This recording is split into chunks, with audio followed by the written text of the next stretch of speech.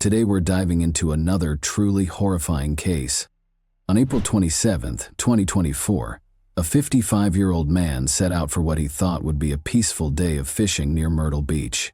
His chosen spot was along the Lambert River, deep within the quiet expanse of Lambert State Park, a place he often visited to escape the noise and pace of everyday life. Unlike the crowded beaches and bustling boardwalks of the city, this park offered something different: solitude. He set up his fishing gear along a remote, overgrown section of the riverbank, surrounded by thick vegetation. As he cast his line into the slow-moving water, the only sounds were the rustling of leaves and the distant hum of wildlife.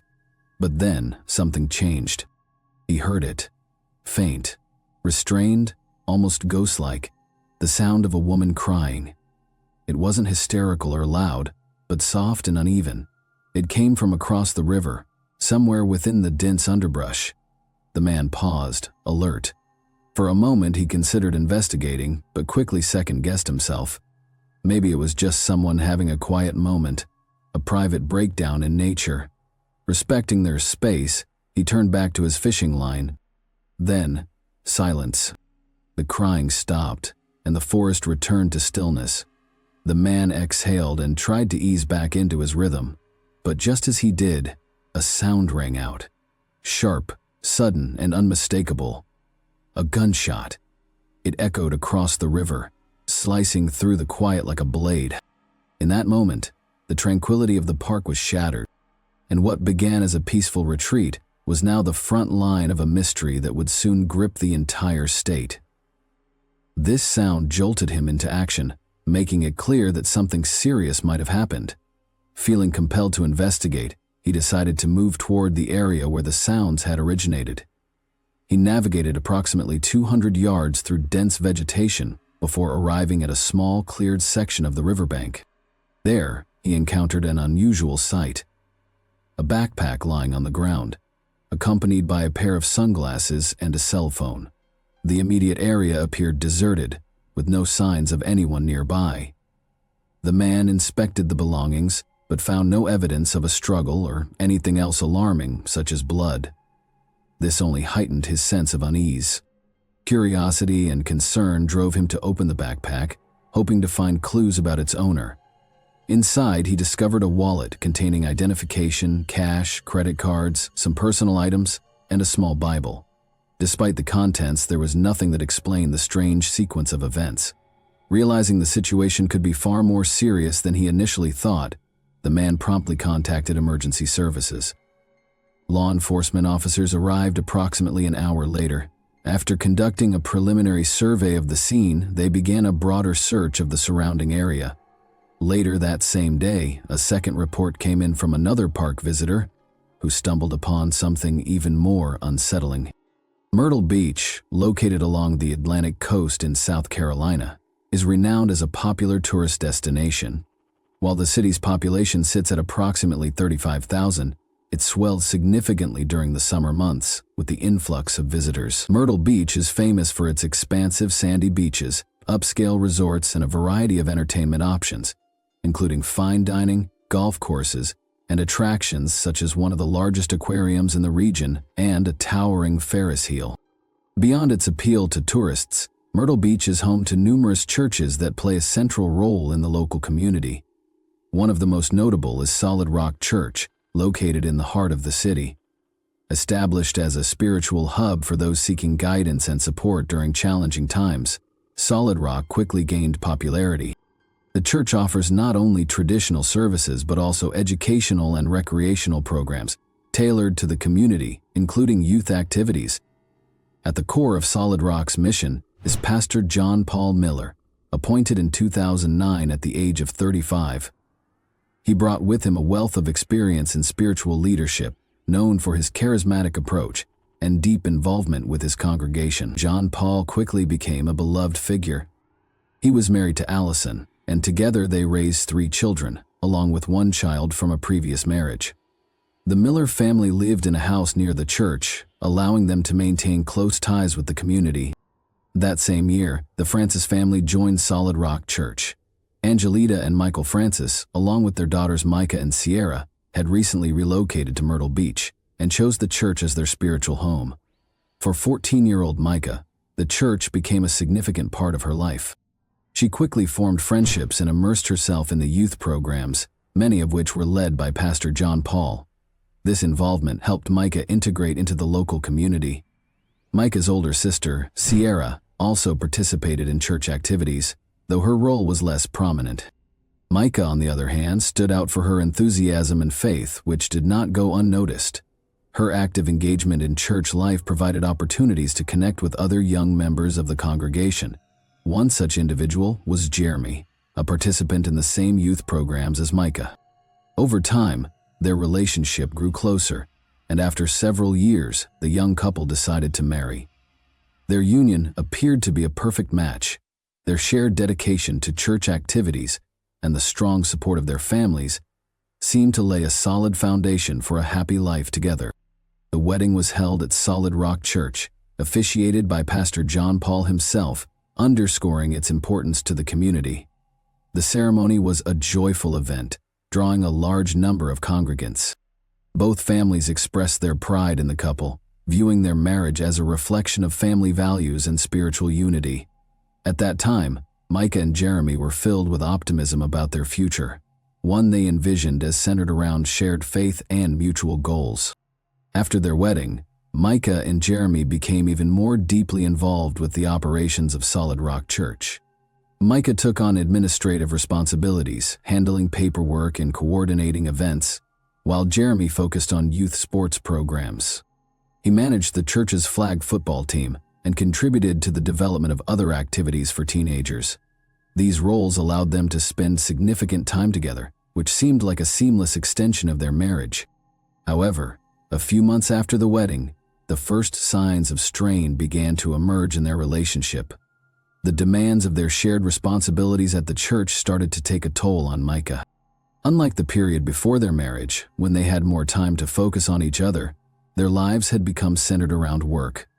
Jeremy, deeply committed to his role, began to dedicate less time to providing emotional support for Micah, leaving her feeling increasingly isolated. Adding to the tension was Micah's growing involvement with other members of the church community, including the pastor's wife, Allison. As Micah took on more responsibilities in the administrative office, she became an indispensable part of the team. This blending of her professional and personal life created additional stress in her marriage. While their relationship appeared outwardly harmonious, the underlying issues continued to build. The couple chose not to share their struggles with others, maintaining an image of a happy union.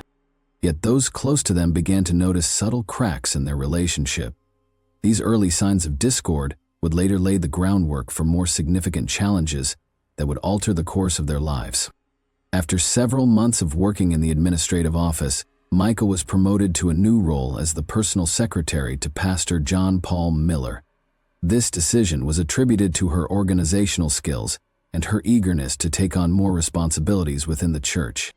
The position required her to work closely with John Paul, including frequent one-on-one meetings and consistent communication to fulfill her duties. As Micah transitioned into this role, she began spending a significant amount of time with the pastor. John Paul valued her dedication and enthusiasm for church activities. Over time, their professional relationship evolved into more personal interactions. What started as discussions about faith and life eventually turned into more intimate conversations, forming a close emotional connection between them. This shift began to create tension in Micah's marriage. In 2016, everything changed abruptly. John Paul's wife, Allison, unexpectedly returned home early one day and discovered him in a compromising situation with Micah. This incident sparked a major conflict within the Miller household. Allison demanded an explanation, leading to a heated argument between the couple. Upon learning what had happened, Allison also chose to inform Micah's husband, Jeremy. The fallout from this event had repercussions that extended beyond the two families, impacting the church community as well. While those involved agreed to keep the details private, rumors of the affair began circulating among the congregation. Church staff and others close to the families noticed changes in the behavior of both John Paul and Micah, as well as the increasing strain between them and their spouses. Despite attempts to maintain a facade of normalcy, the conflict became impossible to hide. Both Allison and Jeremy filed for divorce around the same time. The process was deeply challenging and emotional for everyone involved. Allison left the church and relocated from Myrtle Beach with her children, seeking to rebuild her life away from the events that had shattered her marriage. Jeremy, for his part, ceased his involvement with Solid Rock entirely, choosing to distance himself from the church. A few months after the divorces were finalized, John Paul and Micah publicly announced their relationship.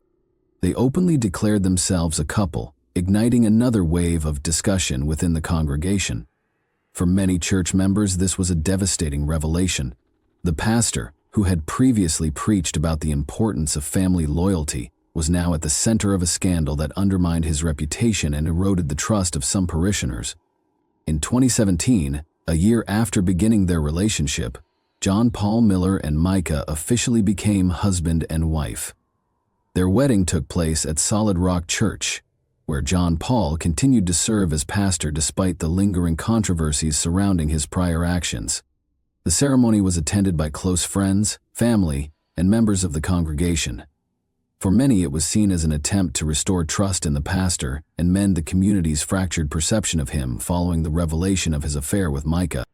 For Micah, who was 23 years old at the time, the marriage marked a new chapter in her life, along with increased responsibilities within the church. Becoming the pastor's wife placed her in a leadership role where she was expected to mentor and organize within the congregation. Many church members viewed this union as an opportunity for both the church and its pastor to move forward, leaving the mistakes of the past behind.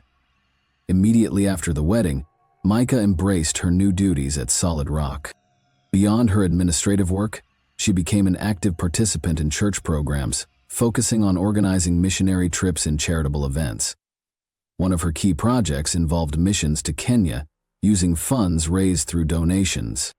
Micah oversaw the construction of schools, providing essential educational opportunities such as English and math instruction. These trips to Africa became a significant part of her new life. Micah personally managed local educational programs and coordinated the delivery of humanitarian aid. Her initiatives garnered strong support from the congregation, many of whom enthusiastically participated in these efforts. Micah's dedication and energy made her a symbol of activism within the community, inspiring others to engage in charitable work. In addition to her mission work, Micah began leading classes and seminars at the church. Her presentations focused on topics like family values, personal faith, and overcoming challenges. One subject particularly close to her heart was addressing domestic struggles. She spoke publicly about this issue, drawing attention not only from church members but also from a wider audience. On social media, Micah frequently shared content on her platforms, emphasizing the importance of respectful relationships and the need for support systems for those experiencing hardship. Micah's efforts gradually began to rebuild John Paul's reputation. While many in the congregation still harbored criticism toward him for his past behavior, Micah's proactive involvement in church and community activities helped shape the image of a stronger, more forward-thinking ministry. Her work became a cornerstone for Solid Rock, fostering youth engagement and promoting both spiritual and social growth. Despite Micah's dedication to maintaining both her marriage and her work alongside John Paul, tension within their relationship began to escalate over time. It became evident that their union, initially rooted in mutual understanding, was facing significant challenges. The core issues included increasing control from John Paul and his interference in both Micah's personal and professional life. One of the first signs of trouble was frequent disagreements over finances. John Paul assumed complete control of the family's bank accounts, restricting Micah's access to funds. While he justified this as a means of safeguarding their finances, it became a source of stress for Micah. She felt stripped of independence, especially given her active role in church and mission projects. Additionally, Micah began to notice her connections with friends and family becoming increasingly limited. John Paul criticized her for spending too much time with her family and accused her of being overly involved in matters he believed detracted from their marriage. He also began monitoring her phone calls and messages, leaving Micah with a constant sense of being under surveillance. These controlling behaviors added to the strain in their relationship, creating an environment where Micah felt increasingly isolated and constrained. psychological manipulation within Micah and John Paul's marriage escalated to include threats. Micah confided in her sister, Sierra, and close friends that John Paul used her past mistakes and vulnerabilities as leverage. One of the most distressing instances involved personal photographs that he allegedly threatened to expose if she attempted to leave the marriage. These tactics deepened her fear and uncertainty about ending their relationship. Amid these challenges, Micah began taking steps to break free from John Paul's control. She reached out to Sierra for support and shared her intention to file for divorce. Together, they visited an attorney who started preparing the necessary documents. However, when John Paul became aware of her plans, the situation worsened. He confronted her, refusing to discuss divorce terms, and insisted that their marriage must remain intact to protect the church's reputation. Unable to find common ground, Micah temporarily moved in with her family to escape the pressure. This time away gave her a brief reprieve, allowing her to reflect on the severity of her situation. However, John Paul convinced her to return, promising to change his behavior. Despite his assurances, the problems persisted. One of the most alarming incidents occurred with Micah's car. She contacted the police after discovering that all 4 of her tires had been slashed, and a GPS tracker had been placed underneath the vehicle. Micah strongly suspected John Paul's involvement, although there was no concrete evidence linking him to the act. His sudden appearance at the repair shop heightened her suspicions. The pressure from John Paul intensified. He pushed for Micah to be hospitalized, claiming her behavior had become erratic. Based on his assertions, doctors diagnosed her with a psychological disorder and recommended treatment.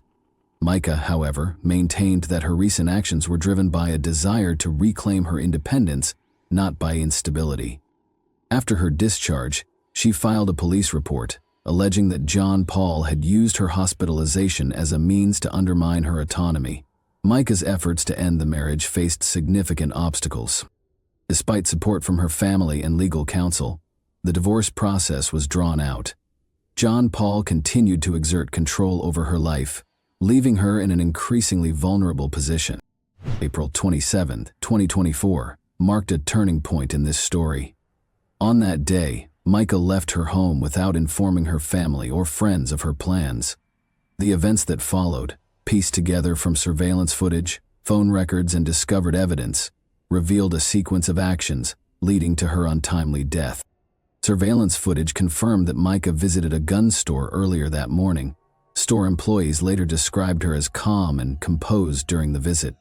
While completing her purchase, she engaged in casual conversation with the clerk. She left the store carrying a small case containing a legally purchased handgun. The receipt and payment records confirmed that she had made the purchase herself. After leaving the gun store, Micah drove toward Lambert National Park. Surveillance cameras captured her car along the highway leading to the park. Data from her mobile phone revealed several search queries for secluded locations and park areas, indicating that she had carefully planned her destination. Upon arriving at the park, Micah parked her car and walked toward the river. After some time, she made a call to emergency services. During the call, she stated her intention to end her life and requested that her location be shared with her family. The recorded call, later released to law enforcement, captured the somber tone in her voice, though it lacked any signs of panic or distress. Less than an hour later, a passerby fishing nearby reported hearing the sound of a gunshot.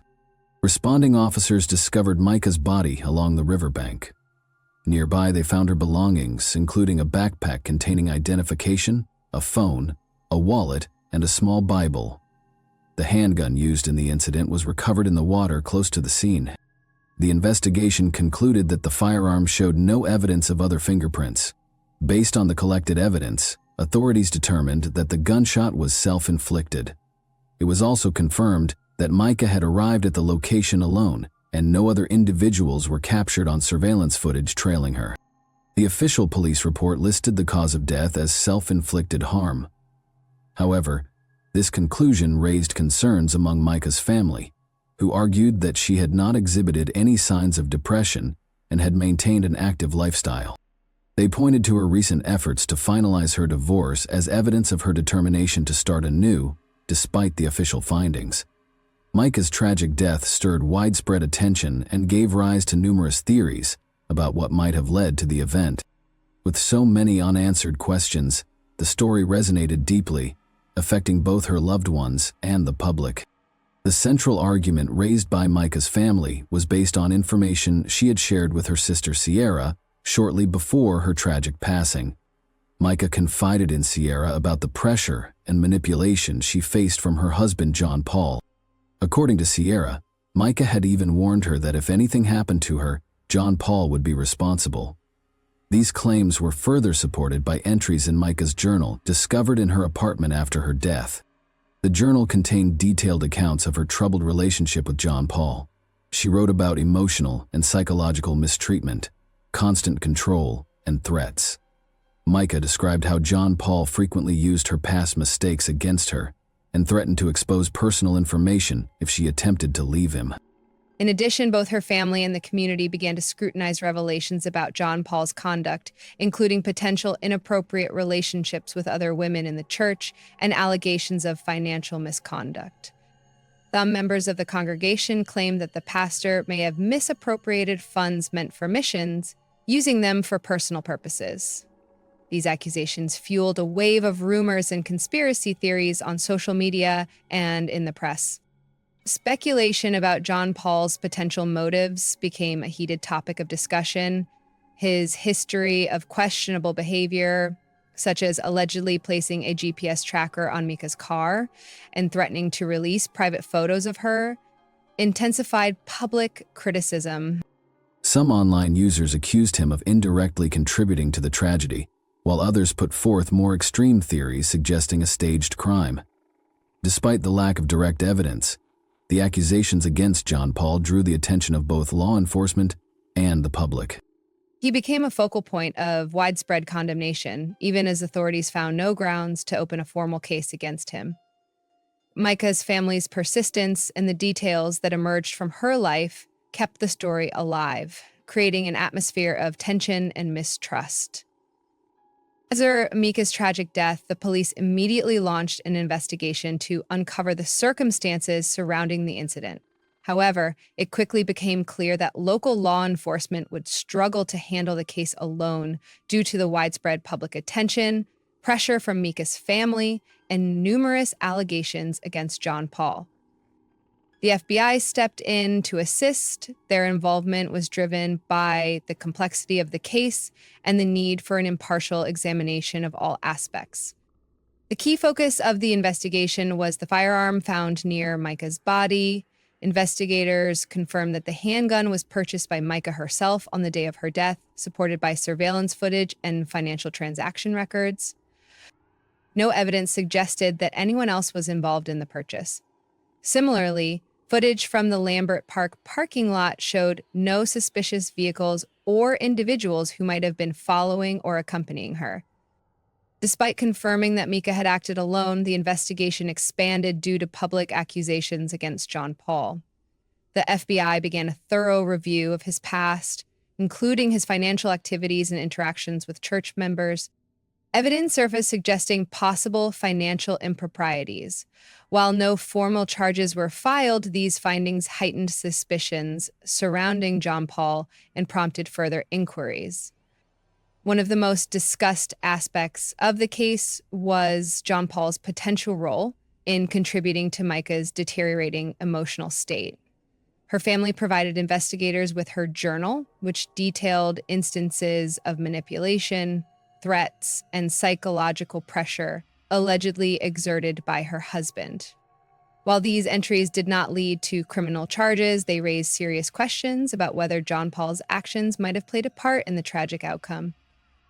The investigation also explored allegations of John Paul's inappropriate relationships with other women in the church community and his overall reputation. Several witnesses came forward with claims of questionable behavior by the pastor that may have negatively impacted those around him.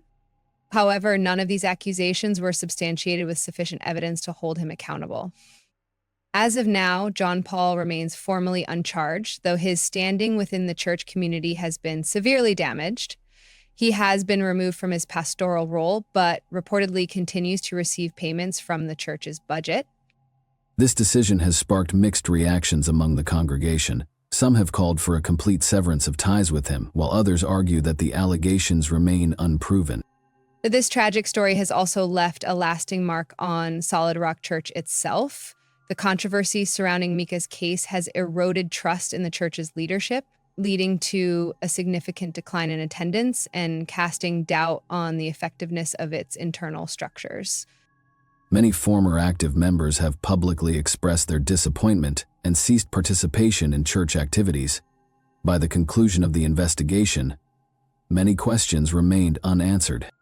The primary focus centered on the extent of John Paul's influence on his wife's emotional state and his potential responsibility in the events leading to her death. While law enforcement has not found sufficient grounds to press charges, the public continues to follow the case closely, debating new theories and emerging details. This story remains a deeply painful chapter for everyone involved, serving as a poignant reminder of how devastating hidden conflicts and unresolved injustices can be. Thanks for watching, everyone. Your support means a lot to me, and you can help my channel grow by hitting that like button, dropping a comment, and sharing this video. Your engagement really makes a difference. See you soon. Hey guys, today we're diving into another truly horrifying case. If you want to support my channel, make sure to subscribe and stay active. It really helps me out. I'd be super grateful for that. Let's get started. Yes, you heard that right. A teenage boy not only murdered his parents, but lived with their corpses for days, and then spoke openly about wanting to assassinate President Trump, all of it fueled by a twisted, radical ideology rooted in white supremacy. But before this nightmare unfolded, the question remains: who was this teen? And how does someone go from being a model student to plotting acts of unthinkable violence?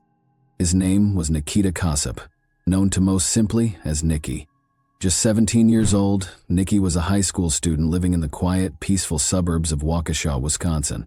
The kind of town where the American dream felt alive. Manicured lawns, friendly neighbors, and evening walks with dogs. On the surface, his life looked perfect. He lived in a spacious 4-bedroom home on Cider Hills Drive, with his mother, Tatiana Casap, and his stepfather, Donald Meyer. They had a big house, a stable life, and even a loyal family dog named Toby. To the outside world, Nicky was polite, reserved, and respectful. Teachers described him as quiet but well-behaved. He wasn't a troublemaker. In fact, he was once honored as Student of the Month at his school, Waukesha U.S. Health Department High School. His grades were strong, his attendance impeccable. There were no major red flags. Until one day, he vanished. He stopped coming to school. Teachers were puzzled. Friends noticed his silence online, and then the calls stopped. What came next would stun the entire community. Because behind Nicky's calm exterior, a much darker transformation had been taking place, one that no one saw coming. And by the time the truth surfaced, it was already far too late. Nicky's last day at school was February 12, 2025. At first, no one thought much of it. Kids get sick, families go on sudden trips. But as the days passed, concern grew. Weeks went by and still no sign of Nicky or his parents. The school received one email claiming Nicky was sick, but something about it felt off. The email couldn't be verified. Then things got even stranger. On the morning of February 28, Judith Meyer, Donald's mother, called in for a welfare check. She hadn't heard from her son in weeks, and she was worried. Around the same time, a school resource officer at Nicky's high school also contacted police, making 2 separate welfare check requests in just 5 minutes. That was enough for the Waukesha police to act now. Officers arrived at the house on Cider Hills Drive at approximately 10:11 that morning. They knocked on the door, but there was no answer. They walked the perimeter and still nothing. So they turned to the area's automated license plate recognition system, cameras that scan and record vehicle activity. And what they found raised even more questions. Donald's black 2018 Volkswagen Atlas Cross Sport hadn't been seen since February 23. Tatiana's white 2019 BMW was last seen way back on February 11, the very same day Nicky stopped going to school. Because of this discovery, alarm bells were now fully ringing. Police then contacted Donald's employer.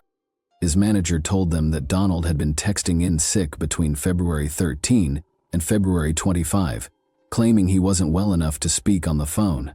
He said he'd be back at work by March 3, but the manager noted something chilling. Those messages were completely out of character. Donald was reliable and communicative, so for him to go completely dark like that was bizarre and deeply troubling. At 1:52 in the afternoon, after hours of silence and unanswered questions, police forced entry into the home. What they discovered was every officer's nightmare. The moment they stepped inside, the unmistakable odor of human decomposition hit them. In the hallway near the kitchen, hidden under a pile of blankets and clothes, was the body of Nikita Casap. She had been shot 3 times, twice in the stomach, once in the neck. She was just 35 years old. Officers immediately exited the scene to obtain a search warrant. When they re-entered at 5 o'clock that evening, they found Donald Meyer's body in the first-floor office, a single bullet wound to the back of the head. Execution style. He was 51. But Nikki, 17-year-old Nikki, and the family dog, Toby, were gone. Now it's safe to say that the house was a mess. Furniture was displaced, artwork had been taken off the walls, drawers and closets had been rifled through, their contents scattered everywhere. The mattress from the master bedroom had been removed from its frame. Empty bank envelopes were found in the kitchen. Something had clearly happened here, and whoever did it had taken their time. With the parents dead and the son missing, investigators turned to surveillance and cell phone data, and what they discovered painted a haunting timeline. Nikki hadn't just fled. He had stayed in that house, lived in that house, for 12 full days with the bodies of his murdered parents before finally leaving town in his stepfather's Volkswagen. He then traveled through 6 states, Iowa, Illinois, Nebraska, Wyoming, Colorado, and Kansas. At 11:25 p.m. on February 28th, the same day his parents' bodies were found, Nikki was located in Winfield, Kansas, more than 800 miles away from Waukesha. He was arrested during a traffic stop, and what police found inside the vehicle left no doubt in their minds. On the floorboard of the car was a loaded Smith & Wesson W357 Magnum revolver. It matched the description of a firearm recently purchased by Donald Meyer. Also found were rounds of ammunition, over 70 pieces of jewelry, multiple tablets, 4 cell phones, 3 laptops, a safe that had been forcibly opened, and more than $14,000, 0 cents in cash. There were also credit cards and driver's licenses belonging to his parents and Toby. The family dog was found alive in the car. After piecing together the evidence, authorities concluded that Tatiana and Donald had most likely been killed on February 11th, 17 days before their bodies were discovered. Nikki had lived with the bodies for nearly 2 weeks before taking off with their car, cash, valuables, and even the dog. He was charged with 2 counts of first-degree intentional homicide, 2 counts of hiding a corpse, 2 counts of theft, operating a motor vehicle without the owner's consent, and 2 counts of identity theft. Now here's where it gets even more chilling. This wasn't just a sudden outburst or a fight gone wrong. Prosecutors believe Nikita had been planning the murders for months. And he wasn't planning alone. According to court documents and witness testimony, Nikita had been messaging with someone in Russian through the app Telegram, a platform often used by extremists because it's encrypted and harder to trace. One of his classmates, only identified as Witness A, told authorities that Nikita said he had been talking to a man on Telegram and that the 2 of them were working together to overthrow the U.S. Nikita even said they had plans to assassinate President Donald Trump. That's not just disturbing, it's terrifying. Now, when Nikita was arrested, we mentioned earlier that the police found valuable items in his car that pointed directly to him being the killer. However, there was one item that stood out above all the rest: an unassuming memory card. At first, it seemed like just another ordinary piece of evidence, but what was on it would send shockwaves through everyone involved in the case. On this memory card, investigators discovered images and videos that were nothing short of disturbing. These weren't just random shots. These were chilling recordings that showed Nikita actively documenting his crime. According to the criminal complaint, one of the most haunting videos captured Nikita adjusting a camera and then pointing it directly at the dead body of his stepfather, Don Meyer. This was no accident. Nikita knew exactly what he was doing. What makes this even more sinister is what happened next. In the video, Nikita can be seen lighting candles around his stepfather's body. Why would he do that? Some believe he was trying to mask the awful smell of decomposition, but others suggest that this act wasn't just about hiding a smell. It was an eerie, almost ritualistic gesture. It's as if he was creating a scene, setting a stage for someone to witness his crime. But it doesn't stop there. The videos go further, showing Nikita allegedly pointing his phone at the body and speaking to someone on the other end of the line. This person remains unidentified, but in the video you can hear Nikita saying, "So you can see him there. I can literally see the body there." It's chilling. He wasn't just filming for his own satisfaction, he was showing someone else. Investigators believe this person could be the same man Nikita had been messaging on Telegram, discussing far more disturbing topics. According to reports, these messages involved plans to take down the US government. A thought that's as disturbing as it is confusing. Now let's take a step back and look at Nikita's background. His story is not just one of a troubled 18-year-old. It's one of obsession and darkness. Nikita moved to the United States from Moldova at the age of 7. Moldova is a small country in Eastern Europe, right next to Ukraine, and it has strong Russian influences. But what's truly chilling is the fact that Nikita had very little family left in Moldova. His grandmother was the only relative still alive, yet he developed an almost unhealthy obsession with Russia, fascism, and violence. This obsession became even clearer when his classmate, known as Witness A, came forward.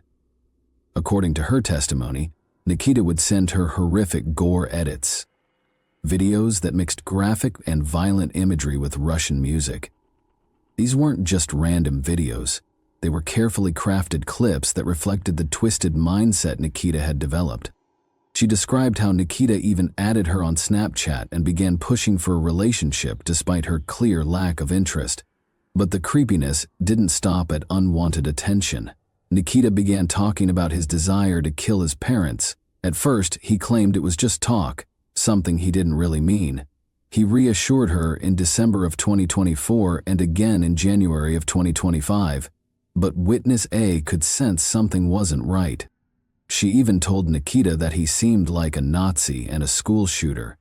She told him he needed help, but despite her concerns, it seems she didn't report any of this to the authorities.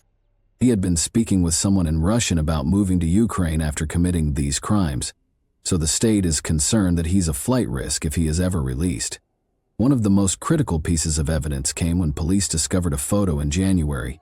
It showed Nikita holding a Smith & Wesson handgun, the exact same weapon that investigators believe he used to kill his parents just a month later. This was not a coincidence. It wasn't until nearly a full month after his arrest that prosecutors officially filed murder charges against Nikita Casap. By then, he had been caught in a small, rural Kansas county and had appeared virtually for an extradition hearing. The case moved forward in the District Court of Trego County, Kansas, under the case name State versus Nikita Casap. Later on, authorities extradited him back to Wisconsin, where he made his first court appearance on lesser charges. At that time, prosecutors had not yet officially filed murder charges, but they were already signaling that they were coming.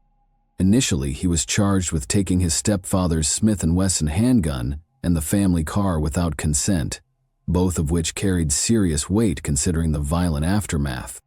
Then came the autopsy reports, which painted a horrifying picture. Don, his stepfather, had been executed with a single gunshot to the back of the head, likely from behind. His mother, Tatiana, suffered 3 gunshot wounds, one at close range to the neck, and 2 others that were non-fatal. This detail suggested a chaotic and possibly prolonged encounter, raising more questions about motive, planning, and intent. It wasn't just a tragic event, it was a calculated act of violence. Still, in those early days, Nikita's bond was set at $250,000, 0 cents, as authorities worked to build the homicide case. 2 weeks later, the full weight of the law came crashing down. Prosecutors formally charged Nikita with 2 counts of first-degree intentional homicide, the most severe criminal charges available under Wisconsin law, and 2 counts of hiding a corpse. These weren't just bureaucratic escalations. They were charges that, if proven, could send the 17-year-old to prison for life. Prosecutors declared him an extreme flight risk, citing his movements across state lines, his attempts to convert assets using a Bitcoin machine, and the $14,000 in cash and jewelry found on him at the time of his arrest. They believed he had the means, and possibly the connections, to evade justice, and they pushed for bail to be raised to $5 million. But Nikita's defense team wasn't backing down. They argued that the initial charges, taking a gun and a car, couldn't even legally hold water since the items were taken from individuals who were already deceased and thus couldn't have given or withheld consent. When it came to the murder charges, they insisted that a $5 million bail was excessive and unattainable for a 17-year-old. They claimed that the $250,000 bond should remain, framing Nikita as a troubled teen, not a calculated killer. At the bond hearing, the judge was visibly exasperated, not just by the nature of the case, but by the handling of the legal process. The judge wasn't just lamenting the bond debate, they were raising a broader question. When the system is faced with a suspect who allegedly murdered both parents, attempted to cover it up, and possibly plotted his escape, shouldn't the full legal framework be activated? The judge continued, highlighting the mountain of evidence laid out in the complaint. There's video evidence, there are communications, transactions, a witness. It's all here. If you believe he's a flight risk or a danger, don't just haggle over numbers. Use the mechanisms built into the law to keep the public safe. Despite the prosecution's push, the judge didn't grant the full $5 million bail. Still, it was clear the court recognized the gravity of the situation. The idea that a teenager had not only killed his parents, but lived in the same home with their decomposing bodies for 12 days was profoundly disturbing. Authorities have linked Nicky to a neo-Nazi group called the Order of Nine Angles, and his manifesto allegedly called for a violent political revolution. As of the time this video was made, Nicky remains in custody with a bond set at $1 million. He faces multiple charges, including first-degree murder, and his trial is set to begin on May 7, 2025. What makes this case truly chilling is not just the horror of the crime itself, but how a teenager, barely out of adolescence, could be so easily drawn into a world of extreme ideologies. One of the most unsettling pieces of evidence comes from a series of messages Nicky exchanged with a man on Telegram. In these messages, Nicky is shown toying with the idea of fleeing to Ukraine, wondering about the possibility of escaping the consequences of his actions. He even wrote, "So while in Ukraine, I'll be able to live a normal life even if, when it's found out, I did it." These words reveal a shocking level of detachment from the consequences of his actions. But even more disturbing is the way Nicky acknowledges that no matter what, the world will eventually know he was the one responsible for the murders. What stands out in these exchanges is the disturbing fact that despite his delusions about fleeing to Ukraine, Nicky was very clear-headed about one thing: the truth would eventually catch up to him. He wasn't trying to hide from the fact that he would be caught. He was simply trying to escape the fallout. But what's even more unsettling is how Nicky didn't even try to frame anyone else for the murders. There was no attempt to pin the crime on his parents or anyone else in the family. He didn't go through the motions of creating a false alibi. Instead, he accepted that the blame for the killings would fall squarely on him. This chilling realization only makes his actions seem colder, more calculated. Now, there are a lot of theories swirling around about whether Nicky's parents actually knew what he was planning, specifically his alleged desire to overthrow the U.S. government. Some believe they had suspicions, especially after receiving strange signals leading up to the murders. One particularly chilling detail comes from Donald Meyer's mother, Judith, who reportedly shared that her son had sent her some unsettling, cryptic messages shortly before he went radio silent. These weren't your usual check-in texts. They hinted that something was wrong, but Judith didn't know just how serious it was at the time. So what if his parents did know something? What if they started to piece things together, noticed a shift in Nicky's behavior, sensed his growing obsession with radical ideologies, or even confronted him about his extremist beliefs? According to some theories, this might be exactly why Nicky targeted his parents first, to eliminate the only people who could stand in the way of whatever twisted plan he thought he was about to execute. Think about it. His parents knew where the money was hidden. They were the ones who gave him access to the house, the resources, even the revolver that was later used in the crime. Maybe Nicky believed that as long as they were alive, they were a threat to his vision, so he made a calculated decision to remove them from the equation, brutally and without remorse.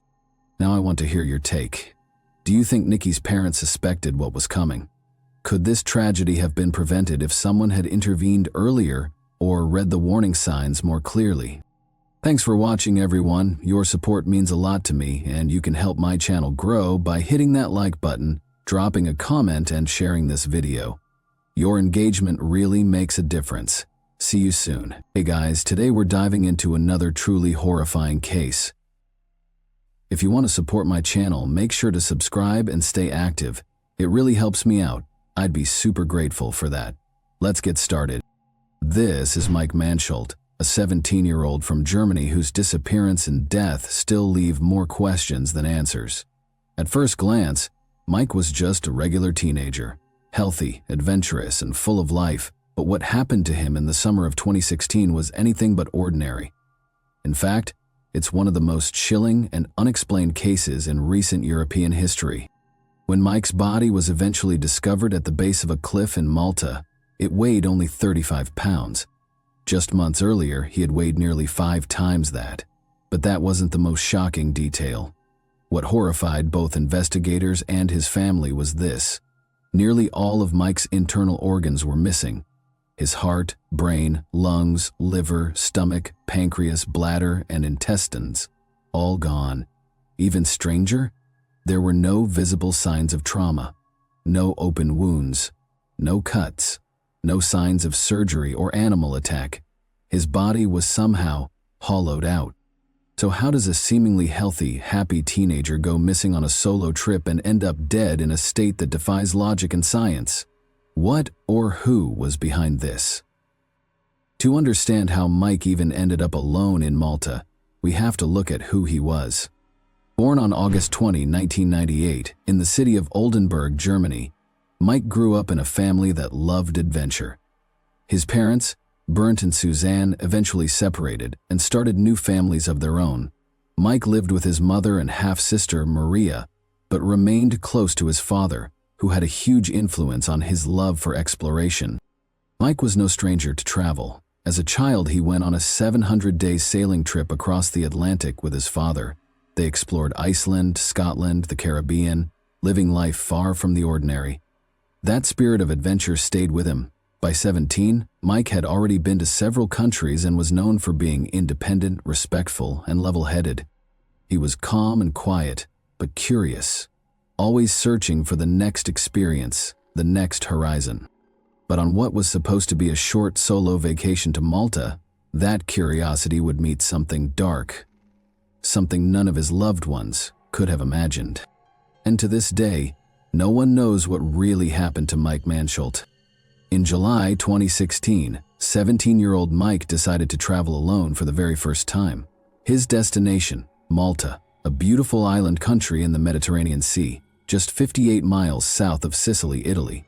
With a population of around 500,000 and just over 120 square miles of land, Malta is a popular summer destination known for its beaches, warm climate, and low crime rate. Mike flew there to visit his girlfriend who was attending a language course, and obviously he was very excited to visit her. The meeting with his girlfriend took place on the 8th of July 2016, when Mike landed on the island of Malta.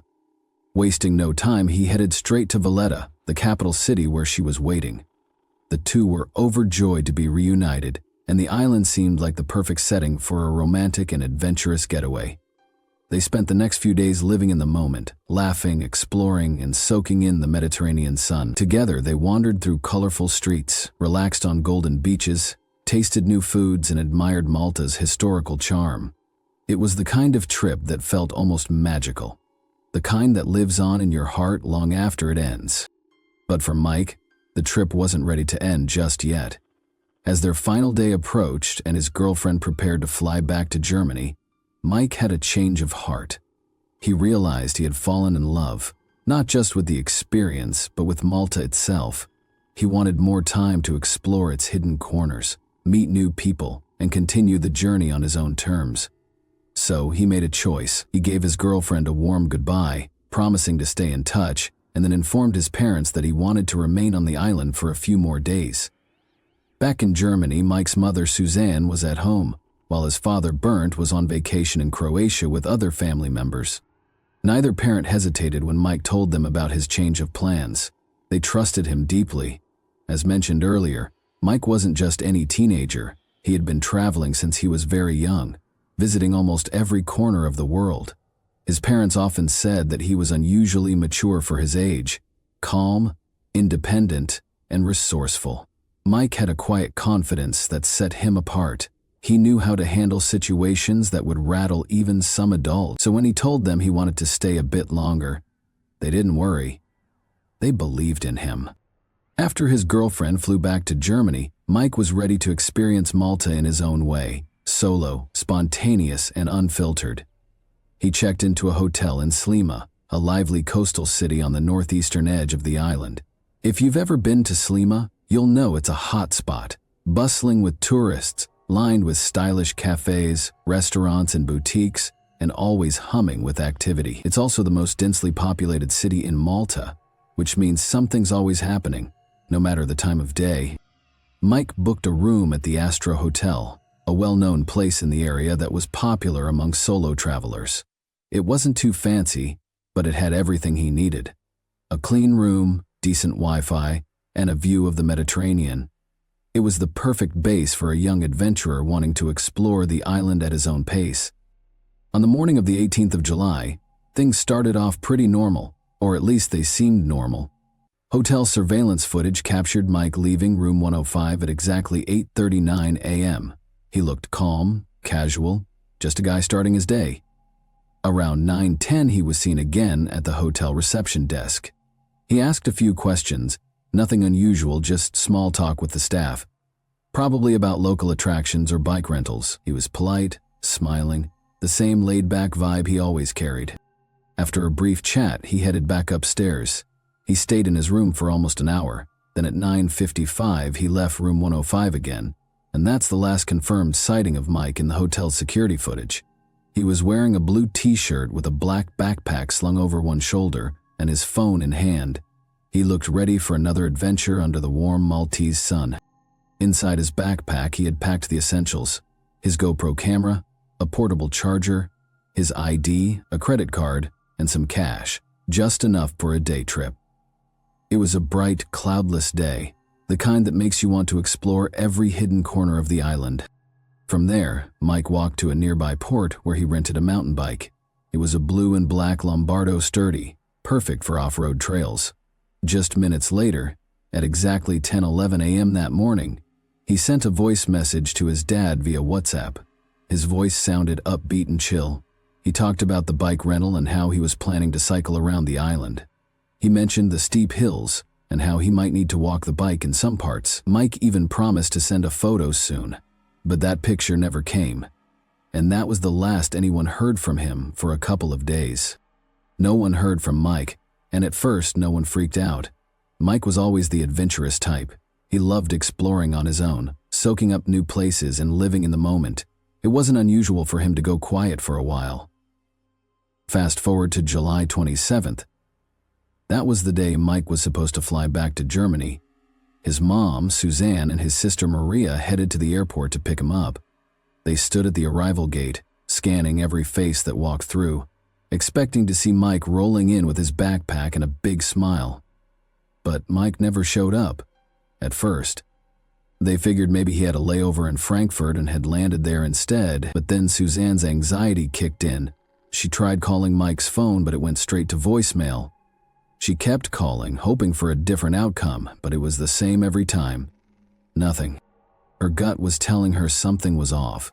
She called the airline for answers, and that's when she got hit with a bombshell. Mike had never boarded the plane. He had missed the flight completely. Now panic set in. Suzanne rushed to the police, filing a missing person report in the early hours of July 23. The authorities immediately took it seriously and put things into high gear, coordinating with the Maltese police. As Suzanne tried to piece things together, another shocker came her way. A German detective working on the case got word from the Maltese authorities. It turns out they'd already been searching for Mike for days. He had actually gone missing long before Suzanne realized something was wrong. On July 18, the very day he rented that mountain bike, Mike had never returned the bike, which he was supposed to drop off the next day.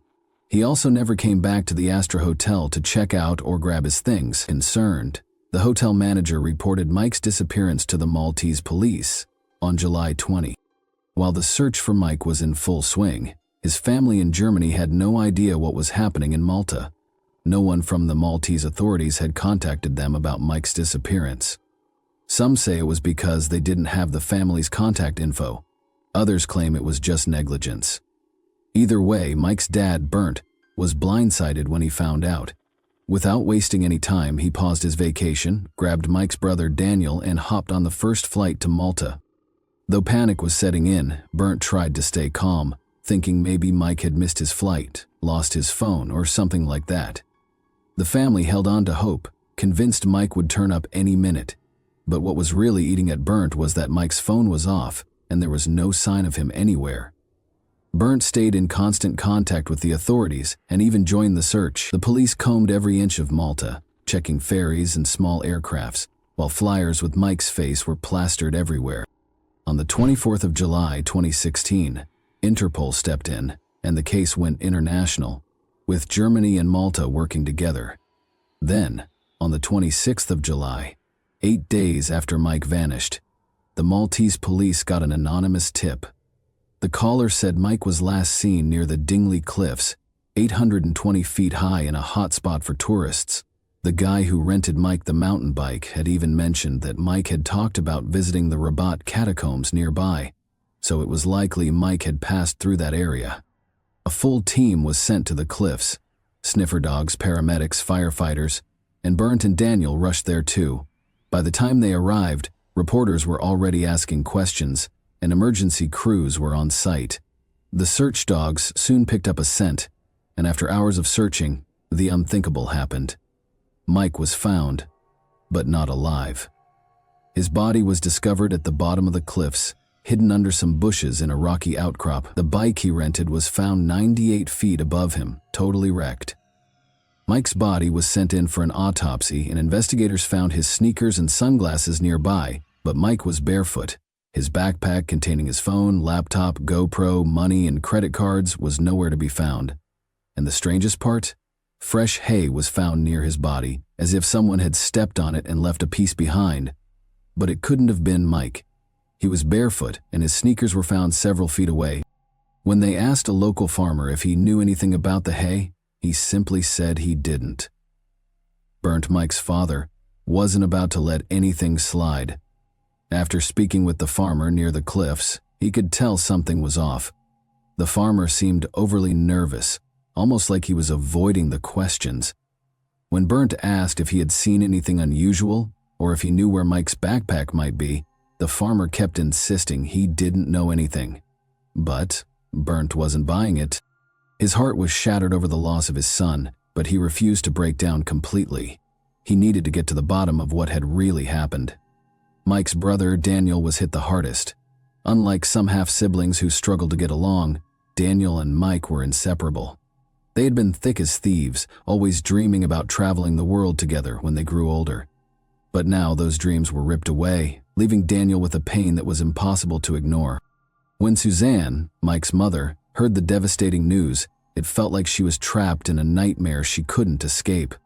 The idea that her son was gone was simply unimaginable. Mike's sister Maria was crushed too. The bond they shared was unbreakable, and now she would never see her brother again. And then there was Mike's girlfriend, who had already arrived in Germany, waiting eagerly for his return. She had been counting down the days, dreaming of finally being reunited with him. But in the blink of an eye, those plans were shattered, and the future they had imagined together was lost forever. Back then, this case didn't just shake Malta, it rocked the entire world. With Malta having a relatively low crime rate, something as tragic as this was completely unheard of. The news spread like wildfire, capturing the attention of media outlets in both Malta and Germany. But as the investigation dug deeper, even more strange and bizarre things started to unfold. Mike had always been obsessed with documenting his travels, filming every moment, which is why his GoPro was so important. If he'd captured anything on that last day, it could have been the missing piece to crack the case. But when Mike's body was found, only 3 items were recovered: his sneakers, his sunglasses, and the GoPro case. The case was attached to his belt, but no one knew whether it was empty or if the camera was inside. The GoPro itself was nowhere to be found. The moment Bernd, Mike's dad, arrived in Malta, he immediately asked about the GoPro. The lead investigator told him she had seen the GoPro case on Mike's belt and that it had been cataloged. But when Bernd went to check at the Astra Hotel where Mike stayed, all of Mike's belongings were handed over, except for the GoPro case. It didn't add up. Bernd couldn't shake the feeling that Mike had taken the case with him, and the camera, possibly holding crucial footage, could be the key to unraveling everything. But the next day, things got even stranger. All the police officers involved in the investigation suddenly denied ever seeing the camera case. They claimed nothing of the sort had been collected. Bernd was stunned. How could they deny it, when the lead investigator herself had confirmed it? When he confronted her, she stuck to the same story. There was no case. Something was definitely fishy. Just when it seemed like the case couldn't get any weirder, the police made a statement declaring that Mike's death was an accident. According to them, he had simply fallen from the cliff while riding his bike, but the way Mike's body was found didn't add up to that explanation at all. If he had fallen while riding, he would have dropped straight down, right? But Mike's body was found in a position that suggested he had fallen backward, which was nearly impossible if it was a natural fall. Despite all the inconsistencies, the police quickly closed the case, claiming Mike had fallen from a height of more than 30 meters and had somehow rolled to the spot where his body was discovered. But there was more. The coroner who examined Mike's body told Bernd that Mike hadn't suffered because he had broken his neck in 2 places, which caused almost instant death. But here's the catch. No x-rays had been done on Mike's body at that point, so how could the coroner make that call? Was he just guessing? A month later, the autopsy report was finally released. It confirmed through DNA testing that the body was Mike's. It also revealed that Mike had been dead for about 8 days by the time he was found, which meant he likely died the very same day he left the hotel to explore the island. But here's the most bizarre part. The autopsy showed that Mike had no broken bones. None. This was highly suspicious, especially considering he supposedly fell from more than 98 feet. If that were true, he should have at least broken an arm or something. So why weren't there any fractures? This revelation cast doubt on the coroner's statement and made Bernd's suspicions grow. A forensic examination of Mike's rented bike only deepened the mystery. The bike's condition didn't match what would be expected from a fall of over 98 feet from a cliff. Everything was starting to feel wrong, like pieces of a puzzle that just didn't fit. Then, just days before the official autopsy report was finalized, an employee from the morgue who had been responsible for Mike's body approached Bernd with a hushed warning. She told him that everything about Mike's death seemed suspicious. No broken bones completely contradicted the police's story that Mike had simply fallen from the cliff while riding his bike. She urged Bernd to think carefully about his next steps, suggesting that the police seemed to have no interest in pursuing the case any further. This only added to Bernd's growing distrust of the investigation. Desperate for answers, Bernd went to speak with the head of the investigation, the same officer who had first claimed to have seen the GoPro case attached to Mike's belt, only to later deny it. But this time, she refused to speak with him. She dodged his questions and acted as though the entire matter wasn't worth her attention. This only fueled Bernd's suspicions. Why was the investigation being handled so poorly? Why were they denying even the simplest facts? He kept pressing the authorities about Mike's GoPro, believing it held the key to understanding what really happened. Just days later, the forensic department in Malta handed Bernd a camera, claiming it belonged to Mike, but what they handed him was an old Canon model from the early days of digital photography, not the GoPro Hero 2 that Mike had been using to document his travels. Along with the camera came a memory card completely destroyed. The authorities claimed it had been found inside the camera when it was recovered next to Mike's body. Bernd immediately knew this was not his son's camera. The authorities were trying to pass off an old, outdated camera as Mike's, likely hoping he would stop asking questions about the real GoPro. By now, Mike's family had grown deeply suspicious of the Maltese police. The lack of interest in the case, the inconsistencies, and the strange actions of the authorities were all too much to ignore. Bernd confronted some officers about who might have stolen his son's belongings. The officers, almost dismissively, claimed that no one from Malta would steal items from a body, suggesting it might have been a tourist. But then there were the phone records. The police claimed they had pulled location data from Mike's phone carrier only to report that they found absolutely nothing. No records, no trace. Everything seemed to be going in circles. Frustrated with the inconsistencies, the lack of progress, and the growing feeling that something was being hidden, Bernd was ready to make serious accusations against the authorities. But before he could take any action, he had to return to Germany to arrange his son's funeral and deal with the heartbreaking aftermath of the tragedy. Mike's body landed in Germany on August 17, 2016, and what was supposed to be a moment of mourning quickly spiraled into something out of a true crime documentary. The funeral home staff tasked with preparing his body for burial were immediately disturbed. Mike's body looked eerily deflated, like someone had let all the air out of him. It was obvious something was wrong. Even worse, he hadn't been embalmed at all, which was bizarre, considering his case was still under investigation. The smell was unmistakably that of raw decomposition, not the usual chemical scent you'd expect from a preserved body. The moment they realized this, the funeral home workers called the police. One officer casually mentioned that airport staff had already thought the coffin felt way too light when it arrived. That was enough to raise every red flag imaginable. Mike's body was quickly sent to the Medical University of Hanover, and what they uncovered was horrifying. His body weighed only 16 kilograms, that's about 35 pounds. When they opened him up, almost all of his internal organs were missing. His brain, heart, lungs, liver, pancreas, adrenal glands, right kidney, bladder, stomach, intestines. Every vital organ was stripped from his body. Only tiny scraps of his left kidney, diaphragm, spleen, and colon remained. No wonder he looked so deflated. He was practically empty. Now, yes, it's normal to remove organs during an autopsy, but here's the catch. They're supposed to be either returned to the body or replaced with something like cotton or sawdust. And if they're not returned, there should be a full report explaining why none of that was done. Mike's body was just left as an empty shell, with no explanation, no documentation, and no dignity. His family was devastated. His father, Bernd, wrote a heartfelt letter to the Maltese authorities begging them to send back his son's organs so he could lay him to rest properly. However, what he got back was shocking. The coroner claimed that animals had eaten the organs before Mike's body was found. Seriously? That didn't make any sense.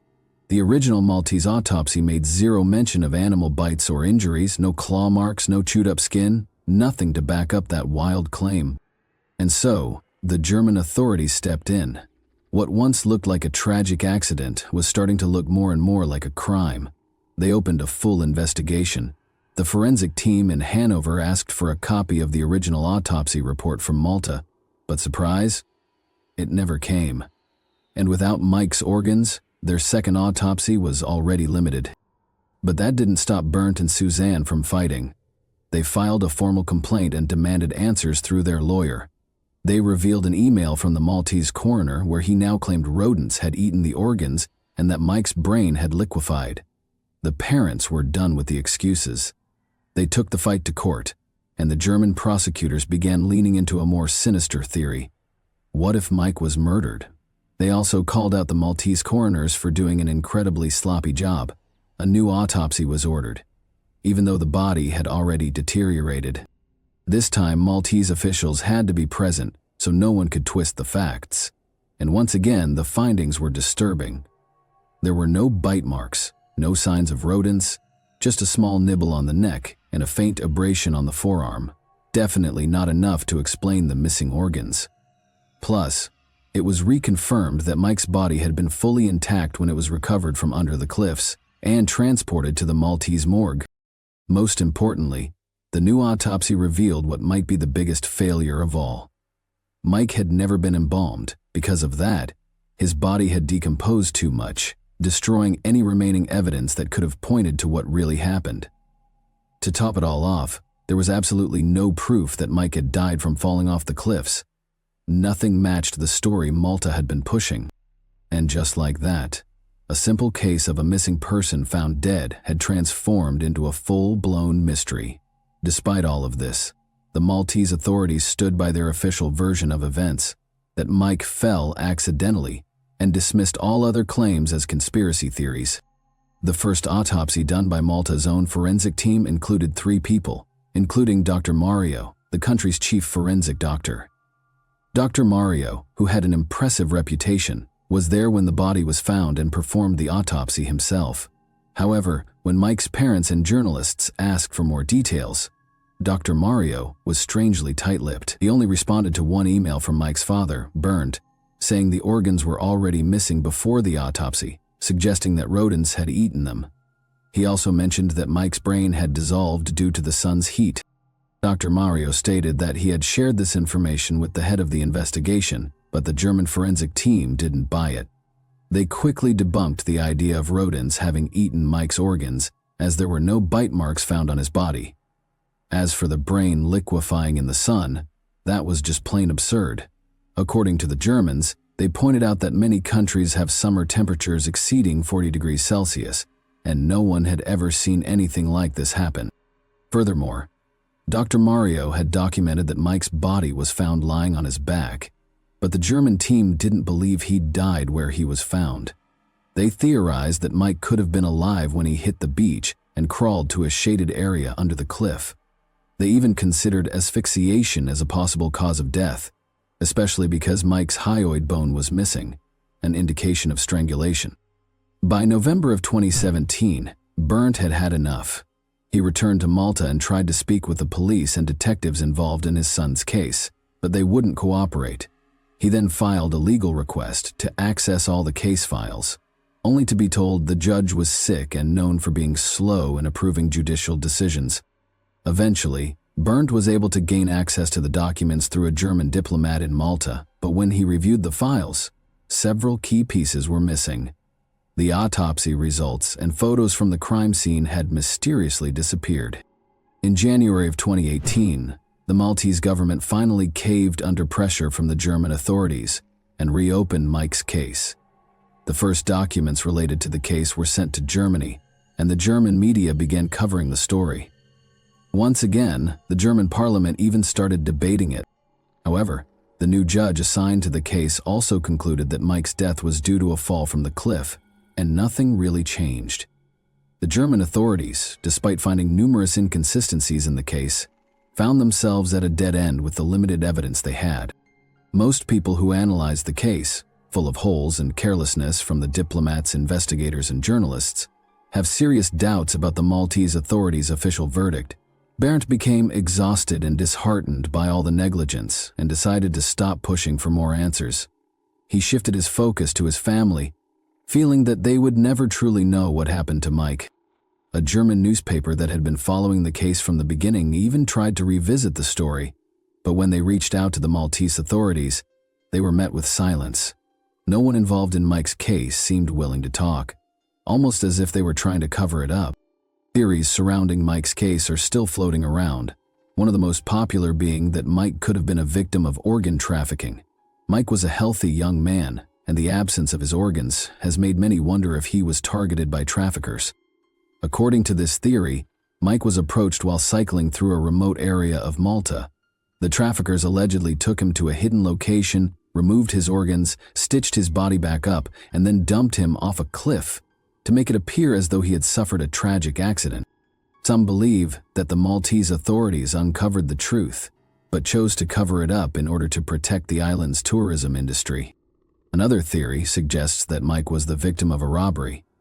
In this version, thieves may have stolen his belongings and thrown him off the cliff afterward. Supporters of this theory claim Mike may have been strangled, and that his body was later placed at the scene in a way that minimized visible trauma, again to avoid any damage to the island's reputation. If strangulation had occurred, authorities might have removed his hyoid bone, brain, and other organs to prevent the true cause of death from being discovered. There is also the possibility that Mike simply fell from the cliff by accident, and opportunistic passers-by took advantage of the situation by stealing his belongings. The least accepted theory is that Mike took his own life, a suggestion that was quickly dismissed early in the investigation. Everything about his life indicated that he was happy, full of plans, in love, and showed no signs of depression or mental illness. Mike Mansholt's case remains one of the most mysterious and unresolved cases ever documented. The Maltese authorities continue to stand by their official version of events, that Mike fell accidentally, and dismiss all other claims as conspiracy theories. But what do you think really happened to Mike? Was it a tragic accident, or was he the victim of something far more sinister? Thanks for watching, everyone. Your support means a lot to me, and you can help my channel grow by hitting that like button, dropping a comment, and sharing this video. Your engagement really makes a difference. See you soon. Hey guys, today we're diving into another truly horrifying case.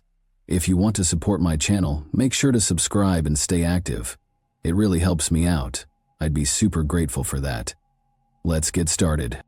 A young woman, 24 years old, brilliant, vibrant, and overflowing with potential, walked into a quiet restaurant one evening in Malibu, California. Her name was Matrice Richardson. By all accounts, it was supposed to be an ordinary night, but what happened inside that restaurant would set in motion a tragic mystery that continues to haunt those who knew her, and many who didn't. Matrice was taken into police custody that night. That much is undisputed. But just a few hours later, in the early morning hours, she was released from the Lost Hills Sheriff Station, alone, no phone, no money, no transportation, into the cold darkness of the Santa Monica Mountains. She vanished that night, without a trace. For months, her name echoed through news reports, whispered in homes, shouted in protests, and carried in the prayers of a grieving family. Theories swirled, conflicting reports emerged, yet no clear answers surfaced. And when her remains were finally discovered nearly a year later, deep in a rugged canyon, the questions only grew darker. What really happened to Matrice Richardson? Why was she released in such vulnerable conditions? And why, even after all this time, does justice still feel so far out of reach? To understand her story, we need to understand the young woman behind the headlines. Matrice LaVaughn Richardson was born on April 3, 1985, to Lettice Sutton and Michael Richardson, both still in high school at the time. Young, uncertain, and navigating their own lives, they made the difficult decision to have Matrice raised by her great-grandmother in Covina, California. It was a home filled with love, but also change. Her parents eventually separated, and later Matrice moved back in with her mother, who married Larry Sutton. With her stepfather in the picture, Matrice adapted quickly. She was magnetic even as a child, always in motion, always laughing. She danced, she lit up rooms. She was the kind of person you didn't forget. Her energy was electric, her spirit unforgettable. And that's what makes the silence surrounding her case so deafening. Because a light that bright should never have vanished so easily. And it should never have taken so long to find out why. She carried that same spirit into her school years, first at South Hills High School in Covina, then at California State University Fullerton. Matrice wasn't just a good student, she was exceptional. A 4 GPA honors graduate, a degree in psychology, the first in her family to earn a college degree. It was a time of self-discovery. While navigating the demands of school, she also embraced her identity, coming out as a lesbian to her family, who supported her fully. She had ambition, dreams of graduate school, a future she was still shaping. After graduating in 2008, she took on multiple roles. She worked as a store clerk, danced at an LGBTQ+ club, and interned with Dr. Rhonda Hampton, a psychologist who saw something bright in Matrice, but also something troubling, because even with all her success, something was off. Matrice's behavior began to shift in ways that unsettled those closest to her. Friends noticed her moods changing. Social media posts became strange, disjointed rants that didn't sound like the Matrice they knew. Dr. Hampton would later recall moments during her internship that raised concern. Moments that hinted at a struggle happening beneath the surface. By 2009, Matrice had moved back in with her great-grandmother, now 91 years old. It was a quiet home, a place of stability, a relationship built on mutual care. Matrice was a companion to her great-grandmother, offering support, company, and in return, she had a place to stay. As she figured out her next steps, she had her whole life ahead of her. And yet something was coming, a shift, a single night, that would unravel everything. Her story changed on the night of September 16, 2009. The Pacific Coast Highway stretched along the cliffs of Malibu, quiet except for the occasional car passing by. The night was still, but something about it felt unsettling. Matrice wasn't familiar with Malibu. She knew Covina, where she grew up. She knew Fullerton, where she had excelled in her psychology studies. She knew Long Beach, where she worked Friday nights dancing under neon lights. She knew South LA, where her father lived, and the quiet streets near 118th and Central, where she stayed with her great-grandmother. But Malibu? It wasn't her world. Then she saw it, a sign glowing in soft blue letters, Jeffrey's, located below Point Dume. Jeffrey's was a high-end restaurant known for its ocean views and exclusive diners. Matrice pulled into the parking lot. She turned off the engine and sat there for a moment. The valet approached, expecting her to hand over her keys, but something was off. By the time he reached her, she wasn't in her car anymore. She had moved into his. The door was open, and she sat in the driver's seat of his vehicle. Her body relaxed, as if this was normal. Hazel eyes peered up at him, flickering with an unreadable energy. Her curly hair stuck out from beneath a Rastafarian-style hat. She wore a long-sleeved white shirt under a black Bob Marley t-shirt, paired with faded jeans and a pink alligator mixered belt. Her Vans were slightly worn, but she seemed unconcerned with appearances. The valet hesitated. She wasn't aggressive, but something about her behavior felt strange. Her words, when she spoke, were cryptic. She muttered something about Michael Jackson's death, as if she were solving a puzzle only she understood. Then, just as casually, she handed him her own car keys and asked a bizarre question. "Vanessa here?" She told him to look out for a girl with tattooed arms, as if he should already know who she was talking about. Before he could respond, she strolled past him and entered the restaurant. Matrice took a seat and placed her order, a Kobe steak and an Ocean Breeze cocktail. At first, she dined alone.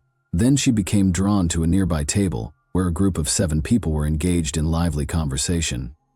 Without hesitation, she got up and joined them, slipping into their conversation as if she had always been there. Her energy was erratic, her words fast and disjointed. She talked about astrological signs, jumping from topic to topic without pause. The group exchanged glances, uncertain but entertained. She wasn't causing trouble, just behaving in a way that felt offbeat, unusual. After a while, she returned to her own table, but minutes later she was back. This time she had an announcement. She was going to Hawaii. She told them she would call them when she arrived. They smiled politely, humoring her. Then they paid their bill and left Matrice. However, she stayed. When she tried to leave, the restaurant manager stopped her. Her bill remained unpaid, $89.00 in total. She looked confused. Hadn't the other table covered it? Matrice was asked to pay her bill, which was more of a shocking news to her. A slow smile spread across her face, as if this were an amusing misunderstanding. She gazed at the restaurant's computer screen, watching the numbers blink and change. Her expression shifted, lost in thought. "I am busted," she finally said. "What are we going to do?" As the manager spoke, she wasn't listening. Her eyes remained fixed on the screen, as if she were deciphering something invisible to everyone else. Then her demeanor changed. She said something strange. She wasn't from here. She was from Mars. Her voice was calm, her expression unbothered. She wasn't joking. The staff grew uneasy. When she emptied her pockets, she found nothing but a small joint. A restaurant employee picked up the phone and dialed the Lost Hills Sheriff's Station. They told the sheriff that this girl seemed crazy, that she might be on drugs or something. In the distance, the glow of approaching headlights cut through the dark. A patrol car was on its way. Matrice's night, however, was far from over. It was just beginning. While the sheriff's deputies were en route, Matrice continued talking, this time to the hostess. She told her she had been watching a soap opera at work earlier that day when God instructed her to take the afternoon off. Her words were confident, as if this was an undeniable truth. Then she made another strange claim. She had no parents, she said, just her great-grandmother, Mildred. Concerned, the hostess decided to call Mildred. When the elderly woman answered, her voice was filled with worry. She quickly offered her credit card number to pay the bill. But there was a problem. The restaurant required a signature.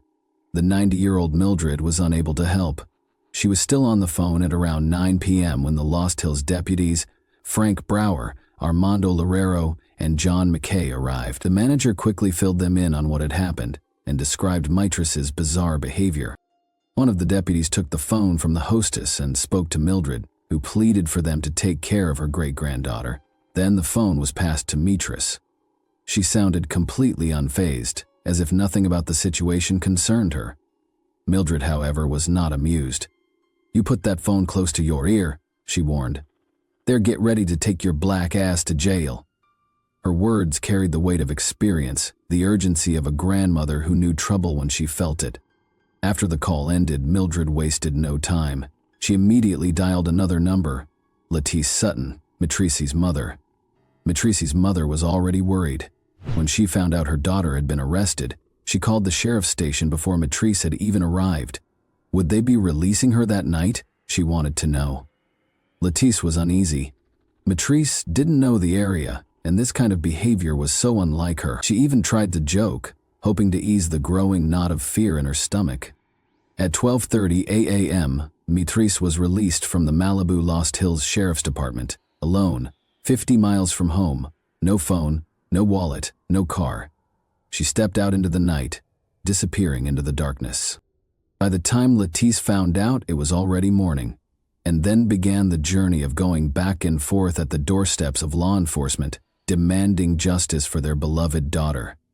For months, Matrice's name was on top of missing persons reports. Theories surfaced. Was she working as a prostitute, being held against her will? Her father, Michael Richardson, was convinced he had seen her in January. He was in Las Vegas when he spotted a young woman who walked like Matrice, moved like her. He almost got hit, but by the time he reached her, she was gone. Just like that night in Malibu. In the days following Matrice Richardson's disappearance, her father, Michael Richardson, desperately sought help from local officials. He approached Malibu Mayor Andy Stern, hoping to rally support for the search. But instead of finding an ally, he was brushed off. Stern, in a hurry to attend a meeting, dismissed Richardson's plea, claiming he didn't have time to stop and talk. But Michael Richardson wasn't willing to be ignored. He decided to test the mayor's priorities. He called Stern's real estate business, disguising his voice and posing as a black professional football player interested in purchasing one of Stern's multi-million-dollar properties. The response was immediate. Stern suddenly became available, eagerly offered to cancel his meeting and show the property right away. When he realized he was actually speaking to the same man he had just rejected, Stern was caught off guard and embarrassed. The situation spoke volumes about whose concerns the mayor found worth his time. Tensions between the two escalated in October when Richardson called Stern again to discuss the case. The mayor abruptly hung up, later claiming Richardson had become abusive. Frustrated and desperate, Richardson left voicemails threatening to organize a protest outside the mayor's office. Stern responded by reporting Richardson to the sheriff's department. Despite this slow and reluctant response from local officials, the search for Matrice continued. By November, the city of Malibu finally offered a $15,000 0-cents reward for any information leading to her whereabouts. A month later, in December, Congresswoman Maxine Waters intervened, requesting an FBI investigation into the case. In January, law enforcement from the Los Angeles County Sheriff's Department and the LAPD joined forces to conduct a search across the Lost Hills and Malibu Canyon area, but by then, crucial time had already been lost. Matrice Richardson was 24 years old when she vanished. At that age, most people are building their futures, but for some it is the first time mental illness manifests in full force. Bipolar disorder, classified as an adult-onset disorder, often doesn't reveal itself until a person's early or mid-20s. Witness accounts from the night of her arrest strongly suggest that Matrice was in the middle of a manic episode. Employees at Jeffrey's Malibu described her behavior as erratic. She seemed euphoric, talking about astrological signs and claiming she was from Mars. She attached herself to strangers, convinced they would pay for her meal, and when confronted about her unpaid bill, she became detached, as if the situation didn't fully register. The restaurant manager noted her fixation on the numerical patterns on a computer screen, her thoughts turning into incomprehensible statements, her speech patterns, delusions, and impulsivity were all red flags. Yet instead of recognizing these signs, authorities dismissed them. The sheriff's department did not conduct a proper mental health evaluation. Instead, they released her into the night, alone in a desolate area she had never been to before, without her car, phone, or money. After Matrice's disappearance, her father spoke with a restaurant employee who revealed an alarming detail. Matrice's car was filled with clothes, purses, books, makeup, and stacks of journals, almost as if she had been living out of it. Her friends later confirmed that it wasn't unusual for her to sleep in her car for days at a time. All the signs pointed to a mental health crisis. Her mother, Lettice Sutton, had called the sheriff's station the night of her arrest, pleading with them not to release her in the middle of the night. She explained that Matrice was unfamiliar with the area and that her behavior was completely out of character. She even raised her concerns of finding her daughter's head chopped off, disguised as a joke. But little did she know what she feared would happen. If a police officer believes that an arrested person is mentally unstable, they have the power to detain them for a 5150 hold, a legal term for someone who may be a danger to themselves or others. In these cases, the person is either kept under strict watch at the station or sent to a hospital for a 72-hour psychiatric evaluation. But both options require extra paperwork, time, and effort. That didn't happen with Matrice Richardson. The deputy who arrested her, Loretta, didn't mention anything unusual in his report. No strange behavior, no odd statements, just a simple charge, failing to pay her bill at Jeffrey's and carrying a small amount of marijuana. Her record was clean. Keeping her locked up without reason would have been against policy. Matrice never called her mother from jail. The only number she had memorized was her great-grandmother, Mildred. The jail's logbooks show she tried to call Mildred 4 times that night. The sheriff's department later claimed that she had a conversation, but Mildred swears her phone never rang. And then came a shocking piece of information. The payphone in the station was broken. That meant Matrice had to use a line that didn't record calls. No one knows if she actually spoke to anyone. She could have been talking to a dial tone. Alone in that cold, fluorescent-lit room with no way to reach her family. Her mother Lettice assumed Matrice would sleep in the holding cell overnight, but at 5:35 a.m. she called the station to check on her daughter, only to hear words that would haunt her forever. "She's not here." The jailer, Sharon Cummings, knew Matrice had no belongings, nothing but her driver's license and 2 keys in her pocket. She also knew no one had come to pick her up. Yet, despite all that, Matrice was released at 12:15 a.m. into the pitch-black night, alone, with nowhere to go.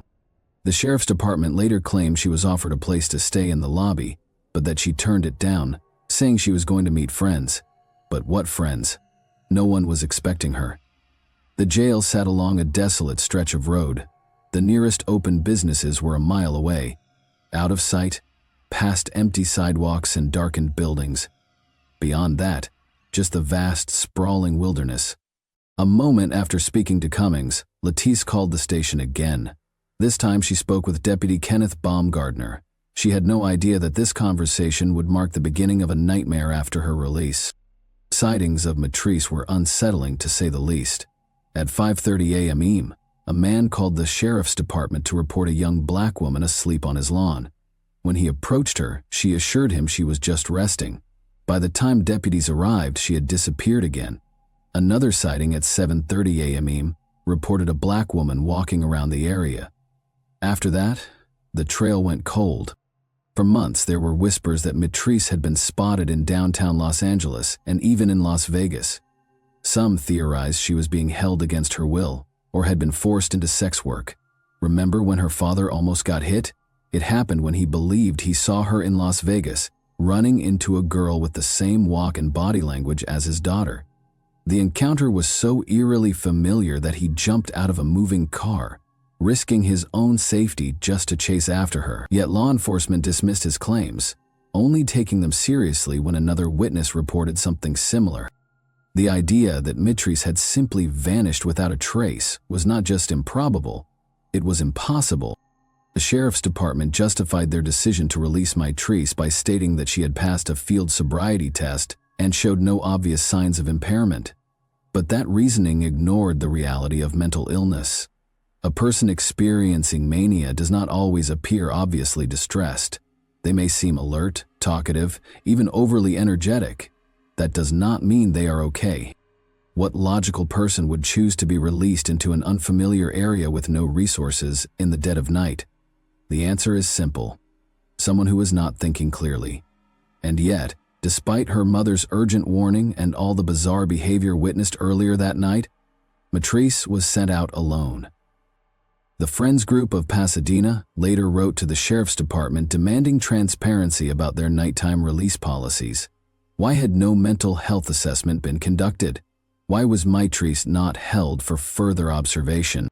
When Matrice Richardson went missing, people had questions. But when her body was found nearly a year later, the mystery only grew darker. It was a hot August afternoon in 2010 when park rangers made the shocking discovery. They were deep in Dark Canyon, a remote and wild part of the Santa Monica Mountains, checking on an old marijuana farm. The farm had been abandoned after a police raid the year before, but the rangers were making sure no one had come back to restart the operation. Dark Canyon was the perfect hiding place, thick with trees and steep hills. It was hard to reach and rarely traveled. It was close to Malibu and Calabasas, yet felt completely cut off from the world. The only way through was by scrambling over boulders and pushing through sharp, scratchy bushes. Poison oak grew everywhere, and the creek that ran through the canyon made the ground as slippery and uneven. Anyone moving through this area had to be careful.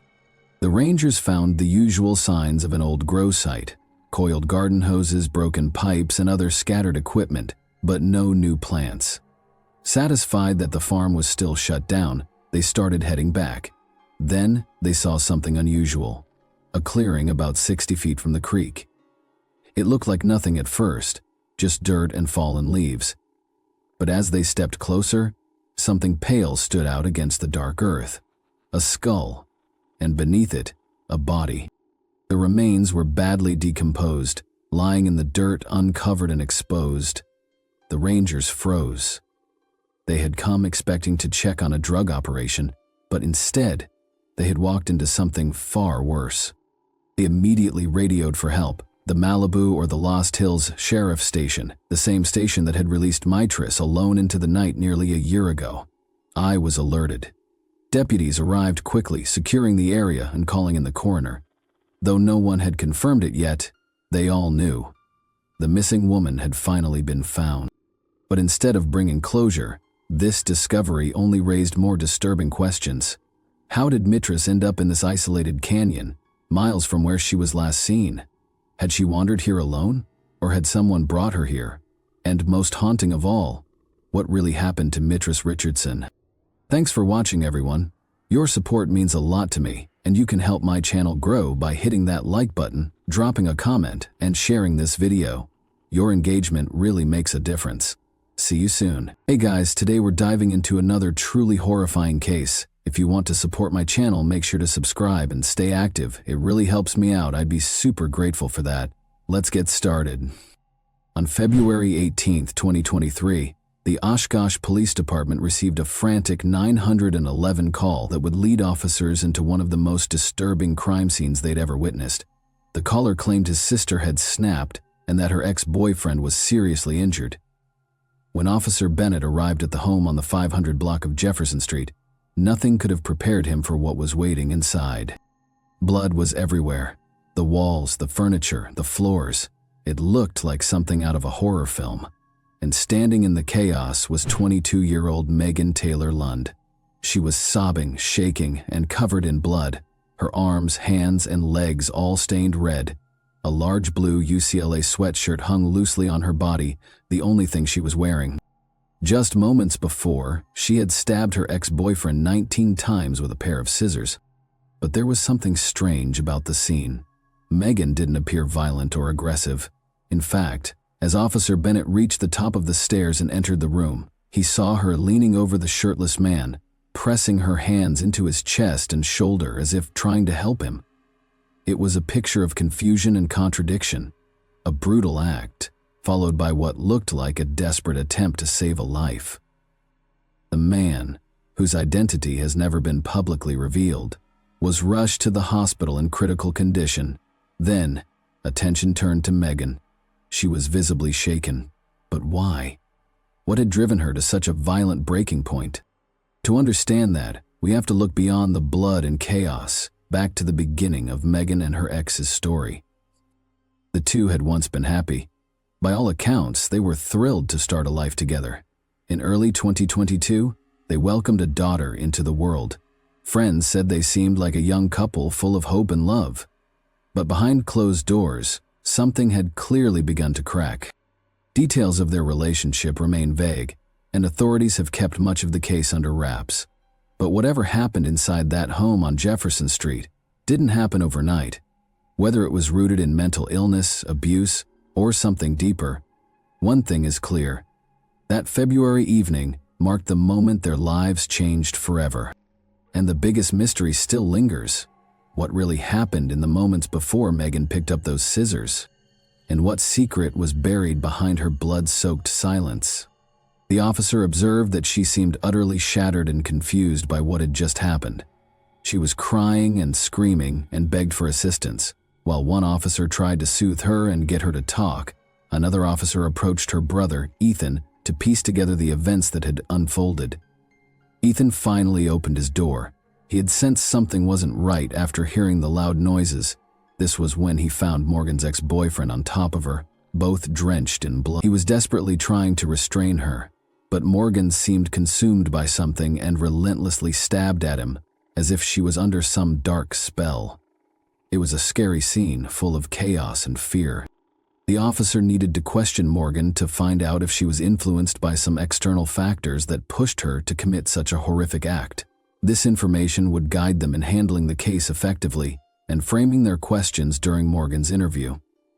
After speaking to Ethan, who couldn't provide them with much information, the officers again turned their attention to Morgan. She was the only one who could truly explain what had happened that morning and why she had attacked her ex-boyfriend. What they learned from her was both shocking and unsettling.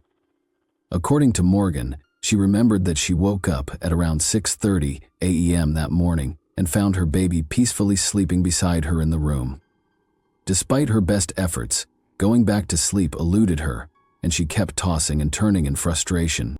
She tried everything to sleep, but nothing seemed to work, so worried about waking up her baby. Due to her restlessness, Morgan decided to move the little one to a big playpen in the living room.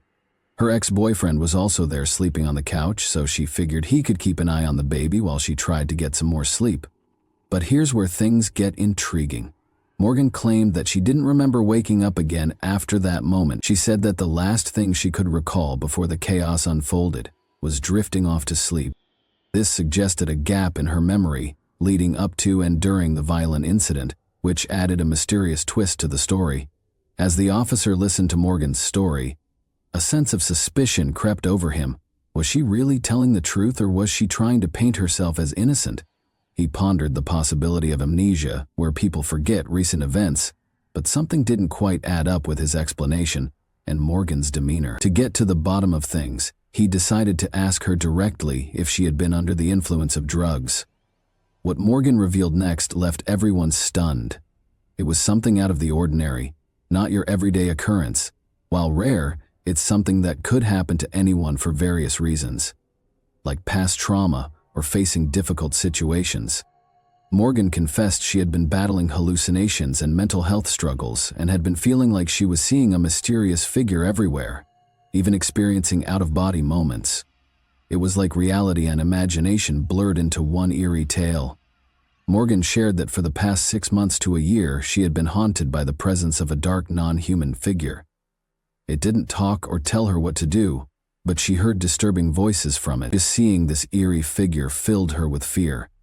And that's what she had faced this morning, when that shadow seemed to actually become real, making her feel trapped in her own frightening imagination. According to Morgan, her memory was all mixed up, like trying to remember a dream or an experience that wasn't real. She thought she had heard her ex-boyfriend yelling at their daughter, but it was all unclear. It's like when you wake up from a strange dream and can't quite separate it from reality. She said that she remembered finding herself in the living room, where she saw a terrifying, dark figure on top of her ex-boyfriend, attacking him. She was so confused and unsure about how to help him that she panicked, rushed to the couch and grabbed a pair of scissors that were laying nearby. Acting instinctively, she tried to defend her ex-boyfriend by attacking the dark, ominous figure with the scissors. It wasn't until her ex-boyfriend fought back and yelled at her, trying to snap her out of what she thought was a terrifying dream, that Morgan finally understood. She realized the figure she was attacking wasn't some imaginary threat. It was actually her ex-boyfriend, and everything was taking place in front of her daughter. Overwhelmed with shock, Morgan let go of the scissors and hurriedly tried to assist her ex-boyfriend by applying pressure to his chest to stem the flow of blood.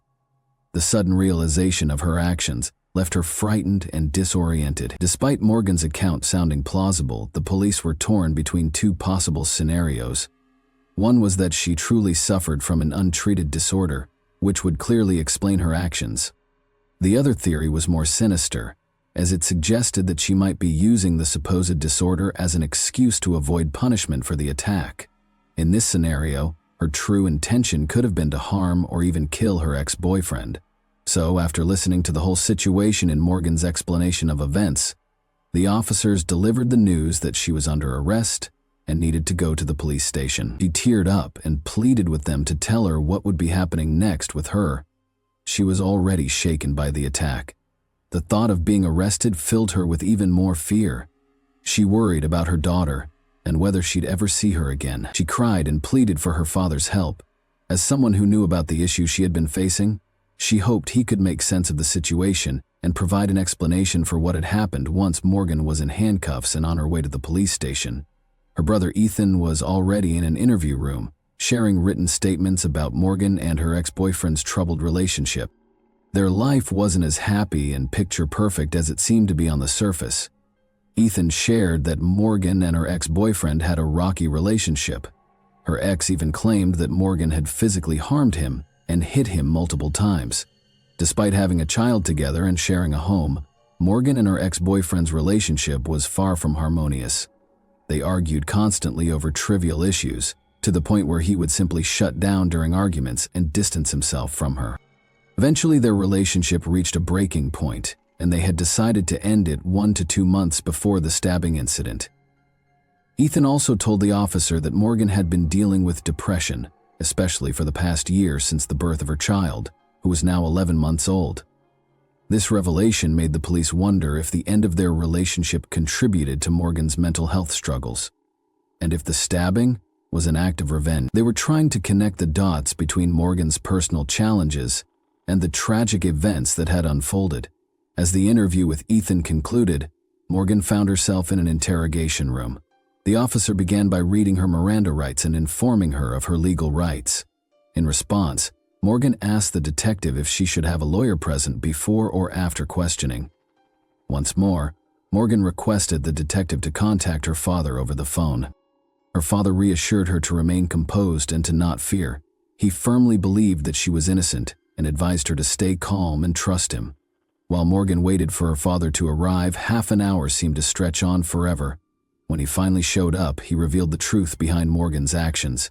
He explained to the officers that Morgan had been battling postpartum depression, and up until now, nothing this violent had ever occurred during her struggles with this health issue. Postpartum depression is a type of depression that some people experience after having a baby. It can make them feel sad, anxious, and overwhelmed, and it might be hard for them to take care of themselves and their baby. For Morgan, dealing with postpartum depression made her feel even more stressed and sad than she already was. It might have made her thoughts and feelings confusing, which could have affected her actions in unexpected ways, and helped build the visions of the dark character. After the interview ended, Morgan talked to her father, and together, they decided not to talk to the detectives anymore, unless they had a lawyer with them. They wanted a trusted advisor by their side to make sure everything was handled properly and to protect their rights.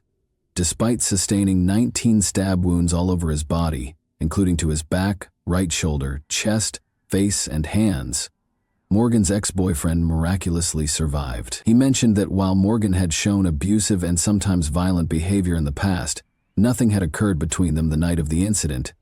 He also stated to his knowledge she had never threatened to kill him. The police charged Morgan of attempted first-degree homicide for stabbing her ex-boyfriend 19 times while he slept, but in August 2023, Morgan pleaded not guilty due to mental illness, explaining that her actions were influenced by her mental state. Later on, she accepted the plea deal to reduce her charges.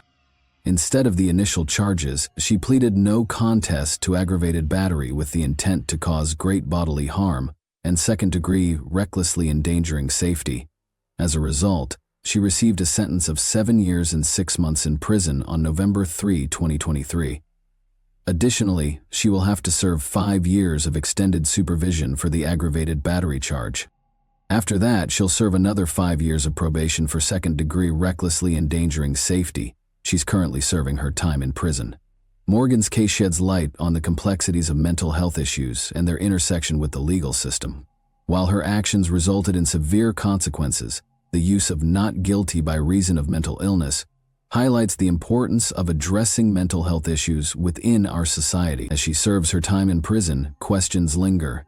How can we better identify and support individuals struggling with mental health issues before they escalate to such tragic events? And how can the legal system change to make sure that people with mental illness are treated fairly and get the right outcomes when they're involved in criminal cases? Thanks for watching, everyone. Your support means a lot to me. And you can help my channel grow by hitting that like button, dropping a comment, and sharing this video. Your engagement really makes a difference. See you soon. Hey guys, today we're diving into another truly horrifying case. If you want to support my channel, make sure to subscribe and stay active. It really helps me out. I'd be super grateful for that. Let's get started. He was planning a massacre at his school, but before he could step through its doors with a loaded shotgun, he turned his rage inward on the people who loved him most. In the early hours of a quiet morning in Luton, while the town lay asleep, a nightmare unfolded behind the walls of a modest flat on Wallett's Bank Drive. 3 lives. His mother, his 13-year-old sister, and his 16-year-old brother were taken in brutal succession. A shotgun, a teenage hand, a plan that changed course in the most devastating way. The United Kingdom, still haunted by the memory of Dunblane in 1996, had not seen a school shooting in nearly 3 decades. There had been warnings, close calls, arrests, but never the act itself. Until now, that line had not been crossed. But evil doesn't always begin in public. Sometimes it grows quietly, inside homes that feel warm, safe, and familiar. Juliana Prosper knew about starting over. Born Juliana Falcon in June 1976, she was raised in the coastal city of Mar del Plata, Argentina. It was a place where the ocean met hardship, where people learned to be both resilient and hopeful. Juliana was one of those people. She was the kind of woman who pushed forward, no matter how steep the climb. Years later, she left behind her home country and began again in England. It was more than a move. It was a reinvention. She married Ray Prosper, and together they built a life. 4 children, a simple home, a future. Juliana wasn't loud, wasn't flashy, but she was present, devoted, a quiet force who centered her world around her kids. By 2024, she lived in that small Luton flat with 3 of them. Life wasn't glamorous, but it was full of purpose. She kept routines, celebrated the little things, and did what so many mothers do, sacrificed in silence, loved without condition. What she couldn't see What no one could have seen was what was growing beneath the surface. Behind one bedroom door, darkness had begun to take root. And when it finally erupted, it didn't just shatter a home. It shattered the fragile illusion that tragedies like these couldn't happen here. Not in the UK. Not again. Not until now. There was a storm brewing within those walls, in disguise of a boy who seemed too meek to even hit an object in his path. Nicholas Prosper was the kind of boy who didn't just fade into the background, he clung to it. A December child born in 2005, he came into the world quietly, and for the most part stayed that way. Diagnosed with autism spectrum disorder early on, he walked through life a few steps apart from everyone else. Not always alone, but always slightly removed, as though he were watching the world through a speck only he could see through. In his younger years, he had friends, not many, but enough to keep him anchored.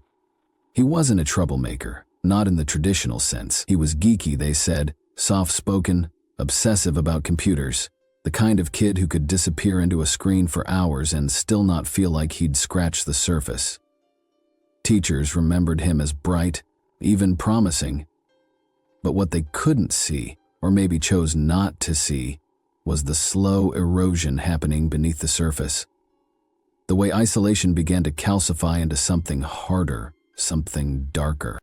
By the time he reached his late teens, that gentle geekiness had twisted into something far more unpredictable. He stopped trying to connect. The friend group dissolved.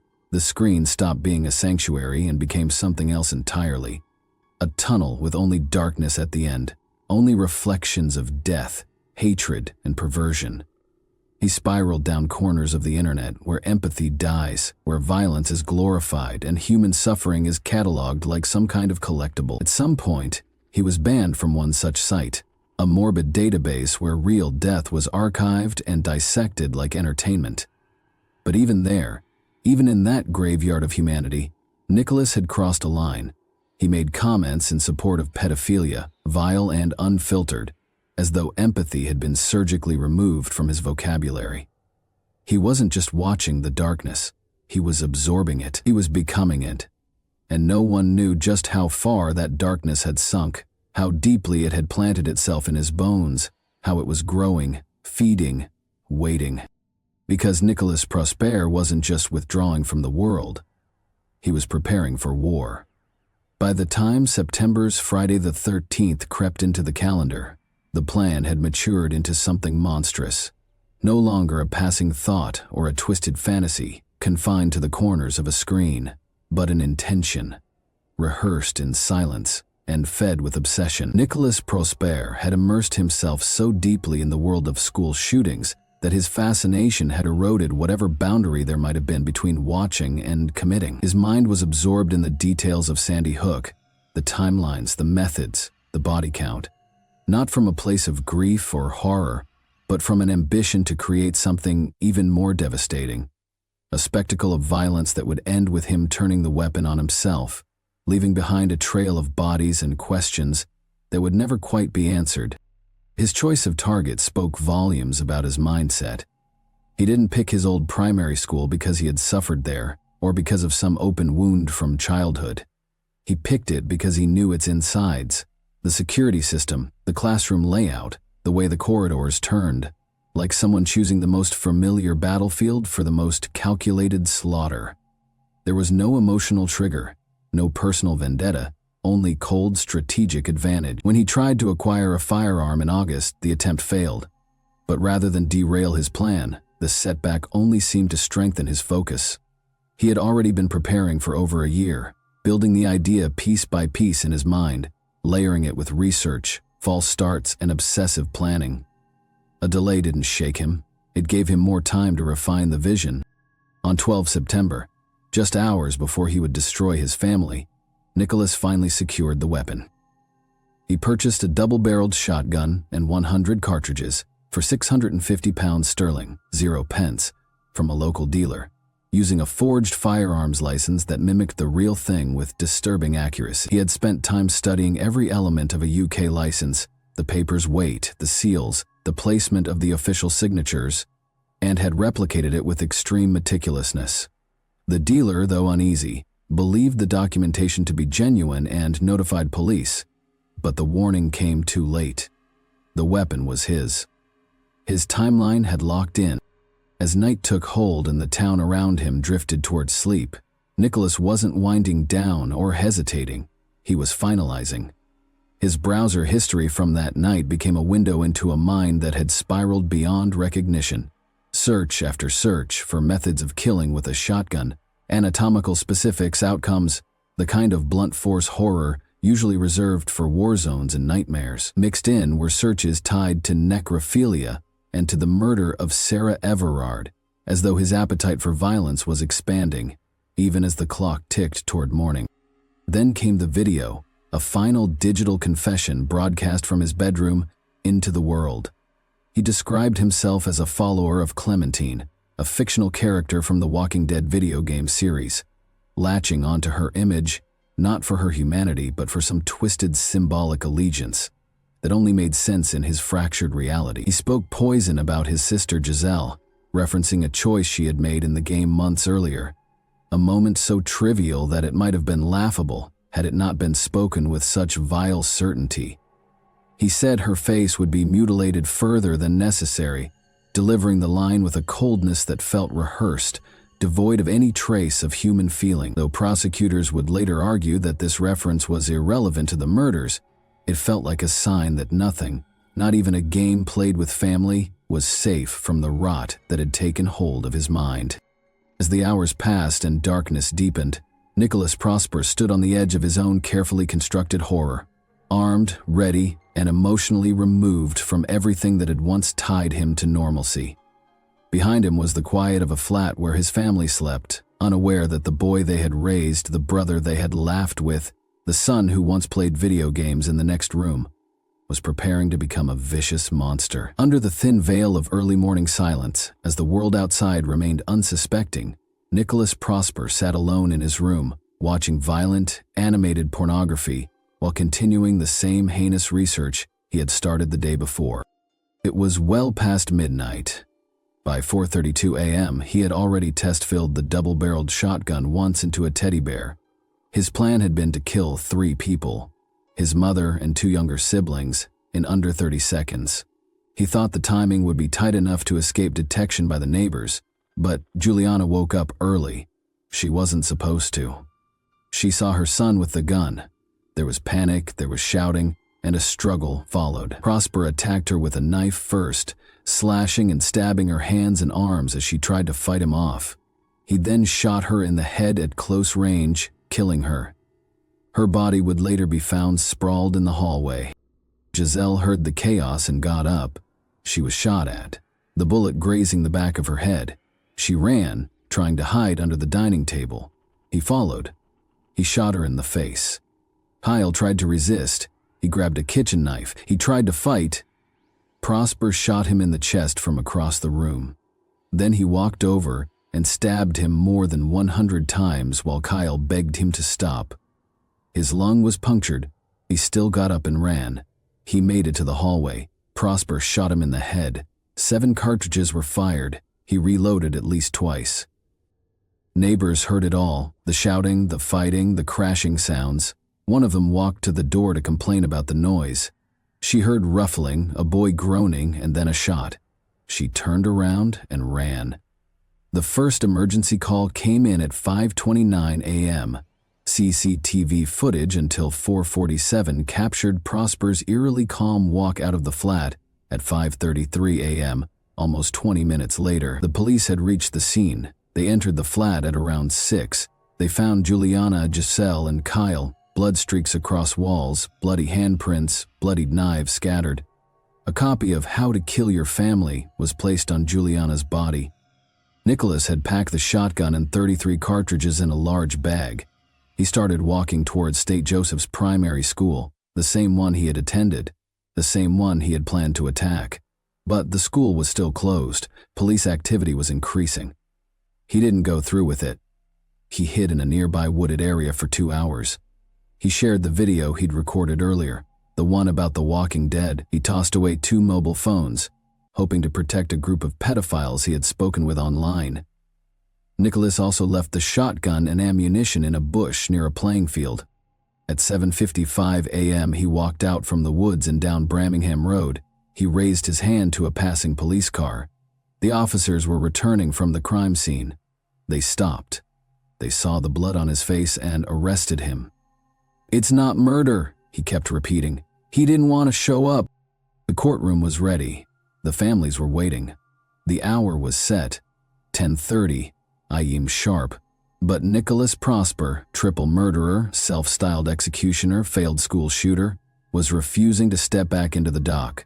Not out of fear, not out of remorse, because he simply didn't want to. At 8:45 a.m., word reached the judge. The convict was refusing to appear. Mrs. Justice Chima Grubb wasn't having it. There would be no sentencing in absentia. He was to be dragged in if necessary. Not for his sake, for the sake of the mother, the sister, the brother, the people whose blood he spilled, for those who had come to see the face of the boy who had torn their lives open. "You do not want to be here," she said from the bench, "but it is not your choice." She had him brought in and he sat there in silence, staring straight ahead. Prosper had always rejected what the world had tried to give him: help, assessments, understanding, structure. His parents and teachers knew something wasn't right. They saw him withdraw. They watched him lose interest in the living and wrap himself in shadows. They had begged for an evaluation, reached out to child mental health services, tried to get him diagnosed for autism spectrum disorder. He refused it all, shut every door, sidelined every attempt. A psychiatrist would finally look into him, but not until after the murders. In the cold, clinical light of custody, a diagnosis came: mild ASD traits. A report detailed the hollow space where empathy should have been. It was not just a lack, it was an extreme lack, the kind that echoed through every corner of this case. He wasn't unreachable, but he was uninterested. There were no friendships, no real connections. Only deep obsessive spirals about serial killers, about school shootings, about death as a spectacle. The judge laid it bare. These weren't just odd fixations. They weren't just dark corners of the internet. They were what shaped his identity. A boy who had failed to hold even a thread of ordinary social interaction, had built himself a sanctuary in violence. The internet had opened the floodgates. He waded in freely. Every disturbing image, every cold commentary, every headline soaked in blood, it all fed him. Yes, there was an indirect link between his autism and the way he moved through the world, but as the judge made clear, ASD does not make one violent. It doesn't instruct a person to plan a massacre. It doesn't teach someone how to craft a fake firearms license. It doesn't guide their hands when they aim a shotgun at their own mother. That was Nicholas, and now, whether he wanted to or not, he had to listen to the law, to the families, to the judgment. Because monsters do not get to vanish quietly. They must be seen, they must be named, and they must sit shackled in silence while justice carves its final word. The courtroom was silent when the full story came out in March 2025. These weren't spontaneous acts of violence. They were planned in detail with a clear goal to become infamous. Nicholas Prosper murdered his mother, sister, and brother as the first stage of a broader scheme to carry out a mass shooting at St. Joseph's Catholic Primary School. The preparations had been ongoing for months. Prosper picked St. Joseph's because he knew it well. He had studied there, as had his siblings. He searched the school's website for photos of students and teachers and noted the timing of assemblies and classes. Everything was methodical. He chose Friday the 13th deliberately, hoping the date would add weight to his actions.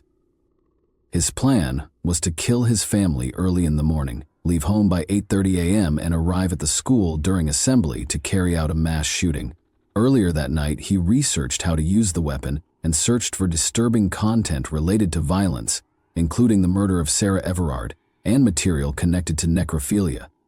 Neighbors heard the noise. Some reported shouts, banging and groaning, followed by what sounded like gunshots. One went to the door to complain but fled after hearing a loud bang. A police call was placed at 5:29 a.m. A chase of cat and mouse followed. which ended with Nicholas being found with the blood of his family on his face and clothes. He was charged with 3 counts of murder. He was also charged with possessing a shotgun and a knife in public, as well as acquiring a shotgun without a certificate. Child abuse images were later discovered on his phone, but no charges were filed for that.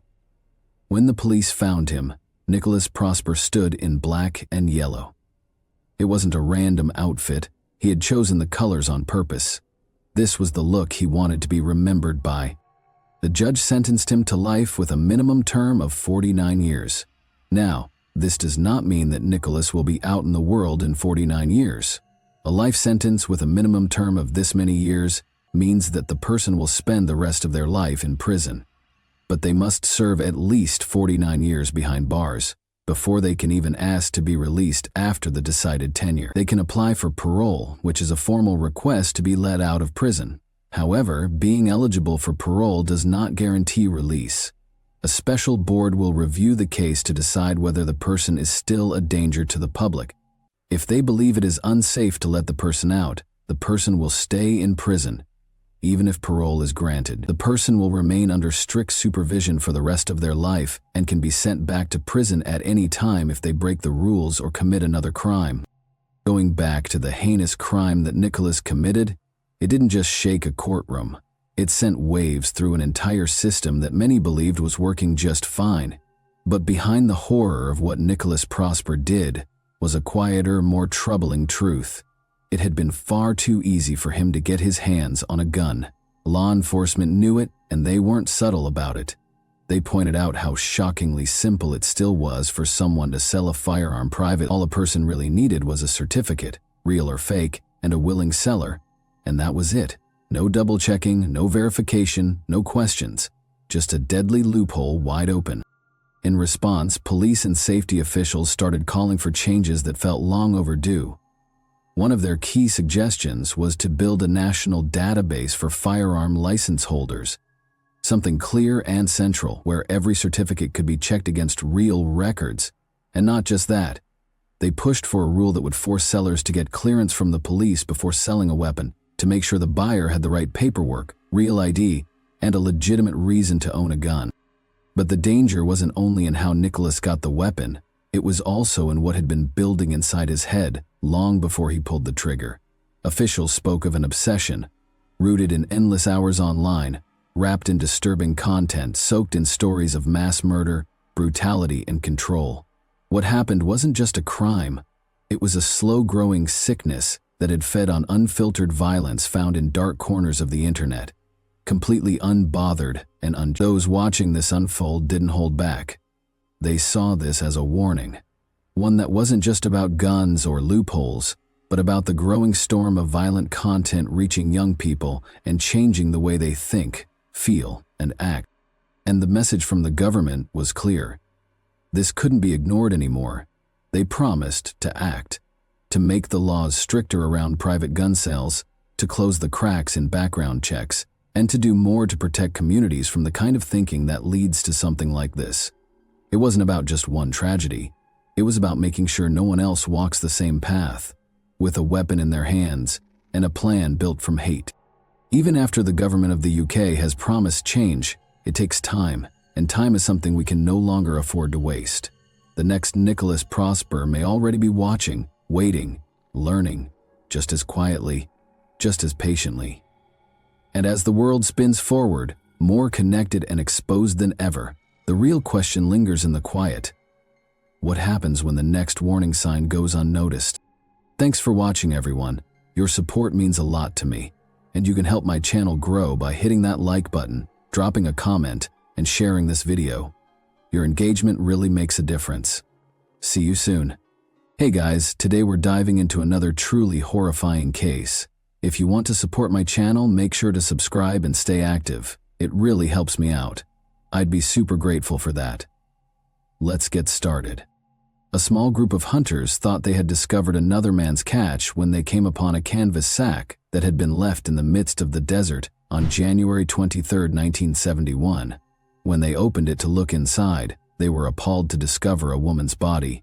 Nobody had any idea what the ensuing years would hold. What kind of woman would this be, For what reason was she killed? Today, we're examining the case of Mojave Jane Doe, a victim who was not identified for 50 years before her name was restored. Originally inhabited by the Mojave people, Mojave County is the second biggest county in Arizona.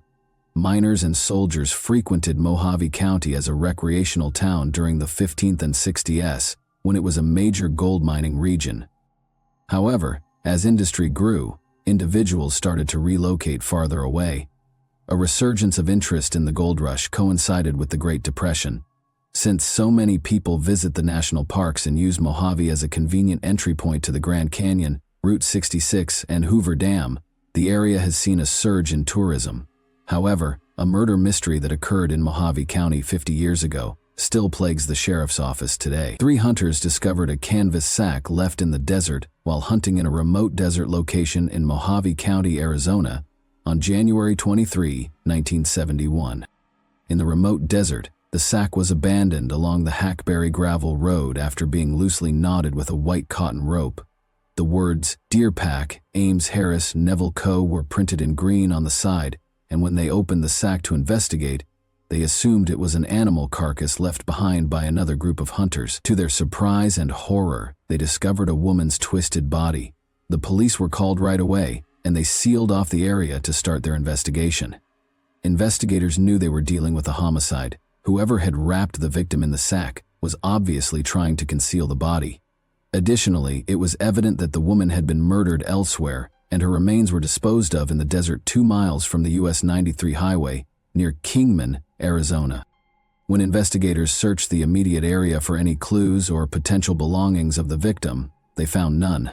No identification, no bag, and no purse were found anywhere near the crime scene, suggesting that whoever killed her had been careful to leave no incriminating clues behind and made a clean getaway. Investigators sent her body away to the Mojave County Coroner's Office for a post-mortem, while they continued questioning the hunters about any suspicious activity in the area. It was becoming clear that the case was going to be a difficult one. It was obvious from the beginning that the woman was a victim of homicide, as she had been stuffed into a canvas sack. Her cause of death baffled investigators. Although her neck was broken, decomposition had already set in, making it difficult to determine if there were any ligature marks around her neck. It was initially listed as unknown, as she showed no signs of blunt force trauma or gunshot wounds. There were also no signs of a health death, such as a stroke or heart attack, and her organs were listed as healthy. Toxicology reports also suggested no drugs or alcohol in her system that may have led to an accidental overdose.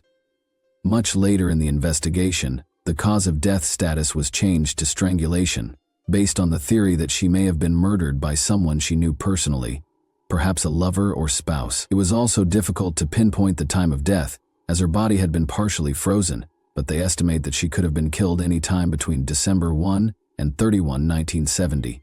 Toward the end of bull hunting season, they began working on creating a workable profile for investigators to use to solve the mystery.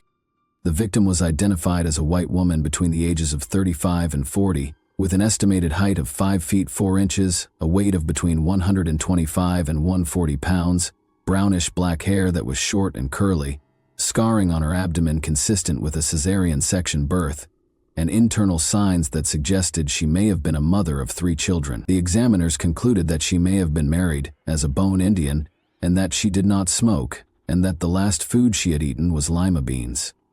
Her clothing was added to the description and included a multicolored size 14 blouse with 5 brass buttons and a long-sleeved black cardigan. She was dressed in burnt orange stretch pants in a size 12, with the label Symphony written on the inside of her feet, Pixie Mile black leather boots in a size 5.5, and bobby socks that were possibly white at one point. Her hair was described as salon-styled, and she had a neat and tidy appearance, with evenly manicured and clean nails. What was most noticeable was the extensive dental work she had undergone, which was estimated to have cost nearly $2,100.00. She was given the placeholder name, the Mojave Jane Doe, and was held at the county mortuary until her identity could be established. Using the descriptions from the medical examiner and a composite drawing of the Jane Doe created by a Flagstaff police sketch artist, investigators worked tirelessly to identify the woman. They began by publishing a report in the local and national newspapers that included the victim's description, composite sketch, and the location where she was found. Since this did not appear to yield any promising leads, investigators turned to other methods of identification, canvassing motels, hotels, and local stores that catered to the upper middle class in the area. Despite their extensive questioning, no one could recall such a woman passing by. Afterward, investigators examined her clothing and attempted to ascertain where she had purchased it. A search of every potential clothing store yielded no results. They then turned to airports and searched flight manifests, asking employees if anyone had been missing on any flight, and following up on those leads, which also yielded no results. Finally, they placed a missing persons ad in dental magazines detailing the extent of the work she had done on her teeth.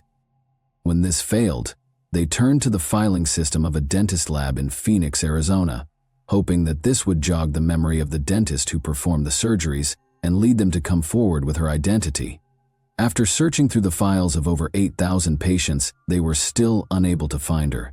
So investigators expanded their search and sent out the missing persons bulletin to Arizona, California, Nevada, and Utah. During that time, 23 women were reported missing, but all of them were later found alive. The Jane Doe, however, was not among those reported missing.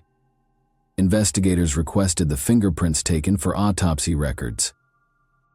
These were then forwarded to the Federal Bureau of Investigation in Washington to be compared with the national database, but still no trace of her was found on any system. Missing her criminal investigators finally looked for a suspect among the hunting community, particularly among those who applied for hunting licenses, of which over 5,000 applications had been made during that season, and each and every individual was located and questioned. Detective Joe Chapin, Sheriff Lloyd Sisney, and Sergeant Don Parrish speculated that their Jane Doe might have been murdered by a spouse, and each married applicant was asked to bring their wife for interrogation. But this too yielded no answers. The three men were adamant that the murder was what they called a mama-papa killing by an angry husband. Sisney told local reporters that he thought her identity would eventually come to light because, based on the autopsy reports, she may have children, and somewhere out there her children are missing their mother and being held up by their father in their search for her. But they'll start worrying soon. Time has a way of solving murder mysteries. He said that the thorough investigation had ruled out every possibility, but investigators remained hopeful. He said, "Sisney, we're still no closer to identifying this woman, but somebody out there must have seen her, may even know her, or may remember a small thing that could help us." Months turned to years, then to decades, and 30 years later, in 2001, Lori Mueller, an investigator for the Special Investigation Unit, SIU, which was established in 1999 as part of the Mojave County Sheriff's Department initiative to investigate, solve, and eventually close cold cases that had been piling up over the years, was tasked with identifying the Mojave Jane Doe. Despite all the clues and descriptions, no one ever came forward to claim the victim or report her missing, and after 3 months of waiting, authorities finally buried the Mojave Jane Doe at the Mountain View Cemetery in Kingman, a county cemetery used by the department for unclaimed bodies within Mojave County. In that year alone, there were more than 60 unresolved cases, the oldest of which was the Mojave Jane Doe. Like their predecessors, Mueller and her team went through old case files and reports, re-interviewed potential witnesses in the hopes of jogging their memory and perhaps revealing some new information and clues, resubmitted the fingerprints, and again combed through the dental records to find the dentist who could have worked on the Jane Doe. But to no avail. Mueller and her team also contacted a new artist from the Museum of Northern Arizona to create a composite of the Jane Doe based on the features of her skull taken from the post-mortem examination pictures. Believing the new artist might be able to highlight the victim's features in a more professional manner that might attract the attention of someone who knew her. Once more, they used the national media to raise awareness of the case in the hopes that one of the Jane Doe family members or children might come forward, but they were unsuccessful after 3 decades of silence. Mueller's investigative team also looked for connections to the company Deer Pack, Ames Harris, and Neville & Co., which had made the sack the victim was found in, but they found they had long since been bought out. Mueller and her team worked through the case on and off over the next 20 years, keeping a close watch on databases and following any and all leads and tips. If anything, their Jane Doe was the proverbial needle in the haystack. However, The fashion line had virtually vanished by the time the case was officially entered into the NamUs database in November 2021. And, once more, investigators were at a standstill, having exhausted all leads. Nevertheless, as part of their ongoing case review, the Sheriff's Department continued to update their Facebook post about missing or unidentified persons in October 2022, and 51 years after the Mojave Jane Doe was found, they received a call from Othram Inc., a Texas-based forensic genealogy firm. Mueller and her team had realized that there was only one option left, so basically all we had left was to try to identify her through genetic genealogy.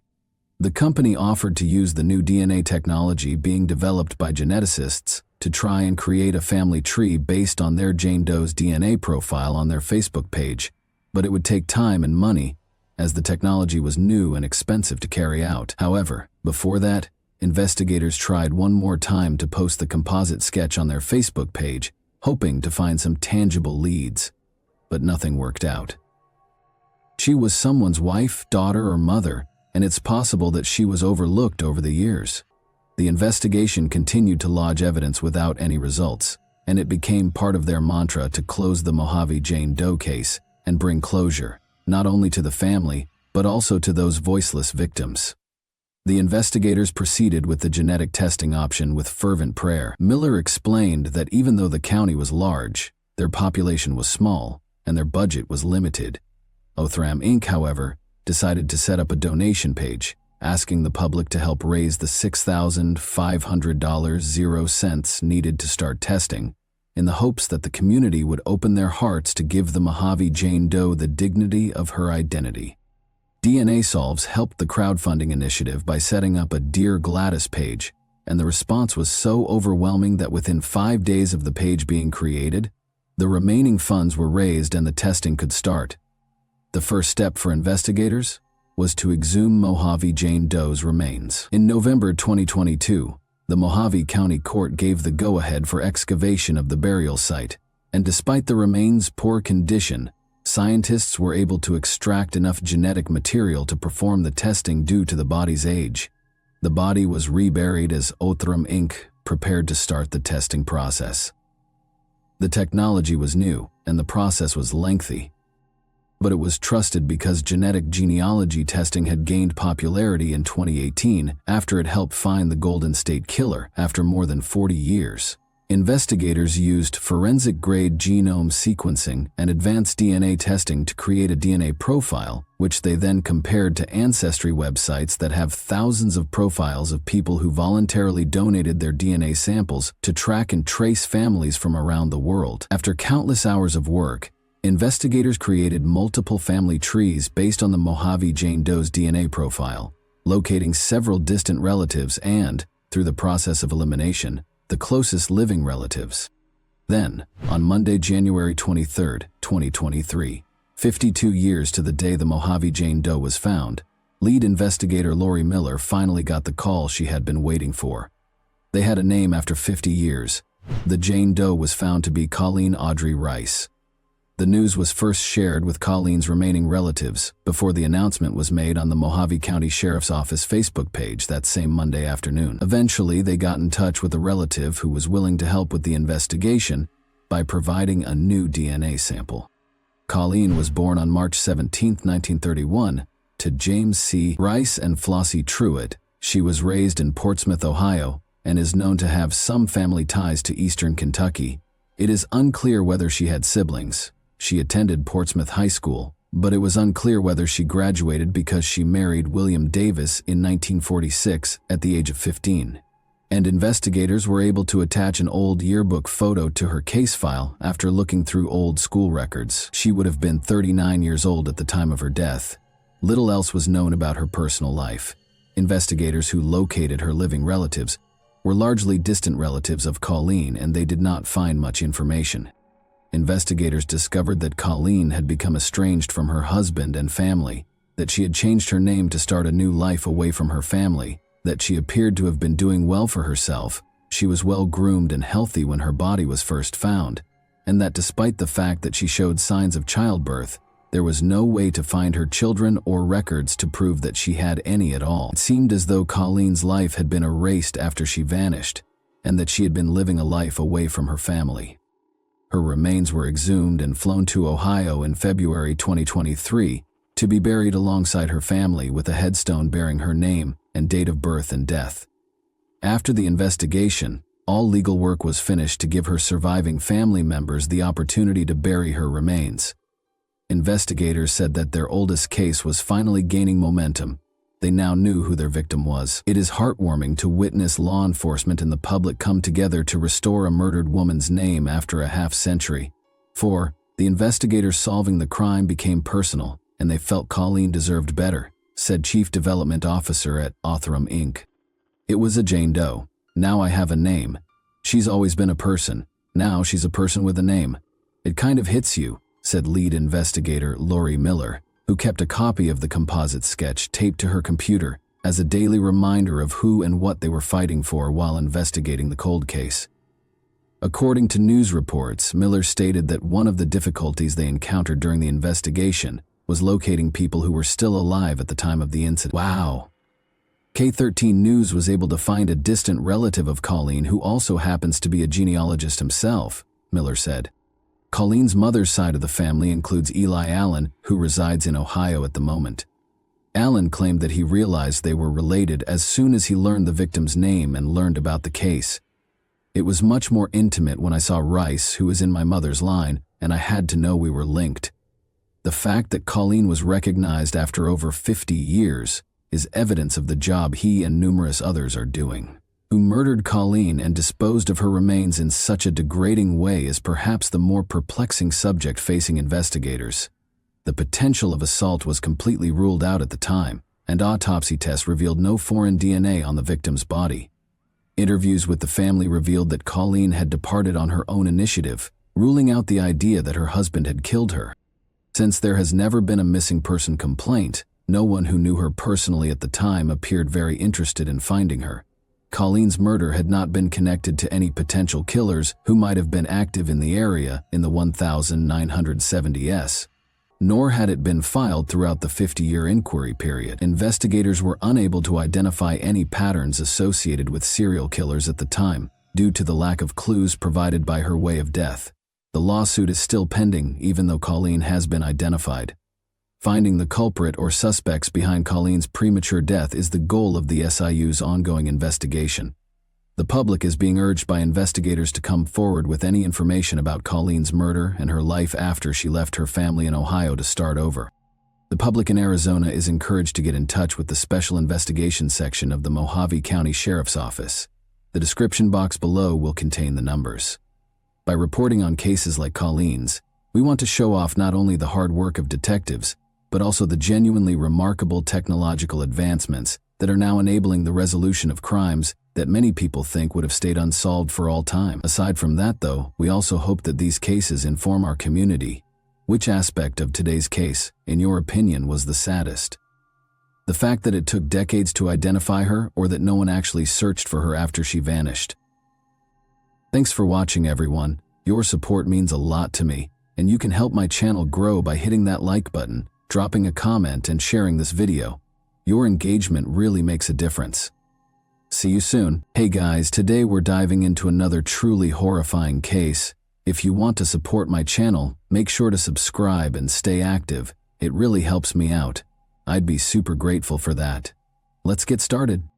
Relationship termination nearly invariably results in emotional distress and scars that take time to heal. Individuals respond to such circumstances in different ways. While some choose to stay friends, others would rather never see or talk to one another again in order to prevent revisiting old scars. Nevertheless, there are situations in which ex-lovers are no longer together but are also unable to fully split up because of a common characteristic that is difficult to end fast. Unpredictable results may result when ex-lovers begin new relationships while still in each other's company and continue to communicate. Though it seemed like a fairy tale, the saga of Ildiko Krajniak, a prosperous businessman and owner of a posh spa salon in California, ended tragically and suddenly. At first there were hints of an accident, an assault, or rival schemes, but the reality was much more sinister. The successful and gorgeous woman, suffered a terrible fate at the hands of Ildiko Krauniak, whom she formerly loved and trusted deeply. Early life. On June 8, 1969, a girl named Ildiko Krauniak was born in the northern Hungarian city of Miskolc. She was the youngest of 2 children in a middle-class household. In the 1980 Ses Juliana, her mother, retrained in the increasingly popular field of aesthetic medicine after working as a nurse in the Department of Plastic and Reconstructive Surgery. She then launched her own clinic. Laszlo Krauniak, the family patriarch, worked as a common laborer at a nearby factory for the most of his life in an effort to support his family. From early childhood, Ildiko was only a few years older than her older brother, who was named after their father. The siblings were almost inseparable and had a good relationship. Her brother, who followed in their father's footsteps, earned an engineering degree and spent some time working at the same machine-building facility before launching a small business of his own in their hometown. Ildiko, who had always been artistic and creative by nature, felt limited in both Miskolc and traditional Hungary. She had aspirations of exploring the globe, seeing different cities and nations, starting her own company, becoming successful and well-known, and escaping the routine in which her family lived. Following in her mother's footsteps, young Krajiak attended a medical college after graduating and subsequently earned a license to practice aesthetics and cosmetology. Her goal was to become a real star in her field and accomplish more. When she was barely 20 years old, she had her first success. The aspiring expert expertly developed her career on her own, creating a strategy and business plan. Her clientele grew rapidly, and she began to make a respectable living by the standards of her city. Ildiko was always learning and developing her talents, keeping abreast of the most recent advancements in medicine, cosmetology, aesthetics, and the beauty business in general. But she knew that as a specialist, she would soon hit their ceiling, and that her opportunities at home were limited. She would have to look for a place that gave her more opportunities to reach her full potential in order to proceed. The driven young Krayak made the decision to move to the USA after graduating with a bachelor's degree in medical aesthetics. This young lady had admirable goals, but few thought she would actually make such drastic adjustments because Ildiko was so close to her family and didn't appear likely to ever leave them. But in the summer of 1992, just after turning 23, Ildiko made the decision to follow her lifetime ambition and relocated to the United States of America in pursuit of the American dream. The resolute Hungarian took the chance and gambled everything. It was a desire to totally transform her life, not merely a move.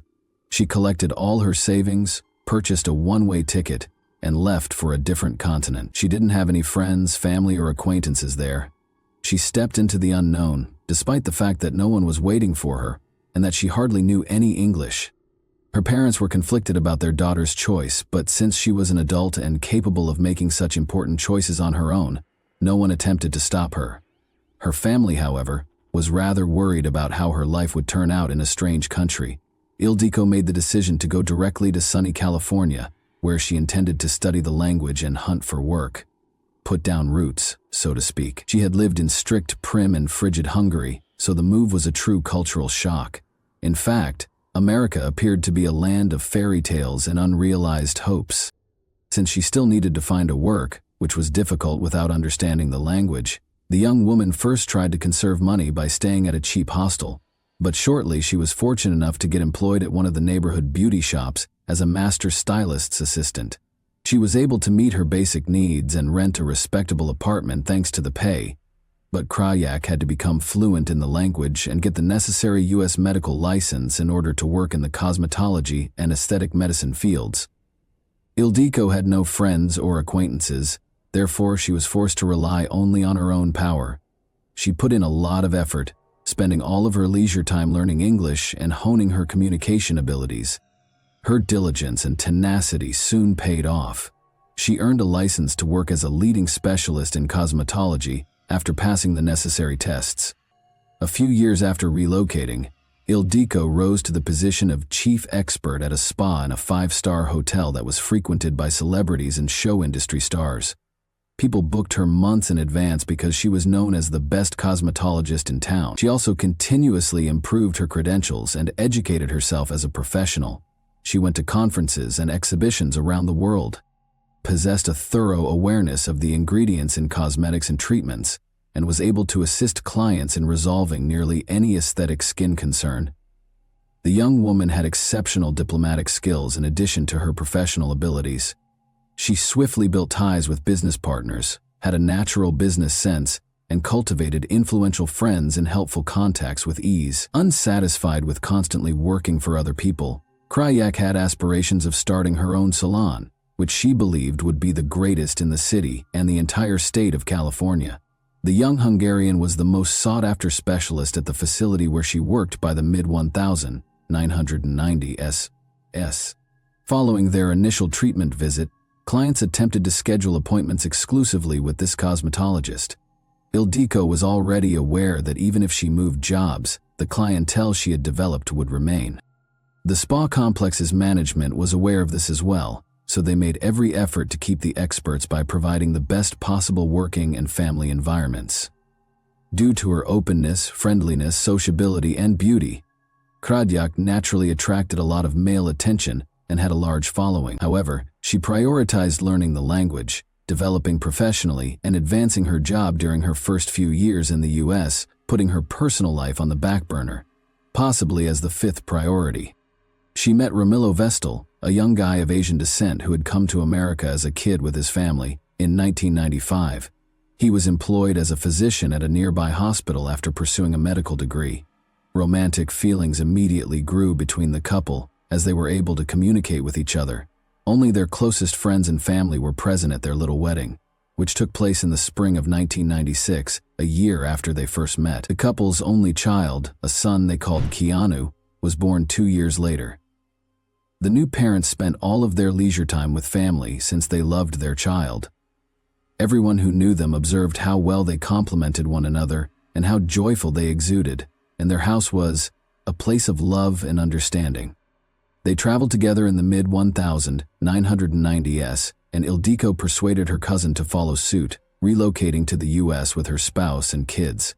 The family moved close to her house. Their families became great friends, they visited one another frequently, and they corresponded frequently. Krajnak's father died in 2000 following a protracted illness, which was a devastating loss to the family. By then, their mother, Juliana, was living alone in the family house, depressed, while her older brother Laszlo was already married, had children, and lived in a different city. She also started exhibiting dementia symptoms, which made it dangerous to leave her alone. To ensure that her mother wouldn't feel alone and could live out her last years with family, Ildiko made the decision to move her to California. Moving to America was a difficult transition for Juliana as well, but her daughters supported and loved her at this time. In addition, the grandma was ecstatic about the opportunity to show off her kid. In 2002, Krajnak made the decision to create her own salon based on Keanu, whom she had previously only seen in pictures. By then, with the help of her loved ones, she had amassed a sizable clientele, acquired business expertise, and amassed enough money. The young lady was willing to take a big chance. Ildiko opened her spa in Aliso Viejo, California, which is in southern Orange County's San Joaquin Hills. Magyar Cosmetica, which means Hungarian cosmetics, is the name she gave it. Her restaurant quickly received a 5-star rating, and word of its success quickly traveled across the state. Ildiko exclusively employed high-end cosmetics, treatments, and tools in her work. She took tremendous delight in her status as one of the top cosmetologists. The woman had picked a great spot for her salon and had built and run her business with finesse. Her business was situated in a Southern California commercial district, around 70 miles from Los Angeles and 10 miles from the well-known Laguna Beach. The cosmetologist built her business successfully for many years, and her income increased steadily. She and her spouse moved in with their kid and Krajnak's mother in a lavish, spacious home they had purchased by the late 2000s. The woman had domestic help and her own driver, was able to live the life she had always imagined and afford anything she wanted. It's also important to remember that Ildiko was a live billboard for her salon. She never seemed to age and always looked beautiful. She also earned an international medical certificate, continued to improve her credentials, and was able to practice in almost any nation. As time went on, the cosmetologist also started teaching seminars and courses for industry professionals.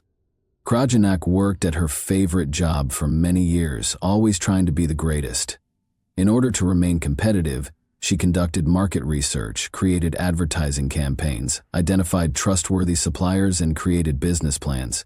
Despite all of this, she continued to see clients in person who came to her for help with her only child, whom she loved. The woman covered the cost of language classes, music lessons from the greatest professors, and schooling at a prestigious private school.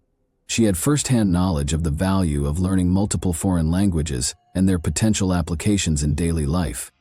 Keanu enrolled in a prominent university in 2016 and traveled to Washington for his studies. Crisis and the final vacation. Ildiko had a particularly difficult start to 2017, when the business center where her spa salon had been located for more than 15 years abruptly changed hands. Tenant leases were soon terminated, once the new owner made it apparent that he had his own ambitions for the building. In a prestigious region, Ildiko had to find a new place to move Krajniak right away because he was unprepared for this change of events. It was a significant source of stress. After suffering enormous losses, she looked for a suitable location near the old one. Moving from the opulent business center to a 2-story commercial structure that took up half of the first floor, she remained in Aliso Viejo. Because it involved moving a lot of pricey equipment that needed to be handled carefully, the move itself also came with a high cost. Before the new facility could open for business in March 2018, it also required some minor cosmetic renovations. A stressed-out and exhausted Ildiko made the decision to take a brief vacation after the major construction was over and the spa salon reopened at the new location. She took a plane to Portugal, where she spent 2 weeks lounging at a well-known beach resort under the warm sun. She appeared to have overcome the challenges and was eager to make up for lost time. Laszlo took a plane to California a month later to see his mother and sister. They spent time together, communicated effectively, and even surprised Keanu at university on May 5 with a family trip to Washington. Ildiko took a plane to their home country of Hungary with her brother. Ildiko chose to combine a work trip with a visit to relatives she hadn't seen in a while. While the man was heading back home to be with his family, she was excited to apply the cutting-edge therapies she brought back home, which had beautiful, revitalizing results. Sadly, the salon where she had poured her soul was demolished less than a week later, and on May 15, 2018, she was discovered dead from an accident, an attack, or a planned crime. Several reports of a strong explosion were sent to the emergency services at around 1 in the afternoon, and a fire at the business complex where Ildiko's spa salon is located. A few streets away, the bomb was heard, and terrified individuals thought it might have been an attack, worrying it was the first in a series. When parents learned of what had happened, they hurried to the daycare across the street from the demolished building to make sure their kids were safe. Several police patrols, fire engines, and ambulances were sent to the location right away. The structure itself suffered some damage. The interior was engulfed in flames, and bricks, glass, and pieces of roofing covered the roadway. It was unknown at the time how many individuals were inside when the explosion occurred, and if anyone had been killed or injured. A loud blast and acrid smoke were observed by witnesses, and they swiftly spread along the roadway, setting off nearby car alarms. The image grew more horrifying as rescuers approached the explosion's epicenter. Inside and behind the rubble and shattered furniture, there was blood everywhere.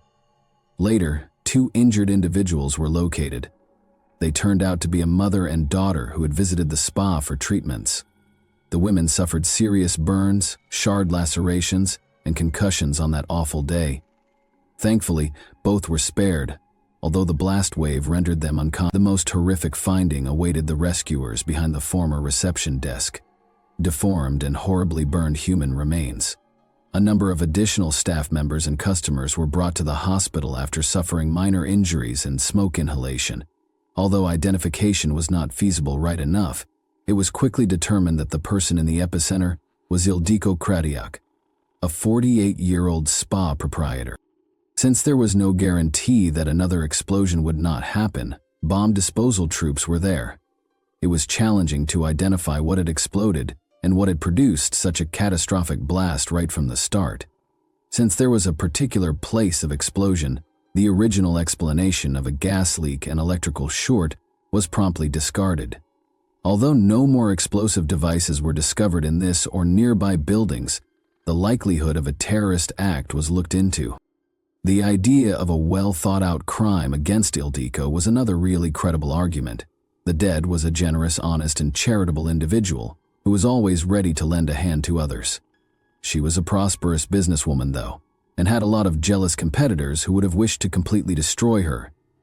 Every theory had to be verified, but first, the surviving witnesses and the victim's friends and family had to be interviewed. Meanwhile, a woman named Lori Stone called in an emergency because she was unable to get through to her boyfriend, Stephen Beiel. He was a co-founder of the spa salon and may have been inside the building when the explosion occurred, she said. Eyewitness reports. The surviving mother and daughter were in critical care after suffering severe injuries and undergoing an emergency operation. They consented to talk to police authorities and describe everything that transpired that day as soon as their condition somewhat improved. The women were receiving care at the spa salon in Krenyak. Previously, they headed to the reception counter to pay for their cosmetic services. Everything was going according to plan because they had been there previously and knew the owner well. Ildiko was at the desk at the time and frequently handled the responsibilities of the receptionist herself. There was a big parcel on the desk in front of her, and she was going through the mail. She collected the money, gave the customers their receipts, and then, carrying on the lighthearted discussion, grabbed a box cutter and started to open the box itself. Then there was a sudden, strong explosion, and the rest of the time seemed to be a blur. The daughter claims that after seeing a bright flash and a thunderous blast, she felt a rush of heat and realized she was in midair. In actuality, the blast wave threw her, but she miraculously survived, found her mother in the midst of the confusion, and pulled her to a wall that had been demolished so she could breathe. She then passed out and awoke in the hospital. After talking to the victims, it became clear that the explosive device had been disguised as a regular parcel and that this was a deliberate act. Finding a group of suspects and figuring out who might not only want the woman dead but actually carry it out were the following stages.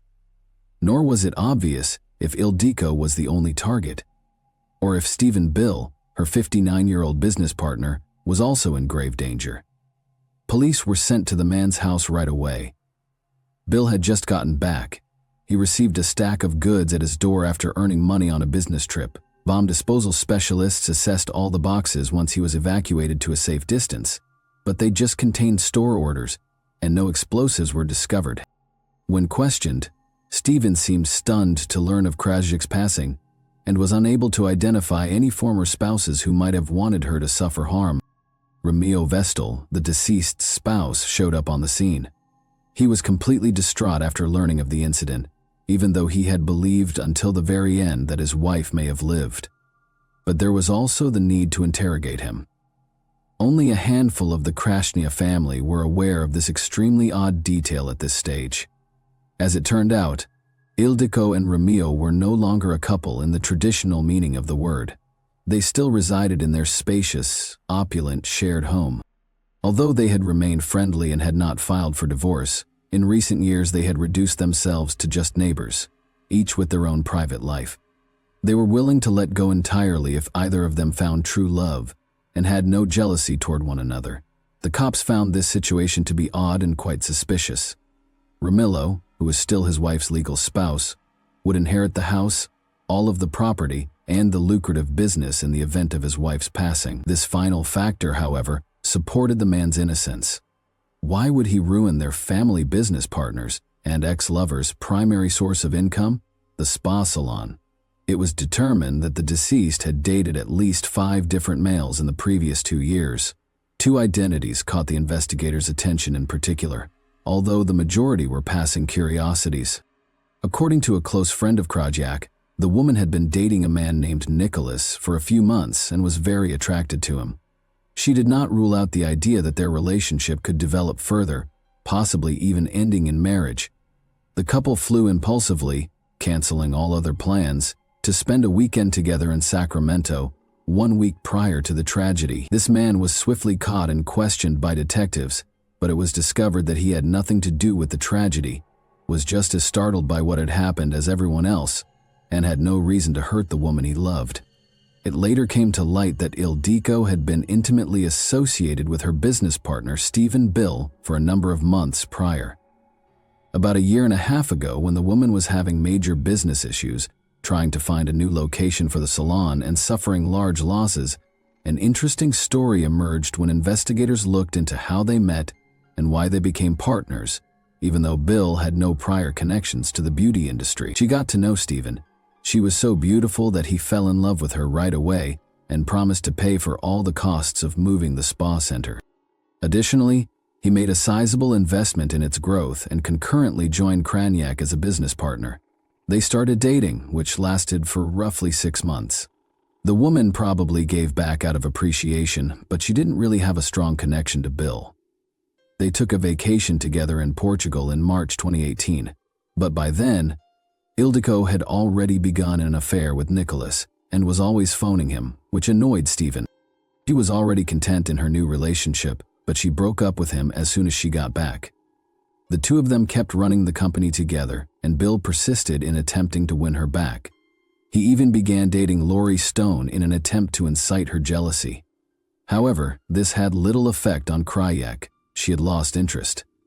Beiel probably had a grudge against her and might have pursued a bizarre pastime, skeletons in the closet, or retaliation. After deciding to investigate Stephen more, the cops learned that he had a very particular pastime. He was skilled in pyrotechnics and worked on creating explosions. The individual did not hinder or refute this. Officers searched his house and discovered professional equipment, ingredients for making rockets and fireworks, gunpowder, and other flammable compounds. Beiel was released since the police at the time lacked a good reason or any supporting evidence to hold him. But after deciding to look into his past more, they learned that his wife had passed away 10 years prior under mysterious circumstances. An unexplained mishap at home while they were there preceded the official cause of death, which was pancreatitis, moving furniture. Although nothing could be established, it seemed that Stephen had started the incident. Additionally, after becoming a widower, he received a sizable insurance settlement, which further raised the possibility of a motive for the murder, arrest, and trial. Beiel bought a variety of flammable chemical components and pieces for creating poppers, which were later discovered at the explosion scene. According to Ildiko's security film from May 10, the detectives were able to locate many months later. It was also disclosed that he went to the spa salon early on the morning of the disaster in order to drop off the lethal item. On March 3, 2019, he used his key to enter through the back door and parked his car on a nearby street so that no one would notice. Stephen Beiel was taken into custody on suspicion of purposeful building destruction. A number of additional accusations pertaining to causing serious bodily damage were introduced throughout the trial. One woman was severely burned on the face and torso, and another lost her eye in the explosion. Despite Bill's not guilty plea, the facts and testimony gathered did not support his position. Witnesses also said that he had started stalking Ildiko and had never come to terms with her leaving him. The woman had told friends just before she passed away that she was afraid for her life and worried that her ex-lover would get even. Stephen Beiel was only convicted on all counts in early 2024 and given a life sentence without the chance of release. He and his legal team filed numerous appeals, all of which were denied. Thanks for watching, everyone. Your support means a lot to me, and you can help my channel grow by hitting that like button, dropping a comment, and sharing this video. Your engagement really makes a difference. See you soon. Hey guys, today we're diving into another truly horrifying case. If you want to support my channel, make sure to subscribe and stay active. It really helps me out. I'd be super grateful for that. Let's get started. Torturing a child while her parents looked on helplessly is an act of pure cruelty that is beyond description. Killing a whole family is a terrible thing in and of itself. In 1996, this became the main motivation for the whole Pope County Sheriff's Office in Arkansas. Without a doubt, what began as an unimaginable, heinous act would soon reveal an even more sinister network of secrets connected to one horrifying entity: white supremacy. This is one of the most brutal and unsettling incidents we've ever discussed on the channel, and it raises a crucial question. How can such a perverse thinking lead to such callous violence? Let's now examine the victims, the Mueller family, in greater detail before attempting to respond to that question. To begin with, the Muellers were not your typical family. A large portion of their world was characterized by their passion for firearms. William Mueller, the father, was more than just an avid collector. He was a certified gun dealer and a federal firearms licensee. His life was centered around guns, selling, purchasing, and even using them. Yet he was also a self-employed electrician. He was married to Nancy, and the two of them reared their only kid, Sarah, who was 8 years old. She was the center of their universe, and they loved her dearly. Sarah was homeschooled by William and Nancy in the small, close-knit community of Tilly, Arkansas. Gun shows were a common weekend pastime that only strengthened their bond as a family. Therefore, it should come as no surprise that their house was crammed with guns, ammo, and a sizable cash reserve. It was the ideal location for a theft, because of all that precious loot that was just sitting there. And that is precisely what happened in 1995. Unbelievably, a family acquaintance named Kirby Kehoe broke into the Mueller residence. He took money and firearms. The Mueller family, however, didn't let this setback deter them. The heist didn't halt their love of guns or their business. Now, remember this robbery, as it will be important to the subsequent inquiry. Let's go ahead to January 1996. The Mueller family was out of the house, most likely enjoying some time together, but they had no idea that two creatures were lurking in the shadows, preparing to attack them as soon as they entered. These two men confronted the Muellers as soon as they stepped inside. Don't be deceived by the fact that they were dressed like FBI agents. These were not genuine men. They were fakes. They immediately tied the family to chairs, and when 52-year-old William Mueller refused to comply, the situation took a horrifying turn. The family was split up by the intruders, who then started torturing them. While questioning, they exerted every effort to get the Muellers to speak, but when the parents refused to cooperate, they focused on 8-year-old Sarah. It gets to this point, it's really cool. One of the men shocked Sarah with an electric cattle prod to get her to talk as she was being questioned about the family's wealth and where they stored their cash and jewels. Even while it wouldn't be enough to kill someone, the anguish is unbearable, particularly for a little child like Sarah. They discovered guns, ammo, and $50,000, 0 cents, in cash, when the young girl provided them with the information they were looking for. You could assume that they would simply take what they came for and go. However, things didn't work out that way. The nightmare has just begun. After that, stun guns were used to overpower the Muellers and render them unconscious. As if relishing the lengthy, painful procedure, the intruders took their sweet time with this. However, it didn't end there. The worst was to come. The two men covered their heads with tight plastic bags and smothered them. Imagine the pain of being powerless to stop your entire family from being tortured. In those last minutes, the Muellers had to face the fact. If you believed that the Mueller was discovered dead immediately following that terrible night, then you're mistaken. You'd be mistaken, though. In actuality, it took 2 weeks for anyone to discover that something was seriously off. Earlene Branch, Nancy Mueller's mother, hadn't heard from her daughter in a long time. Nancy was quite different from that. Particularly when they attended those gun shows, she would always call after their travels. Earlene contacted the sheriff to express her mounting fear because she couldn't get rid of the uneasy sensation that something terrible had happened. Even though the Muellers lived in a neighboring county, Sheriff Jay Winters knew them and promised to assist.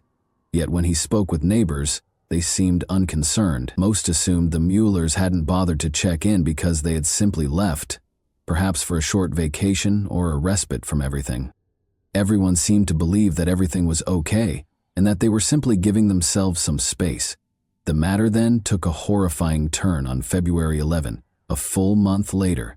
The Mueller's Jeep was discovered by a farmer who was going about his daily business. Far from its proper location, it lay buried and deserted on the highway side. The investigation resumed after this discovery. Nancy Mueller's pocketbook was still in the Jeep, with her ID and wallet, but the trailer was deserted, and there was no evidence of the family. The Mueller's disappearance grew increasingly unnerving as the days stretched into weeks and the weeks into months. There were no leads or hints, only the ominous silence of their absence. 5 months later, the case took a turn when an elderly couple chose to go fishing in a bayou close to Russellville for the day. The woman caught her fishing line on something while she was waiting for a hit, and when she attempted to untangle it, she soon discovered that she had hooked a boot that still contained a man's leg bone. She ended the call in horror and hurried to get assistance. Sheriff Winters launched a second search after this, assembling teams to search the bayou using divers and metal hooks. They had retrieved pieces of a body by the end of the day. The head was covered with duct tape, and the torso was supported by a boulder. Investigators realized this was no typical crime as soon as they spotted the body. It appeared to be a determined, cold, and purposeful execution. It was a little female's body. When they looked at the size and the clothing, they discovered that it didn't match the body of a 6-year-old girl who had been reported missing from a nearby county the previous year. They began to question whether this was Sarah Miller at that point. 2 more fragmentary bodies were found the following day. Their heads were wrapped in plastic bags that were firmly fastened with duct tape, and their torsos were all weighed down with boulders. The scene was eerie. The identities of the bodies were verified by the authorities using clothes, DNA, and dental data. William Mueller, his wife Nancy, and their daughter Sarah, age 8, were present. An investigation into a vicious triple killing swiftly evolved from what had begun as a missing persons case. According to the coroner's examination, the remains had most likely been in the water since January 11, the last time anyone had seen them. There was more to the tale, though.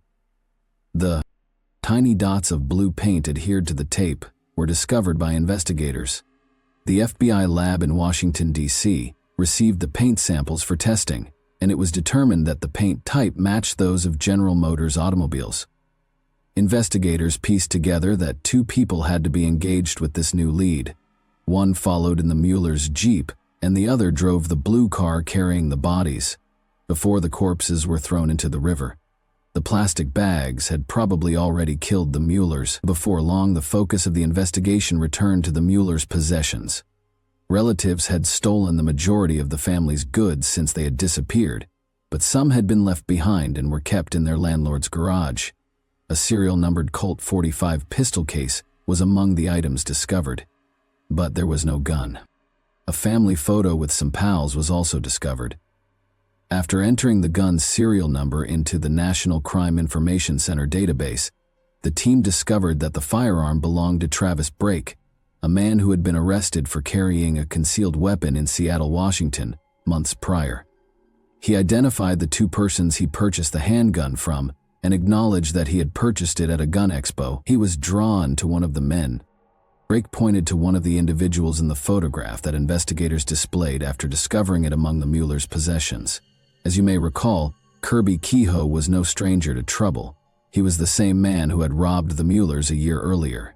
He was deeply active in the white nationalist movement and has a lengthy criminal past involving firearms.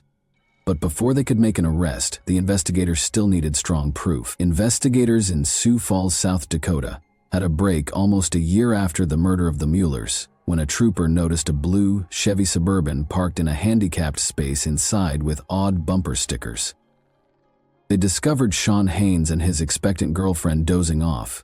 The trooper found that one of the firearms Haynes had in the car, a stolen AR-15 rifle, had belonged to the Muellers after running the serial numbers on both of them. After being detained and interrogated, Haynes acknowledged exchanging the weapon for another gun at a motel in Washington. The eldest son, Kirby Kehoe, the merchant Chevy Kehoe, and the detectives had 2 suspicions 6 months prior. Let's take a moment to learn more about the Kehoe family's history before delving further into the case. I promise you that learning their tale will help you understand why they did. The Muellers were very different from the Kehoes. 26-year-old Chevy Kehoe was raised in a home where white supremacy was more than simply a topic of conversation. It was how they lived. Chevy wasn't your typical young man in danger. Everything was molded by his father's influence, which led the family in a hostile and sinister direction. The Kehoes fled sunny Florida for the peaceful hills of Madison County, North Carolina, when Chevy was still a baby. In the middle of the 1980s, the Kehoes relocated once more, this time to Washington's Stevens County. At first glance, Chevy appeared to be a bright youngster with promise. Although he excelled academically in Colville Junior High School, his parents chose to homeschool him in 1988 for personal reasons. Instead of creating a healthy learning environment, they built a bubble of radical ideas in an attempt to give more concentrated attention.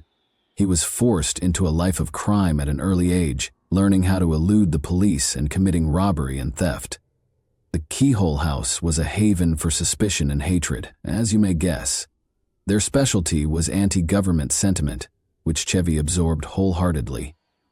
He was more than a young child with lofty goals. His fantasies were hazardous, aggressive, and motivated by white supremacist ideology. Chevy's only objective as a young man was to topple the U.S. government and establish his own white supremacist utopia, which he named the Aryan People's Republic. For Chevy, this was more than a phase. His family served as the cornerstone of his perilous philosophy, and this warped image was everything. This influence was evident in 1995 when Chevy participated in a brutal kidnapping and robbery in June. Malcolm and Jill Friedman, a Jewish couple who ran a store where Chevy had previously worked, were the target of him and a partner. They held the Friedman at gunpoint. However, this was not a haphazard crime. Chevy targeted them explicitly due to their ethnicity. Given all that was happening, this act was a glaring example of the violence and hatred he had been taught to accept. Kirby Kehoe and his son Chevy Kehoe had been on the police radar for years, which was not surprising. If Chevy was involved in a variety of crimes, you can only imagine the trouble his father, Kirby, had been up to. The worst part is that, in spite of the lengthy criminal background, neither of them could be located. They appeared to disappear into thin air, and no one was able to find them. That is, until a blue Chevy Suburban was stopped by an Ohio State policeman on February 15, 1977. The vehicle appeared odd as it passed by, was swerving and was moving far too slowly. The passenger nodded to the trooper, but the driver didn't even look at him.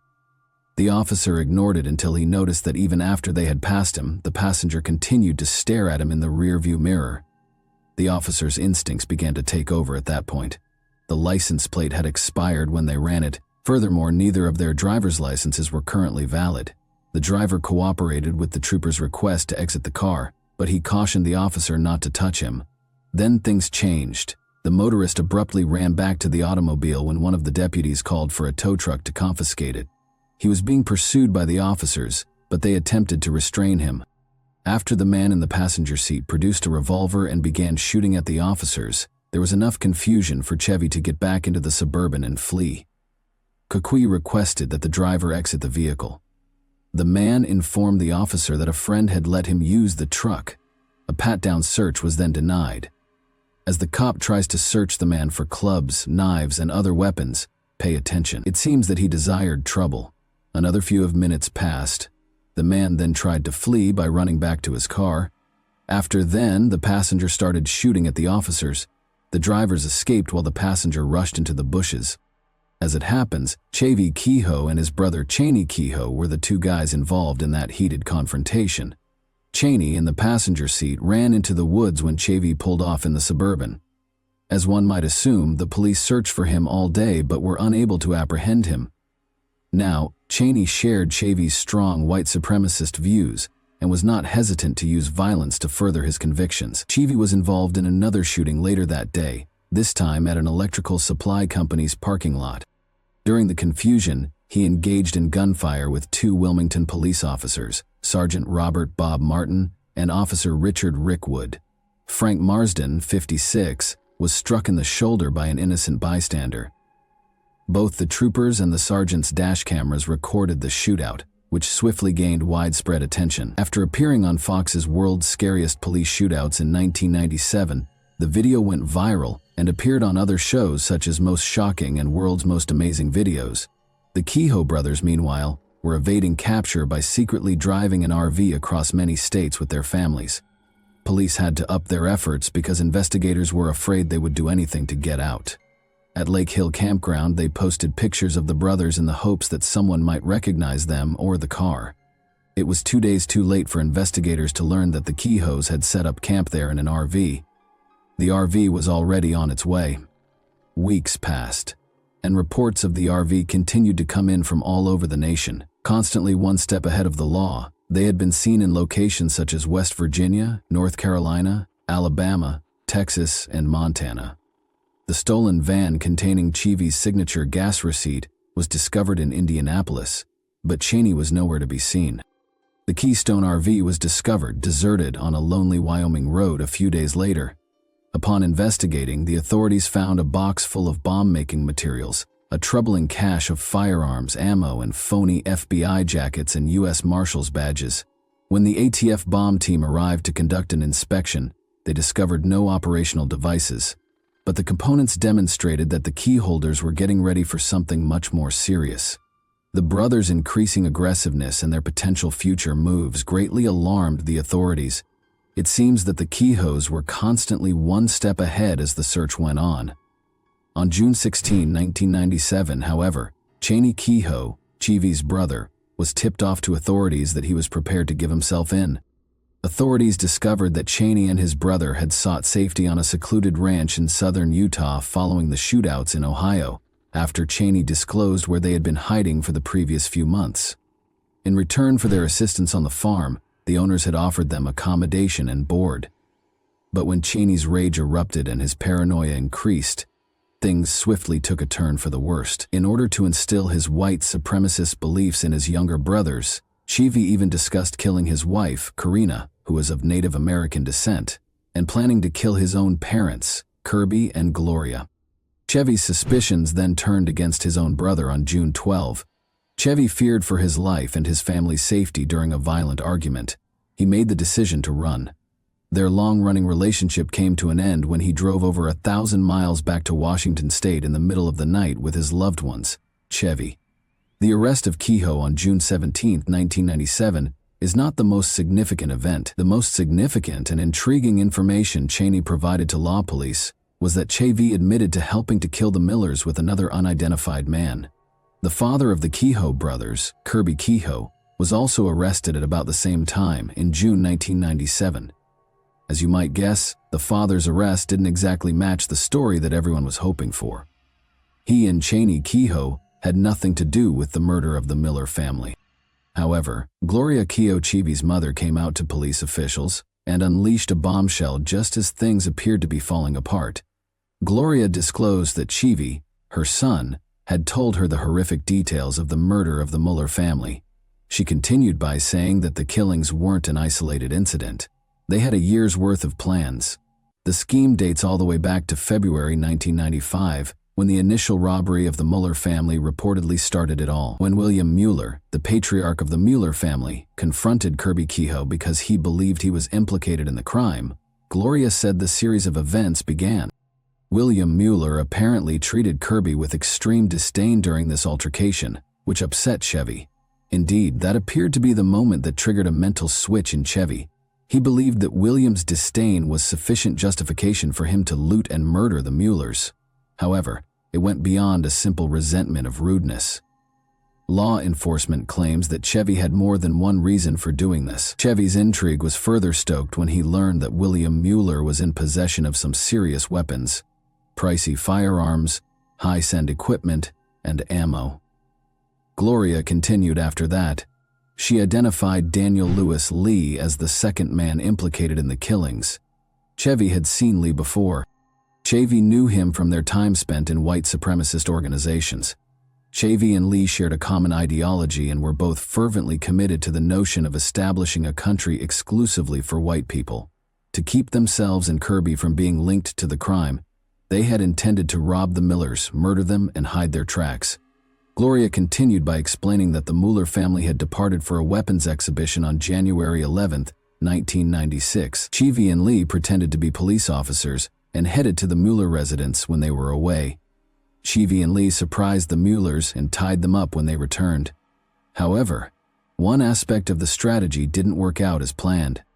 Gloria claims that Lee was apprehensive, particularly regarding the murder of Sarah Mueller, the daughter of the Mueller family. Chevy apparently took matters into his own hands and killed Sarah himself, since Lee simply couldn't bring himself to do it. In March 1999, Daniel Lewis Lee and Chevy Keyhoe were put on trial for the triple homicide. Gloria Keyhoe and Cheney both testified against them, revealing all the specifics of what had transpired. A conviction came at the end of the trial. Daniel Lewis Lee received a death sentence, and Chevy Keyhoe received a life term. It seems that Daniel Lewis Lee also had a very difficult childhood, characterized from an early age by violence and instability. Lee had a lot of obstacles to overcome. He frequently ended up in mental health centers due to his struggles with seizures and other neurological conditions. His stay at these institutions was brief, though, since he was sent out because of his aggressive conduct, his incapacity to manage his emotions, and his increasing violent tendencies, which only appeared to worsen with age, added to his difficulties. Lee's aggressive proclivities had already shown themselves in a terrifying way by the time he was 17 years old. He was complicit in the vicious robbery murder of Joseph Wavra in a series of violent acts. It was the third murder. Amazingly, though, Lee was able to escape being charged with murder. Rather, he was simply handed a suspended sentence for the robbery, which felt like a less severe punishment considering the seriousness of the offense. Sadly, Lee's violent tendencies were not significantly reduced by this indulgence. It just seemed to give him more confidence, letting his need for violence grow unbridled. It was not long before Lee and Chivi Kehoe met. When the two first met in 1995, they were drawn to each other by their perverse desire to create a white nationalist stronghold and their mutual loathing of the government. Lee now made an effort to improve his reputation in court by saying he had a decent side and that he was capable of changing. His request for pity sounded more like a movie redemption story than real life, even if his past was filled with terrible crimes. It felt a little absurd. The court rejected it. Nobody thought Lee could actually change his history because it was too awful. He was ultimately put to death by lethal injection in 2020. In 1996, he was found guilty of killing 3 members of a family in Arkansas. One of them was an 8-year-old girl.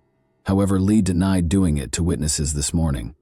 Overnight, the High Court decided 5-4 to overturn the decisions of the lower courts, with conservative justices making up the majority. When it came to lethal injection, those courts had been worried about what they referred to as an unconstitutional risk of agony. Daniel Lewis Lee, who had a less direct role, was sentenced to death, but Chivi Kehoe, who was the mastermind behind the heinous killings of the Mueller family, escaped the death penalty. Nothing about this seemed to make sense. How could his co-conspirator receive a worse punishment than the man who orchestrated and executed the entire scheme? The fact that Chivi was complicit in the Oklahoma City bombing, another major crime, just made matters more bizarre. Cheney, Chevy's brother, said Chevy was aware of the bombing before it occurred, after Chevy was taken into custody. Months prior to the bombing, Chevy was reportedly spotted in a Spokane motel with Timothy McVeigh, the bomber. The motel's manager even said that Chevy had been anticipating the blast with excitement when the news broke, and had even alluded to a major event on April 19. However, the FBI's investigation revealed no evidence that McVeigh had ever visited Spokane, or that Chidi was directly involved in the attack. Although Chevy denied everything, the mystery was only heightened by the rumors. Even though it was evident that Chevy had connections to violent extremist organizations, he was given a lighter sentence than Lee. In the end, their father, Kirby Kehoe, was sentenced to 44 months after entering a guilty plea to federal racketeering charges, while Cheney Kehoe was given a 24-year term for attempted murder and possession of weapons because of his involvement in an Ohio gunfight. Cheney was later released from jail in 2008 after his sentence was lowered to 11 years, but his legal issues didn't stop there. He and Kirby were taken into custody by federal authorities in Arizona on October 14, 2013, following an ATF raid that turned up a sizable marijuana-growing enterprise and a firearms cache at an off-grid compound. 17 firearms, about 17,000 rounds of ammunition, 15 pounds of marijuana, and several sets of body armor were confiscated by the authorities. In 2014, Cheney and Kirby both entered guilty pleas to felonies including the possession of firearms and ammunition. Kirby was given a 10-year sentence, and Cheney was given a 41-month prison term. September 2016 saw Cheney's release, while January 2022 saw Kirby's. The majority of Chevy's time was spent at the U.S. Penitentiary. Under the Federal Bureau of Prisons record number 213,100,009, Florence A. Dex was incarcerated in Colorado. By 2022, he had been sent to a variety of different prisons, including United States Penitentiary Florence High and United States Penitentiary McCreary in Kentucky. One can only hope that Chevy Kehoe is suffering more there than his victims were while he was detained at the U.S. Penitentiary Terre Haute. However, how do you feel about all of this? Given their anti-government views, do Do you think justice was done, or that the law was too lenient toward them? Thanks for watching, everyone. Your support means a lot to me, and you can help my channel grow by hitting that like button, dropping a comment, and sharing this video. Your engagement really makes a difference. See you soon. Hey guys, welcome to my channel, and today we're going to take a look at another horrible case with you. On October 26, 1998, on a dismal day, a terrifying find was discovered near the Columbia River. When a body was found floating close to Lower River Road in Vancouver, the neighborhood was rocked. In an attempt to identify the sad person who had met their premature end, authorities rushed to the scene. The strong stench of decomposition hit them as they got closer to the body, indicating that the man had been in the water for a long period. Since there were no clear hints as to the identity of the man, they took his body out of the water with caution and took him away from the scene to start the difficult process of autopsy and identification. They had no idea that this was the beginning of a mystery that would trouble them for years to come. A disturbing reality surfaced as the medical examiner's office started the autopsy on the unnamed man's body. According to the autopsy, he was shot in the head and died as a result. However, after examining the material, detectives found more questions than answers. Did the man commit suicide? Had the trigger been pulled by someone else? There was still doubt surrounding the reality. That wasn't all, though. Authorities were left to cobble together a timeline of events leading up to the man's unfortunate death, because it was thought that he had been in the water for anywhere between 6 months and a year. The man's age of death was likewise estimated by the medical examiner's office to be roughly 53 years old. Notwithstanding the passage of time, the case's enigma was only heightened by these discoveries. How had this man ended up in such a gory way, and who was he? In their attempt to learn the truth about the man's terrible demise, the detectives encountered a formidable obstacle. They were aware that figuring out who he was the first step, but it was not always easy. Because the individual had been discovered without any kind of identification, officials had nowhere to start. In an attempt to locate a lead, the investigators looked through the local missing persons records, but they were unable to identify the possible owner of the remains. They expanded their search for answers, alerting authorities across the Northwest in the hopes that someone might be able to identify the unidentified body. But their quest was unsuccessful despite their ceaseless attempts. Fingerprints were another element that might have assisted investigators in identifying the man. The advanced degree of the body's decomposition, however, put an end to this dream. The investigation felt like it was hitting a brick wall as the days stretched into weeks. The investigators were no closer to unraveling the enigma of the man's identity or his premature death, and frustration started to set in. He continued to be an unidentified John Doe, a somber reminder of the case's numerous unsolved mysteries. The case eventually faded into obscurity despite their best efforts, becoming just another mystery in a world full with them. The truth was still tantalizingly out of grasp, despite the detectives' best efforts. When it comes to investigating cold cases, time can occasionally be a double-edged sword. Even though it might seem like there is less chance for a case every year, new technology and developments in forensic science can give a case that was previously deemed to be unsolvable fresh life. Armed with the newest forensic instruments and methods, the case's investigators made the decision to examine the material again in 2008, in the hopes that the advances in DNA profiling would provide them with the answers they so urgently needed. They contacted the University of North Texas Center for Human Identification. Using samples from the autopsy, the University of North Texas Center for Human Identification was able to create a DNA profile of the unnamed male. Investigators were reassured by the DNA profile and quickly submitted it to the National DNA Database in the hopes of finding a match. But they looked everywhere, but they couldn't find a match. In addition to providing them with a fresh lead to pursue, the DNA profile served as a reminder of how challenging it may be to solve a case in the absence of clear-cut evidence. Nevertheless, the investigators remained optimistic. They were aware that the likelihood of finally solving the riddle of the man discovered in the river increased with every advancement in the field of forensic research. Investigators were desperate to find the truth, after the mysterious man case remained unsolved for years. In 2021, they made the decision to try something different and sent a sample of DNA from the bones to Bode Technology, a forensic DNA laboratory in Virginia that is well known for its ability to recover DNA from difficult material. The challenge was warmly accepted by the Bode technology scientists. They were aware that they could discover the identity of this enigmatic John Doe by examining the DNA sample. DNA from the remains was utilized by a forensic genealogist to determine the individual's lineage. The forensic genealogist found an ancestry connection to a California family through careful investigation and comparison. The genealogist identified one individual in particular, the son of Ruth Marie Henson and Chelsea Johnson Jr., as the promising lead. It's interesting to note that since 1998, this person, Michael Johnson, has not engaged in any traceable activity. The detectives were aware that they had hit gold and were now one step closer to figuring out who the enigmatic John Doe was. Thus, Nikki Costa, the medical examiner's office operations manager, achieved a breakthrough in the case of the unnamed man in October 2022 as the fall foliage began to fall. Russell Johnson and Kathy Bergen, Chelsea and Ruth Johnson's two children, were located by Nikki and provided some shocking facts. It seems that their brother Michael had severed all ties with the family and vanished almost 20 years ago. Could this be the piece of information that investigators had been looking for years? Nikki was determined to solve the mystery surrounding the unnamed man.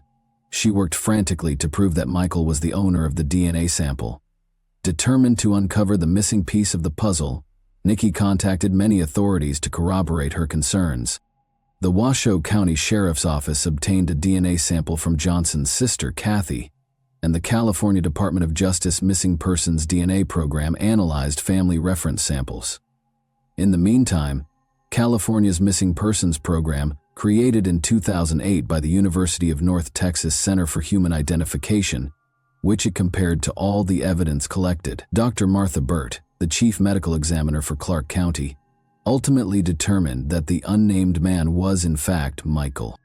The man now had a name and a chance at justice because, to Nikki's perseverance and the combined efforts of several authorities, investigators have yet to learn anything about Michael's actions before, to the body's discovery. Thus, the enigmatic circumstances surrounding his death continue to baffle them. Nevertheless, learning who he was a significant development in the investigation, providing detectives with a foundation from which to work. Authorities are now requesting assistance from the public in the hopes that someone may come forward with knowledge that could clarify Michael's fate. Authorities want to solve this puzzle case because even a small piece of information could make a big difference. Over June 19, 1970, two young guys chose to take a leisurely walk over Independence Pass in Twin Lakes, Colorado, on a lovely summer day. The day was ideal for hiking because of the clear, brilliant sun and cool air, but when they discovered something horrifying, their journey took an unexpected turn. They saw a man's decomposing body in a ditch on the north side of the road as they were strolling along it. Rocks that had fallen from the hill above partially hid it. It wasn't the worst part, though. The two men approached and saw that the body's left arm and ribcage were completely gone. Their hearts pounded in terror and bewilderment at the gory scene. The scent of rotting was overpowering, and the body was wearing gray pants and a ragged sweatshirt. This dude was who? Where had he gone? As they stood there, astonished by what they had just learned, questions gnawed at their thoughts. The two men did not waste any time in calling the police, who came to the scene with a sense of urgency. They thought the man was in his early 20s as they got closer to the decomposing remains. In order to unravel the mystery, the officers meticulously inspected the area, noting every detail. The officers saw that the man had 3 pairs of socks and hiking shoes on, in addition to the missing left arm and ribcage. Even a sock that had been pulled over his left shoe was discovered. However, they discovered other strange items as well. Although they discovered a razor and $7.00 in the man's pockets, those items didn't reveal anything about who the man was or how he died. The officers were left wondering who the man was and what had happened to him because they could not find his wallet or identification. In an attempt to locate any clues, officers also conducted a thorough search of the area surrounding the body, but to no effect. The remains of the man were promptly retrieved from the area and examined. However, investigators were unable to identify him despite their best attempts. They looked through dental records, spoke with locals, and combed through missing person reports, but nothing seemed to fit. The man was a total mystery, and the more they studied him, the more they discovered. Officers were baffled by the body's state. The man appeared to have spent a considerable amount of time outside, perhaps the entire winter, yet his attire didn't seem suitable for such severe weather. What might have happened to the missing body parts was another question that the officers couldn't avoid. Had wild animals devoured them, or had they been removed after death? Even if it was a horrifying possibility, they had to consider it. Before a startling finding was made on July 15, 1970, more than 3 weeks after the body was discovered, the officers could only make educated guesses. The missing leg was located beneath the road where the body was uncovered by a state traffic maintenance worker. The hand and wrist still had flesh on them, but the arm and shoulder were reduced to bone. The mystery was only made more complex by the discovery. Why had the limb been cut off from the body, and how had it gotten there? Because of the confusing state in which the body part was discovered, the officers surmised that it might have been taken out by a snowplow after the victim passed away, but they lacked hard proof. The enigmatic individual discovered at Independence Pass faded into obscurity over the years. Due to his lack of identification, he was only known as Independence Pass John Doe and had no name. Buried beneath a plain monument that stated, "Unidentified Male," in Leadville's Evergreen Cemetery, he was reduced to the position of an unidentified soul. The case was unsolved, and it appeared that the identity of Independence Pass John Doe would always be a mystery as time passed. While clearing an overgrown area of Evergreen Cemetery in 2011, a man named John Pearson, who had spent years cleaning it up, discovered the burial of the Independence Pass John Doe. Being a Vietnam veteran himself, Pearson was naturally interested in the man's identity. He pondered whether Independence Pass John Doe was also a Vietnam War veteran. Because he was curious, Pearson contacted the Colorado Bureau of Investigation's Audrey Simpkins, a crime and intelligence analyst, who in turn contacted Sylvia Petham, a specialist in identifying John and Jane Does. Eager to learn the truth about the enigmatic cemetery, they traveled to the little hamlet together in August 2011. However, in spite of their efforts, the case once more stalled, and for a short time more, Independence Pass John Doe's name remained unknown. Following 2 years of inaction, the Independence Pass John Doe case began to gather steam in 2013. When Audrey and Sylvia got back to Leadville, they looked for the case files, but they weren't there. They worked with Shannon Kent, the coroner at the time, to ensure that the case information was added to the database of the National Missing and Unidentified Persons System. Determined, Sylvia then requested that the Lake County Sheriff exhume the John Doe's bones so that DNA could be taken. The Colorado Bureau of Investigation assisted in obtaining a fingerprint from the exhumed body. When DNA was taken from John Doe's skull and femur at the University of Northern Texas, there was hope that the unidentified man might eventually be identified. However, John Doe's body was kept in a casket at the office of former Lake County Coroner Shannon, rather than being buried in his grave at Evergreen Cemetery. The man was eventually laid to rest in the calm of 2022 after 8 difficult years. A team of police submitted DNA taken from the unnamed John Doe for forensic genetic genealogy testing, marking a breakthrough in the decades-long case. A promising lead came from the test, although the specifics of this lead are still unknown. It was sufficient to completely unravel the case. Gardner Paul Smith was John Doe's name at last after all these years. Gardner was more than simply a nameless body in a tomb for Smith, who would have only been 39 years old when his bones were found. He had a life, a family, and a tale. Gardner, the eldest son of Paul and Bernita Smith, was born on September 22, 1930 in Modesto, California, and was raised in a family that loved skiing. Gardner and his younger brother Armand naturally took up skiing as both of their parents were avid skiers. Skiing was more than just a pastime for Gardner, it was a lifestyle.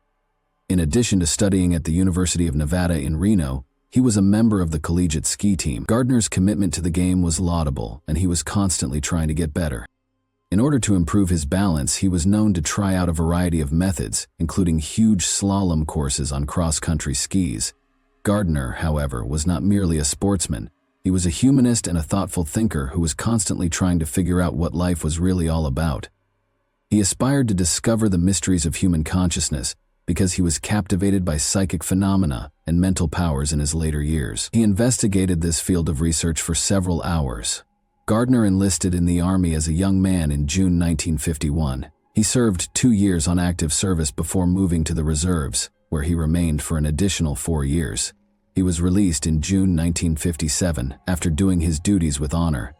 Gardner's journey ultimately brought him to Argentina, where he met Jennifer Dawn Andrews, the love of his life, in 1961. Following their marriage, Gardner returned to California with his new bride. Soon after, on June 18, 1962, they welcomed their first child into the world, a daughter called Jean. Gardner did, however, eventually leave his wife and little daughter. In 1968, Jennifer finally got a divorce from Gardner and married Ernest M. Dillard. Sadly, Jennifer was left a widow after Ernest's death in 1974. Gardner, on the other hand, seemed unable to settle down after his divorce and vacillated between Aspen and California. Longtime friend and ski racer Dick Dorworth remembers clearly the last time he saw Gardner, which was in 1968. Living life on the road, Gardner was attempting to market a novel ski pole grip that he had created. He had previously developed double-lens goggles, but he had not succeeded in commercializing them, therefore this was not his first innovation. Gardner disappeared into the unknown after spending a week sleeping on his friend's couch, and Dorworth never saw him again. Gardner actually sent his mother a postcard on November 12, 1969, which was the last time anyone heard from him. His mother was optimistic at the moment, but she had no idea that it would be the last time she would ever hear from her son. It said simply, "I am doing all right. Don't worry. Love, Gardner." Jean, Gardner's daughter, had many unresolved issues regarding her father, who vanished when she was a newborn. She wondered where he had disappeared to and why he never returned for her for years. She had to put together her father's life on her own, because her mother and other family members were silent about his disappearance. When her father's genuine identity was revealed decades later, she finally received some answers. As a 60-year-old lady with a family of her own, Jean is committed to honoring her father. She intends to have a monument constructed in his honor and organize a modest military funeral. Jean hasn't decided where he will be buried yet, but she knows that she will always have a particular place in her heart for the father she never had the opportunity to meet. The cause of Gardner Smith's death is still unknown. Although there is no documentation of an autopsy being conducted on him, the Colorado Bureau of Investigation states that there was no indication of foul play, and theories on his cause of death are still being discussed. His body may have been dumped in Independence Pass after he was the victim of a crime, according to certain theories. According to others, he might have walked up there with the intention of hiking back down, but he got caught in a severe storm, lost his bearings, and died of the cold. There were still a lot of unsolved questions, though, as the actual cause of Gardner Smith's death was still unknown. On a cold November 28, 1992 day, a group of visitors near the Walker Wildlife Area off River Road in Colorado noticed something strange. They were filled with terror as they got closer to the location. A man's decomposing body was lying there without its cranium, but the man was speaking even as he died. He was dressed in a tan tobacco pullover shirt with an enigmatic emblem on the left side of the chest and green shorts with striking black patterns. At the biceps, the sleeves were severed. Authorities rushed to the area with sirens screaming as they arrived after the public reported it in. They immediately set to work searching the surroundings for any hints that may lead them to the man's identity. They looked everywhere and turned over every stone, but sadly nothing was found. The officials were left scratching their heads in confusion, as not even the man's clothing gave away who he was. They had no choice but to remove the body for identification and autopsy, in the hopes of at least learning something. When the autopsy was completed, the medical examiner was shocked by what they found. There was no question that it was a homicide because the man had been fatally stabbed. The town was rocked by the discovery, and panic broke out. Why and by whom would someone do this? The investigators were committed to solving the horrific murder, even though they realized they had a difficult task ahead of them. They had no idea that the journey ahead would be convoluted and lead them down a sinister path of intrigue and mystery. Detectives started the investigation with a clear goal in mind, looking for any clue that would help them solve the mystery. However, it became evident that this would not be a typical instance, as the days stretched into weeks and the weeks into months. Every lead they followed ended in a dead end on the chilly trail. They were troubled day and night by the mystery of the man's missing head. Where might it have gone? Was it buried out of sight or was it taken as a trophy? Time was a powerful enemy that the investigators had to contend with if they were to solve the case. The case grew increasingly chilly as the months stretched into years. It appeared as though justice would never be done, and the memories of the man in the green shorts started to fade. But investigators never lost optimism that they would eventually find the truth. As the years went by, new technologies that claimed to simplify their work surfaced. The National Missing and Unidentified Persons System was used to help with the inquiry when the case was reopened in 2011. However, the investigators were once again at a standstill in spite of their best efforts. They had nothing but more questions when every lead they followed appeared to fade. Everyone concerned struggled with the idea that they would never find out who the man really was, and it was a frustrating period. However, the detectives persisted. Despite the passing of the years, they stayed attentive and never allowed the case entirely go from their thoughts, since they understood that there was always a potential that fresh information would surface.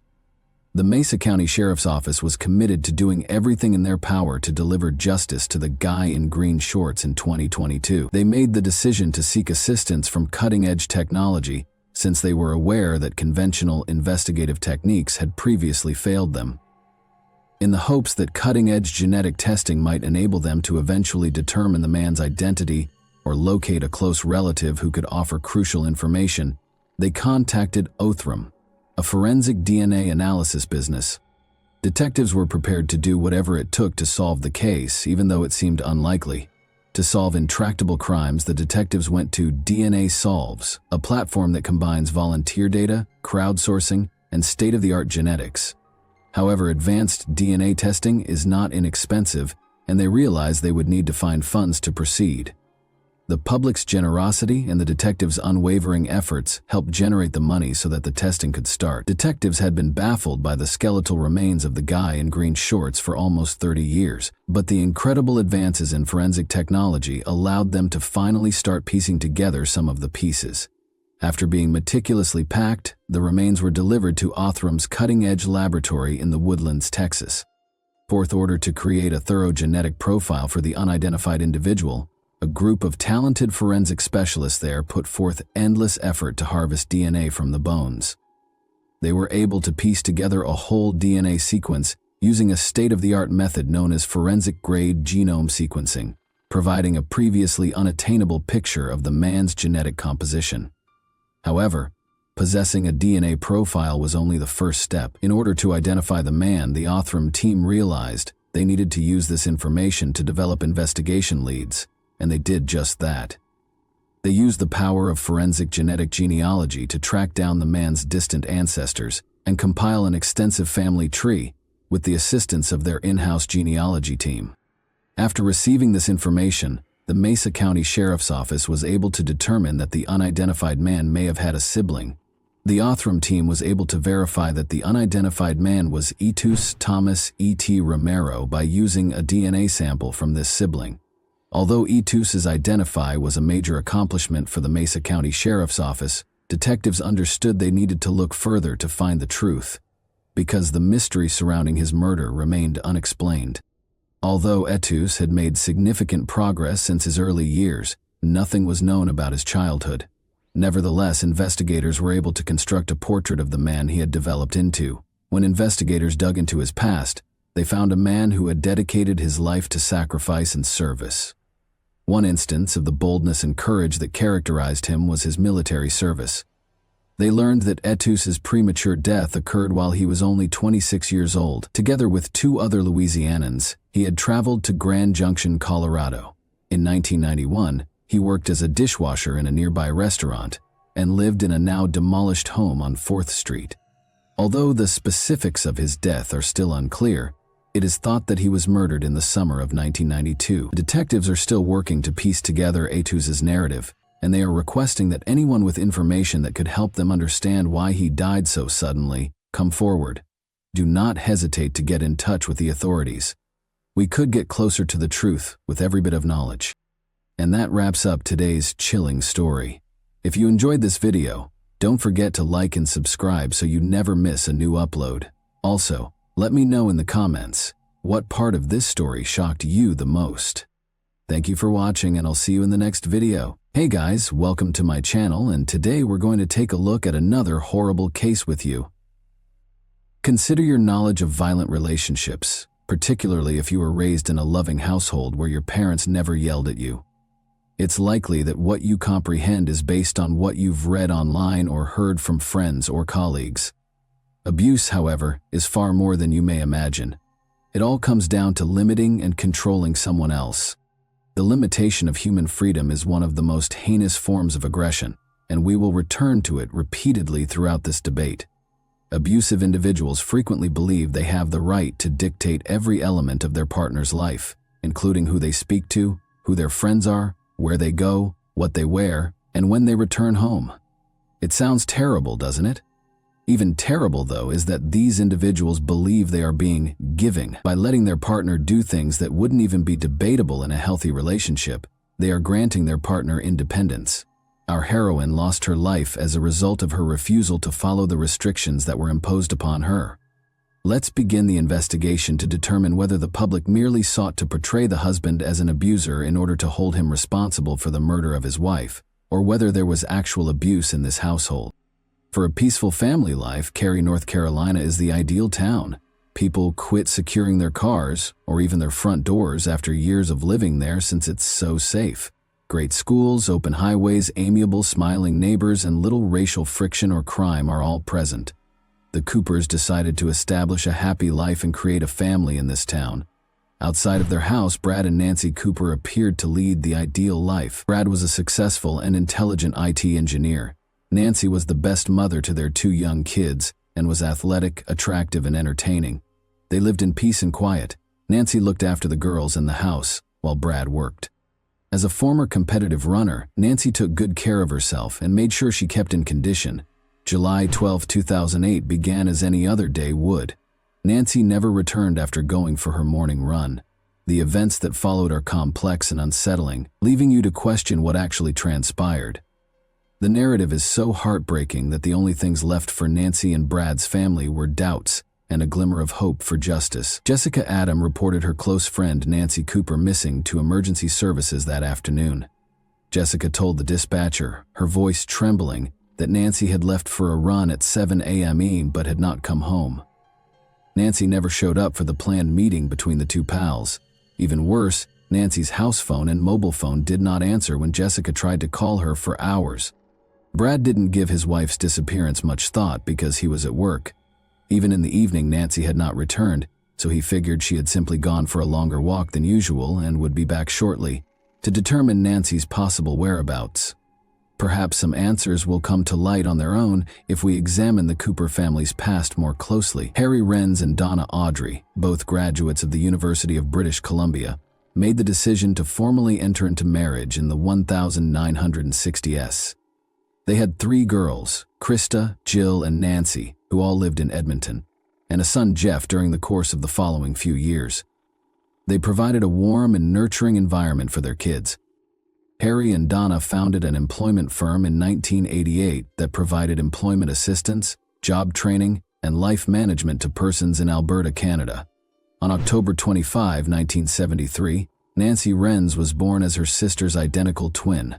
In 1998, Nancy was only 24 years old when she met Brad Cooper in Calgary. Nancy was instantly drawn to Brad's height and black hair. She was drawn to his steady, composed demeanor more than his attractive appearance. He was as dependable as a rock. Nancy fell in love. It was a reciprocal emotion. In addition to being tall, blonde, and in good shape, Nancy exuded a subtle charm that won Brad over. Their romance progressed swiftly, and when Brad received a high-profile job offer from Cisco Systems in Raleigh, North Carolina, he wanted Nancy to follow him there in order to stay together and facilitate his immigration to the U.S. The fall of 2000 saw the marriage of Brad and Nancy. The pair had previously been arranging a wedding for the fall of 2002 once they moved to North Carolina, despite the first impression that they were married for immigration purposes, so Nancy could move with Brad. Nancy was compelled to become a stay-at-home mother, while Brad began establishing his career at one of the biggest corporations. Brad's career at Cisco Systems took off. As a VoIP engineer and architect, he specialized in fusing phones with internet technology. Brad was one of only 152 networking technology professionals. The family had a comfortable home. Nancy became a prisoner in her own house, even though each of them had a BMW in the driveway. To be in the United States, you can travel as a Canadian citizen, but you need a permission to work. The couple produced 2 lovely kids over the following several years, Bella in 2004 and Katie in 2006. Nancy, according to her neighbors, was a devoted and active mother who enjoyed spending time at the playground with her children. However, she was unable to work since she lacked a work visa in the United States. Nancy aspired to have a profession and be more than just a wife and mother, even though she was still a Canadian citizen and might have found some illegal work to supplement her income. Let's now discuss Brad Bradley. Graham Cooper was born in Medicine Hat, Alberta, around the beginning of the 1970s. Following high school, he graduated from the University of Calgary with a Bachelor of Science in Computer Science. He was hired as a network engineer at TransCanada Pipelines after graduating. He met Nancy Renz in 1998, and they clicked right away. He became close to Nancy's family over time, especially her parents, and impressed them with his technological prowess by participating in all of their family gatherings and lending a hand with their computers. He soon received a job offer from Cisco Systems in Raleigh, North Carolina, thanks to his skill and knowledge. Brad started pursuing an MBA at the College of Management at North Carolina State University in 2005. After that, he finished the degree with a focus on product innovation. Nancy became Brad's shadow as his career took off and he continued to expand his skill set. She was forced to sacrifice both her work and her goals. Nancy used to be a runner who dreamed of going to the Olympics. She continued to run marathons and other races, despite having a damaged knee, which irritated the more reserved Brad, because she brought new people into the running group and made new acquaintances. Their relationship quickly began to disintegrate. Friends claimed that although there were rifts in Brad and Nancy's marriage from the start, Nancy never publicly discussed them, and instead tended to romanticize her husband. Although they still appeared to be the ideal family, Brad's manipulation and control over Nancy increased as he rose through the ranks of the company. She appeared to him to be a dull housewife who had lost her spark, spending her days taking care of the children and cleaning. When Nancy discovered in the spring of 2007 that her husband had been having an affair with her close friend Heather, things became even worse. After months of denial, Brad finally came clean on New Year's Eve, acknowledging the affair but claiming it had only occurred once, as if that somehow made it okay. So it's not a one-time thing? In order to improve their marriage, the pair began attending couples therapy, where Brad acknowledged lying to Nancy about his long-term affair with Heather. Following the revelation of that fact, they made the decision to divorce and sell the house. In retaliation, Brad canceled Nancy's credit cards and ensured she was unable to follow forward with her plans to return to Canada with the children. Brad refused to relinquish custody of the girls or allow them to move there. Nancy, her 2 small children, and no one else were left alone in a foreign country. Let's return to the disappearance of Nancy. Nancy's friends and officials accused Brad Cooper of being involved in her disappearance as soon as they heard about the couple's troubled marriage. When Nancy's parents, Harry and Donna Renz, learned that their daughter was missing, they became even more concerned and promptly organized a trip to Cary to assist in the hunt for her. When Nancy failed to appear, when police arrived at the Coopers' house in the late evening, Brad was asked about his wife. He informed them that she got up earlier than normal on Saturday morning and went for a run with a friend. Brad added that Nancy never brought her keys or cell phone with her. He added that she didn't drive to her running partner's coffee shop as she usually did.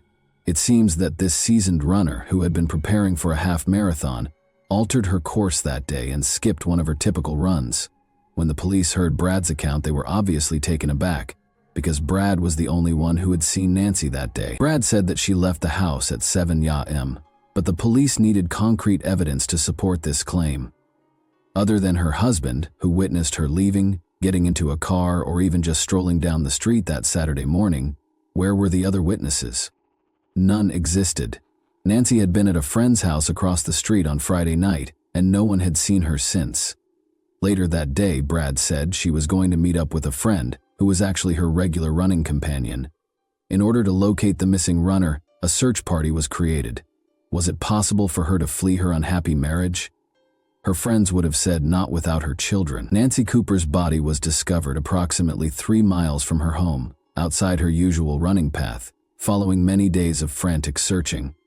She was found face down in a drainage ditch by a man who was out walking his dog.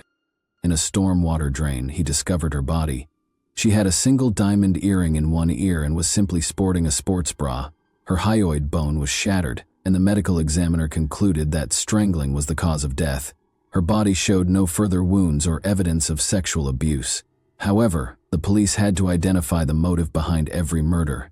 Brad was the most obvious suspect and was quickly blamed by many once Nancy's body was discovered. Investigators determined that Carrie's death was a homicide shortly after she passed away.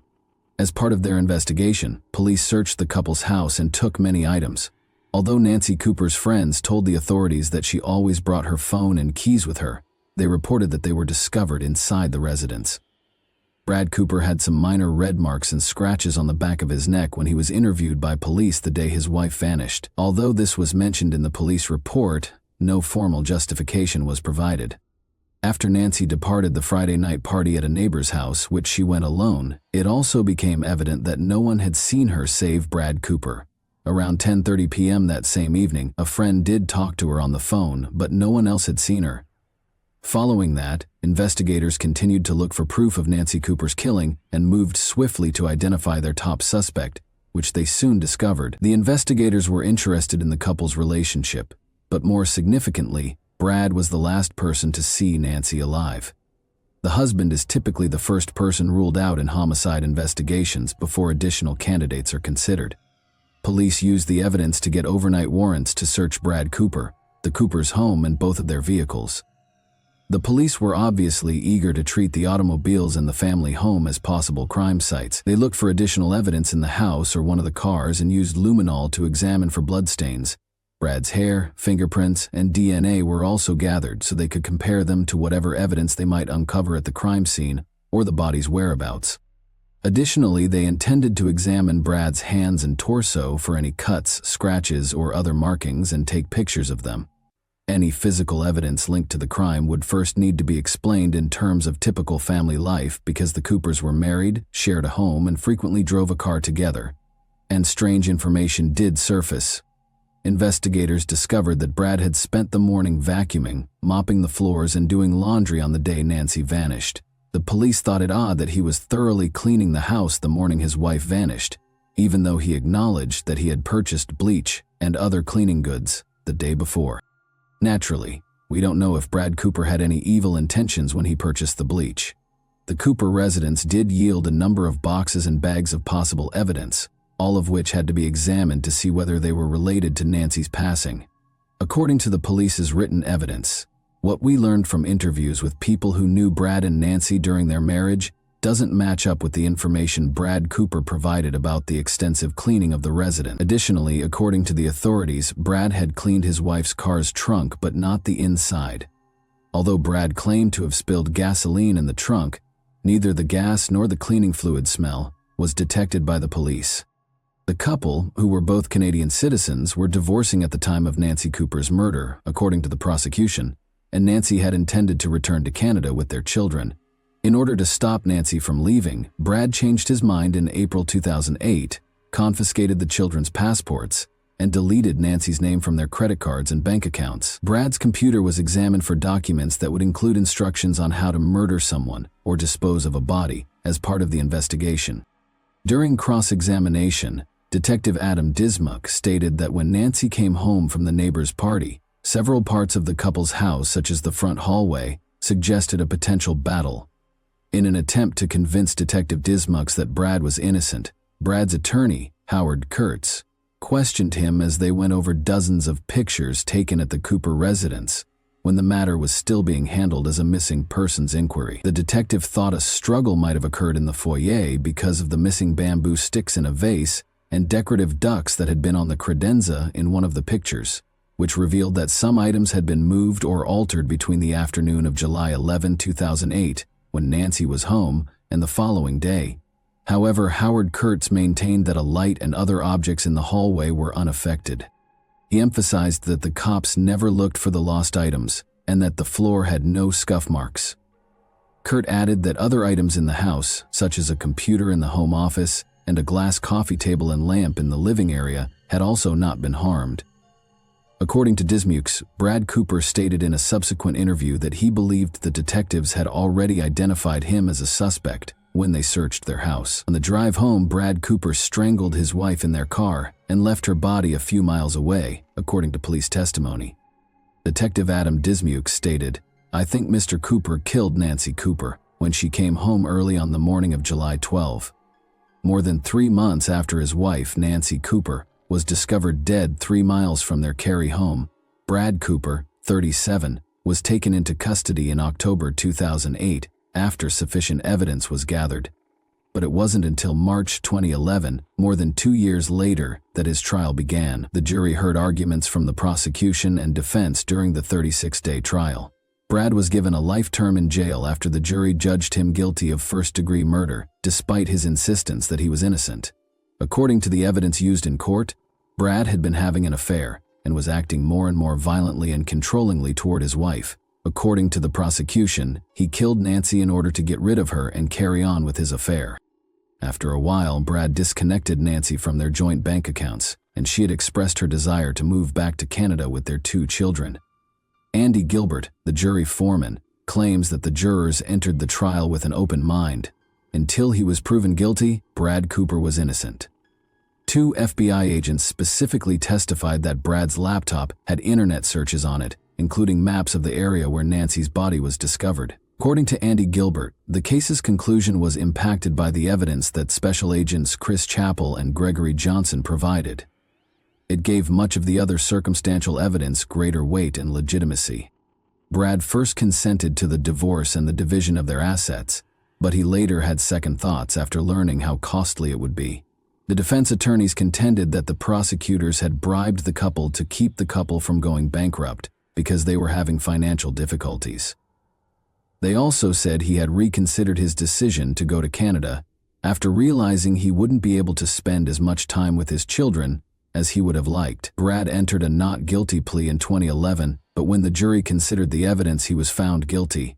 On May 5, the jury, which consisted of 2 males and 10 women, took almost 10 hours over 3 days to render a decision. After Wake County's longest non-death penalty murder trial, he was given a life sentence without the possibility of parole. Over the course of 36 days, nearly 100 witnesses gave testimony as prosecutors attempted to establish that Brad Cooper, who was fed up with his wife, planned and executed her murder in the early hours of July 12, 2008. Nancy's parents petitioned the court after the verdict.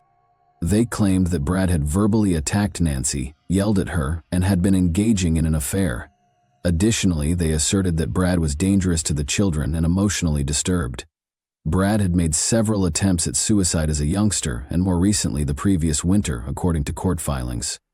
He filed an appeal in 2013 to have his conviction reversed, and a retrial was considered. He entered a guilty plea to second-degree murder while awaiting trial and was sentenced to 12 to 15 years in prison, including time already served. Brad, meanwhile, persisted in battling Nancy's family for custody of their 2 daughters. Nevertheless, his guilty plea resulted in the forfeiture of his rights, so granting custody to Nancy's twin sister. Since the jury was never given access to the evidence indicating Brad's laptop had been tampered with, defense attorneys think they have a good chance of appealing the conviction. Additionally, they said that the police only looked into their assumption that Brad was the murderer of Nancy, ignoring evidence that would have pointed to the real murderer or murderers. Theory: who is Brad Cooper then?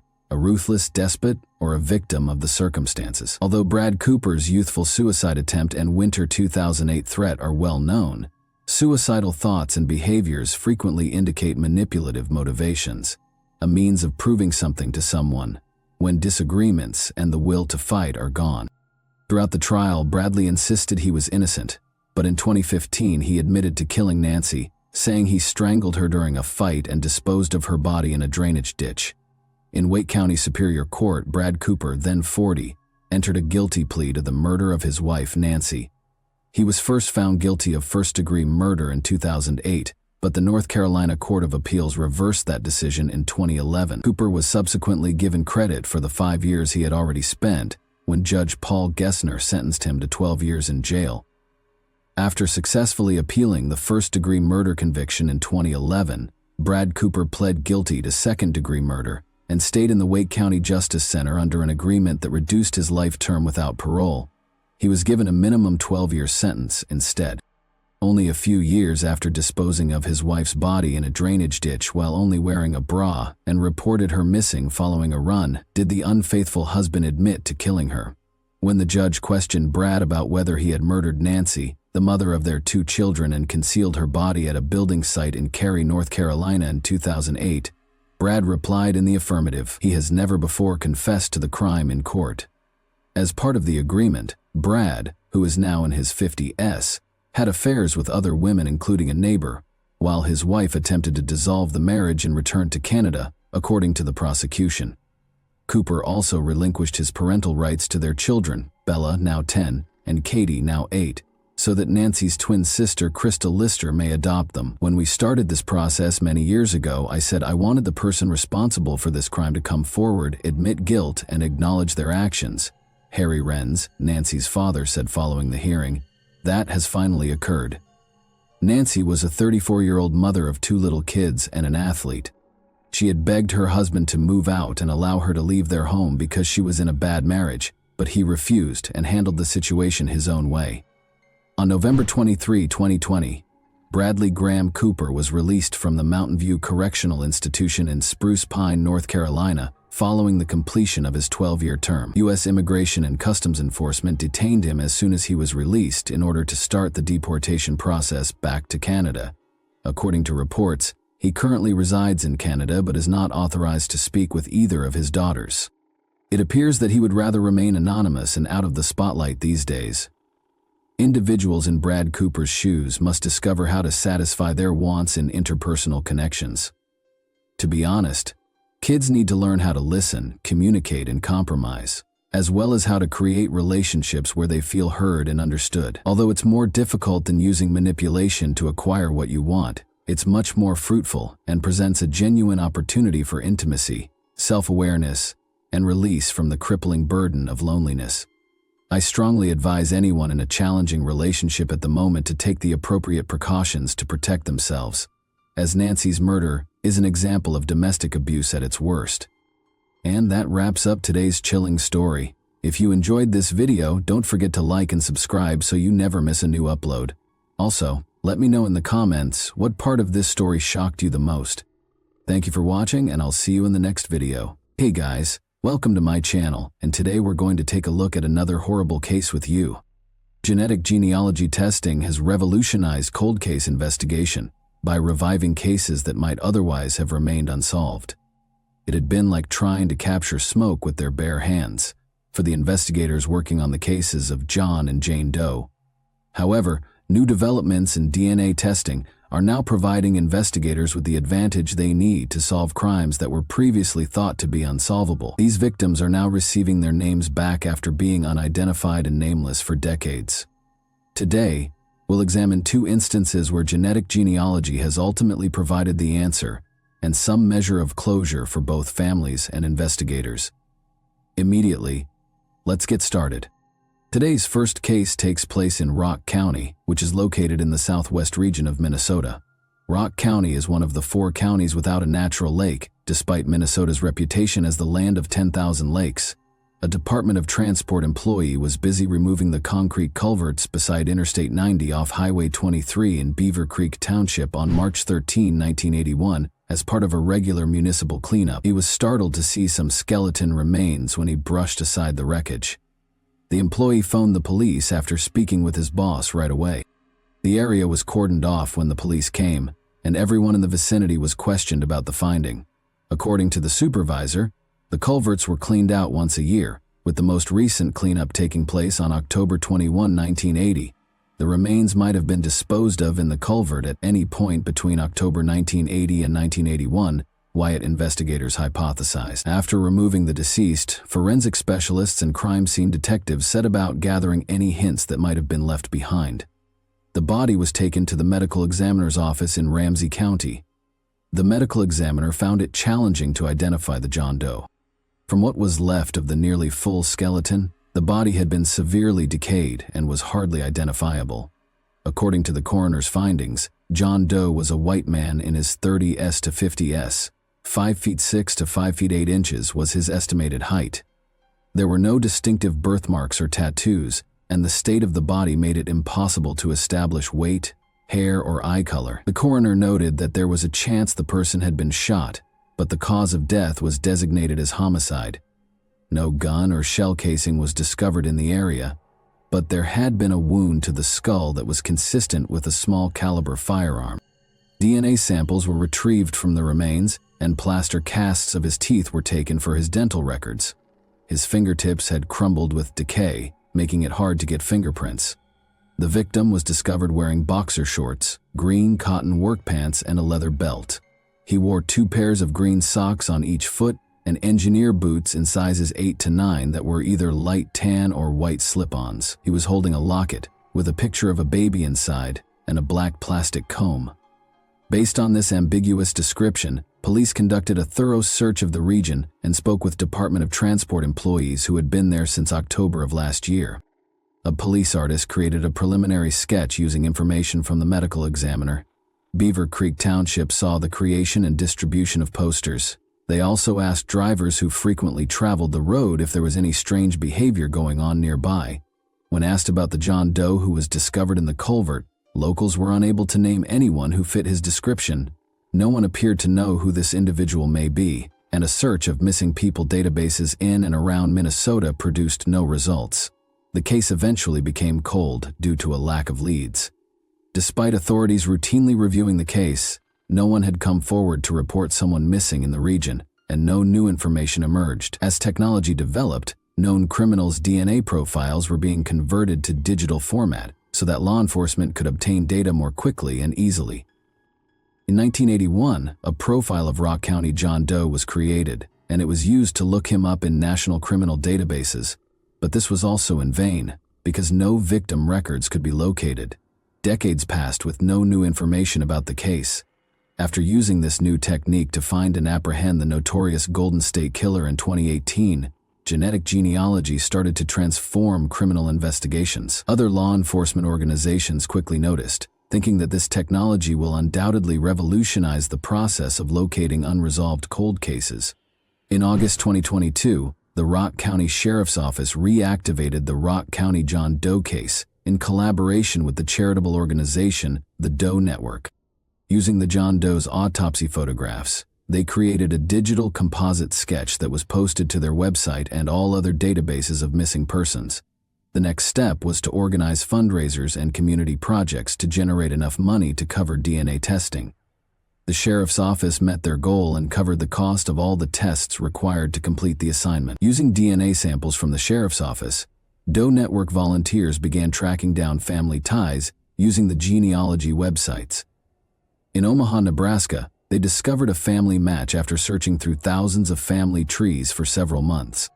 After that, the team contacted the woman, who stated that she was open to meeting with any relatives she knew who had either gone missing or lived in Rock County. In early November 2022, officials traveled to Omaha after reaching out to Rock County Sheriff's Office investigators and agents from the Minnesota Bureau of Criminal Apprehension. The Gatano family members and the woman who most closely matched John Doe's profile were met by Omaha investigators. The family members offered to get their DNA tested. Investigators found that 2 of the profiles most closely matched their John Doe profile on December 20, 2022. Together with her aunt and uncle, they brought the results back to Omaha and met with the woman who had submitted her profile to the genealogy website. Detectives learned during family interviews that the woman's aunt did in fact have a brother called Louis Anthony Gatano who vanished in 1971. They knew they had located their John Doe when they presented detectives with a photo of Louis. Since many of their relatives had passed away, the family was unable to share much about Louis's life. Sometime in 1946 would have been Louis's birthday. Investigators did learn from them that Louis had a history of robbing banks in the 1960s. In his hometown of Omaha, Louis was initially charged with robbing a bank, according to his family and press reports from the archives. At the age of 20, he was apprehended on January 25, 1966, while attempting to rob a First National City bank in New York for $96.40. Reports state that Louis shot the counter after being overwhelmed by the bank teller. In the altercation, he had hurt his hand. According to the report, Louis admitted to detectives that he had been hopeless and despondent and that he just wanted his life to end. Louis was accused of possessing weapons, felony assault, and attempted robbery. Family members have since heard from him occasionally, but since 1971 there has been no communication at all. Because of his tense connection with his family, he was not reported missing at the time. When they learned he had been slain 10 years after he had lost touch with his family, they were equally perplexed. Since Louis had gone missing, no one had ever stepped forward to search for him. Since investigators knew who John Doe was, they had already won half the battle. Evan Verbrugge, the sheriff for Rock County, described the occasion as bittersweet. Finally, Louis Gaetano's family has some answers, though it's not news anyone wants to hear. Even though there is still a lot to learn about Mr. Gaetano's passing, being able to identify him decades after his passing is a crucial new piece of information in this case. Despite the difficult task, he stated that the case will stay open for Brooks. We'll have a hard time finding out, but it's our responsibility to try and get answers, and it won't cost much.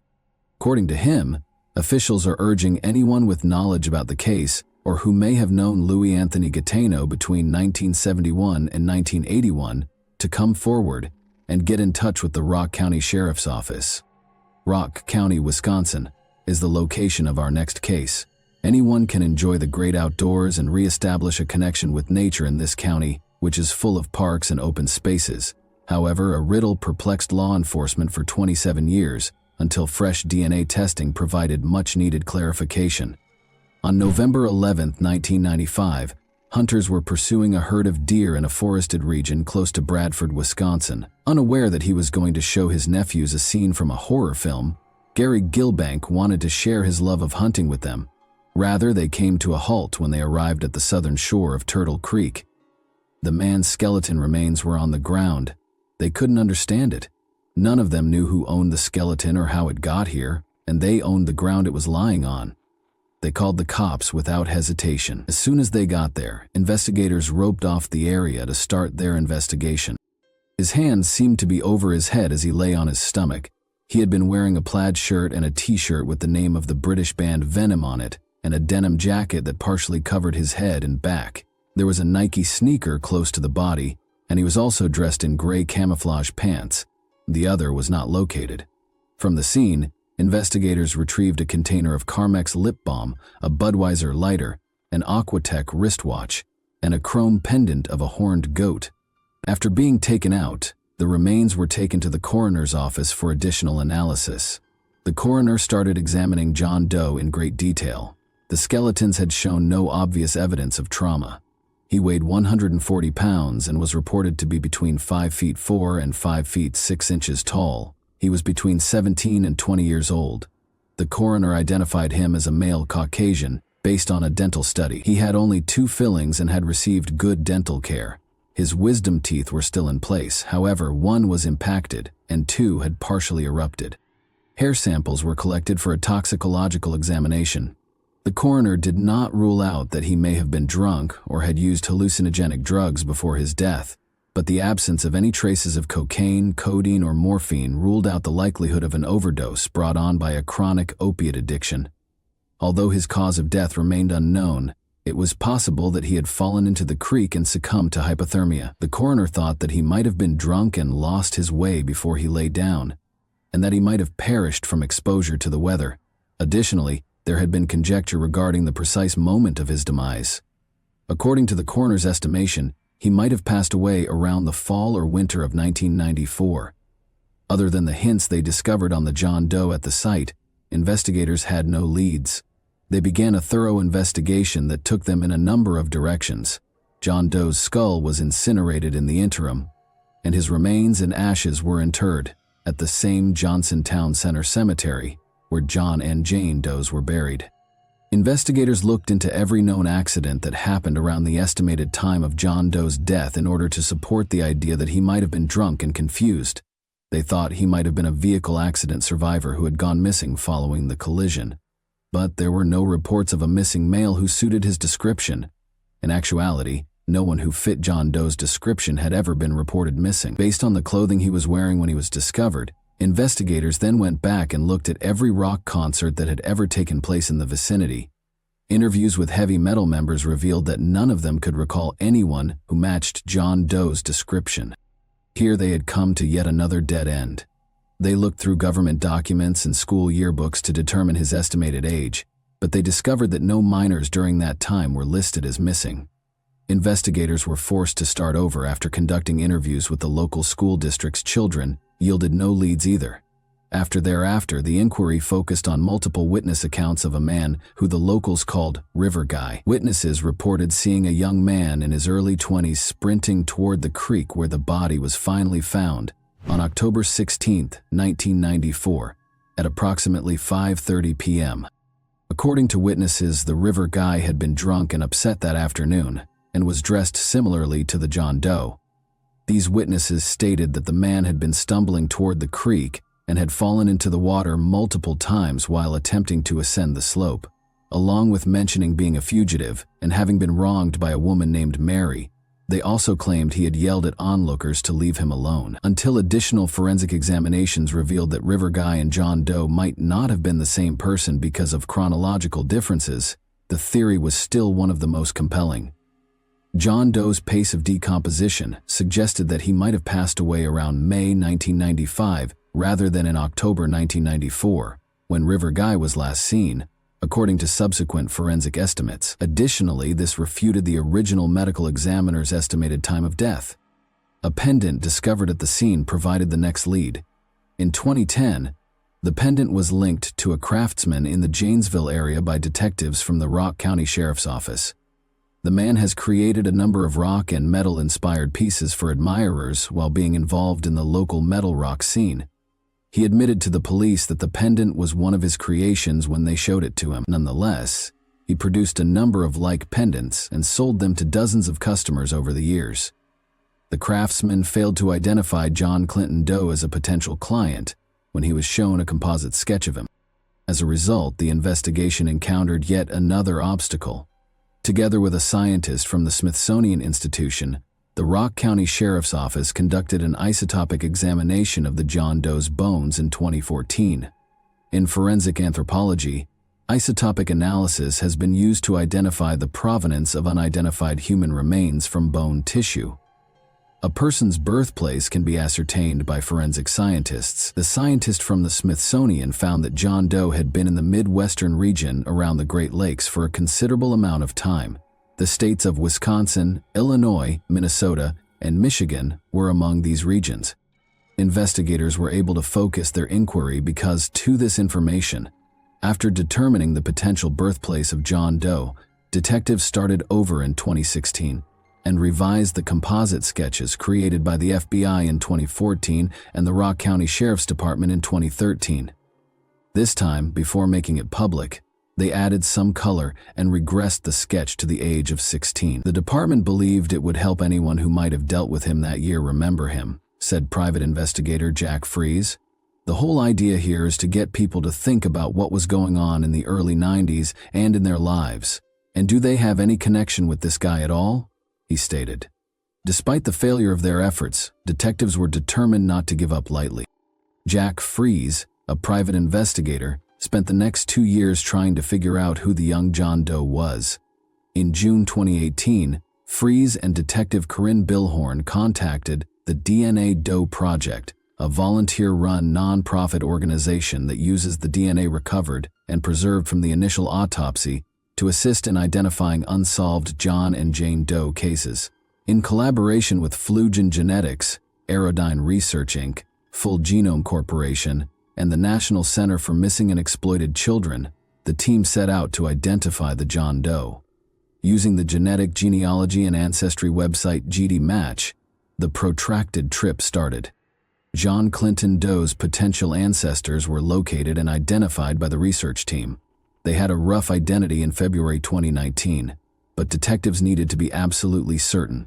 Investigators spent the following 3 years locating the John Doe family in collaboration with the University of North Texas. After speaking with the family members, they learned that 2 of the volunteers might be half-siblings to the John Doe, via their father. In late 2021, county officials requested and were granted a warrant to exhume the potential father's body. Following the extraction of DNA, testing resumed in earnest, and on June 14, 2020, John Clinton Doe's identity was eventually revealed. The body in the creek was identified as 20-year-old Carl Isaacs Jr., according to the Rock County Sheriff's Office. On April 30, 1974, Carl was born in Delavan, Wisconsin. He seems to have never fully recovered from the shock of his parents' divorce when he was quite young. In 1991, Carl had gone to an alternative high school for pupils from the Badger, Delavan, Darien, and Elkhorn areas. Carl had become addicted to drugs at the age of 17. Additionally, he had joined a gang of friends who planned a criminal spree that led to numerous burglaries and property destruction. He was given a 5-year prison sentence in March 1992 for breaking into and damaging golf carts at the Delbrook Golf Course in Delavan between April 1992 and the fall of 1993. Before landing at the Oak Hill Correctional Institute in Oregon, Wisconsin, Carl was transported to 3 different prisons. He had been discharged during that time to participate in a Madison halfway house drug rehab program. Under house imprisonment, he was also periodically permitted to visit his mother. Carl occasionally served as an informant for law enforcement and drug investigations. He had been on one of his home arrest visits in April 1995. On April 16, 1995, he had vanished out of thin air. He was never seen or heard from again. Carl's arrest warrant for a probation breach, which had been extended yearly until April 2018, was promptly signed by a county judge. The fact that no one had truly come forward to report Carl Isaacs missing at the time of his disappearance, according to investigator Jack Fries, made their inquiry more difficult. In this case, Mom and Dad were divorced. He was kind of living with his mom, although I don't think he stayed there very often. He was kind of on the streets, basically homeless. I don't think he had a friend, nobody at all, who would have missed him to the point where they tried to find him, according to him. Fries thought that Carl had a reason for leaving his home and violating the conditions of his probation. At the news conference on June 14, 2022, Rock County Sheriff Troy Knutson revealed Carl Isaacs Jr.'s identity, calling it both a tragic event and the answer to a long-standing riddle. Knutson refused to respond to inquiries about why his family never reported him missing or any other information. I'm kind of sad to have to get together and discuss the untimely death of a young individual in our community, but I'm glad to finally be able to bring a little bit of resolution to the individual's identity. However, he did say that the family had been anticipating the news since the DNA matches were found and the investigation was conducted. Rather, he emphasized to everyone that the case was still pending. We're really looking to flesh out exactly who he was and how he found himself in that particular location. That's where we're looking to the community to help provide some of those details for us, he stated. Knutson went on to say that although the inquiry took a long time, the identification was made possible by technological developments. He gave Jack Fries, a former employee of the Rock County Coroner's Office, praise and gratitude for his voluntary assistance on the case. Additionally, he expressed gratitude to the DNA Doe Project, which gave investigators the breakthrough they needed to identify Carl Isaacs. Nick Gilbank, the person who found Carl's body in the creek, can still clearly recall that moment. He still has some unanswered questions, but he is relieved that there is some closure and that he knows who John Doe is. I walked over to see what I was looking at, and there, next to a garbage bag of his belongings, was a clothed skeleton. I remember kneeling down and picking up the shirt, and there was a skull, completely decomposed. I guess I'm glad they finally identified the remains, he stated. And that wraps up today's chilling story. If you enjoyed this video, don't forget to like and subscribe so you never miss a new upload. Also, let me know in the comments what part of this story shocked you the most. Thank you for watching, and I'll see you in the next video. Hey guys, today we're diving into another truly horrifying case. If you want to support my channel, make sure to subscribe and stay active. It really helps me out. I'd be super grateful for that. Let's get started. Who planned a massacre in a sleepy community? In a small, peaceful town where everyone knows one another, almost any crime becomes a high-profile event that will be talked about for a long time. However, if it is a vicious crime against an entire family, which has never happened in these areas before, it becomes a topic of much discussion. Such tales then swiftly give rise to a variety of hearsay, conjecture, and fictitious graphic details before becoming true, urban legend. The terrible news of a family's murder rocked the little Australian town of Kapunda, which has a population of approximately 3,000 and is situated on the Light River, close to the Barossa Valley in South Australia, in the fall of 2010.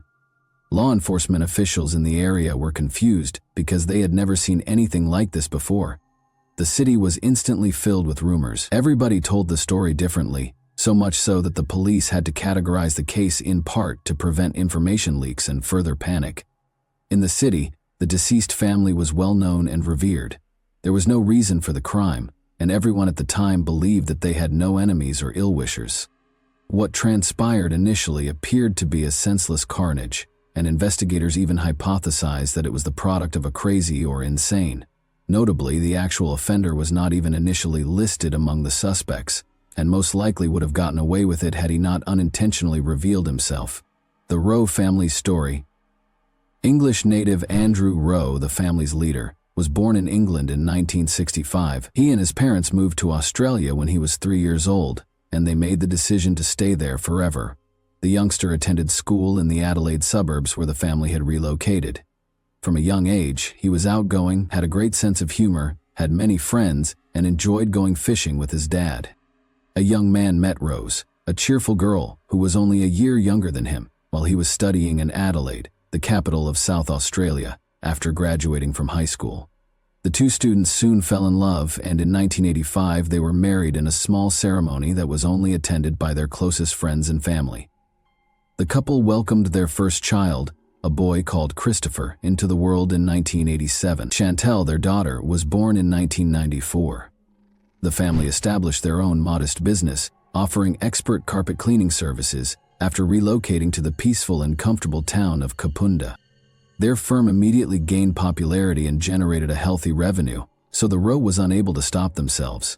In an effort to become self-sufficient and financially independent, the kids started working part-time in high school after excelling academically at one of the nearby schools. While the youngest daughter painted, went to a dance studio, and played basketball for the school, the oldest boy had a passion for music and practiced playing the guitar. It was said that Chantel was a really good-hearted, understanding girl who was always willing to help anyone in need. Her brother chose to link his destiny with computer technology and programming, whereas she aspired to earn a law degree and practice law. Their family was generally amiable, solid, and content, and the kids had a tight relationship with their parents. Christopher, then 23 years old, left his parents' house in the summer of 2010 to live with his fiancée in the same city, a few blocks from his family. Chantel also started working part-time as a server at a roadside cafe in late September of the same year. Her father or brother drove her to work because it was inconvenient for her to get there. The girl, who was already 16, aspired to obtain her driver's license as quickly as possible in order to operate a motor vehicle. Unfortunately, these dreams were not meant to be realized. Young people organized a wedding shortly after Christopher and his girlfriend returned from their November 4, 2010 holiday in Brisbane. However, the young man grew quite worried on the 8th after failing to get in touch with any of his relatives. Chris sensed that something horrible had happened when he contacted his father's office and found out that he had not answered the phone and had not gone to work for an unclear reason. He then called his friend and requested him to come over to check on him. The A were brutally massacred. On November 8th, at approximately 3 in the afternoon, a patrol car arrived at the Rowe family residence. It is important to note that the little town police station only had 2 employees at the time, and they promptly asked the administrative center for assistance after realizing they were dealing with a vicious triple crime. Even the seasoned cops from Adelaide claimed they had never seen anything like the crime scene since it was so horrifying. The interior of the house resembled a horror film set. The floor, walls, furniture, drapes, and even the ceiling were all covered in blood. While Chantel's ripped body lay on the bed in her room, the breathless and severely damaged bodies of Rose, 44, and Andrew, 45, lay in the kitchen. Long before police and paramedics arrived, all family members had passed away from scores of piercing stab wounds. Since nothing was missing from the house, nothing was inspected, and valuables like phones, laptops, pricey cameras, and even cash were found in conspicuous locations. Suspicions that the crime was personal almost quickly surfaced. Because dealing with 3 adults is difficult, it was also implied that the murderer was not alone. The detectives concluded that the culprit had tried to conceal the evidence but had given up and abandoned the notion because it was either a tall, strong, and physically fit man, or because they saw that the tracks had been carelessly cleaned and wiped in some areas. Additionally, there were bloody, transparent shoe tracks on the floor that appeared to be going to the door but abruptly broke off, possibly indicating that the offender had removed his shoes and was only wearing socks. The fact that there were no indications of forced entry is another intriguing aspect. This may suggest that the offender entered the house through a different method, or that the victims knew him and escorted him inside. No one could even speculate as to who or why the parents and daughter had been so ruthlessly killed, and the family was said to have no enemies or ill-wishers. The slain girl's room had a number of distinct fingerprints on the door, but nothing came up when they were compared to the police database. The individual who abandoned them had never before been discovered by law enforcement. He either did not break any laws or was not prosecuted. In addition to being gated off from inquisitive eyes and the press representatives who showed up almost immediately, the residence was sealed off as a crime scene. In order to avoid frightening the offender and allowing him to hide or flee, it was decided not to reveal any information or publicize the investigation. Still, the city was soon filled with stories about the madman. People secured their homes with all the locks and bolts because they were scared to leave their homes at night. As crazy as it may sound, Christopher, the only surviving member of the family, was the first suspect. He was on vacation with his fiancée at Moreton Bay on the Pacific coast of Queensland when the tragedy occurred. When he found out that his loved ones were not in contact, he was the first to raise the alarm and boarded the first aircraft home. However, his fingerprints and alibi were examined first. But since he was actually on the opposite side of the continent when the crime was committed, he was automatically disqualified as a suspect. It was interesting to see that the young girl who committed the massacre changed into fresh clothing and rested on the bed after the massacre. In addition, there were bloody drag marks close to the bed, suggesting that Chantel may have attempted to hide beneath the bed to evade her executioner, but he dragged her away. Furthermore, it was quickly established by forensic specialists that she had suffered maltreatment before to her demise. As was previously mentioned, it appeared that the crime was highly personal, and the offender obviously had resentment toward the victims, which is why the cruelty was so irrational. The family's head was stabbed 36 times, and his wife was stabbed 50 times across her body. Based on the traces, she was attacked twice, but she survived the first one and even attempted to telephone for assistance. Forensic experts found 33 stab wounds on the girl's body. She was also mistreated. Immediately, the authorities started investigating whether the deceased had obsessive admirers, was in a relationship, or was dating someone. It quickly came to light that the girl had been seeing a man called Dylan, who attended the same school as her, for around a year. In addition to being 16 years old, the police questioned if the young man could have perpetrated such a heinous act. However, they needed to speak with him, investigate his alibi, and find out who he thought might have intended to hurt his fiancée and her family. Dylan voluntarily gave the cops his full cooperation and told them everything he knew. He said that he had a great relationship with Chantel. As soon as they reached adulthood, they planned to marry since they were in love. He was shocked to learn of his darling girl's passing and was unsure of how to continue living.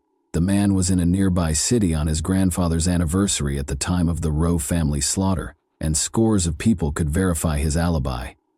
Additionally, the young man is no longer considered a suspect. In their search for witnesses and evidence, the police discovered the criminal's fingerprints and seminal fluid on the body of the deceased Chantel, from which they were able to extract DNA. However, neither of these items was listed in the police database. Notably, the murderer took carving knives from a stand in their own kitchen and used them to slaughter the family. This can suggest that the crime was unplanned and that it happened on its own. The murderer took the murder weapons with him when he departed because they were not discovered at the site. The victims were killed between midnight and 2 in the morning, according to experts. According to one of Rose's neighbors, he heard Rose call for assistance twice at around 1 in the morning. After that, there was a thud, as though something big had fallen, and then all was quiet.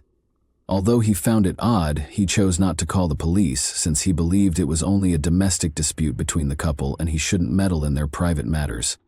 That evening, no outsiders were spotted close to their home, Instead, police officers were meticulously searching the neighborhood for signs of criminal activity or evidence.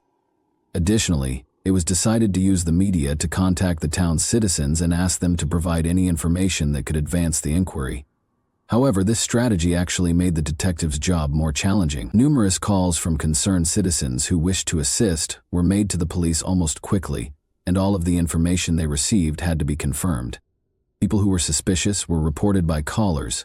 Cars attempted to link the events involving a group of bikers and drug traffickers, including reporting dubious posts on social media that were discovered in local citizens' profiles.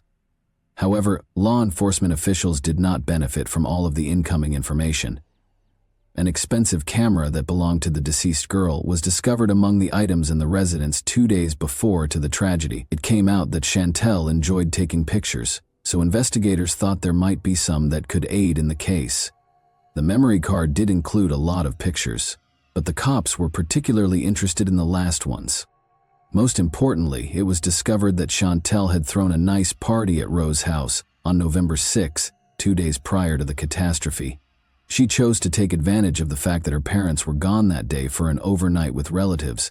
However, it should be mentioned that it was a respectable and calm gathering where people sat over watching movies and cooked food on the BBQ, rather than some sort of party with alcohol or worse. There were only 8 people in the house that night, since Chantel had only invited her boyfriend and 3 of her closest friends, along with their other halves.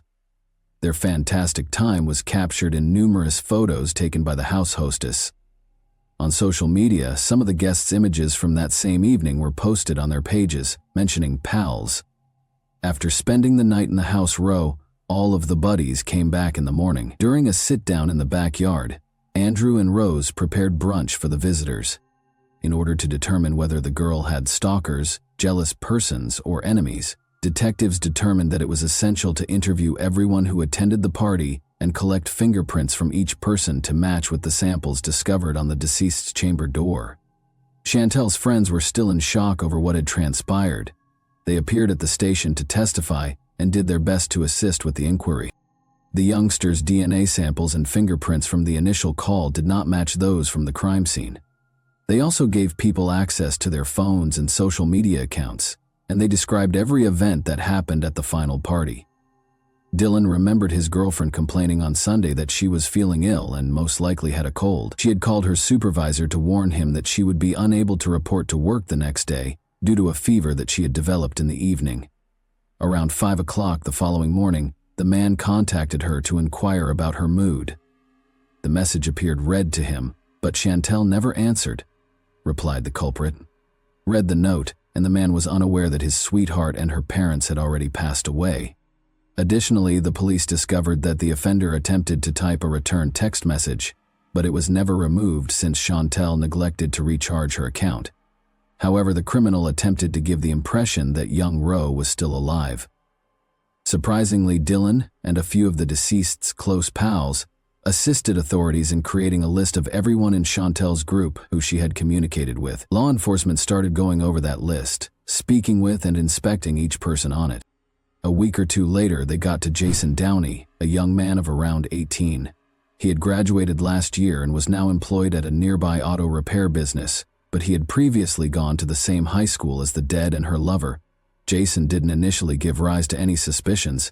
He appeared utterly innocent, was of medium height, and was really thin.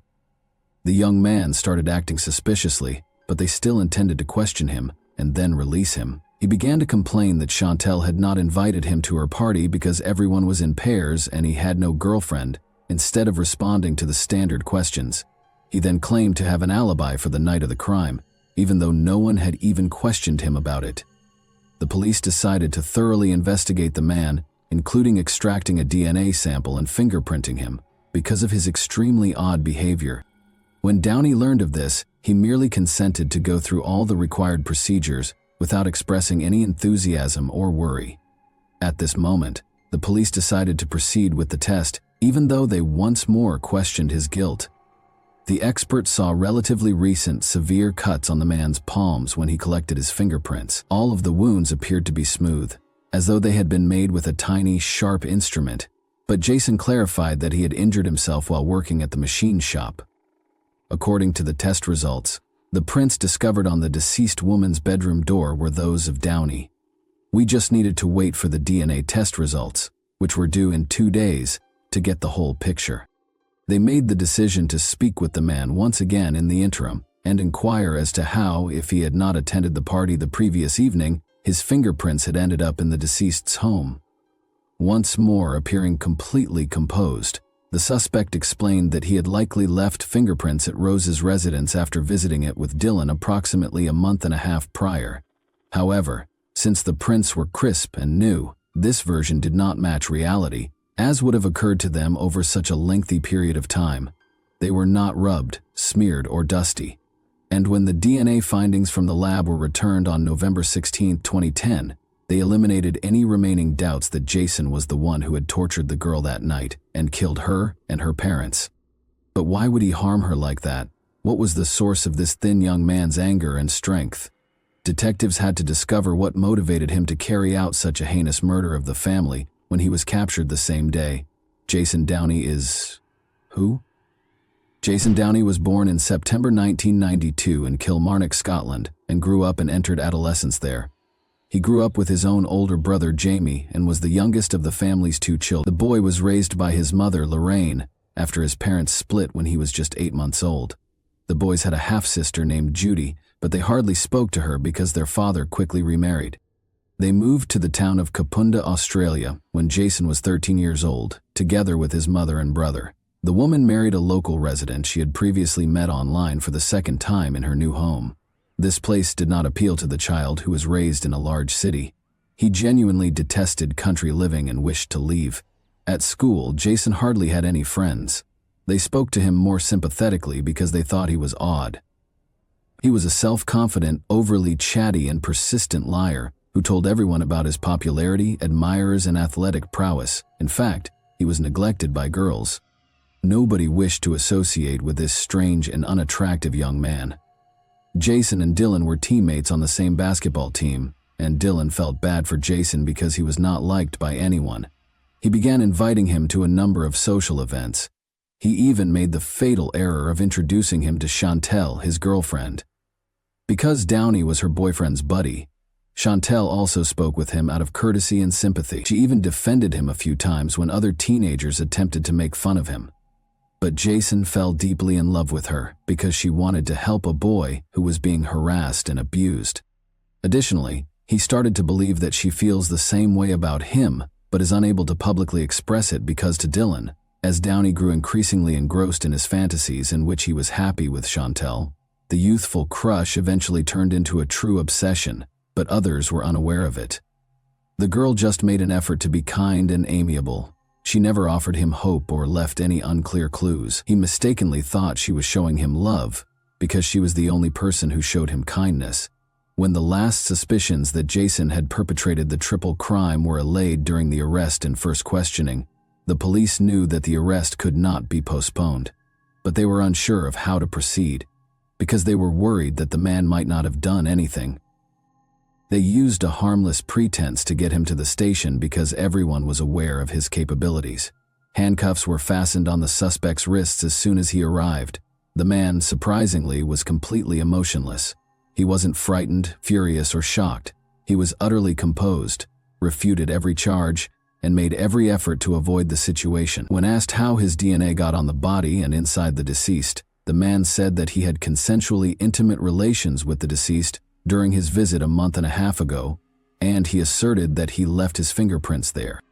A fact this isn't possible, because seminal fluid couldn't have stayed on the body, inside or out, for so long. Regarding the suspect's alibi, he claimed that he went to sleep in the car after arguing with his mother and stepfather in the evening. Although the parents attested to the argument, nobody was aware of Jason's whereabouts after it. Additionally, the police discovered that he had called Dylan in the evening of November 7 to inform him that Chantel was ill and would be staying at home on Monday. He apparently made the decision to visit Rose's house as a result of this chat. At about the same time, authorities discovered a pair of shoes with bloodstains on them that had been left in an abandoned location. The marks at the crime scene matched those of the only prints. The chronology of events was reconstructed using the shoes, which included Downey's own perspiration and blood traces from all 3 victims. Jason made the decision to confess to the murder and consent to participate with the inquiry in order to avoid the harshest punishment, after realizing that there was too much evidence against him and that it would be pointless to defend himself. Nevertheless, he made every effort to downplay his guilt. There were no knives in the location where he threw the criminal instruments, despite his promise to display them. That night, the guy was probably just lying. After a heated argument with his mother and stepfather, he went home with the intention of spending the night in the car. But after speaking with Dylan on the phone, Jason developed an obsession with seeing Chantel. As he had done so many times before, his initial idea was to simply drive up to her house and gaze vacantly through the windows. But inside, it was black. The man then drove the car to the end of the street, walked back, and entered the house covertly through a small bathroom window that the owners had left open since he was extremely skinny. He did it easily. For around 30 minutes, he sat in the restroom, listening to the noises to confirm that everyone had gone to bed. After that, the suspect went to Chantel's bedroom as well. He claimed to have told her that he loved her, but he was unable to explain why he had brought the knife from the kitchen with him. According to the police, Jason had originally intended to threaten the object of his passion with a knife in order to abuse her, but she naturally resisted. He injured her multiple times, and the victim attempted to hide beneath the bed from her tormentor. The culprit jumped out in front of her parents, who were awakened by the commotion, but had no time to reach their daughter's chamber. The sight of blood literally infuriated the man. Before knocking Rose to the ground and stabbing her a dozen times till she passed out, he attacked Andrew and swiftly stabbed him in the neck and chest. After that, Downey went back to Chantel's room, dragged her out from under the bed, exploited her, and then used the knife to kill her in cold blood. Why? He never gave an explanation for why he changed his victim into clean clothes, but the criminal came up to her and killed her with a second knife, which he took from the same stand after slaughtering the family. The amazingly resilient woman made it to the back door and even made 2 attempts to call for assistance. Due to the excessive amount of blood, the man initially tried to clean the house but soon gave up. He removed his bloodied shoes and walked out of the scene wearing only his socks after realizing he had created a mess. He carried the knives with him and threw them away so they would never be discovered. Sentencing and trial. Only in the fall of 2011, about a year after Jason's crime, did his trial start. The man remained completely composed throughout the trial, showing no emotion, although he kept changing his testimony. He repeatedly stated that he loved Chantel and didn't want to harm her, while claiming to be in shock and to have no memory of killing the Rowe family. Notably, he carried the victim's pendant with him after the massacre, and the chain from the pendant was discovered in his car's glove box. The pendant was later discovered in his room during a search. He repeated during the trial that he didn't have a date, so Chantel didn't ask him to a party she had hosted at her house the previous evening. He was reportedly furious that he had been disregarded, and pointed out that if Chantel had called, the tragedy might not have occurred. The defendant then gave a fully objective statement during his testimony, telling his brother over the phone that he had entered a guilty plea in order to escape receiving a life sentence. In other words, Jason desired a shorter punishment and had no remorse at all, but he was able to get what he wanted. Downey was convicted of 3 crimes on April 19, 2012. At the time of the punishment announcement, every muscle in his face trembled. He was given a life sentence with the prospect of parole after 35 years. He maintained his composure and objectivity as though it were about someone else and not him. He could have been released after 45 years if he hadn't entered a guilty plea. Although he pointed out that no court could ease his suffering or revive his family, Christopher Rowe thought the sentence was fair. He created tattoos with the names of his sister and parents in remembrance of them. Thanks for watching, everyone. Your support means a lot to me, and you can help my channel grow by hitting that like button, dropping a comment, and sharing this video. Your engagement really makes a difference. See you soon. Hey guys, welcome to my channel, and today we're going to take a look at another horrible case with you. Is it feasible to live a twin's life while stealing their identity? When twins appear together, people are generally always quite interested in them. It should come as no surprise that they have also always been the focus of close examination for scientific studies. From biology to psychology, such research is thought to be essential for understanding the genetics of their behavior. Even though they live far away, Many twins say they can sense their sibling or sister's emotional state, and occasionally even their physical suffering. They have a unique bond that sometimes even causes them to repeat each other's fate. Since identical twins are produced when a single fertilized egg divides, they are identical. In addition to their striking physical similarities, their fingerprints are strikingly similar in terms of pattern type and line count, albeit the finer details are obviously different. Though it took place in real life, the story of Sunny and Gina Hahn, twin sisters, reads like the plot of a thriller or even a horror film. After being split up in their early years and then reunited, the girls experienced a peculiar emotion that turned into jealousy and a never-ending rivalry in everything. Every girl thought her sister was luckier and more successful than she was, and their relentless pursuit of perfection at all costs led to a true tragedy. On April 3, 1974, sisters Sunny and Gina Hahn were born into a modest household in a South Korean province. Sunny and Gina were the names given to the twin daughters. The couple's modest, if not impoverished lifestyle was severely impacted by the way their two children looked. The parents chose to divorce when the daughters were under 2 years old because they were continuously scandalized. In this instance, the children only shared during the divorce proceedings. The mother stayed in her home province with Sunny, while the father took Gina to a nearby city. The sisters did not see each other throughout the nearly 4 years that the ex-spouses did not speak, but when Mr. Hahn found a woman in 1980, she made the decision to be married and start a family. But Gina was detested by his new partner. Almost once, by forcing the man to give the child back to his mother, the lady tensely posed the question and only agreed to marry him in this situation. He took the girl to his ex-wife in the fall of that year and simply left her there without providing an explanation or even taking note of the circumstances in the home. After that, he departed and never again showed concern for his children's welfare or provided them with financial support. By that time, the daughter's mother was severely struggling with alcoholism, had no steady employment, and was addicted to gambling, which led to her accruing enormous debt. For days at a time, the lady might be gone from home, leaving her girls alone with a bag of inexpensive convenience foods or perhaps no food at all. They appeared to have no one else in the world but one another, and they were both hungry and terrified. Still, the sisters' relationship was falling apart quickly. They started fighting over everything and were always vying for their mother's attention. Their arguments frequently resulted in violent altercations that left them with abrasions, bruises, and ripped hair.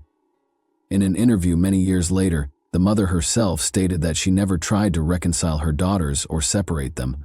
She did not step in to stop the clashes between siblings because they were usual in Korea.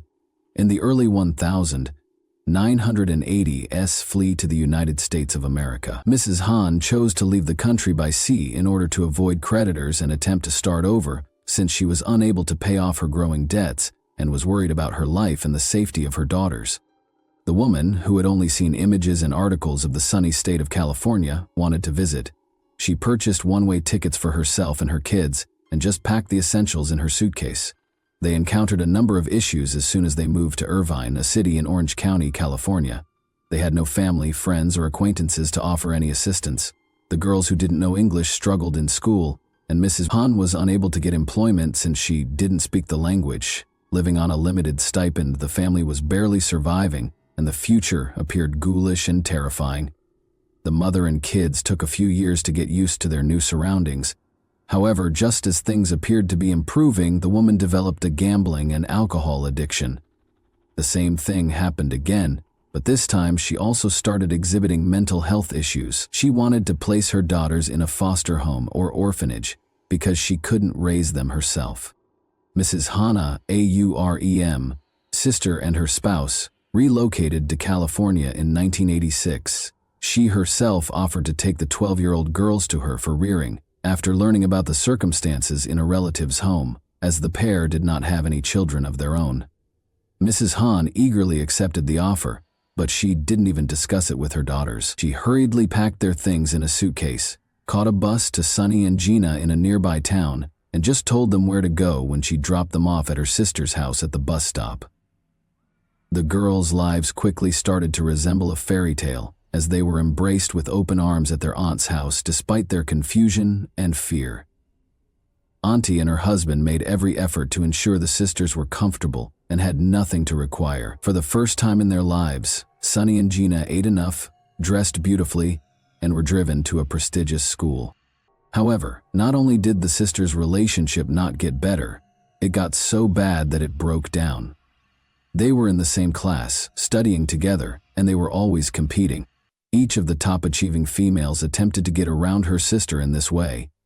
In an effort to outperform their sister, they participated in athletics as well. Shared pals liked boys and vied for the attention of guardians and teachers. The sisters appeared to be very inspired and motivated by this rivalry, which pushed them to excel in all they did, rank first in their school, excel in athletics, pay close attention to their appearance, and set a good example for others. Love was the single thing that never occurred between them. The second sister didn't want to lag behind and give in because they all believed she received the best treatment. It should be mentioned that Sunny found it simpler to establish friendships or connections with boys because she was more outgoing, gregarious, and talkative.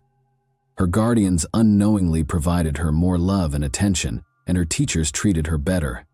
However, Gina appeared to be motivated by hatred and rage. From the army to the alcoholic to the gambler, she would make a special effort to beat her sister and show everyone that she was superior. The sisters' paths took different turns after high school. Gina signed a 4-year contract to join the U.S. Air Force after deciding she could fulfill her potential as a soldier. The girl was physically fit and hardy, but she quickly came to the conclusion that she did not enjoy being in the military. Strict order and discipline prevailed here. The soldier did not truly belong to himself, and orders were not debated. She tried to breach the contract for the first time after a year, but was unsuccessful. Another 6 months later, she pretended that she had to care for her father because he was gravely ill. Naturally, she was unable to obtain the medical certificate that the management required as proof. Gina was really suffocating without any personal freedom. After another 6 months or so went by, in Bexar County, Texas, at Lackland Air Force Base, her unit was moved. Enlisted members of the U.S. Air Force and Space Force can only get basic military training there. Furthermore, Lackland is most famous for being the sole place where the U.S. Air Force conducts military training. Although many individuals aspire to visit this base, Han felt that it was a true jail. Gina didn't want to wait for her contract to end for another 2 years. Thus, she chose to cheat once more. She approached a senior official and told him about her nonconformist views. Note that it was 1994, and at that time, a scandalous comment like that was a valid grounds to end the contract right away. After being released from her responsibilities, Gina went back to California and made her home in the Los Angeles suburbs. The attractive 20-year-old lady soon secured a position at a well-known casino, earning roughly $20,000, 0 cents annually. Even at the time, the amount was modest, but tips occasionally far outstripped her daily income. Gina's life appeared to be improving for a while. She had her own car, although a second-hand one, rented a residence in a nice neighborhood, made a solid living, and could afford to buy clothing and cosmetics from high-end stores. However, that was short-lived. She quickly developed an addiction to hot beverages and started using them virtually every day. It wasn't as bad as that, though. After working a shift one day, Han decided to try her luck and sat down at a slot machine after picking up her paycheck and collecting a respectable tip. She lost everything she had made in a matter of hours. However, she woke up with a genuine, excruciating excitement rather than remorse. Every day once her work ended, she hoped to win back and hit the lottery. She sat at the machines where she lost all the money and drank. She initially only bet her salary and tips, but she soon started taking out loans from friends and co-workers, which led to her debt. Gina was unaware that she was following in her mother's footsteps, who also struggled with gambling and alcohol, and as a result, the woman once fled her own country to America while carrying 2 children. Gina became more addicted. She soon stopped lending money as she just didn't repay them, and she started doing common thievery. She took money from her co-worker's purse for the first time, but after realizing the loss, the co-worker felt terrible for Han and chose not to call the police.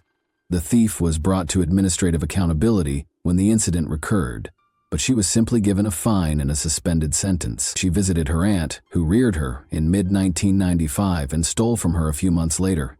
For the first time, Gina was given a real sentence after being found guilty of stealing. She was sentenced to 3 months in prison, but she was released early after less than a month. She was seen by the police a few more times for drunken revelry after that, but she was only in prison for a few days. Sunny, a successful twin, attended a renowned university after graduating from high school. She pursued a scholarship to study law, made many wealthy and accomplished acquaintances, moved around in high society, and led that painfully ideal life that many often boast about on social media. She rented a large apartment in a high-end apartment building in a posh neighborhood, complete with a gym and swimming pool.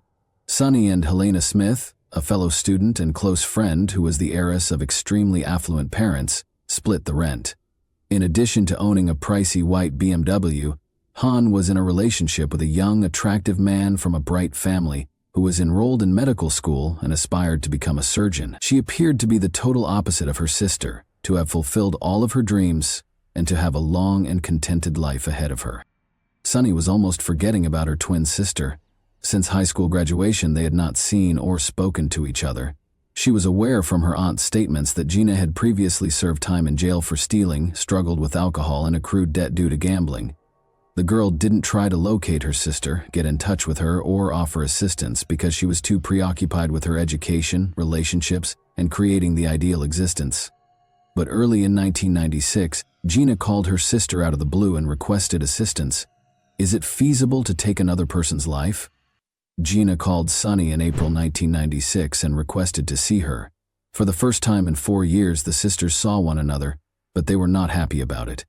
Because it appeared as though they were seated in front of a mirror, the folks in the cafe across from them had their eyes fixed on them. Gina told her sister that she was having a lot of problems and was unsure of what to do.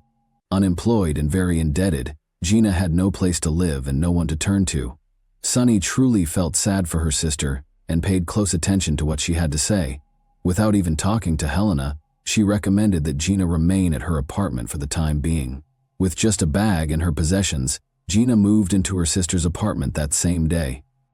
Gina had heard that Sunny wasn't impoverished, of course, but she hadn't anticipated seeing such an opulent and comfortable apartment in a nice neighborhood with all the amenities one could want. Gina, of course, did not pay for the apartment and lived at her sister's cost for almost a month. Envy and loathing consumed her more and more each day. She was always wondering what might have happened in her life. In what way was her sister superior to her now? Gina had an apparently insane idea. After all, she and Sunny had the same appearance, and only her mother and aunt had ever been able to tell them apart.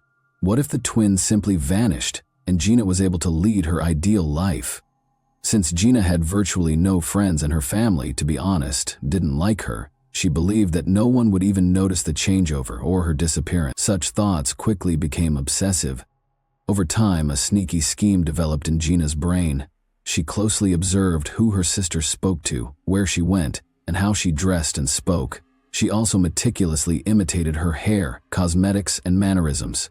In an effort to get to know her sister's friends better and keep them from noticing the changeover, Gina made every effort to interact with them. The sisters continued to argue and struggled to find common ground. Sunny's constant threats to evict her sister were the primary point of contention, but she simply gave up and bottled up her resentment since she had nowhere else to go. After yet another scandal, on August 18, 1996, Gina had been drinking when she walked through the apartment, took all the money she could find, and went to the casino, while her sister and a neighbor went somewhere else. The property was in disarray, and the money was gone when Sunny and Helena got home. They could no longer stand Gina's pranks and went to the police as soon as they understood what had transpired. That same evening, the girl was taken into custody in the casino. She was convicted and sentenced to 6 months in prison. However, after 2 months, the terms of her incarceration were loosened, allowing her to go for work 6 hours a day, but having to return to the prison at night.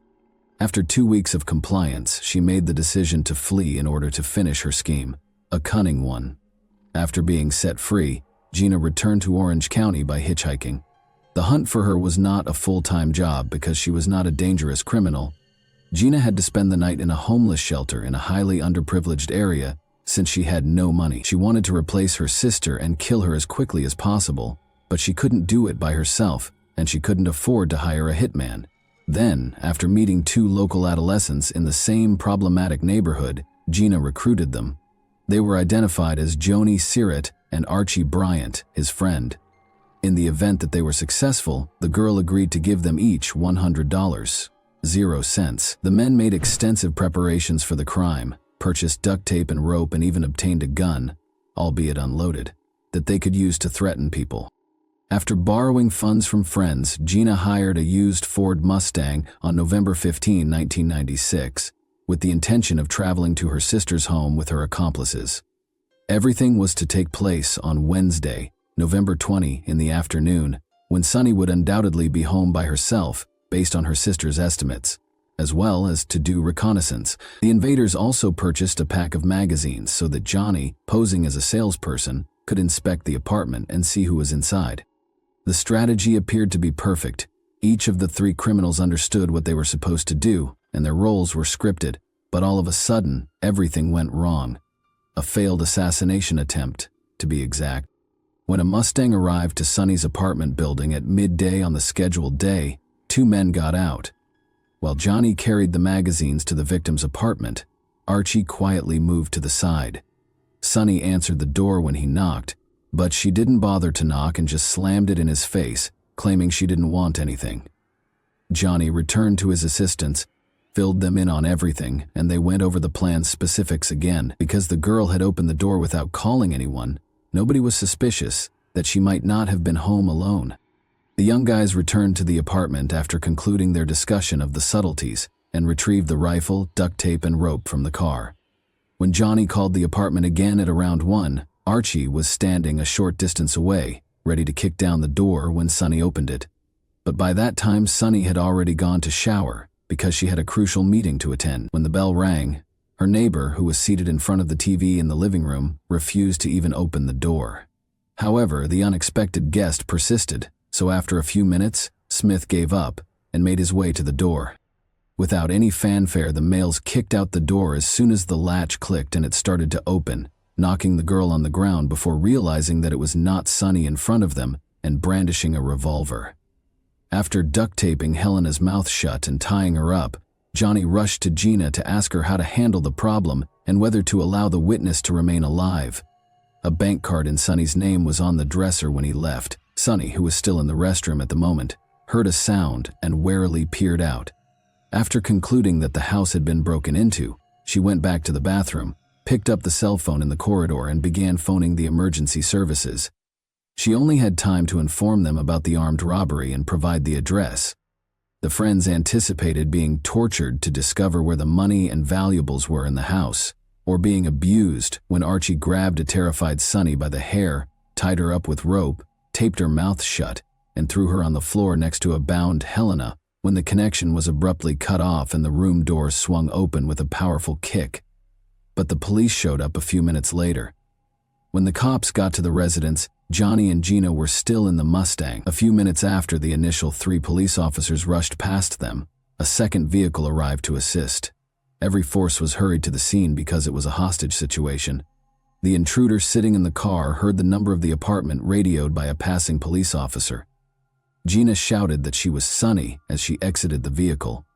Law enforcement officer Han glanced at her, but he couldn't make out what that meant. He requested that she rush to the location, where his colleagues had already disarmed the assailant and freed the hostages. The policeman was astonished and confused when he walked into the flat. The same girl he had just rushed past on the street was sitting in front of him, weeping and terrified.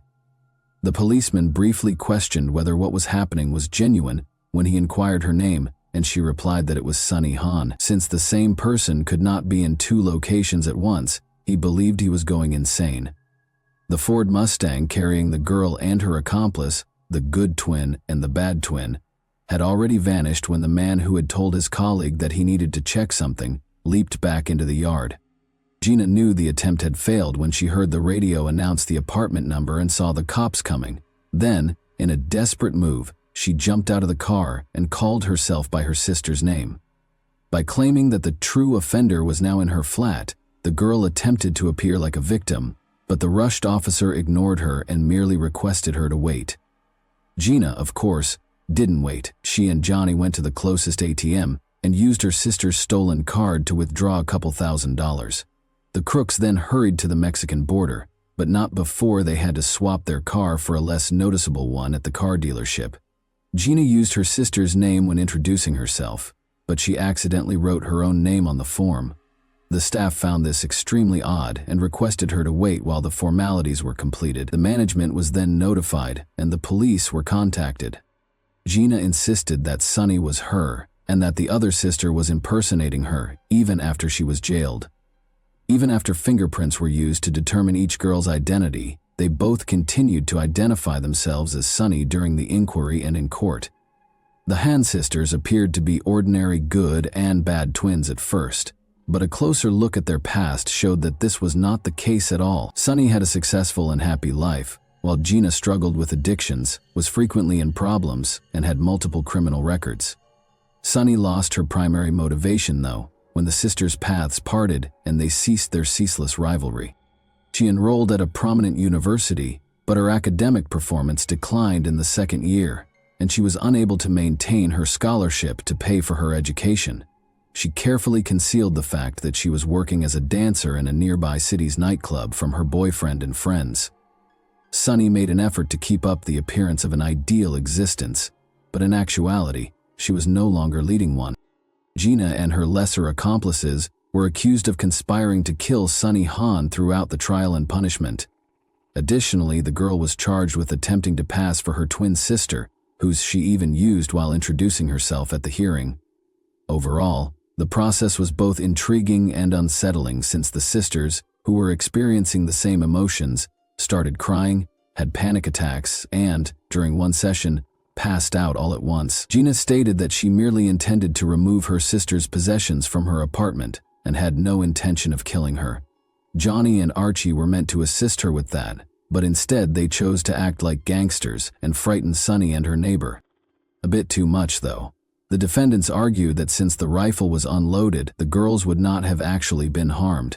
A year after the attempted murder, on November 20, 1997, the court rendered its decision.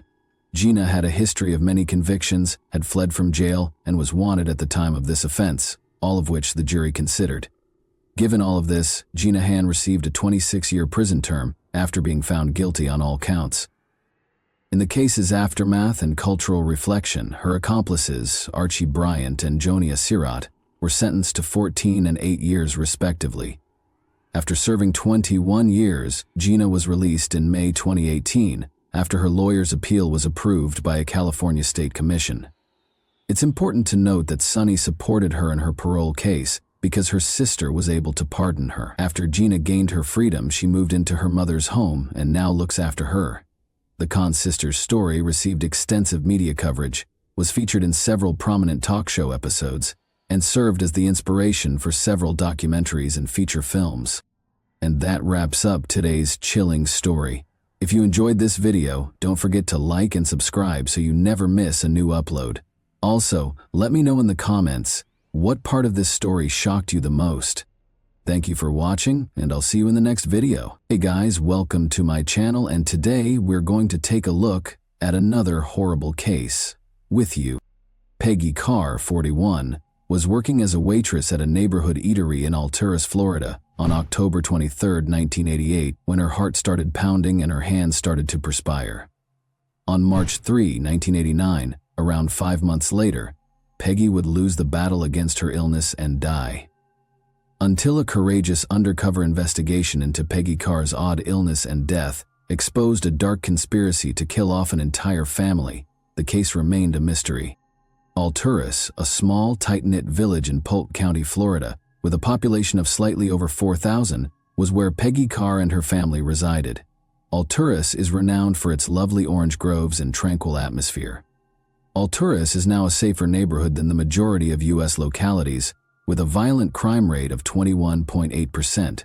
However, in 1988, when the events of this case occurred, Alturas was a considerably safer neighborhood, the kind where it was acceptable to leave your front door open at night and where neighbors watched out for one another.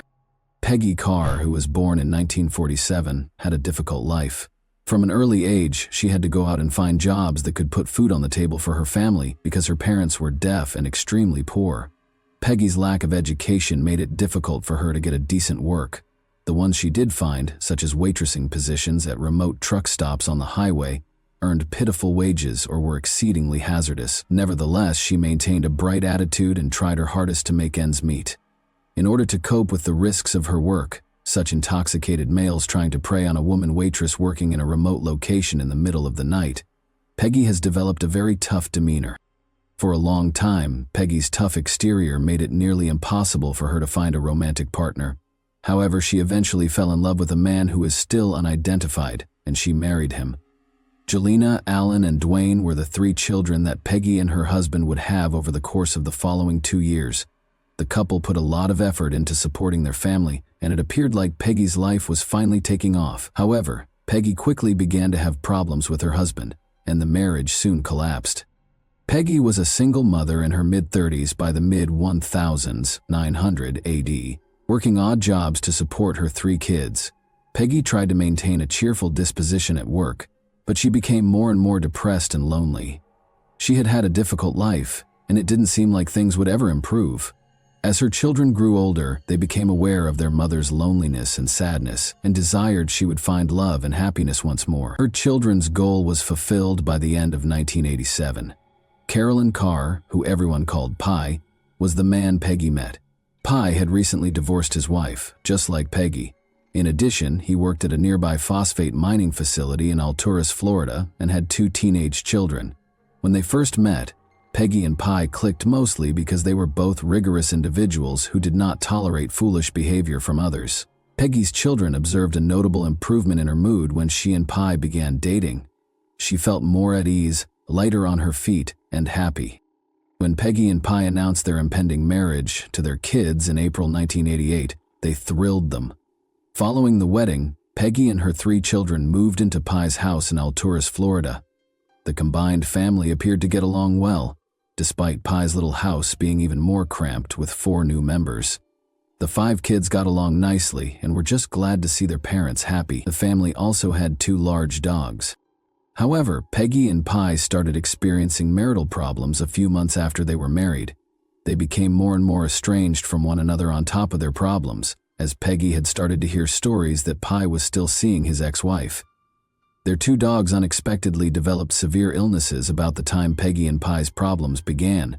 Their fur began to fall out, they were rapidly losing weight, and they were wailing in agony. It appeared as though the dogs had either consumed a poison or contracted an odd illness. The deaths of both pets soon followed, which further depressed the mood in the Carr home. Peggy and Pi grew more apart as their everyday problems persisted. When Peggy and Pi's arguments got so bad that they couldn't abide one another, Peggy and her kids had to leave Pi's house for a week in early October 1988 in order to stay at a motel. The formerly contented family was now being ripped apart as the kids started siding with their own parents. Pi made the decision to take a spontaneous hunting excursion on October 23, 1988, as a way to escape for the day. By now, Peggy and her children were back at the house, allowing Peggy to spend time with the children while Pi traveled. Peggy and her daughter Jelena got ready for work after Pi left. On that particular day, they both worked morning shifts as waiters at a nearby diner. Peggy's heart started to race wildly as she was serving guests and waiting tables.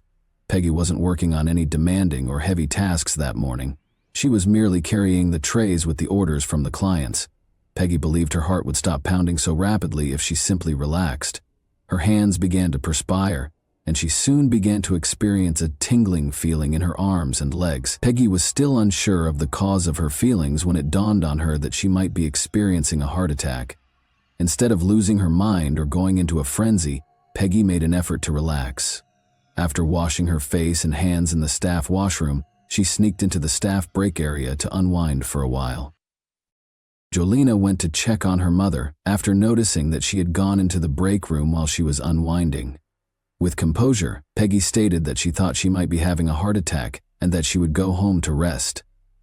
Jelena was not startled by Peggy's composed manner, but she was instantly concerned that her mother might be having a heart attack. She thought there was nothing to worry about if Peggy claimed she would sleep off a heart attack, because she knew she disliked setting off false alarms and panicking needlessly.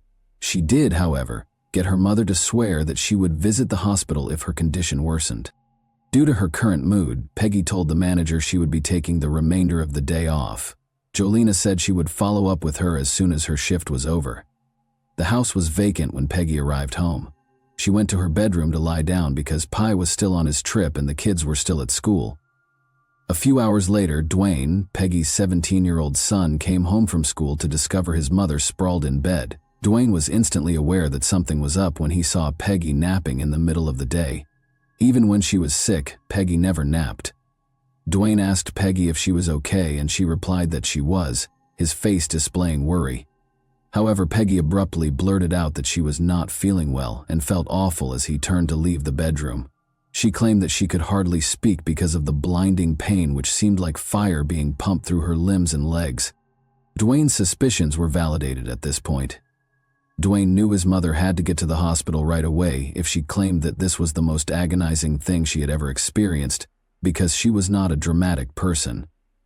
Fortunately, Pi got home from his hunting expedition at that very moment, and Dwayne informed him right once that they needed to take Peggy to the hospital. To his surprise, however, Pi just waved him away, stating that he was certain Peggy was only ill with the flu and would recover in a day or two.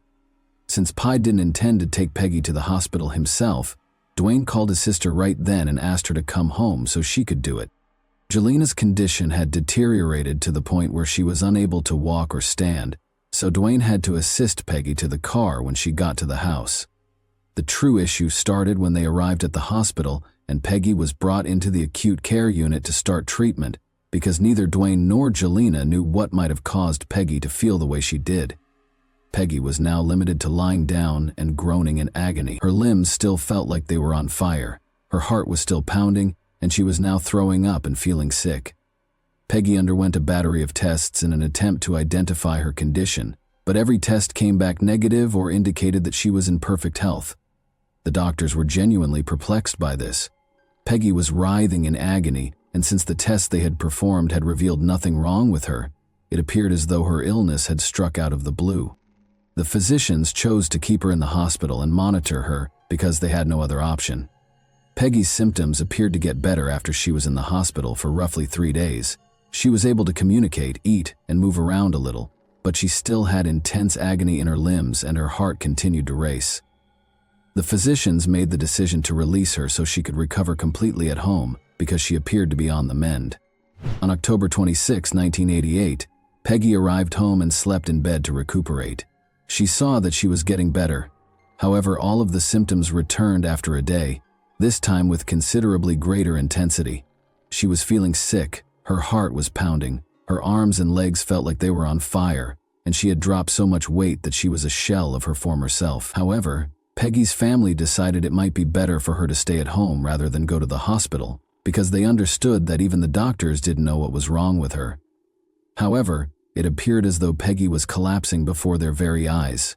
She was unable to eat, sleep, walk, or even speak.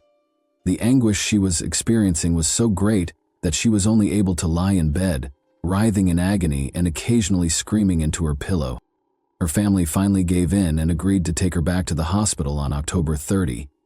The physicians recognized Peggy from the week before and that they had been unable to identify the reason behind her symptoms when she arrived at the hospital, but they were doing everything they could to be sure.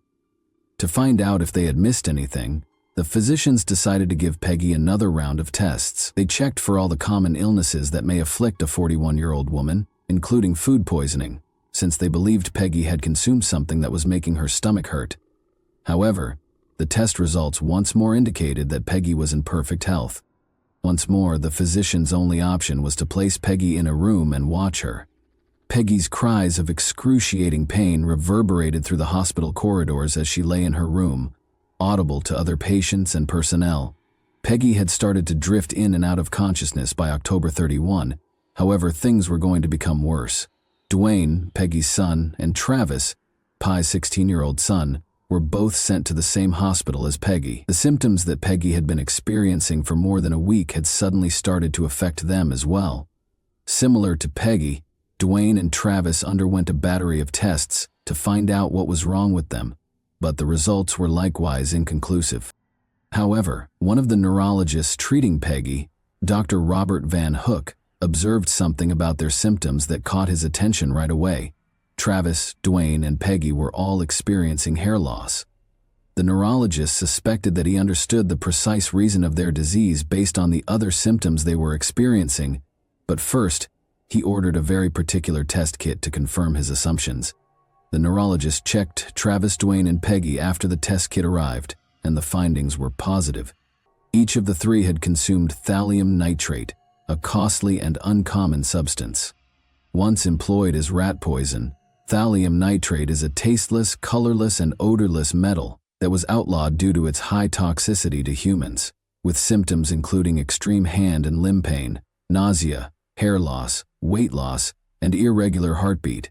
Even a minor increase in the naturally occurring amount of thallium, which is present in the ordinary human body in trace amounts, can have deadly results. Dwayne and Travis each had roughly 20,000 times the amount of thallium that naturally occurs in their bodies, whereas Peggy had 50 times that amount. The remaining members of the family were tested by the doctors, and while their thallium levels were not as high as those of Peggy, Dwayne, and Travis, they were all elevated. The doctors had not previously thought that Peggy and her son's conditions might be criminal before the test results. However, they started to view the case differently once the test findings suggested that Peggy and her family might have been poisoned. The hospital informed the Polk County Sheriff's Office about the case and the possible criminal activity occurring there. No one knew where Peggy and her boys had encountered such a costly and uncommon substance. Were they intentionally poisoned, or was it an accident? As the authorities started their inquiry, Peggy's situation appeared dire.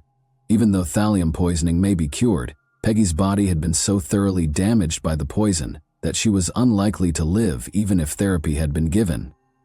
As they waited for the poison to kill her, the doctors told her that the only thing they could do was to make her as comfortable as possible.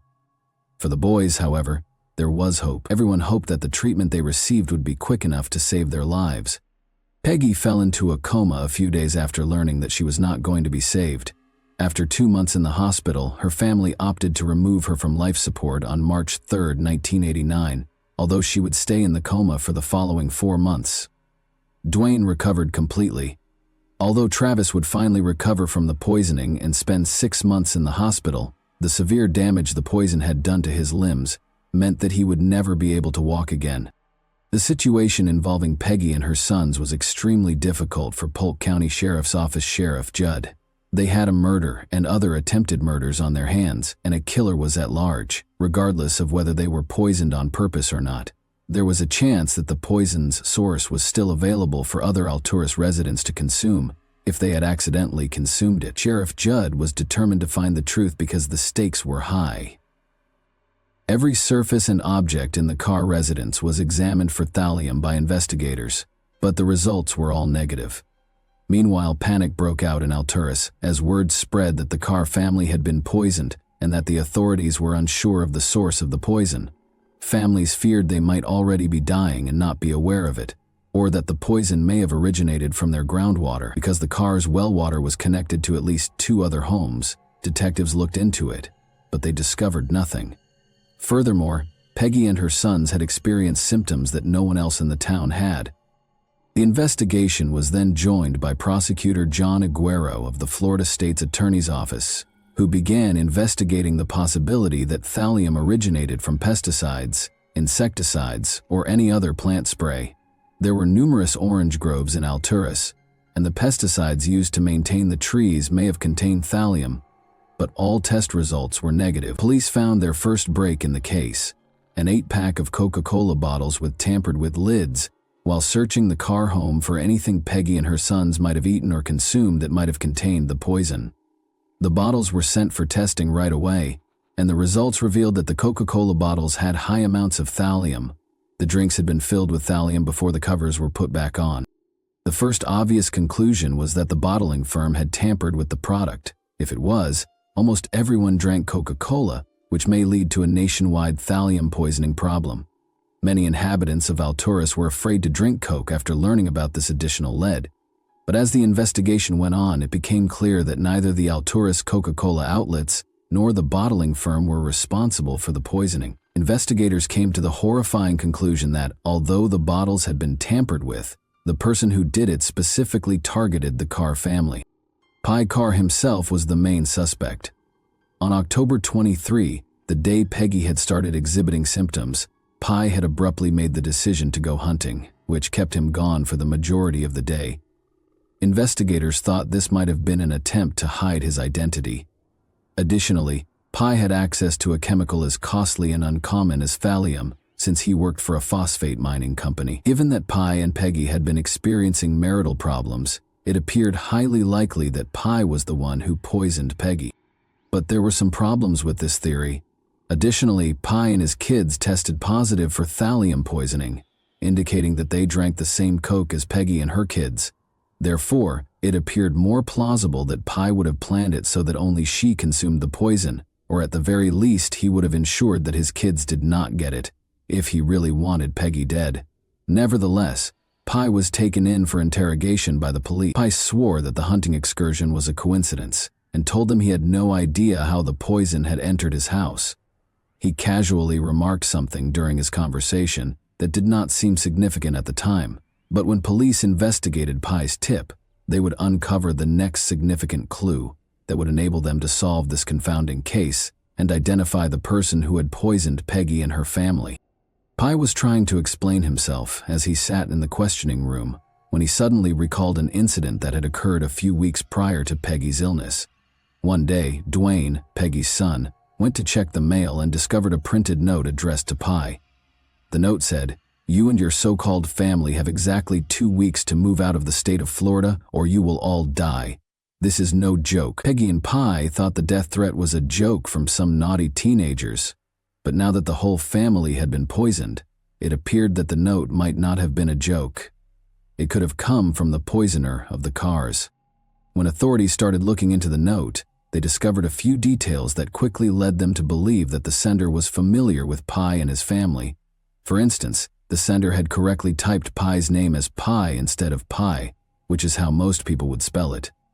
Armed with this fresh lead, police started questioning hundreds of people in Alturas to see if anyone had a motive to despise the Carrs and want them killed.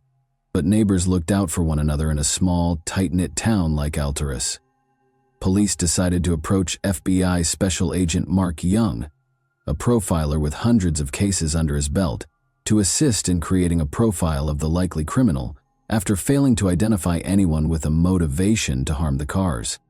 Agent Young assumed that a person who killed someone with poison was probably someone who had been wronged and wanted to make amends.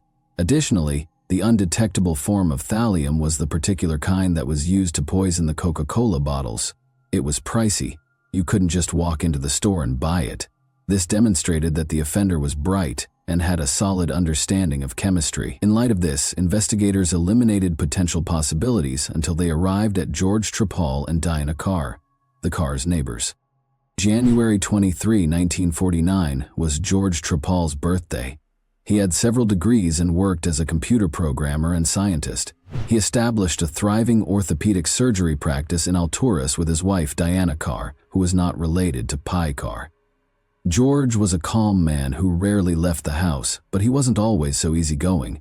Diana, on the other hand, was more gregarious and had a very strong personality. During his time at Clemson University in South Carolina in the 1970s, George enjoyed using drugs and was always open to sharing his stash with others, whether or not they gave their permission. It became a habit for George and his buddies to pick up hitchhikers and give them cookies or brownies laced with drugs to see how they would respond. He was given a 3-year sentence in federal prison in 1975 for operating a sizable methamphetamine lab. The fact that thallium was one of the results of George's meth cooking procedure was intriguing. George also read police manuals as a habit. He saw himself as an authority on how to handle crime scenes. Living next to George and Diana wasn't exactly the ideal option. From complaining that their dogs were barking too loudly to claiming that Peggy and Pi and their kids were laughing or playing music too loudly, they were constantly having issues with them. The Carrs were a nuisance to Diana and George, and despite Peggy's best efforts, they were never on good terms. Diana would constantly gripe about the Carrs, whom she particularly detested. George, however, appeared more amiable. In private, George detested the Carrs just as much as his wife did, but he waved and grinned at them and did not gripe as much. George accused Pi of breaking zoning restrictions in March 1988 when he attempted to turn his garage into an apartment for his stepdaughter Jolena and her infant daughter. As usual, Diana raced to the car house to complain 2 days before Peggy became ill. When they reprimanded her, she yelled, "You won't get away with this. This isn't over." In addition to being highly successful in their respective industries, George and Diana were exceptionally bright individuals who belonged to the esteemed Mensa organization. A lawyer called Roland Barrel and his buddy Dr. Lance Ware established Mensa in 1946. It is an elite club for very clever people who score in the top 2% of the general population on a particular IQ test. Applicants must pass a battery of unique IQ tests in order to be admitted to Mensa, and passing these tests alone does not ensure membership. After being accepted, members frequently host debates, seminars, gatherings, discussion panels, and other get-togethers to exchange ideas and have thought-provoking discussions. Despite having its headquarters in England, Mensa has locations all over the world. George and Diana were members of the Mensa branch in Florida, which hosted monthly entertaining and thought-provoking events known as murder mystery weekends. Over the course of a weekend, members would alternately plan a crime mystery that the other members would attempt to solve. All of the members would spend that weekend at a remote place, such as a hotel or inn, where they would stay and contribute to the murder mystery. A middle-aged woman called Sherry Gwen joined the Mensa Florida branch in April 1989, just a few weeks after Peggy passed away. Sherry had fled an abusive marriage in Texas and relocated to Florida. She felt a sense of belonging after joining Mensa, and she quickly grew close to George and Diana. George and Diana took turns organizing the murder mystery that would be solved for that month's murder mystery weekend the month Sherry joined Mensa. George, who was currently 40 years old, took this duty very seriously and worked for weeks to craft the ideal crime. All of the members had a difficult time attempting to solve the case and find the murder weapon, but their murder mystery weekend was a huge success. Sherry, however, was captivated when George eventually revealed the murder weapon to the gathering. In an attempt to find out everything George knew about the murder weapon and what would happen if it were used in real life, she would spend hours discussing it with him. George, who was sometimes eclipsed by his wife, was impressed by Sherry's attention and was pleased to respond to all of her inquiries. Diana relocated her medical business from Alturas to Sebring, a nearby town, in December 1989. Thus, she and George also made the decision to relocate there. Since they hadn't sold their house yet, Sherry requested if she might rent it as soon as she heard about it. Almost the whole Alturas Police Department swarmed into the house as soon as Sherry moved in. In reality, Sherry Gwynn was not a divorced woman who fled an abusive marriage in Texas and relocated to Florida. She was an undercover police officer tasked with looking into Diana Carr and George Trappell. Her real name was Susan Gorek. George was interrogated by police as part of their preliminary inquiry. When asked if he knew anyone who might want to harm the Carrs, he appeared modest and reticent, but he claimed that someone must have wanted them to leave the area. The death threat Pi had received weeks prior to Peggy's illness was reflected in this remark. Police became suspicious of George after learning of the fights between the Trappells and Carrs. He also resembled the FBI's description of the offender, which was a white man with a high level of intelligence who avoided confrontation and had a meek nature. Susan Gorek had been tasked with looking into them. Susan thought George was probably the murderer when she learned that thallium poisoning was the murder weapon George employed to plot his murder mystery. Additionally, he printed a pamphlet explaining the murder in this mystery, which stated, "When a death threat appears on the doorstep, prudent people throw out all their food and watch what they eat. Hardly anyone dies from magic. Most items on the doorstep are just a neighbor's way of saying, 'I don't like you, move or else.'" She thus requested assistance and directed a search of the house as soon as he and Diana left. The cops discovered a wealth of chemicals, including thallium, in the garage. They also learned that George had machines to take off and put back the bottle caps, since he frequently brewed his own beer. Investigators concluded that George chose to get rid of his neighbors because he had finally had enough of them. He was able to sneak a case of Coca-Cola into the Carr's kitchen, had the resources and motivation to conduct the crime, and fit the profile. People in the neighborhood of Alturas rarely closed their doors, and it was common to walk by and greet a neighbor. The police had sufficient evidence to bring George in for interrogation. George was bashful and avoided making eye contact with the interrogating officers when he first arrived at the Alturas police station. Despite all the evidence, he insisted he was not involved in the poisoning. The investigators didn't believe it. 1 count of first-degree murder, 6 counts of attempted first-degree murder, 7 counts of food or water poisoning, and 1 act of tampering with a consumer product were among the charges brought against Treppel on April 5, 1990. These 15 criminal charges, which included first-degree murder, 6 counts of attempted murder, food or water poisoning, and product tampering, were tried against George in January 1991. Following a 4-week trial that took place between January 7 and February 7, 1991, the jury found George guilty on all counts. He received a death sentence. George is still incarcerated at the Union Correctional Institution in Rayford, Florida, on death row today. George has appealed the FBI's investigation process and the reliability of the state's witnesses on multiple occasions, but each time his pleas have been rejected. Deanna Carr never faced any charges. She will eventually remarry after divorcing George in 1996. Since learning that the evil mastermind who killed their mother, paralyzed their stepbrother Travis, and almost killed Dwayne has been brought to justice, Peggy's children, Alan, Jelena, and Dwayne, have moved on. Peggy's life had been extremely difficult for a long time, and just as things were starting to improve, a neighbor who simply didn't like her and her family cruelly took her life away. At least her family can finally move on knowing that she received justice. However, do you believe Deanna Carr ought to have faced charges of murder, or at least attempted murder as well? And that wraps up today's chilling story. If you enjoyed this video, don't forget to like and subscribe so you never miss a new upload. Also, let me know in the comments what part of this story shocked you the most. Thank you for watching, and I'll see you in the next video. Hey guys, welcome to my channel, and today we're going to take a look at another horrible case with you. The case of Loretta Jones leads us to Price, Utah, in the United States. With fewer than 9,000 residents according to the 2010 census, Price is the biggest city in Carbon County. The majority of its citizens own their homes, giving them a suburban feel. Price is a stunning area for outdoor activities and is well known for its cavernous gorges, expansive deserts, and intriguing rock formations. Statistics show that there is a roughly 1 in 56 probability of becoming a victim of crime in Price. Our story starts here, in this quiet village.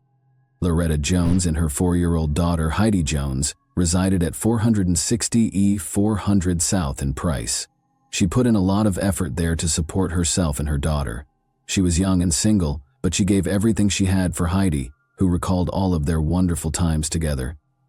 Heidi's dolls and much of her childhood clothing were handcrafted by Loretta. Their wonderful life together would soon come to an abrupt end on the evening of July 30, 1970.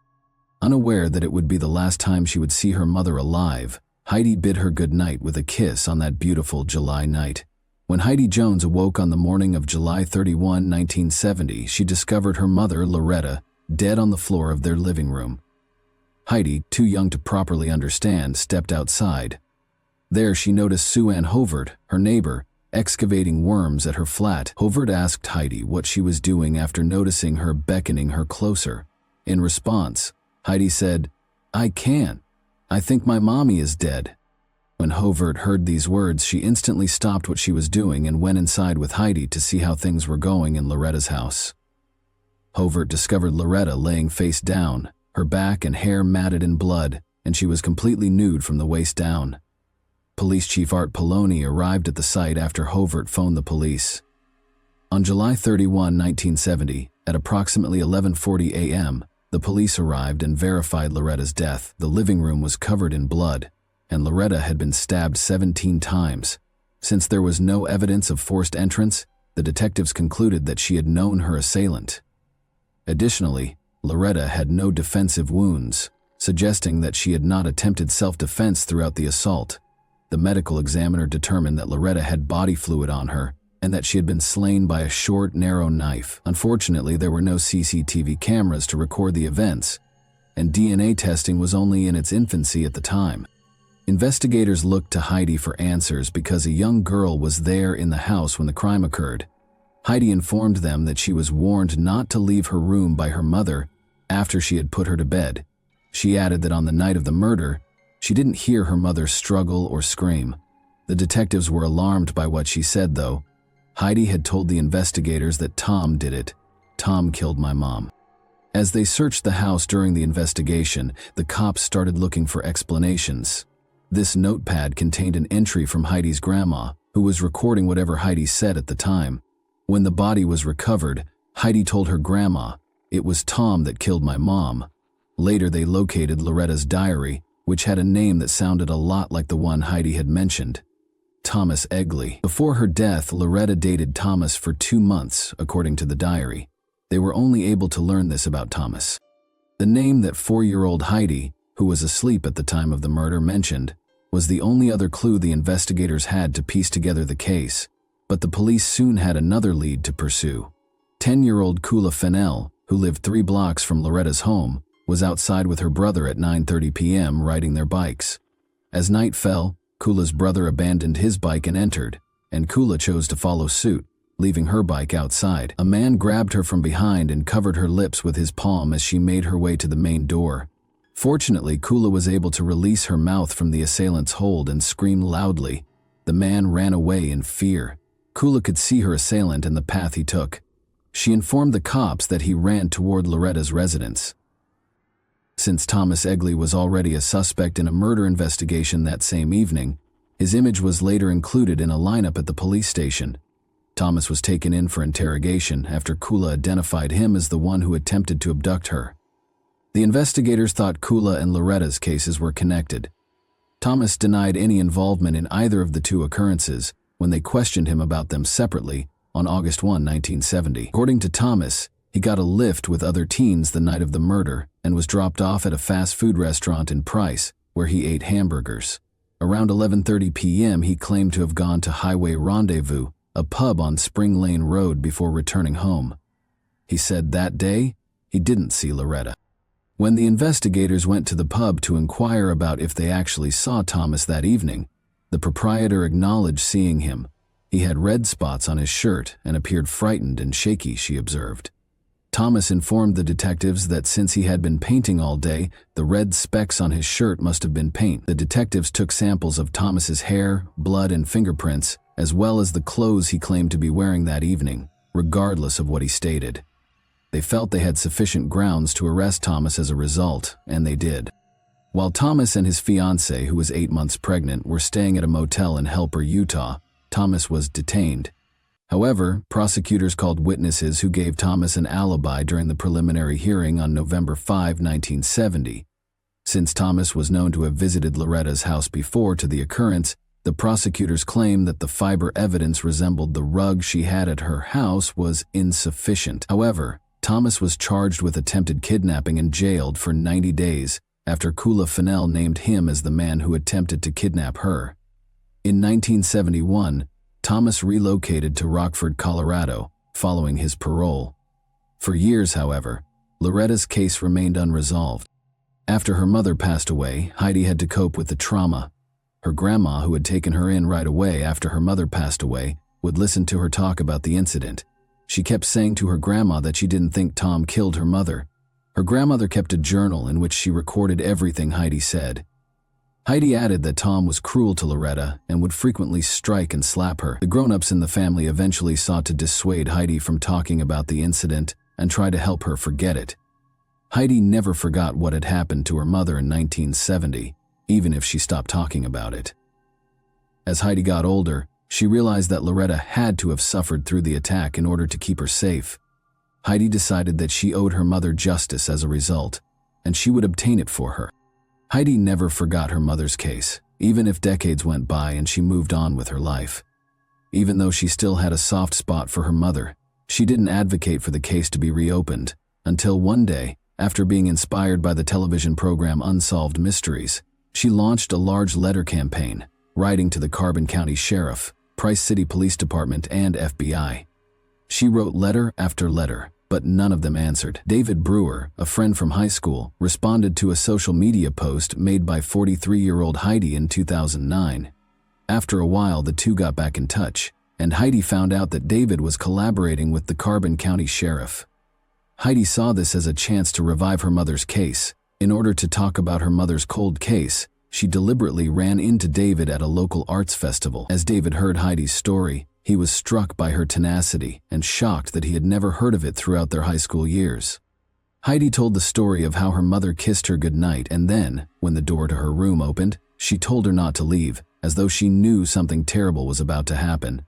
She described how she thought her mother had been murdered by Tom.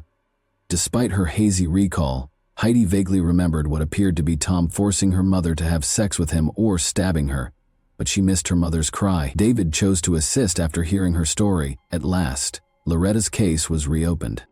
The odds were stacked against David Brewer when he began working on the case. He attempted to use the crime files, but they were no longer there. He just had Heidi's hazy recollection and previous media attention. For additional interrogation, David located Thomas, who was residing in Rockford, Colorado. In response to his question concerning the evening of July 30, 1970, Thomas described his meals and activities for the day, but stated that he was unable to recall Loretta's name. Although David was certain that Thomas might be the murderer at that very moment, he was forced to depart without making an arrest, since there was insufficient evidence to indict him. In order to question her, David Brewer also located Thomas's ex-girlfriend, Marcia Hidalgo. When Thomas arrived home late on the night of the murder, Marcia informed David that he immediately showered while still clothed. When Thomas got home from the laundromat the following day, a number of his clothes were gone. Marcia claims that Thomas told her that he gave hamburgers to a woman and her daughter when she questioned him about his whereabouts. Despite his inability to understand the material, David grew increasingly certain that Thomas killed Loretta.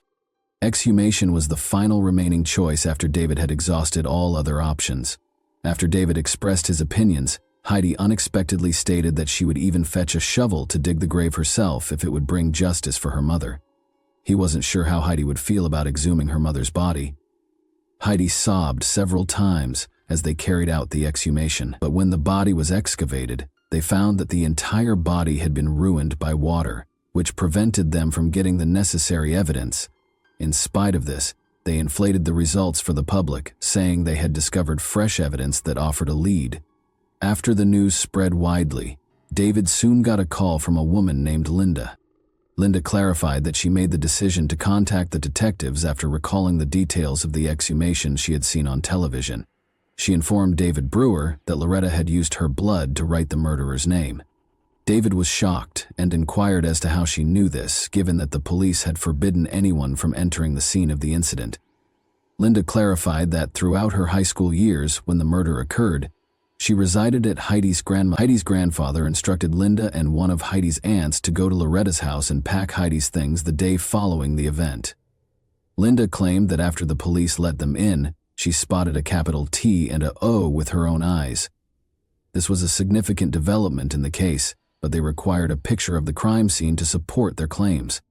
David visited with Heidi and gave her the update. He complained about how difficult it was to locate any pictures of the crime scene because they were all gone. Heidi instantly recalled that a picture might be in a box of items her grandma had stored for so long. Everything connected to the case, including the notebook in which her grandmother recorded everything Heidi had said about the case, was discovered when they searched her grandmother's home for the box. The picture of Heidi standing close to her mother's body shape was the most eye-catching thing. Although the image was unsettling, it ended up being really helpful. The letters T and O were in Heidi's and her mother's blood in the picture. David Brewer started assembling the pieces. He noticed in the journal that Heidi had talked about how cruel Tom had been to her mother and how she had informed everyone that Tom was to blame. The most significant detail was that while fighting for her life, Loretta was attempting to write her killer's name with her blood, but she was only able to write O. Despite this picture, the detective still needed more to apprehend Thomas Egley, who was now thought to be Tom. The case was put on hold once more until someone made the decision to assist. Lisa Carter, claiming to be Thomas Egley's neighbor, called the police department. She claimed that after watching the exhumation film, Thomas came up to her and asked if she could monitor his dogs because the police could soon face him. Lisa Carter volunteered to assist in the investigation since she thought Thomas was Loretta's murderer. In order to obtain Thomas's confession, she asked to wear a recording device. After the cops gave their approval, plans were formed. Lisa lied to Thomas. claiming that her husband had been in Utah undergoing detective training. She informed Thomas that he had already been mentioned as the murderer of Loretta Jones. Thomas was shaken by these remarks, but he held off on confessing right away because he still didn't trust Lisa. On July 26, 2016, 2 days after earning Thomas's trust, he started discussing the events of the evening of July 30, 1970, with Lisa. According to Thomas, Loretta opened the door when he knocked. He felt unworthy after Loretta rejected his assertion that he was in her home for intimacy. He claimed that after Loretta returned from leaving him in the living room to fetch something from the kitchen, he grabbed a little knife and stabbed her. Thomas proceeded to have sex with Loretta after stabbing her, saying it was consensual. After Loretta denied, a perplexed Lisa questioned how it was consensual. However, Thomas responded that Loretta never declined him during that period. When she questioned him what happened after, he replied that he slit Loretta's neck because he had lost it all after becoming intimate with her. Lisa claims that Thomas expressed all of this without expressing regret for his actions. He seemed to be concerned exclusively with his personal security. The investigators only needed the confession to take Thomas into custody. Thomas Egley is not well recognized. Caroline Kendall, Loretta's sister, claims that she was only aware of Loretta's one blind date with Thomas. Loretta informed Caroline that she didn't want to interact with Thomas since she didn't like him. That's why Loretta turned down Thomas's approaches that evening. Thomas Egley, 76, was a local vagrant who had lived in a variety of locations both before and after killing Loretta. His home life was never steady. He had been married 3 times and lived with numerous women. The majority of his time was spent alone, despite having 5 children. Thomas Egley was charged in August 2016 with both forced intimacy, a first-degree felony, and the legal equivalent of first-degree criminal murder in the 7th District Court. Criminal homicide or murder in the 2nd degree was Thomas's formal charge. At the time, Utah law considered murdering to be a statutory violation. On August 18, 2016, Thomas was apprehended without incident near Rocky Ford, Colorado, pursuant to a $1 million 0-cents warrant. Thomas's assault case was withdrawn after he entered a guilty plea to the murder. On November 22, 2016, he was subsequently given a sentence of 10 years to life. A written statement given by his lawyer, David Allred, stated that Thomas was sorry for what he had done, although it didn't seem to be genuine. Other than that, Thomas never expressed regret. Thomas stated in court that he couldn't understand why the deceased's family decided to restart a case from 46 years ago, even though he felt he should be released because he hadn't committed any crime since killing Loretta. Even after 46 years, Thomas didn't appear to regret what he had done. Thomas claims that when he killed Heidi's mother, he was unaware that she was present. Because Loretta was aware of this, she never resisted or yelled as he was stabbing her. If Thomas had known Heidi was present, he probably wouldn't have spared her. He protested to the judge after being sentenced that he didn't like his incarceration, which was Salt Lake County's state prison, since it didn't let him have visitors. He might appeal, the court informed him. Heidi, who suppressed her pain for more than 40 years, had the chance to express her entire thoughts to the person who killed her mother. She talked about how painful her mother's passing was, and how she hoped Thomas Egley would stay in prison and never have to see his loved ones again. Even if he were eligible for parole after 10 years, she also promised to ensure that he never walked free. Heidi referred to it as justice, even though others called it closure, claiming that nothing could provide her with the relief and closure she required. For her, it was crucial that justice was done. As this tragic tale of Loretta Jones's passing draws to a close, we are reminded that not all wounds, particularly those of the heart, can be healed with time. Additionally, we are reminded of the evil that exists inside our nature. We are left with the intriguing question of why Thomas Egley decided to orphan Heidi at such an early age, given his clean slate with the law. Before we leave, I would like to ask you a brief question. How did you feel about the way Loretta's case was initially handled? Considering everything that was accessible to them at the time, do you believe that law enforcement could have performed better? And that wraps up today's chilling story. If you enjoyed this video, don't forget to like and subscribe so you never miss a new upload. Also, let me know in the comments what part of this story shocked you the most. Thank you for watching, and I'll see you in the next video. Hey guys, today we're diving into another truly horrifying case. If you want to support my channel, make sure to subscribe and stay active. It really helps me out. I'd be super grateful for that. Let's get started. 11 years old, 9-year-old Kiana Davis, Kiara Phillips, age 7, Carrie Ellie McDonald, age 5. When this 2-story duplex caught fire due to arson, Kiani Welch perished. Known as Indiana's Garden Spot, the sleepy community in Carroll County was always tranquil until November 21, 2016, when 4 little sisters lost their lives in a devastating fire. What caused the fire to start? Was it set on purpose? Or was it an accident? We'll learn the specifics of this tragic situation today. Galen Rose was thrilled to have begun a new, higher-paying job. She aspired to provide the greatest life possible for her girls. At the ages of 11, 9, 7, and 5, her existence revolved around her daughters, Kiana Davis, Kiara Phillips, Carrie L. McDonald, and Kiani Welch. The girls were brimming with enthusiasm. For her daughters, Galen envisioned a life of limitless chances, but she passed up many of them. She didn't want her daughters to grow up as dull as she had. When she was just 12, her father, Tracy Rose, was imprisoned for narcotics offenses. Even still, this was insufficient because she didn't have him until 2011 when he returned to her life. Tracy relocated to Flora and encouraged Galen to accompany him because he loved her and his grandchildren so much. Despite her initial reluctance, she had missed her father terribly. She thought about his offer for weeks before she and the daughters followed her father to Flora. For her and her young daughters, Flora represented a new beginning. Before finding a large apartment, Galen spent 8 months living with her father and the girls. The monthly rent for the 2-story duplex was $500.00. For her and the girls, this was a welcome change. The street was surrounded with trees, and the duplex had a front porch, and they quickly adapted. Outside, the girls would frequently play together. They made new friends in the area and were amiable to everyone. Since they didn't have a dog of their own, they played with the neighbors. In addition, the 4 sisters enjoyed dancing, playing sports, and spending time with their families. They were cheerleaders for the Lafayette Diamonds. The Saturday before the fire, they had just participated in a cheering competition, and Kiana had a basketball game on Sunday. Kiana devoted numerous hours each week to basketball since she liked the game. Like Galen, Tracy thought she would be a basketball star. He accompanied her to games and applauded from the stands. Galen was incredibly proud of her daughters. She put in a lot of overtime at a gas station in order to make ends meet. Galen was as serene and upbeat as her girls. She spoke courteously to clients and had a smile on her face behind the desk. Because she encouraged them, particularly during Tuesday cheer sessions, the girls occasionally referred to her as their coach. Her favorite part of the week was seeing them perform. Rose went to the grocery shop with her girls on the afternoon of November 21, 2016.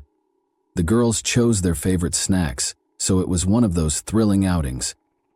It was already evening when they arrived at their house. Around 10 o'clock at night, Rose put them to bed after preparing dinner. As they curled up under their blankets, the girls echoed, "Good night." Rose said that she was thankful for her small family. The weary mother of 4 made her way to her room. After a few minutes, there was complete quiet and everyone was sound asleep. Nobody could have predicted the next course of events. Tracy was getting ready to leave town the Friday before the fire. When he went to see his grandkids, he requested them to assist him with packing. The girls who called him Papa didn't want him to go, so they asked him to stay with them for a while. It was unusual that they asked him to cancel his trip, but he didn't make much of it, so he left anyway. A few hours later, he woke up to a call from Galen, who said that his granddaughters were dead. How did it happen? Galen was sound asleep when she heard screams coming from her daughter's bedroom, and she jumped out of bed as soon as she heard them. The flames were spreading quickly as the screams continued from their bedroom upstairs, and she tried to reach them, but the extreme heat prevented her from doing so. She was unable to speak or breathe, and the flames pushed her back from the staircase. At that point, she realized that she was saving them and that alone was not an option, so she fled the house to get assistance from neighbors. When the first 911 call came in at 3:30 a.m., neighbors gathered around the house to help the 4 girls while their injured mother watched helplessly. The screams became softer as time went on, and when the Carroll County Sheriff's deputy Drew Yoder He too suffered from severe smoke inhalation.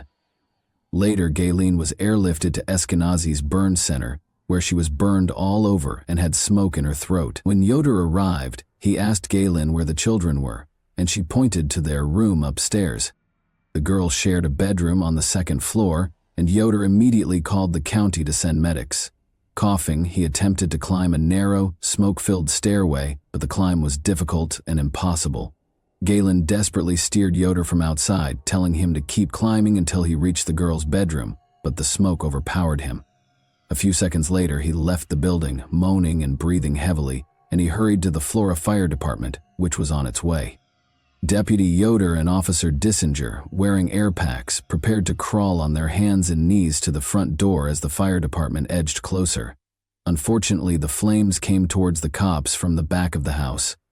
Firefighters arrived to rescue the officers and 3 of the girls, and CPR was started on the girls right away in the hopes that they would be saved. Yoder yelled at them to get the fire equipment moving. While firefighters fought the fire inside the house and the medical team attempted to save the lives of the girls outside, the 4th girl was taken out of the house, and while the fire raged through the house, all 4 sisters died at the scene, with Yoder and Dissinger being airlifted to the hospital after suffering injuries. The speed at which the flames spread throughout the building shocked the neighbors, and Flora, a town barely larger than a square mile, was plunged into a state of grief, suspicion, and fear, as everyone wondered if the fire was started on purpose. The investigation began right away after rumors circulated throughout the town, and after determining that the fire originated in the kitchen, the Indiana State Fire Marshal changed the cause of the fire to arson 2 months later, after finding accelerants all over the house. Investigators refused to discuss the type of accelerants they found, and days later, the state police issued a contradicting report, which raised more questions. Further investigation revealed that accelerants were only found in one part of the house, indicating that the fire started in one location. The Indiana Fire Marshal's fire investigator assigned to the Flora House fire resigned, adding insult to injury. Investigator Dennis Randall did not provide an explanation for his resignation, but this move was suspicious.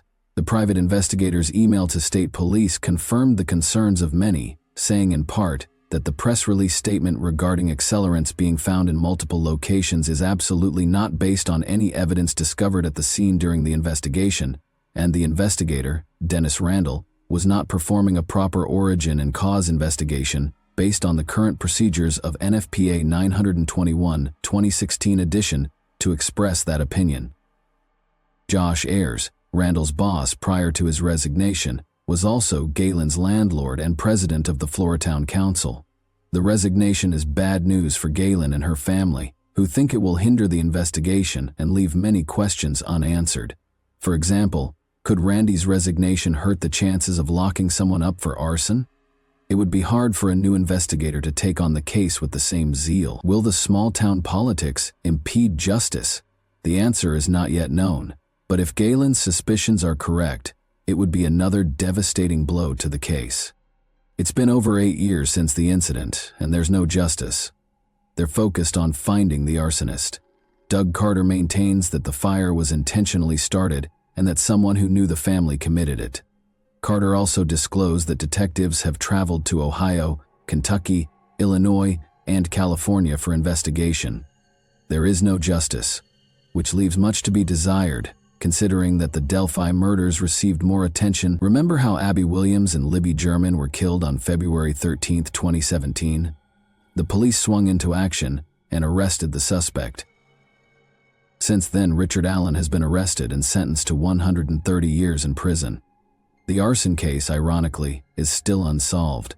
Police claim it is unfair to compare the two cases, saying that while they have over 80 tips regarding the homicide, they have very little information about the arson case.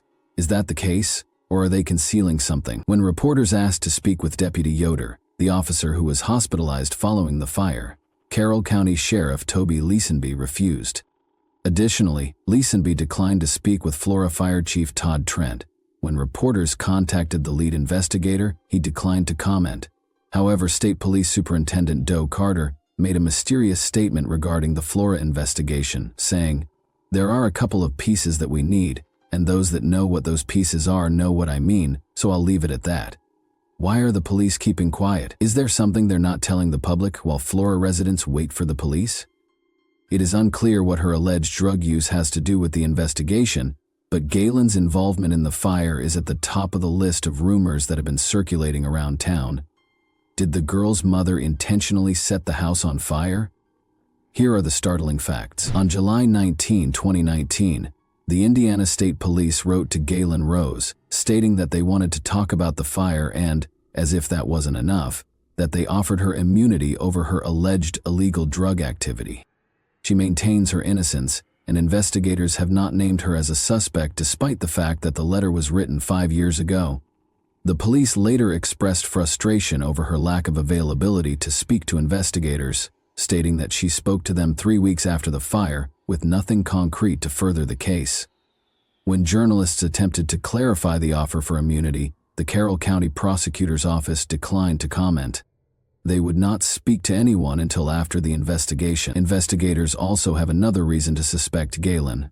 Documents filed as part of the investigation showed that on August 6, 2016, a policy was written for the house the girls lived in, with liability coverage of $392,882.00 and effective September 15 of that year. The documents included a home appraisal dated September 10, which was valued at $45.00. Policies are sometimes written based on a verbal conversation with the property owner, and the timing of the policy and the fire raises serious red flags. Was this a case of insurance fraud? Was the policy created to cash in like a lottery ticket? As the rumors persisted, Galen added a twist to the case. On August 25, 2022, she filed a federal lawsuit against her landlord Josh Ayers, his business partner Troy Helderman, and their company Birch Tree Holdings. Faith Alvarez, Galen's lawyer, told the court that there were no working smoke detectors outside each bedroom when she rented the apartment, despite Indiana law requiring them to be installed. She expressed urgent concerns to her landlord about the missing smoke detectors and the malfunctioning electrical outlets, but he did nothing to address the issue. According to the complaint, firefighters discovered one smoke detector without batteries. According to the lawsuit, Birch Tree Holdings and 2 landlords were to blame for the absence of functional fire detectors. To solve the mystery, Galen hired former ATF fire investigator Mike Vergon, who worked as a certified investigator for more than 15 years before launching his own firm. Before publishing his report, Vergon visited the house 3 times in 6 months and found one smoke detector without a battery. Determined to find the truth, Vergon combed through fire debris in the backyard but was unable to find any more smoke detectors, paid close attention to the kitchen, connecting the back porch, and then inspected the kitchen appliances. The most important information in the fire investigation came from a witness, Adam Ayers, a neighbor and one of the first responders on the morning of the fire, who was there minutes before the police arrived. Ayers told Vergon that he attempted to reach the stairway to the bedroom where the 4 girls slept, but smoke drove him back. His conclusions were unambiguous. The fire was not caused by an electrical malfunction. However, he detailed a 2-inch wide flame path from the back porch to the kitchen before he left the house. Only Ayers saw the ribbon of fire, and he assisted Vergon in concluding that it was a set fire, though Vergon acknowledged that the fire's purpose was not to harm the children. Following a series of back and forths, on September 6, 2023, both parties came to a settlement, which Josh Ayers' lawyer Jonathan Bond confirmed was reached, though the specifics are confidential. Both parties also agreed to demolish the building at 103 East Columbia Street. Flora residents gathered for a prayer vigil at the church across the street from the home the day after the fire, and after prayers, dozens of people dropped roses at the fire's side. Their cheer squad was also present, and they brought stuffed animals, balloons, and posters to honor the sisters. Allie Sheets, the cheerleading coach, accompanied her students to the vigil, recalling that the girls never stopped smiling and that she couldn't recall a moment when they weren't happy. All 4 of the girls were always helpful, joyful, and respectful. Jen Brobst, a librarian at Carroll Elementary, where the girls went to school, described the incident as surreal and said she still can't believe they're gone. She said the library became a counseling center days after they died. Liz Brobst, Kiana's friend and a Girl Scout, said she remembers Kiana for her positive attitude and happy spirit. Flora. Neighbors and residents also shared in their grief. For example, Fox, their next-door neighbor, experienced breathing difficulties following the fire. Her brother became ill, and her husband had to cancel work. The 27-year-old woman, who lived a few steps away from the house, witnessed smoke leaving the house and heard the girls and their mothers scream uncontrollably, which was the most heartbreaking thing she had ever heard. That night, Fox and her husband hurried out of their apartment, initially perplexed but later realizing it was smoke. Cassandra Hammond, whose business is across the street from the fire outbreak, was also impacted by the incident. It remains a sad reminder of what the girls went through that night, and Cassandra hopes the police find out the truth and that the girls will get justice. Then, all of a sudden, flames engulfed the house, leaving the couple helpless. Her brother thought about running into the house to help, but he gave way to emergency personnel. Eve Gibson, another Flora resident, buried her face in her hands and sobbed uncontrollably. Speaking about the investigation, she said that the town was wondering who might have started the fire and that a family member might have done it. The Flora community fears that the killer is among them. What if he targets another Flora town home? The welcoming community has a bench with the names and ages of the 6 girls engraved on it, and each year they get together to place flowers on the porch in remembrance. Galen claims she has been robbed, and she still calls on the public to help get justice for her babies. Authorities made a heartfelt plea to the community, asking them to provide vital information that could lead to the prosecution of suspects.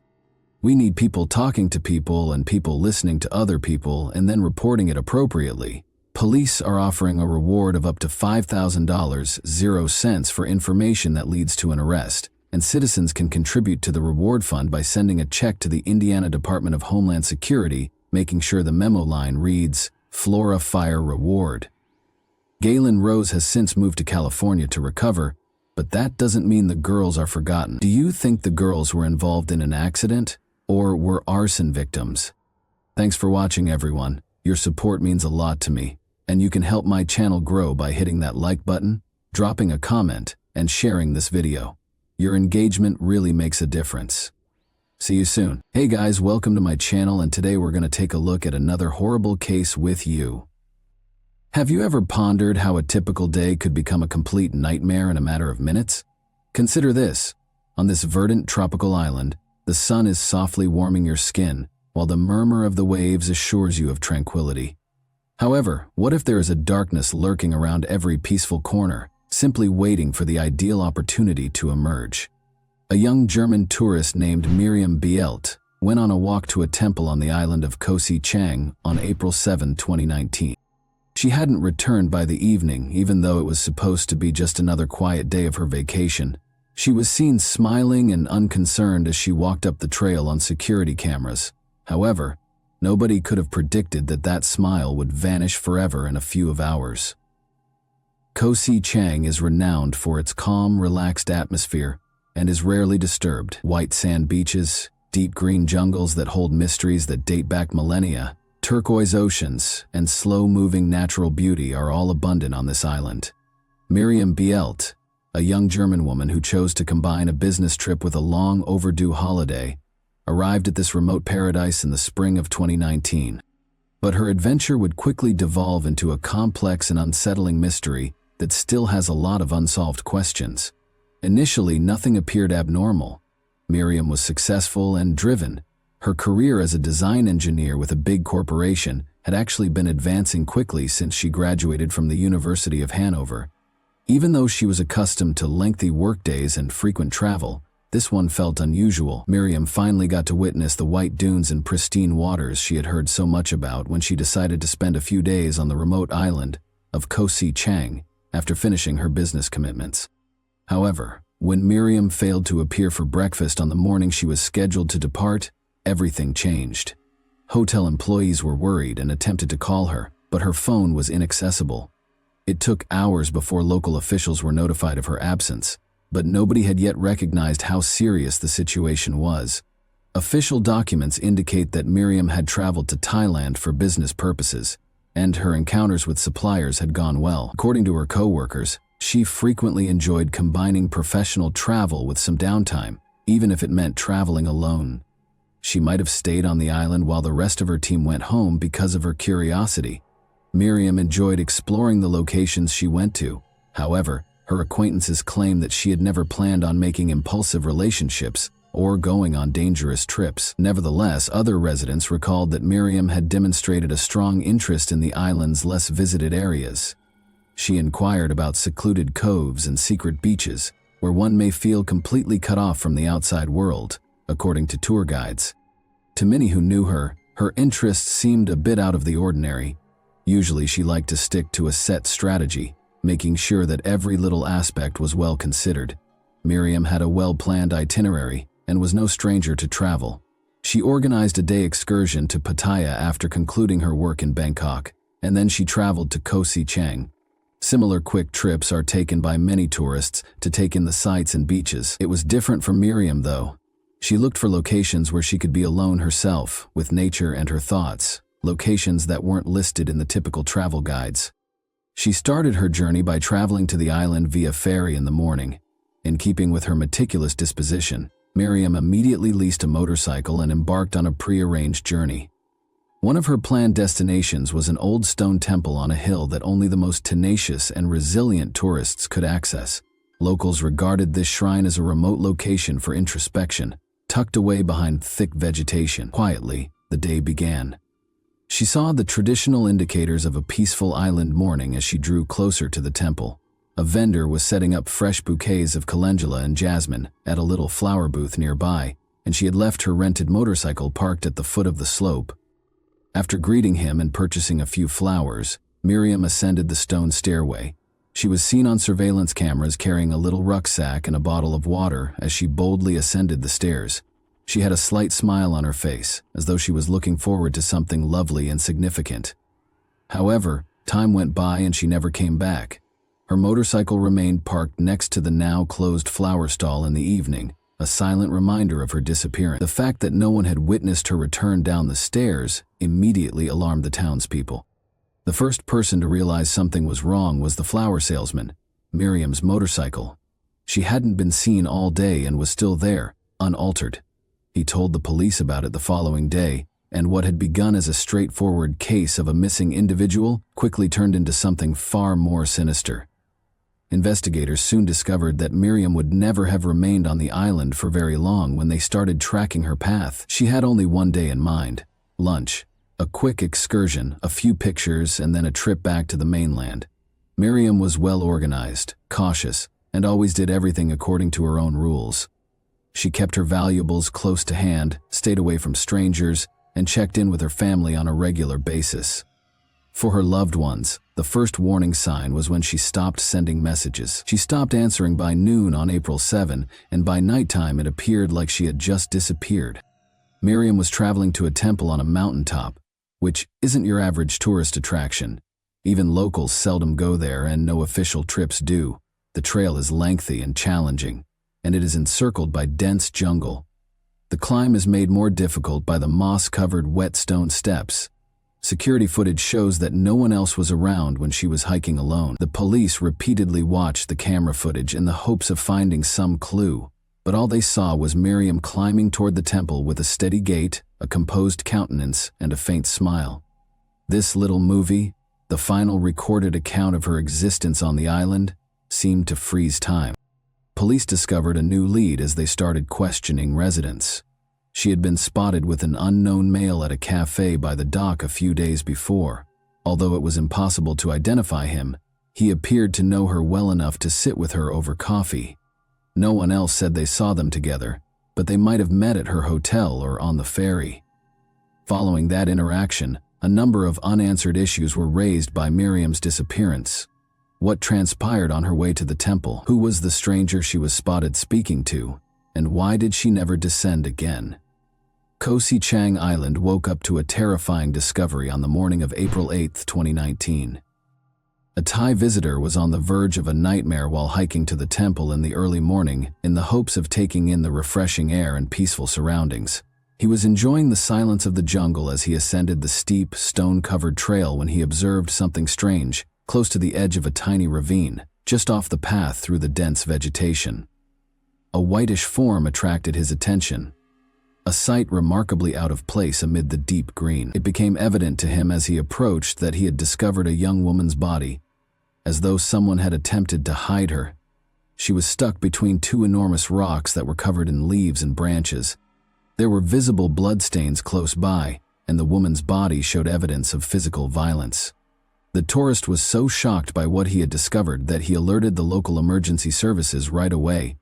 Concerns swiftly spread like wildfire throughout the island, as police on Koh Si Chang attempted to comprehend the situation, and within an hour cops were navigating the convoluted route to the location. Back in Germany, Miriam Bielta's loved ones were becoming increasingly anxious. She was known to be responsible and cautious, therefore it was very unusual for her to stop answering on the evening of April 7. Miriam was always in contact, particularly when she was traveling alone abroad. When they realized they hadn't heard from her the following morning, her parents, who were accustomed to her frequent calls and texts, started to worry. They reported a missing person to the local government. Investigators on the island were beginning to piece together the specifics of this concerning case in the meanwhile. Miriam Beiel, a 20-year-old German tourist, was identified as the body discovered in the ravine. Hotel staff stated that she was expected to return from the island on the evening of April 7. However, her rented motorcycle was still parked at the foot of the hill, where she had left it before heading to the temple. Authorities first thought that Miriam might have had a terrible accident, slipped, or lost her balance on the slippery path, but they soon ruled that notion out. Her injuries were too many and too terrible to be attributed to a mere fall. She had obvious cuts and bruises on her head and face, and evidence of violence and malice indicated that her death had been violent and deliberate. Furthermore, there was evidence that she had been abused prior to her death, which further clouded the case. Reviewing surveillance footage from cameras placed along the trail in the parking lot at the foot of the hill marked the start of the inquiry. Miriam was seen on camera carrying a tiny rucksack and a bottle of water as she ascended the stairs. She seemed peaceful, but she walked with purpose. Investigators were still troubled by important details. Moments after she vanished around a corner, another person was captured on camera. A man in black clothes was pursuing her from a distance. When he finally came back, his clothing were wet and filthy, with obvious light-colored stains. The day's events were further investigated. The vendor at the flower stall at the trail's base recalled seeing this individual. He had seen him pull up on a motorcycle, buy a bunch of marigolds, and then follow Miriam up the route. Aside from the strange conduct of the man on his way back, it appeared to be harmless enough. According to the merchant, he appeared anxious, constantly looking around, and dismissed the question of whether everything was all right by saying he had simply slipped. His manner struck the merchant as odd, so he made the decision to write down the motorcycle's license plate as a precaution. This enigmatic man swiftly rose to the position of top suspect once the police found Miriam's body and the first hints appeared. The authorities were able to identify the bike thanks to the recorded license plate, the vendor's description, and surveillance footage. Rana Korn was the registered owner. Ram Ruin, a 24-year-old local, lived alone in an old house on the island's fringes and worked as a beach cleaner, cleaning the waters along the coast. Officers went to his house right away, but he was not there. They started looking in the hopes of discovering something that would reveal his possible relationship to Miriam. Underlying conflicts that had not been identified before then started to surface. Though few knew of his darker impulses, Rana Korn was regarded by the villagers as a reclusive and perhaps eccentric man.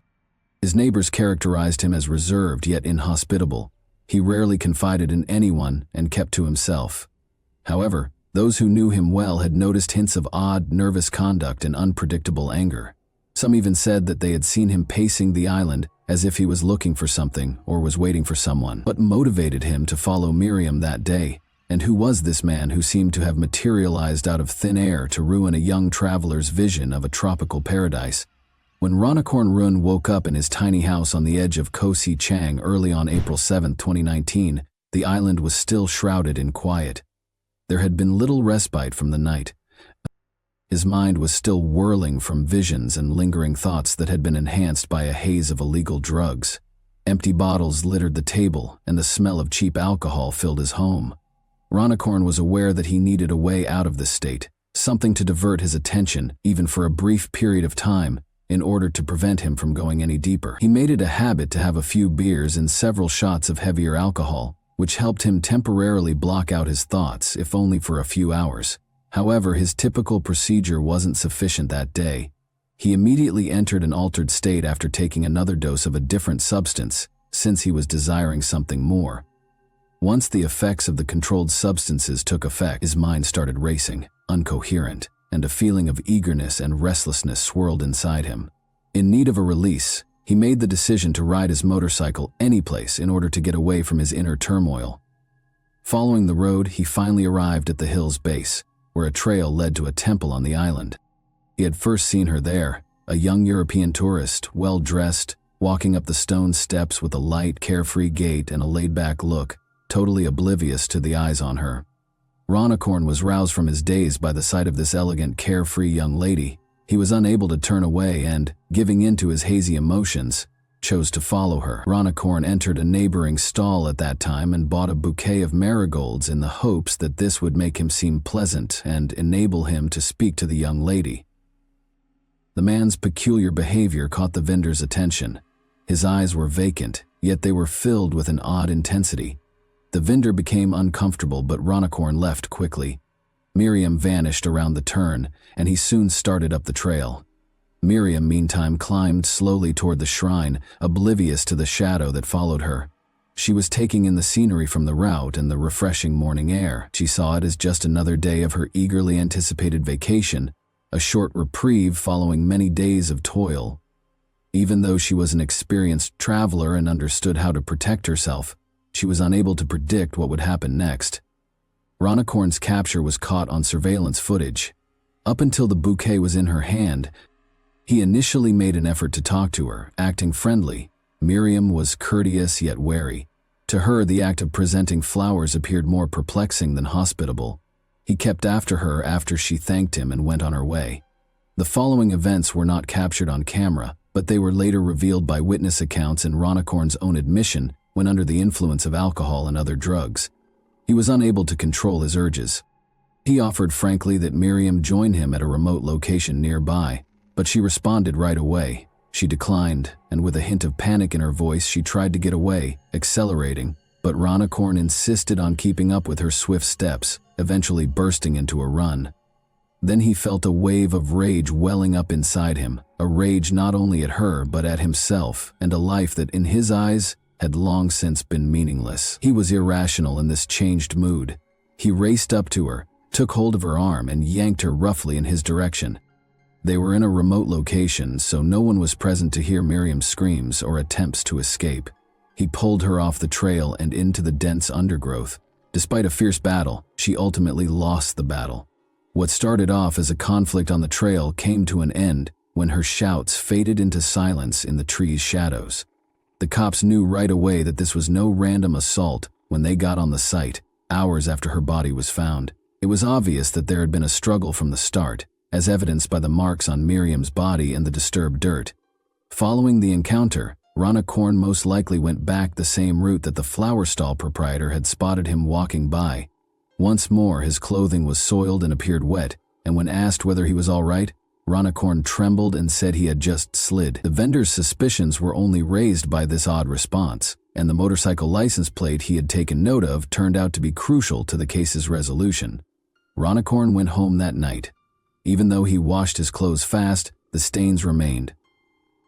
As if nothing had happened, he turned on the TV while lying on his couch. Maybe he believed he could move past it all by behaving normally. However, that was untrue. He didn't try to hide when the police arrived at his home. He seemed to realize that this was it and was just waiting to be discovered. He made an effort to be composed during his arrest, but it quickly became apparent that this composedness was only a front for anxiety and perplexity. The cops were not surprised by his final confession during questioning, but it did expose a degree of startling cruelty that nobody had anticipated discovering during the interview on this tranquil island. Ronicorn lost it. He initially tried to deceive investigators, but his story unraveled, and he finally began to describe the events in great detail. Even the most experienced investigators were taken aback by his admissions. The events described played out like a bad dream, with a tropical paradise in the backdrop. However, a straightforward confession was not the end of the case. Every detail of what happened was necessary for the authorities. To learn exactly how the events transpired, they made the decision to perform a reenactment. They brought Ronicorn back to the scene. With his head shielded by a bag to keep the public at bay, He walked through his movements step by step, going back and demonstrating each motion. The officers intently watched every movement he made, looking for any information he might have left out of his confession. Ronicorn successfully reenacted his unsettling part, turning the recreation into a gruesome scene. By the end of it, investigators had a comprehensive picture of what had happened on that fateful day. Ronicorn Romruan's trial was seen as a litmus test for the Thai legal system as a whole. Both the local community and others beyond were shocked by the crime committed against young tourist Miriam Beiel. Authorities had to show that justice would be served, and concerns about foreign visitors' safety on islands like Koh Si Chang grew increasingly urgent as the public watched every day of the trial and closely monitored recordings of the flower vendor's testimony. The court procedures attracted the attention of both domestic and foreign media, and Acorn's confession was unquestionably proof of his guilt. These pieces clearly depicted what had transpired, including how he followed Miriam, tried to talk to her, and then followed her along the trail until she reached a remote location where a horrible act was perpetrated by him. All the questions seemed to be answered by Ronicorn's confession. However, the hostile mood persisted in the courtroom. Even the most seasoned court reporters were clearly troubled by the circumstances of the crime and the cruelty and indifference with which he acted. But the true drama took place outside of the courtroom. Ronicorn's mother was the only one who made an effort to comprehend or at least explain his behavior. Everyone was caught off guard when she appeared in court, and her impassioned speech caused a range of reactions from those in attendance. Instead of defending her son, she apologized to Miriam's family and the community and attempted to understand how something like this could have occurred. She revealed that she had not been aware of her son's difficulties with controlled substances and that they had been separated for years. Though by no means an excuse, her statements seemed to be an attempt to find some justification for his behavior. She ultimately begged the court to punish him to the fullest extent possible, admitting that her son had lost control of his life and was a threat to others as well as to himself. Ronicorn made the admission without regret. He made no effort to provide an explanation for his actions or to apologize to the victim's family. As though narrating someone else's story, he merely described the events with a chilly, distant tone. 3 months after the disaster, a verdict was rendered, and authorities acted quickly to prevent the trial from going too long. Ronicorn Romruan received a death sentence. His lawyer's attempts to obtain leniency were unsuccessful. There was no place for clemency, given the seriousness of the crime, the graphic details, and the public outrage. His mother's speech was one of the most emotionally charged parts of the trial. Everyone in the room was profoundly affected by her sobs, desperation, and understanding that she had lost her son, both physically and morally. She acknowledged that she was afraid he might carry out such a horrible deed as her parting farewell if he were ever freed. Perhaps the most devastating moment of the trial was witnessing her kid being taken into prison. The hardest shock of all following the verdict was realizing that he had lost his humanity forever.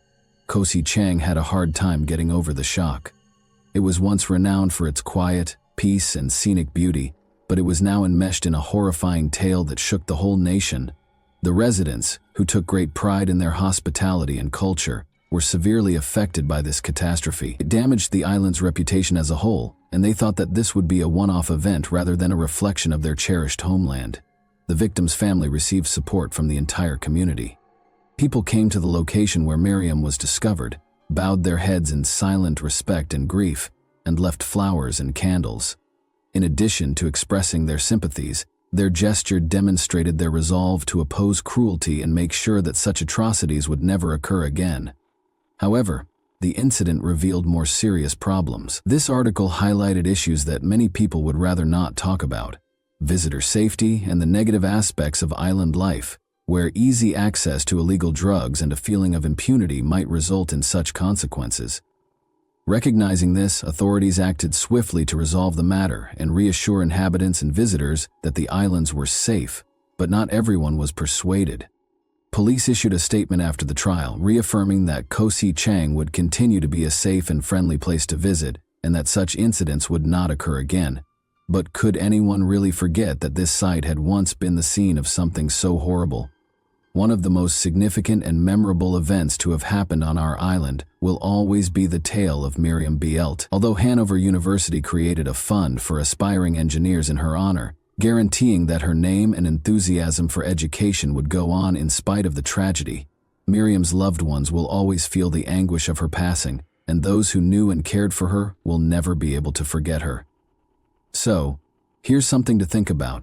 What, or who, can ensure that a catastrophe like this won't occur again? Even paradise can conceal its evil side.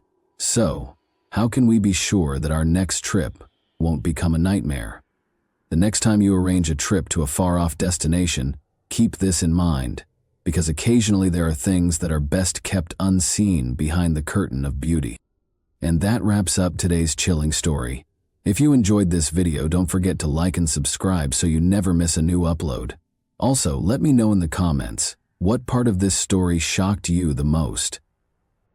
Thank you for watching, and I'll see you in the next video. Hey guys, today we're diving into another truly horrifying case. If you want to support my channel, make sure to subscribe and stay active. It really helps me out. I'd be super grateful for that. Let's get started. Consider a scene from any film when the main character is fleeing from a chase, but just as he is about to be safe, the villain's foot blocks the door from closing, making the protagonist a helpless victim. This scene marked the beginning of a young woman's grieving. She was stuck. We are all aware that in a state, the protection of freedom and human rights must always come before religion or tradition. However, the lady is impacted by societally enforced childhood stereotypes and attitudes from many years before, and she continues to live with a tyrant and accept abuse due to the effect of unwritten rules. Because of the state of the world now, these attitudes are still applicable and have the power to transform people's lives. We will travel to Kyrgyzstan, which is in Central Asia, today to examine the traditions and way of life of the citizens of the state with the longest history. Natural beauty is abundant in Kyrgyzstan. After all, mountains cover 3/4 of the nation. Its two mountain systems include nearly all of its land. Muslims make up the vast majority of Kyrgyz believers. At the same time, there are Orthodox Catholics, Christians, and other Protestant movements. The state of Kyrgyzstan is secular. It is a state with a system that keeps religion apart from state power and regulates it according to civil standards rather than religious ones. The government of the nation punishes clergy members for engaging in religious practices that are against republic laws. However, the authorities were completely uninterested in the instance of one vulnerable young woman who pleaded for protection and assistance from the state. Asel Noguva was born in Tokmak, Chui Oblast, Kyrgyzstan, in 1986. The girl completed hairdressing classes after graduating from school and relocated to Bishkek in order to work at a salon. Large cities can make it simple to get lost, but they can also make it much easier to meet people. Azamat Estebesov visited the hair salon where Asel worked one day in order to obtain a fresh haircut. He invited the attractive, slim girl for a cup of aromatic coffee because he thought she was really attractive. For both of them, the encounter proved to be fatal. After all, Azamat also thought highly of Asel. He appeared to be a straightforward, considerate man who had grown up in a wealthy household and was incredibly diligent. Because Azamat was very devout and respected Muslim customs, Azel's family supported her daughter's decision. Azel's parents calmly approved the marriage because they could not perceive the groom's shortcomings. Asel married her lover Azamat when she was 19 years old. The young family soon welcomed a son as their firstborn child. It appears that every man longs for a successor, someone who will carry on the family tradition. However, in our myth, the humble and nasty demons of Azamat were brought about by the joy of fatherhood, as if it were a genie from a jug. Thus, a straightforward family tale on a typical evening descended into a genuine drama, which in turn sparked a string of depressing incidents. The inexperienced father unintentionally spilled too much water on their son as Azamat and Asel were bathing him. He sobbed uncontrollably and trembled with fear. In a nasty reaction, Asel yelled at her husband. Without hesitation, Azamat responded by striking her in the face. When Asel and the child visited her mother's home that same evening, Azamat expressed regret and begged for forgiveness. Saying that this will never happen again, he pleaded. It is important to note that the mindset of Kyrgyzstan differs greatly from other mentalities. Given the traditions and customs of the Turkic family, Girls are taught patience from an early age, and that a husband should live alone for the rest of his life, because divorce is not encouraged, but is not prohibited. Additionally, the Muslim faith plays a significant role in establishing and maintaining a family by any means. Asel, who was fatherless herself, did not want her son to experience the same thing. The girl thought they would be able to live happily ever after Azamat raised his hand for the first and last time. She was wrong, but Asel returned. The family moved back to Tokmak, her hometown, to be close to her parents after a year in Bishkek. She was expecting her second child, so the return was a happy occasion. Asel met a number of her classmates while strolling with her son on the playground close to her house. They greeted one another and struck up a pleasant discussion, but on the way home from the walk, Asel was struck hard once more to the face. She was hit so hard that she stumbled on the linoleum and collapsed. Unfortunately, a miscarriage was caused by this blow and fall. Azamat became the shadow of Asel after he moved to Tokmak. He stalked down the street after her. He was always trying to find an excuse to start new fights.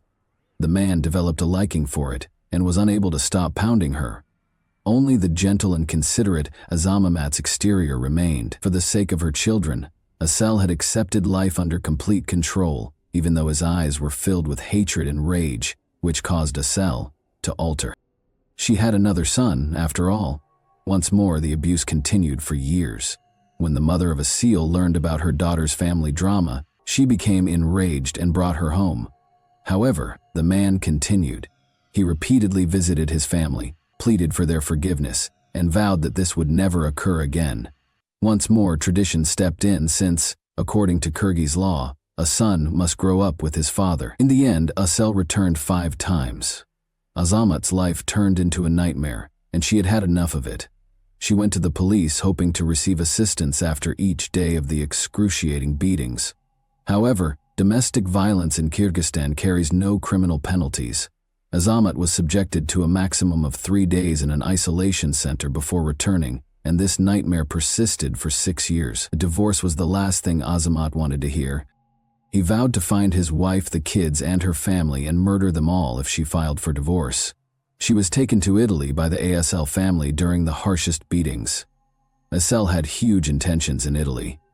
She moved in with her brother, who assisted her in obtaining employment. She worked as a cleaner, a nurse, and a dog walker.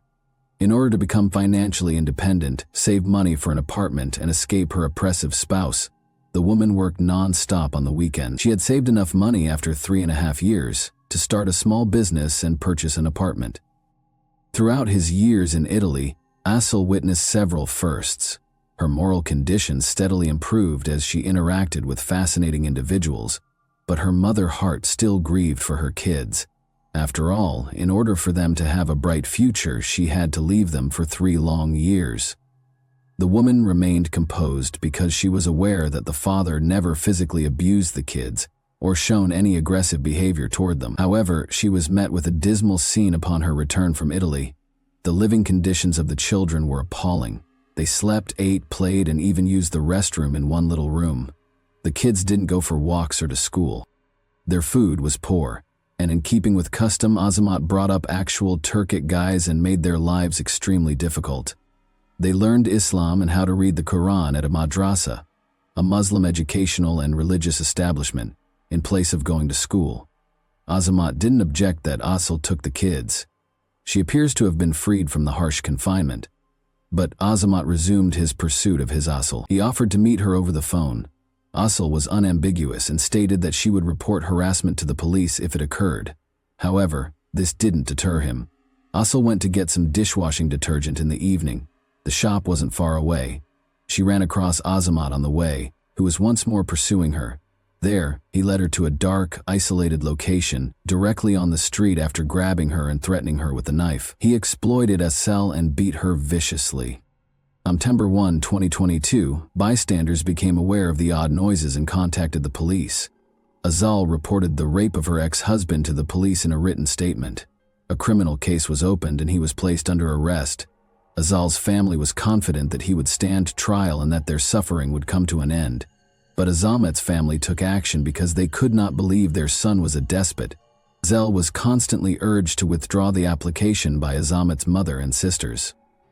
Another peculiar custom is that a woman in Kyrgyzstan is not allowed to report her husband, since it is considered extremely disgraceful to be raped, beaten, and humiliated, even though it is not. As much as possible, Azamat's family used deceit to dissuade Asel. They were successful. Asel is still their legal father, even if he retracted the application in response to Azamat's request to give up parental rights. Due to the victim's counter-application and the parties' reconciliation, the Sokoluk District Court dropped the case. Azamat initiated a fresh round of threats and harassment after being freed. He sent threatening letters to Asel every day, changed phone numbers in order to keep applying pressure. He made it clear in voicemails that he would kill her if he captured Asel. In the driveway, he waited for her. At work, he waited for her. For 3 months, he followed her everywhere. Relatives of Asel's alternated between living with her and her kids, shielding her from Azamat's attacks. However, the victim was still subjected to the second act of abuse. The woman went to the police once more on January 31, 2023, to report that her ex-husband had once again used force on her. The suspect was also taken into custody, and a criminal case was opened. The materials were handed to the court following the investigation. The family anticipated a genuine term of at least 5 years and was awaiting the judgment. Asel was invited to a separate office by the judge and 2 prosecutors on the day of the trial. In front of her eyes was Azamat. After removing his shackles, they told him that 3 years of probation had been applied, rather than 5 years in jail. Indeed, he was still at liberty. Because Azamat has 2 children from his marriage to the victim and an elderly mother with a disability, the court deemed this ruling appropriate. To be clear, probation is a set of rules that are imposed on convicted individuals. Correcting behavior and preventing the commission of future offenses are the goals of probation. Asel wept. She was pushed into the deepest recess, from whence she could not get out. Fear and despair once again took a firm hold on the woman's life. Asel, however, didn't wait for fresh assaults. She stopped believing people and stopped paying attention to Azamat's family. All of the beatings were taken down by Asel. She filed an appeal with the Chui Regional Court after hiring an attorney. The lawyers presented the court with all of the voicemails and threats in the messages, and this time the matter proceeded to court. However, a number of incidents repeatedly delayed the hearing, bringing the worst day of Asel closer. The trial was first postponed for a month due to the lawyer's illness. For unknown reasons, the second and third hearings were also postponed. Asel pleaded during the 4th hearing that the hearing should not be postponed any further because she was terrified of dying, not of being beaten. Azamat persisted in moving freely and trying to kill Asel. He emailed her a picture of a black rucksack with a knife and a rope on the eve of the rendezvous, along with the message, "I'm ready to meet you at the bottom." However, the case was once more put on hold indefinitely, with such disregard from the legal system and law enforcement. Since Azamat rejected the state attorney and a private attorney became involved, there was just no way Asel could save herself. As usual, September 20, 2023 got underway. Asel woke up her kids at 6:30 a.m. After eating breakfast together, the loving mother wished her oldest son a good day and went with him to school. She didn't close the door because Asel was also going to go and completing the preparations. The front door opened abruptly and she combed her hair. Azamat entered with great speed and aggression. The woman shut herself in the bathroom before she could react. He struck her twice on the head right away, and Asel went into a daze from not understanding what was going on. The pervert took her by the throat and began choking her after striking her head. Azamat passed out, nothing more. Asa was unconscious. At times, she thought that everything was a horrible dream when she heard Azamat's voice. But her son's cries pulled her back to the present. When Asel saw that she was awake, he wrapped a blanket around himself and sobbed as he repeatedly said, "Daddy, don't do it." However, his father told him to be quiet or else he would kill him as well. Asel tried to hide in the bathroom, but she couldn't recall how to get out. The kitchen was where she ended up. Like a needless object, he flung the poor woman to the ground, then scooped her up and proceeded to mistreat her. The pervert quickly raised Asel once more, leaned her against the wall, and began cold-bloodedly stabbing her face and neck with a clerical knife. When Asel regained consciousness the following time, she noticed that everything was covered in blood, but she was unaware of what was going on. Her throat was dry, and she had lost a lot of blood. She insisted on getting a drink. She received a bucket of rags from her once-loved spouse, which contained blood and water. The giver began selecting a knife because he had become so enamored with the taste of blood. He selected the kitchen knife that would reach a seal's heart after trying each one on. But all of a sudden, the door opened and policemen came inside. As it happened, the screams were heard by a downstairs neighbor. She contacted the police after learning of Asel's and her ex-husband's precarious circumstances, which prevented the terrible torture and ultimately saved her life. Azama Estebasov resisted and used a knife to strike the officers. Nobody understood what had transpired in such chaos. There was blood all throughout the apartment. Azama began slicing Asel. After cutting off his ex-wife's nose and ears in the restroom and dragging her along the hallway to the kitchen, he repeatedly injured her face and neck. He severely assaulted her, sliced her face and chopped her neck. An ambulance was called by the district police officers when they arrived. They evaluated the appearance of the cell and then hurriedly started searching for the sliced organs, but they were not there. Would you be shocked to learn where the woman's nose and ears were discovered? In the pocket of the monster. In an attempt to make up lost time, the police officers drove Asel to the 4th City Hospital in Bishkek, but they refused to administer first aid, stating that she was not a patient of theirs, based on her propiska. In addition to failing to administer first aid, the doctors failed to halt the bleeding. She just received first help and stopped bleeding in the 2nd hospital. After that, she was sent to the National Hospital, where she underwent a 9-hour operation. Asel's face was painstakingly restored by 6 physicians. The district police officers carefully handed the discovered dismembered organs, and the doctors carefully gathered everything, because the nerve nodes and earlobes had been entirely severed. Azamat used a unique knife to accomplish it. The work was quite delicate. In the hospital, the nose was also amputated entirely. Azamat did not come to for a while. Her survival was amazing. Psychologists cautioned that recovery would be extremely risky and take a long time. The incident resulted in the disfigurement of the young, attractive woman, and a criminal case was filed under the Kyrgyz Republic's Criminal Code's article on causing grave harm to health. The suspect in the crime was taken into custody by the police. On September 27, 2023, he was transferred to a pre-trial custody facility. By presidential decree, 9 judges were removed from their positions, and Azamat Estebasov's sentence was reduced to 8 years in prison. Among them is Kilbek Toktomamitov, a judge in the Chuy region's Sokuluk District Court, who granted the guy a probationary release. According to the President of State's proclamation, Toktomatov was fired for failing to uphold the standards of a judge's faultless conduct. Alongside him, Sadir Japarov prematurely terminated the powers of several judges who had in some way broken the standards of impeccability by issuing a decree on November 1 at the Council of Judges' suggestion. The incident was further investigated by 6 investigators. They revisited and reviewed all of Azamat Estebasov's earlier cases. After considering all of the information they discovered, they included 11 articles in the new indictment case by the end of December 2023. All investigation work was finished, and the first court hearings were held on January 9, 2024. Azamat Estebasov evaded answering the judge's inquiries in any manner possible, and in other instances claimed that he was unable to talk because he was possessed by a demon. He did not confess to any of the 11 incidents that were brought against him. The trial was postponed as a result of his hostile behavior toward the witnesses. The last closed court hearing took place on January 26, 2024.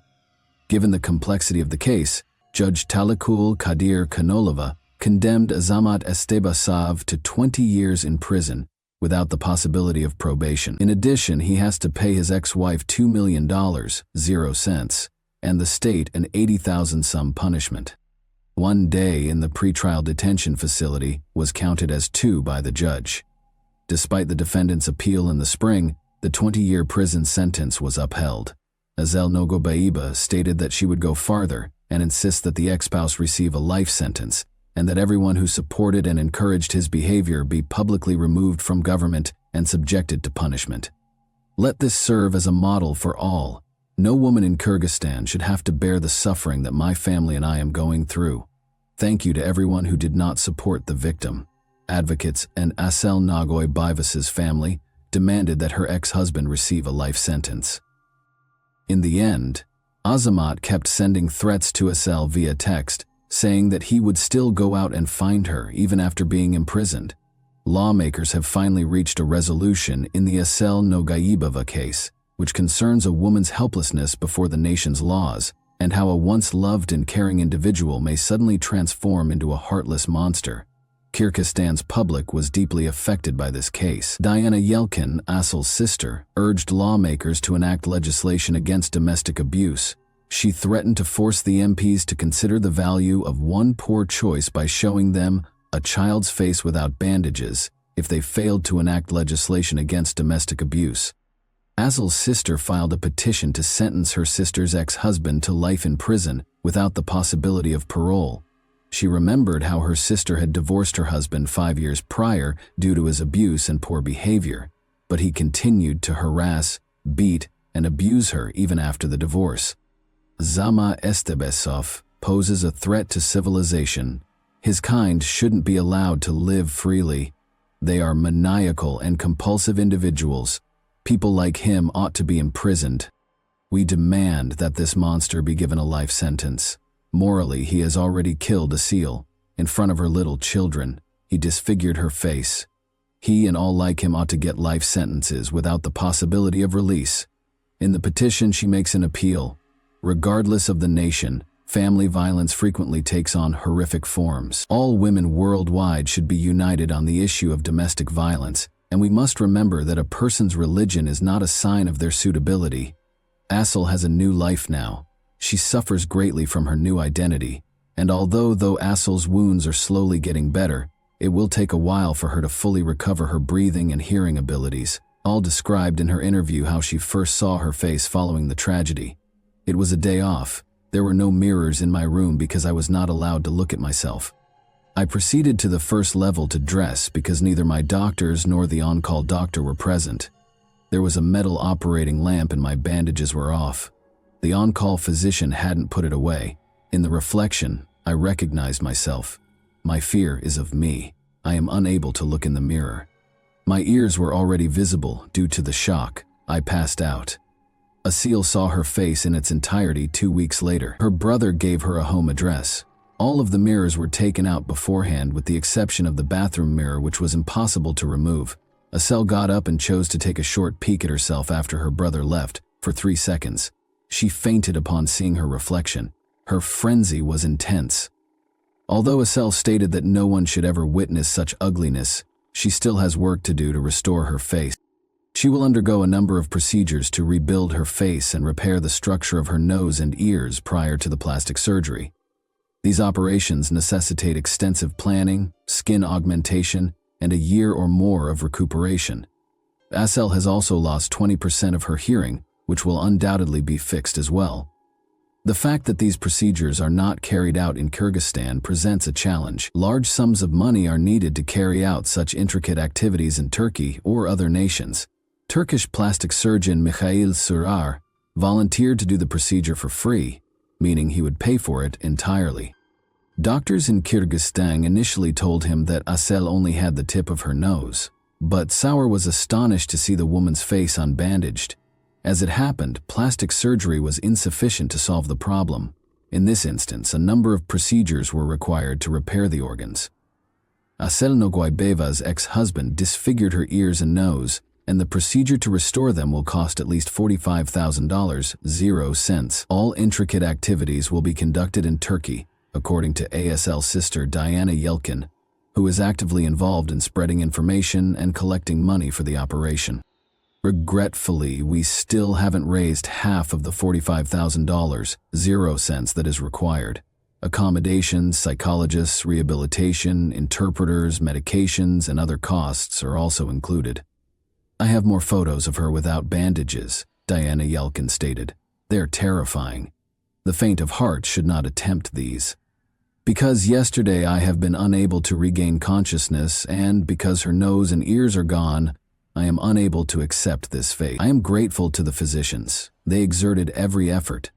The most important thing is that gangrene and sepsis did not go, Diana Yelkin, the victim's sister, stated. She says she will publish her sister's face sans bandages if they are unable to obtain the required funds soon. Show the real face of lawlessness and the real face of a victim of violence to the entire world. Allow each judge, police officer, and deputy to view the mutilated Asel's face by hanging a picture of her. Before enacting the required laws and judgments, take a picture. All of this would not have occurred a year ago if the judge had not placed this monster on probation. The seal and the family hoped that the statute would allow for independent judges. We are now posing a challenge to the Kyrgyz courts and to everyone else.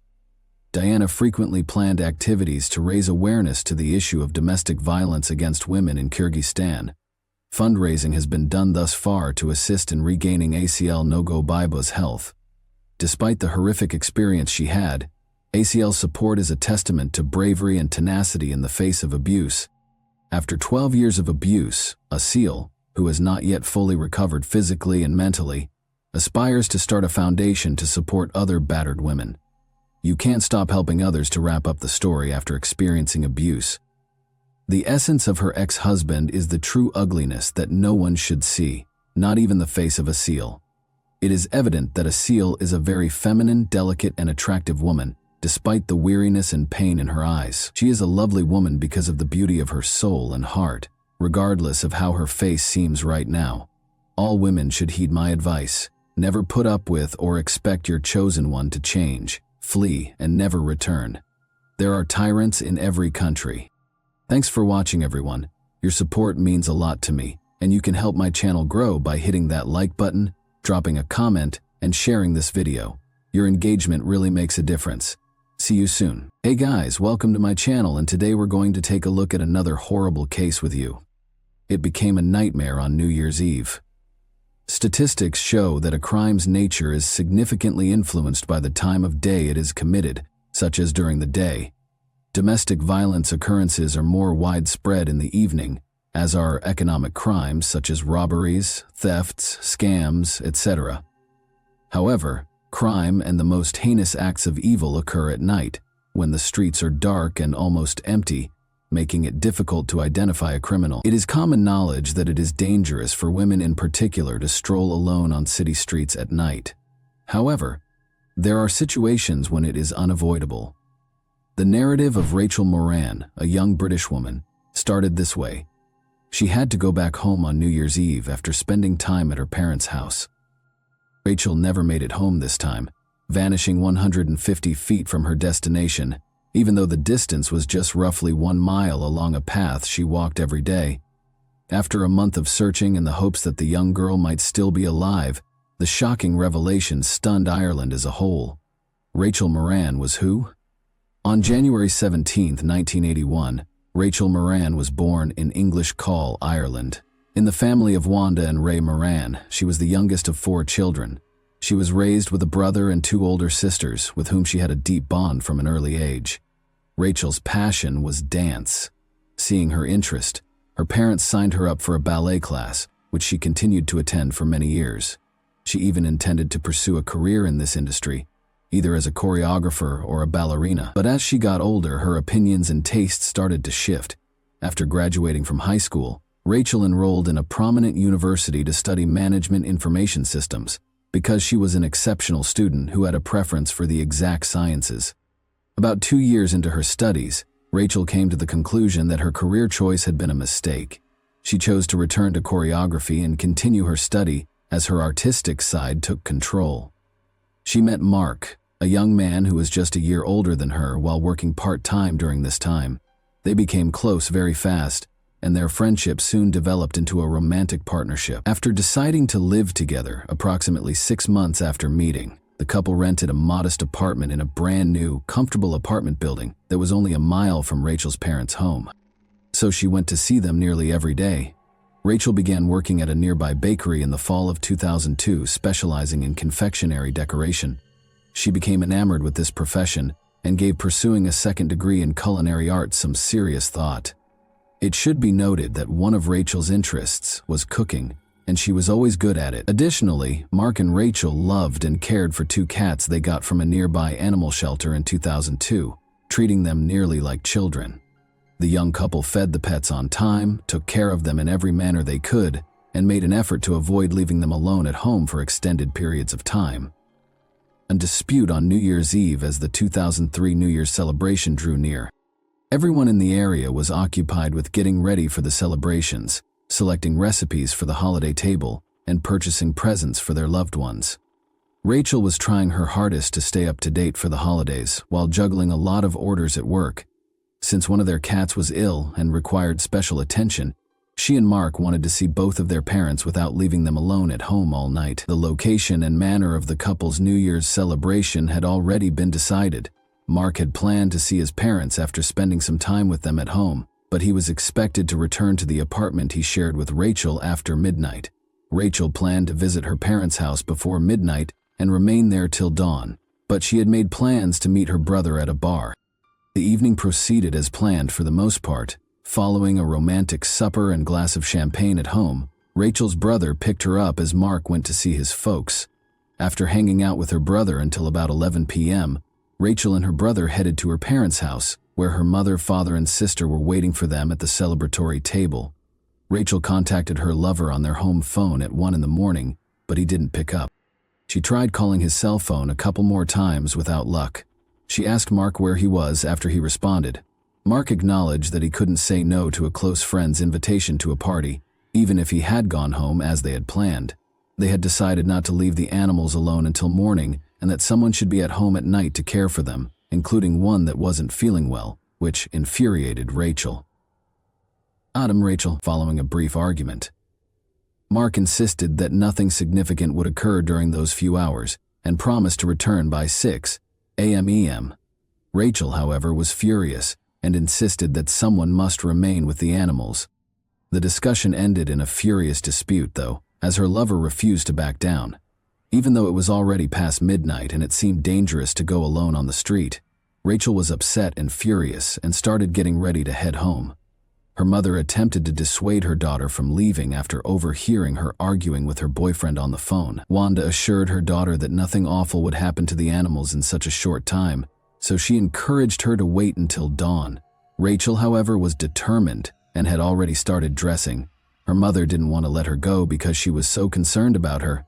Rachel was already standing at the open door when they began arguing loudly and went on. Her mother, however, was unable to persuade her. No one could go with Rachel because her brother and father had already gone to bed and were heavily intoxicated.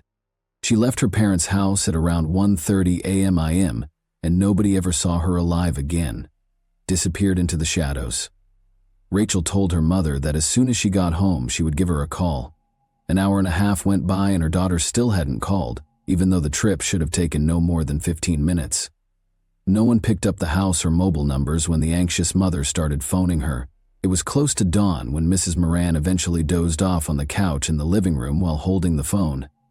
On January 1, she heard her husband on the phone when she woke up at 9:30 a.m. She thought he was talking to Rachel since he used the word daughter. But as soon as he ended the call, he revealed that it was their oldest daughter, who had been attempting to contact her sister all morning and was beginning to become anxious. The mother became frightened upon hearing this.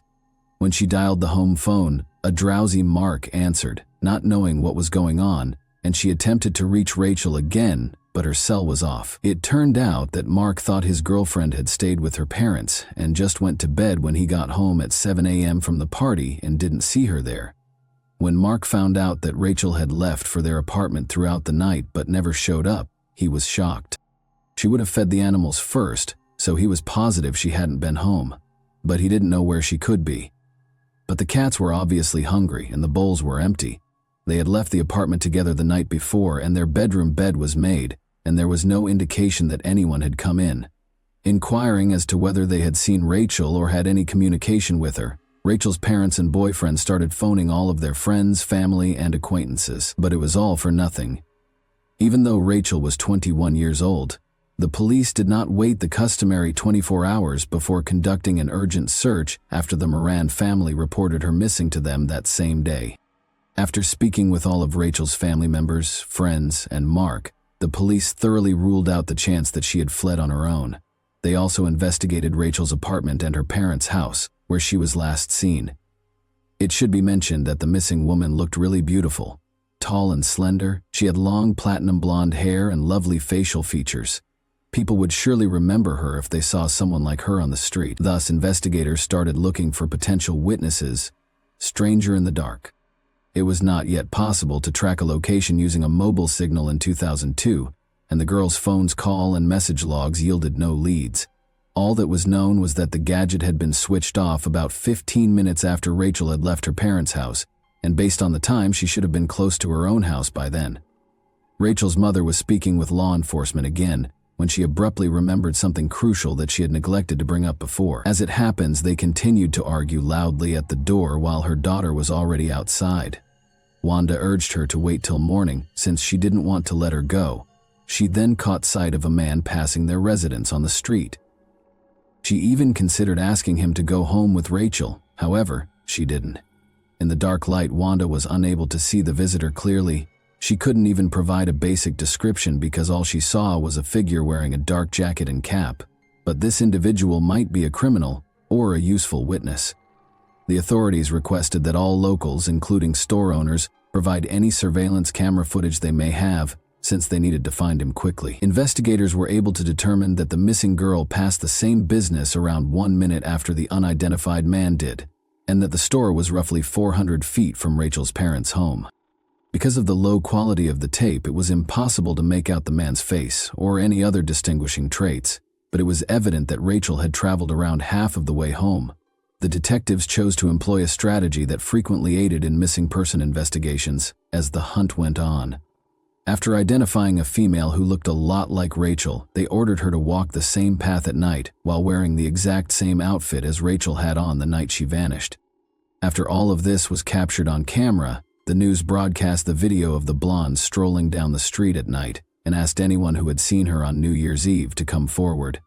The strategy was successful, as multiple witnesses claimed to have seen a dark male silhouette and a lone girl walking.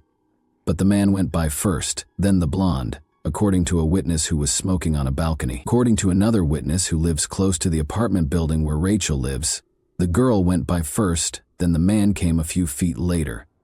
This implied that the stranger was either someone else or that they had fallen behind. About 150 feet from the girl's home, another camera was found along her path 10 days into the search.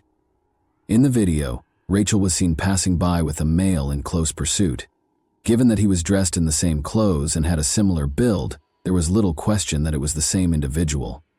There were unsettling hints that the man had once allowed the girl to pass in front of him before starting to follow her. Within a few days following the girl's disappearance, a massive search was launched for her. Detectives used aircraft, search dogs, divers, and hundreds of volunteers to mark a 10-mile search radius. They swept across woodland areas, wastelands, streets, and waterways. Artificial canals and tiny streams were drained for a detailed examination, and the search was carried out both on the ground and in the air. However, time went by with no outcomes. Given that Rachel had not used her cell phone or made any purchases using her bank card since going missing, authorities assumed she was dead.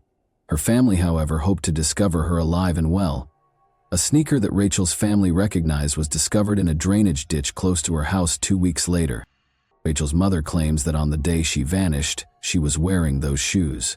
Officers discovered a black purse with an ID card in Rachel Moran's name, a makeup bag, a wallet with bank cards, and a cell phone in one of the drained streams a few days later. Since all of the evidence was discovered within a mile of Rachel's house, the police speculated that the potential offender might reside nearby. He probably concealed the body here as well, if this scenario is accurate. This prompted the creation of a strategy to search every home within 2 miles of Rachel's residence, door to door. More cops were brought in, each working with a partner to reduce hazards and sad findings in the trash chute, because of course this took a lot of time and resources. The young woman had been going door to door for almost a month. Because it was hard to locate householders at their homes, and because the police required permission to enter the property, the search for neighborhood inhabitants was moving slowly. When a policeman and his aide arrived at another residence on Nash Court on January 28, they were instantly confronted by an unpleasant smell. Michael Little, 23, the homeowner, reassured them that there was nothing to be concerned about, saying that he was waiting for a plumber to clear the clogged plumbing. His friend Marcus was paying him a visit at the time, but he had no idea what the cops were looking for and had only seen them. Although nothing unusual was discovered in the house, the officers' suspicions were heightened by the lingering, sickening stench. It was discovered that a small trash chute, filled with bags of different wastes, was the cause of the stink rather than the restroom. After deciding to examine its contents more closely, the cops removed a number of bags and found a human within, an egg protruding. The homeowner and his visitor were taken into custody by the police, who promptly requested reinforcements. While his companion had a full-blown meltdown when he saw the dead female, Michael was totally composed and even detached during the entire ordeal. It was difficult to remove the body from the small trash chute, and it was not apparent how it had ended up there in the first place.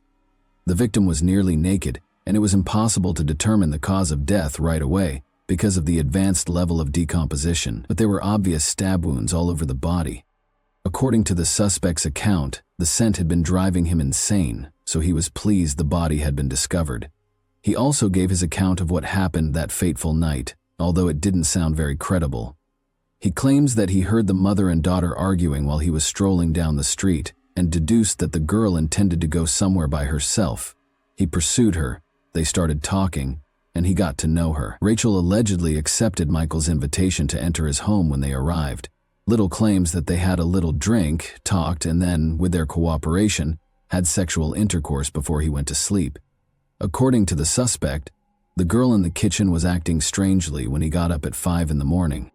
He had a small bag of illegal narcotics on the table, and he presumed that his visitor had taken something from it.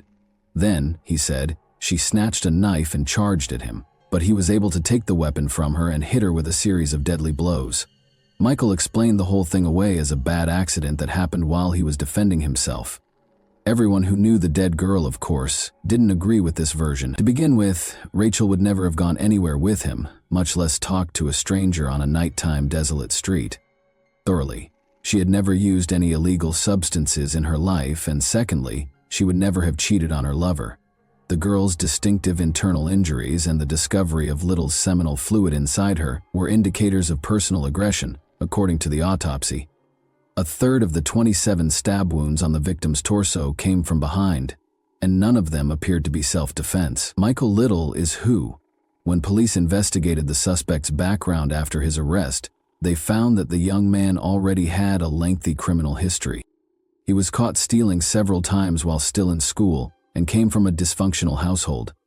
In addition, he never completed his education, which prevented him from obtaining even a mediocre job because he lacked a foundational education. He subsisted on both benefits and money he obtained unlawfully.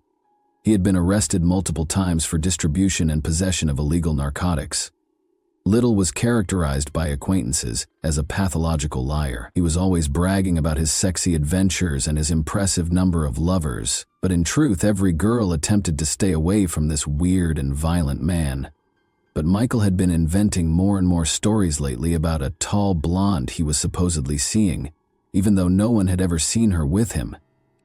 Since the victim and the suspect lived in the same neighborhood and had houses only a few hundred feet apart, police theorized that the suspect may have seen the victim before.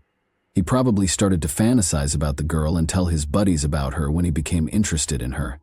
When the criminal saw her alone herself on the street that fateful night, he took advantage of the situation and attacked her. But this new, even stranger version was the first time the victim and her attacker had ever met.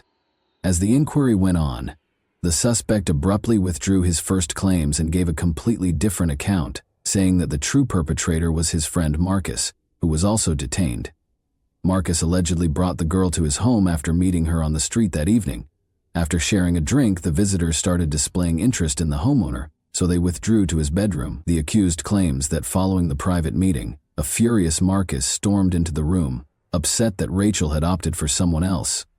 After killing the girl with a knife, he threatened Michael with harm and demanded that he assist in concealing the body and keep quiet about what had transpired. The accused and his attorney swore that this was precisely how events had transpired, but of course no one believed this narrative. But there was no proof that Marcus was involved. He had a New Year's Eve alibi for the crime, and his response upon the body's discovery suggested that he was unaware of the nightmare that had taken place at his friend's house. Trial and sentencing. The precise events of that fatal night could only be partially reconstructed, because Michael never acknowledged his guilt. Little was found to have gone to a party on December 31, 2002, and was getting ready to celebrate the new year with pals there. He was cruelly rebuffed when he tried to flirt with one girl, and the same thing happened with another, leaving him drunk and furious. After leaving the gathering and making his way home, Michael ran into Rachel and let go all of his bottled-up anger. He chose to pursue the girl after hearing her and her mother quarrel. After waiting for his victim to pass by in a dark alley off the road, the thief followed her as they passed Michael's house. He assaulted Rachel and repeatedly stabbed her in the back.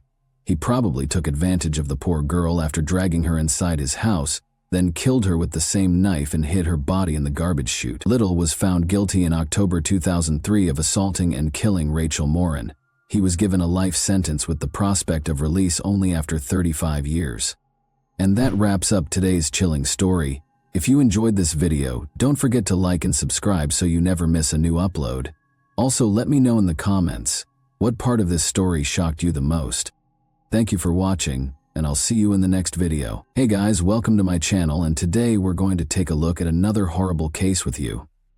This story is an excellent illustration of how life can occasionally be more terrifying than a horror film. Imagine an ideal marriage and an opulent mansion. She is a charming and self-assured woman. He is a successful businessman, and they lead a glamorous life filled with luxury and style.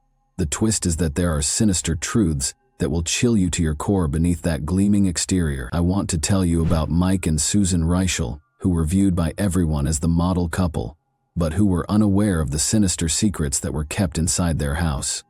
Nobody could have predicted that all would end in tragedy. An emergency services call, and skin-chilling accusations on a chilly February night.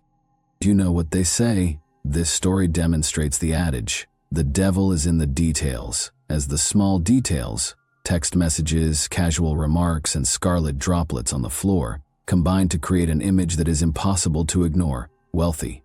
In order to provide the impression of a perfect married life, Mike Raichel and his wife Susan were frequently spotted out together, dining at upscale restaurants and taking vacations at opulent resorts. With a sparkling pool, a well-kept lawn, and sleek, contemporary interiors, their mansion in the affluent Naplesville, Florida neighborhood gleamed as brilliantly as their romantic union.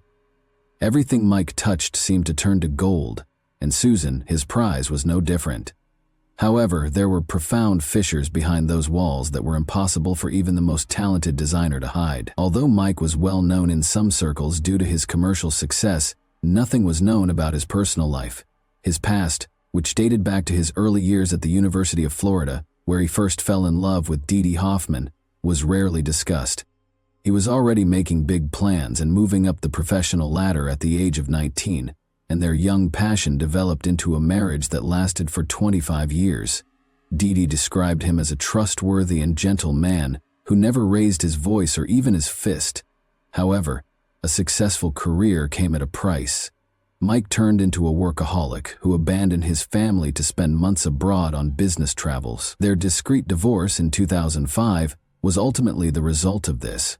Although Dee Dee moved on, the memories of the past persisted. Mike met Susan, a young nurse he found on an internet dating service, and she took over. From the first messages, he was drawn to the 38-year-old woman.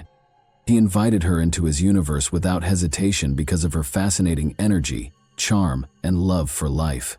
The space that had once belonged to Dee Dee was soon occupied by Susan. Once replete with memories of Mike's first family, the estate became the site of a new union when they were married in August 2007. However, the tranquility of this new life was upended on February 3, 2018.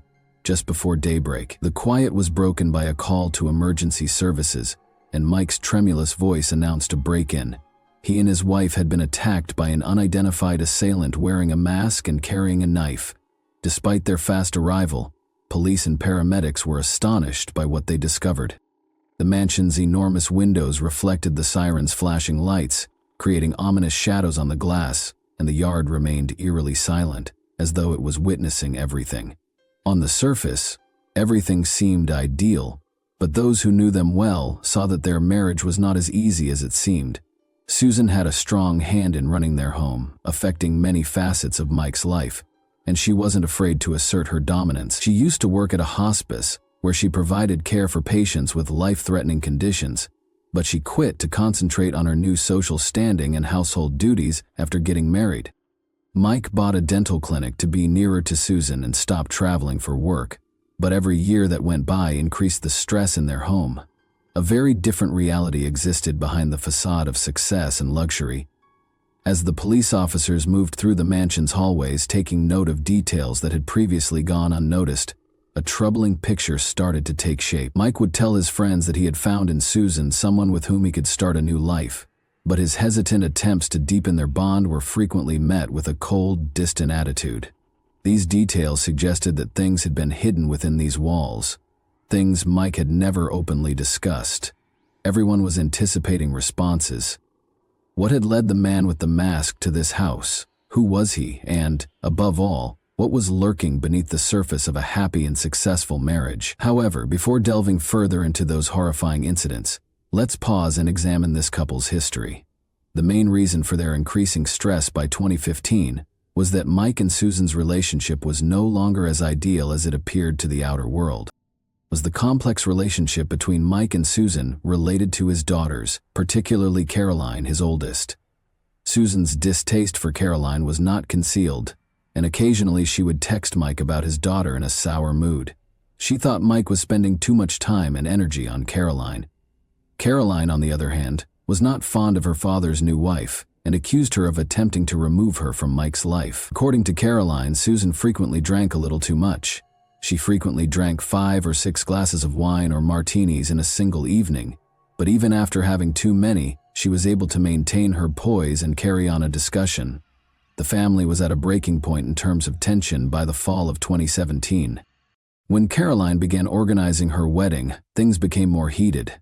Mike set aside $100,000 0 cents for the event because he wanted her special day to be flawless.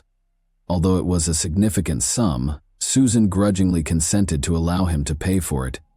Susan became enraged when the wedding's expenses continued to rise, and, by the time everything was finalized, the budget had risen to almost $250 0 cents. 3 weeks following the November 2017 wedding, Susan was still furious when she learned how much Mike had spent on the party, despite efforts to find common ground, particularly throughout the wedding planning. Mike confided in Caroline that he had been physically attacked by Susan multiple times. Since his daughter had seen a faint white scar on his cheek on the day of the wedding, she instantly believed him. After one of the instances, Mike even showed her pictures of his injuries. Susan had been arrested after allegedly attacking him with a knife. Was this, however, the sole instance? What was actually happening in that house behind closed doors? Susan became enraged upon learning the actual expense of Caroline's wedding. She became enraged, tossed a phone at Mike, and started hitting him. Everyone who believed they know this couple was shocked by the incident. Unexpectedly, Susan was the one who contacted the police after assaulting her husband. She had always attempted to keep control of the situation, so this decision seemed odd. It's possible that she wanted to give her version of events first in order to avoid being charged, but things didn't work out that way. A smashed phone on the floor, overturned furniture, and a heated environment between the couple were among the obvious evidence of a recent argument that the police found when they arrived at the Rochelle residence. Officers spoke with Susan and Mike for a short while. Mike was clearly upset, and Susan was distraught, recounting the events in a fragmented manner. The officers concluded that Susan needed to leave the house for a bit in order to collect herself and think about what she had done. She merely verbally agreed. Presuming the problem had momentarily fixed, the police departed. 30 minutes had gone by, but Susan was still inside the house, urging Mike to stay with her and hash out their differences.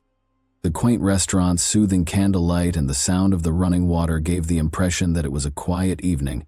But Mike and Susan Rochelle's table was anything but. Things had seemed odd that morning. Instead of a welcoming grin, Susan's face had a stern expression, and their talk soon turned to familiar, tense issues. Mike had thought that this dinner would be the beginning of a truce, a chance to go back to the days when everything between them was simple. She used to be the one who brightened his life, but now she was the primary cause of his tension and worry. Frustration and miscommunication simmered between them like water in a pot that was about to boil. Let me now give you a detailed account of what happened that day. The evening ended almost as suddenly as it had started. Mike got up, threw some money on the table, and walked away. Susan sat there looking at nothing, as though she was trying to take in everything that had been said. Mike's eldest daughter from his first marriage, Caroline, had been the subject of another argument between them. Susan would never be able to forgive him for spending $250,000, 0 cents, on Caroline's wedding because, in her opinion, it was both lavish and a betrayal. He grew further estranged from Caroline the more he invested in her. Their marriage was gradually being destroyed by her constant battle for power and the sense that she was the most significant person in his life. Susan was lost in contemplation as Mike departed the restaurant. Although she had no idea what to do next, she was certain that she wasn't going to lose control of the situation. After a few minutes, she got up, picked up her phone, and texted him, "Good luck with your daughter. I'm going to file for divorce." It was a declaration of her goals rather than a threat. She sent another SMS after learning that their talk was far from over. "You have significant problems with your daughter. I will not put up with this conduct." Susan called a cab and went home as soon as she made up her mind. There was silence in the house. Long shadows were thrown across the corridors by the lovely moonlight that spilled in through the enormous windows. Unaware that this evening would offer a test she would never forget, Susan walked into the guest room. Mike emerged in the doorway as the door abruptly opened as the clock struck midnight. His eyes were filled with a wildness that made Susan uncomfortable. They got into a heated argument once more, which soon turned into a full-fledged altercation, but this time it went beyond than it had before. They were soon fighting against one another after Mike's rage got the better of them. Susan experienced a searing pain in her stomach. She was horrified to see that Mike was brandishing a knife, and she made a valiant attempt to free herself. It all happened so quickly. She had no time to comprehend how a furious dispute had devolved into a nightmare. He hit her again in a matter of seconds, and blood began to slowly run down her arm. This was no coincidence. This was deliberate. Mike was surprised by one thing, though. She had no intention of giving up. He attempted to hold her back, but was hesitant due to Susan's will to live. She understood that she might not see the morning if she couldn't persuade him to stop. "All right, I'm not going to get a divorce. I will not abandon you." In a desperate attempt to get him to stop, she whispered through the agony. Something shifted in Mike's eyes as he froze, perhaps realizing what he had done. He started to put the knife away in a panic, gathered his belongings, and hastily made up a new story. It was an unknown individual. We'll pretend it was a person wearing a mask and all will be well. You understand what I'm asking you to say? Susan acknowledged that she had nothing left to lose, but she gave her version of events as soon as she was taken to the hospital and felt secure. The following few hours passed quickly, filled with heated conversations in the hospital hallways, police calls, and urgent announcements over the intercom. Susan told investigators, physicians, and anybody else who would listen. Mike, meantime, insisted that they had been the victims of a late-night invader in an attempt to persuade everyone of his story. In an attempt to remove any evidence of what had actually transpired behind their home's walls, he even erased the security camera recordings. Officers were shocked to see no evidence of a break-in when they returned to the Raichel property. The windows were still in place. There was no damage to the locks. They quickly came to the conclusion that Mike's story was not credible. However, he had a contingency plan and promptly implemented it. He made a thorough effort to convince the police that possibly someone had entered while they were asleep because the doors had been left unsecured. His portrayal was so compelling that it briefly appeared possible that this might have been an isolated incident. Then the pieces began to fit together once the investigators got footage from the restaurant security cameras. They witnessed Mike and Susan leaving apart without exchanging words, then coming inside and going to separate rooms. These scenes obviously had nothing to do with a fictitious invader at night. Suspicions started to arise since everything seemed strange and unbelievable. Investigators realized that this was only the beginning as they attempted to fit everything together. No one could have predicted the complexity and depth of the story Mike had attempted to present as an attack. Mike persisted in promoting his version of events, but his story was beginning to fall apart.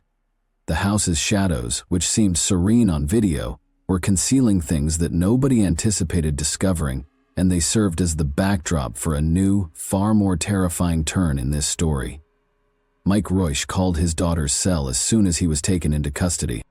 He spoke in a trembling but resolute voice, as though he could eliminate any uncertainty with pure willpower. "I didn't do anything, Caroline." He said it again. "He insisted that you phone my attorney. Get me out of here, please." He was aware that he had little chance of escaping without her help. His daughter Caroline was more than that. She was his unwavering ally and the only one who could protect his reputation both in the public and in court. However, Mike was known in some circles as a successful and calm businessman, and everything that had transpired in the past few weeks didn't fit that image. The shock of hearing of his incarceration was evident, and it affected not just his family but also his friends, co-workers, his ex-wife Dee Dee, and everybody else who had ever met Mike. After 25 years of marriage, Dee Dee appeared to be inconsolable. Mike was a nice, soft guy. It's unbelievable that he could achieve this. Even at times of crisis, friends said he was steady, calm, and logical. However, an almost unthinkable thing had happened to this model of stability and success. However, the prosecutor's viewpoint differed from theirs. He was accustomed to having total control over his life, according to the story. Mike couldn't bear the thought of a divorce and losing the things he had fought so hard to build up over the years, and life abruptly lost its control. He was struck hard by this blow, which caused him to act recklessly. The prosecution's account was simple. Mike was motivated to try to find a permanent solution because he was afraid that Susan would take half of his fortune after the divorce. It was now up to his lawyers to demonstrate that Mike had nothing to do with the attack, that the intruder's narrative was true, and that Susan's injuries were caused by a terrible accident rather than deliberate action. Mike initially gave a public account of what happened at the initial court hearing in mid-February. His story sounded earnest but unpersuasive. He acknowledged that he and Susan had in fact argued at the restaurant on the evening of February 2, and that they had both gone home separately, going to their own rooms. After his rage subsided on this cold evening, Mike made the decision to try to talk to someone and make amends in the guest room. He wanted to make amends, but upon entering, he saw something unsettling. Susan had a knife in her hands and was kneeling by the bed. She appeared desperate, he said, and he thought she might hurt herself. According to Mike, he attempted to get Susan to put down the knife, but she resisted. A struggle broke out, one that was more desperate and awkward than aggressive, like two people caught up in their own feelings. At one point, Mike said he felt the cool blade brush against her stomach. The knife slipped out of her grasp and cut him as well. Blood was slowly seeping through Susan's clothing, and she was breathing deeply. He said he was merely attempting to stop her and that it was an accident. One significant contradiction, however, occurred that same evening when the couple allegedly chose to fabricate a narrative about an intruder to hide the occurrence. According to Mike, they sat on the bed discussing the future while attempting to block out their wounds. "We were talking about life, vacations, and our travel plans. Our talk was among the greatest we'd had in a long time." He smiled almost nostalgically as he remembered. However, who could be gravely injured and speak of a bright future? It sounded ridiculous to the people listening. New information was slowly coming to light during the trial and investigation. Bloodstains were noted in the police report on the bed, the walls, the floor, and even the bathroom mirror. Another concerning element, however, was that the room smelled stifling and humid, and the bed was not only blood-stained, but also contained signs of vomit and feces. Their version of events offered no explanations, and Mike was unable to explain how this occurred. The idea that the situation was more darker than anyone could have envisioned in court was strengthened by all of this. Another odd incident involving their dog jumping on the bed was also described by Mike. Susan was able to slit her wrists with the knife once he became distracted. She was sobbing and muttering that she was afraid of going to jail and that she was unsure of how to deal with it. Mike claims that he recognized he had to take action because he knew the cops would discover the surveillance tape. To avoid being accused, he said, he turned off all the cameras. He then made the decision to phone emergency services a few minutes later, fabricating a tale about an intruder who had entered at night, but a lie-based narrative started to fall apart due to its own contradictions. It became evident that no one had broken into the residence when investigators searched the area and looked over the security tape. There was tension between Mike and Susan, as evidenced by the fragmentary clips of the recordings that Mike had painstakingly erased, but not all of them. The medical professionals verified long before that evening that Susan's injuries were intentional and not the result of an accident. The signs of struggle that Mike attempted to conceal indicated a different story than the exact, non-random knife cuts. He maintained that he was merely attempting to keep her safe, but as the court proceedings progressed, the evidence presented a more ominous and gloomy picture. The tale of a masked invader seemed to be a front for something far more sinister, and Mike didn't seem ready for that front to begin to fall apart. The atmosphere in the courtroom was electric, the questioning aggressive, and it seemed as though a spark could explode at any time and alter the entire case's trajectory. Mike's attorneys tried to use the picture of a guy trapped in a terrible relationship as the foundation for their case. According to their perspective, Susan was a tormentor who threatened his safety and tranquility in addition to being a wife. They firmly pointed to the threatening and accusing messages that were discovered on Mike's phone from Susan, and they reminded the court of her previous arrest for aggressive behavior, citing it as proof of her propensity for animosity. Their most effective tactic, however, was to bring up Mike's posts on internet forums where he asked other guys who had gone through home difficulties for help, characterizing his life as a constant struggle to find understanding and empathy. Desperation, complaints over persistent adultery claims despite no proof, and Susan's insistence that he break off contact with his daughter only served to increase the tension in these posts. Mike's assertion that Susan had turned the knife on herself looked credible, and the defense attempted to persuade the court that Mike was stuck in a toxic, unstable marriage. On the surface, this story made sense. Instability was evident in Susan's messages. She wrote that she didn't know how to continue and that her life had lost purpose in some of them, expressing thoughts of self-harm. This was used by Mike's lawyers to suggest that she may have planned the attack to incite disagreement and cause Mike pain, but Susan's legal team was not going to back down. She disputed all charges of violent conduct and asked pointed, straightforward questions, such as why Mike never called the police if he was a real victim. Why did he continue to maintain the appearance of a happy marriage and remain in the relationship? A straightforward but effective argument served as the foundation for their case. Why didn't Mike leave if his fear of Susan was real?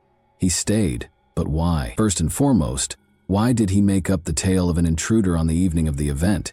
The court had to determine who was telling the truth, and as the case became increasingly intricate and intertwined with each session, it became clear that an emotional defense would not suffice. Mike's lawyers made the decision to hire a forensic specialist in order to bolster their case. The blood spatter analysis discovered in the guest room was the main focus of this specialist's examination of the evidence at the scene. He claimed that Mike's account of events was confirmed by the pattern and direction of the blood, which showed that Susan's injuries were sustained late at night, closer to 3 in the morning. However, Susan maintained that her husband was the one who attacked her initially, and that the attack occurred in her room when she was sleeping at around midnight. The trial's turning moment was this argument. Mike's lawyers contended that this supported his allegation that the injuries were caused just before the paramedics arrived, despite medical experts testifying that a person with such severe wounds to the wrist may die within 1 hour without proper medical attention. Susan, however, lived, but when the forensic expert's reliability was questioned, things took a different turn. His reputation was quickly revealed to be far from impeccable. His name had previously been connected to a somber controversy, and his license had already been suspended for violations of professional ethics. When Susan's defense team produced records exposing the expert's involvement in a horrific occurrence, it was like a lightning bolt in the courtroom. The police found a stockpile of organs, including hearts and brains, in his own refrigerator after he was caught collecting organs from the deceased. The validity of his conclusions in Mike's case was called into question by these startling disclosures. All of a sudden, the expert's conclusions were more than just dubious. Mike's whole defense plan was in danger of being destroyed. Susan and her attorneys took advantage of this, claiming that the bloodstains on the walls and furnishings indicated intentional knife attacks rather than unintentional self-harming wounds. They said that Mike had prevented Susan from moving or defending herself during the attack by holding her in place.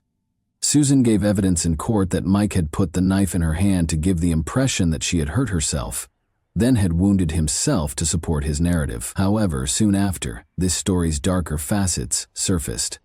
Evidence indicating Mike had long lost interest in the marriage was discovered throughout the investigation. He was actively seeking a life without Susan, even though he claimed to be trying to resolve the conflict. His argument took a significant hit when it was revealed that he had registered on several dating websites.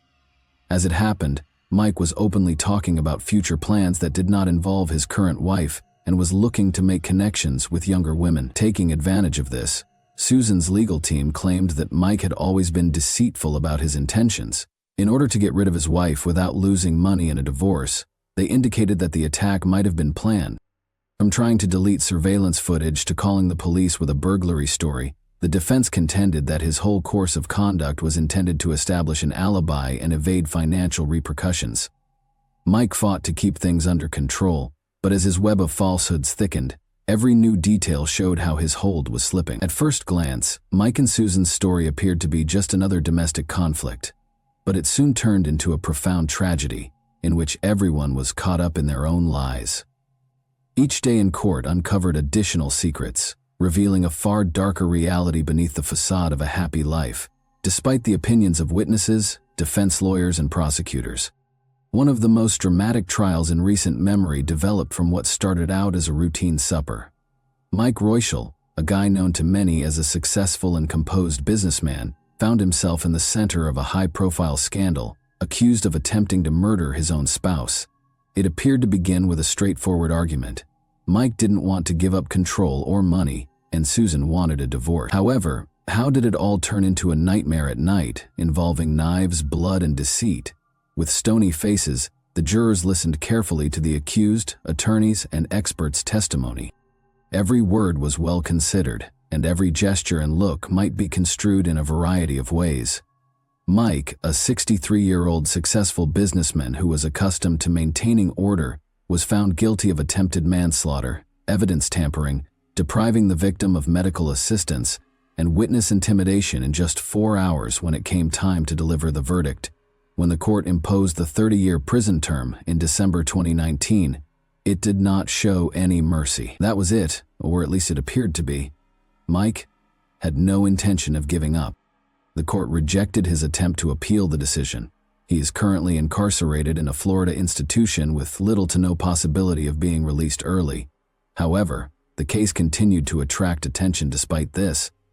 Following his incarceration, there were speculations that Mike was looking for someone to look after Susan while he was in custody.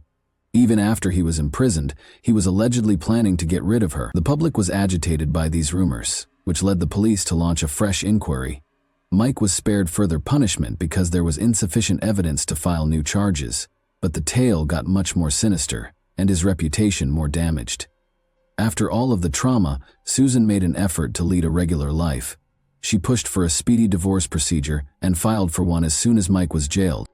She stayed out of the spotlight. No interviews, no public remarks. Unlike her husband, all she wanted to do was go on. One problem remained, though. Their home, which had once represented their love but had since become the scene of nightmares, was now the location of a fresh court case. Susan was adamant about getting her portion. Despite Mike's best efforts to leave her with little, she claimed that she had every right to a share of his assets. Ironically, this opulent home that had once appeared to be a stronghold for their union had now devolved into a battlefield. Even from behind bars, attorneys on both sides were attempting to claim triumph by scheming against one another. Through his lawyers, Mike made every effort to deny Susan her claim to the joint property. The house was more than simply a financial concern for Susan. It was about putting her past behind her. She wished to forget how her blood had smeared those shiny floors, and how she had sat there, gripping her stomach, pleading with Mike to call for assistance. There was more to her battle for the house than just the law. She was fighting to get rid of the ghosts of her past. Will Susan have a happy ending? Her life would never be the same because she lost so much more than she had won in court. After a bloody end to what began as a peaceful dinner conversation, her husband was sentenced to 30 years in prison, and Mike, A man accustomed to luxury, attention, and control over his destiny now spends his days and nights alone in a cell without fancy suits, fast cars, or the people who once looked up to him. What can we see here then? It's not all about wealth, prestige, or power. It tells the tale of how even the strongest people may be torn apart by unsolved disputes, concealed grudges, and a desire for dominance. Every lie and deception has a cost, as we are all aware, and Mike paid with his freedom, while Susan paid with her mental stability. Consider it. If you were in their shoes, how would you have responded? Who is the victim in this situation, and who is the true villain? The answers are in the middle, and they might never be entirely understood. And that wraps up today's chilling story. If you enjoyed this video, don't forget to like and subscribe so you never miss a new upload. Also, let me know in the comments, what part of this story shocked you the most? Thank you for watching, and I'll see you in the next video.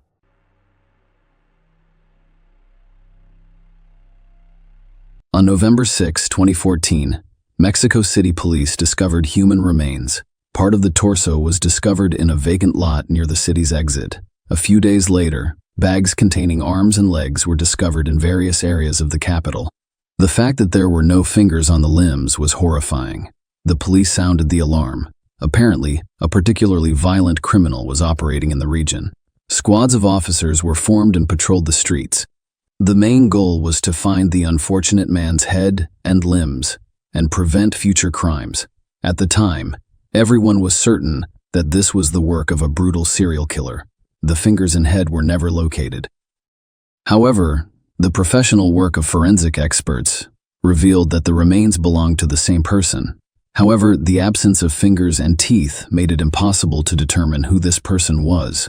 The story takes place in North America, with the main character, Alejandra La Fuente, a stunning brunette with gorgeous hair and bright brown eyes that highlight her thick black tar lashes. She had an athletic, trim figure, which he attempted to maintain through fitness, yoga, and breathing exercises. Alejandra enjoys taking care of herself. She could frequently be seen at a beauty salon, massage spa, or spa. In warm weather, she lounged on the beach doing scientific research, and on cloudy days she could go to tanning salons. Overall, we can conclude that the young woman adored herself and saw herself as the pinnacle of female attractiveness. Alejandra did not lag behind in her career. Her father, Alberto La Fuente, is a doctor of sciences and a well-known psychiatrist. He is a scientific luminary who works on psychiatric disorders such as schizophrenia and manic depression.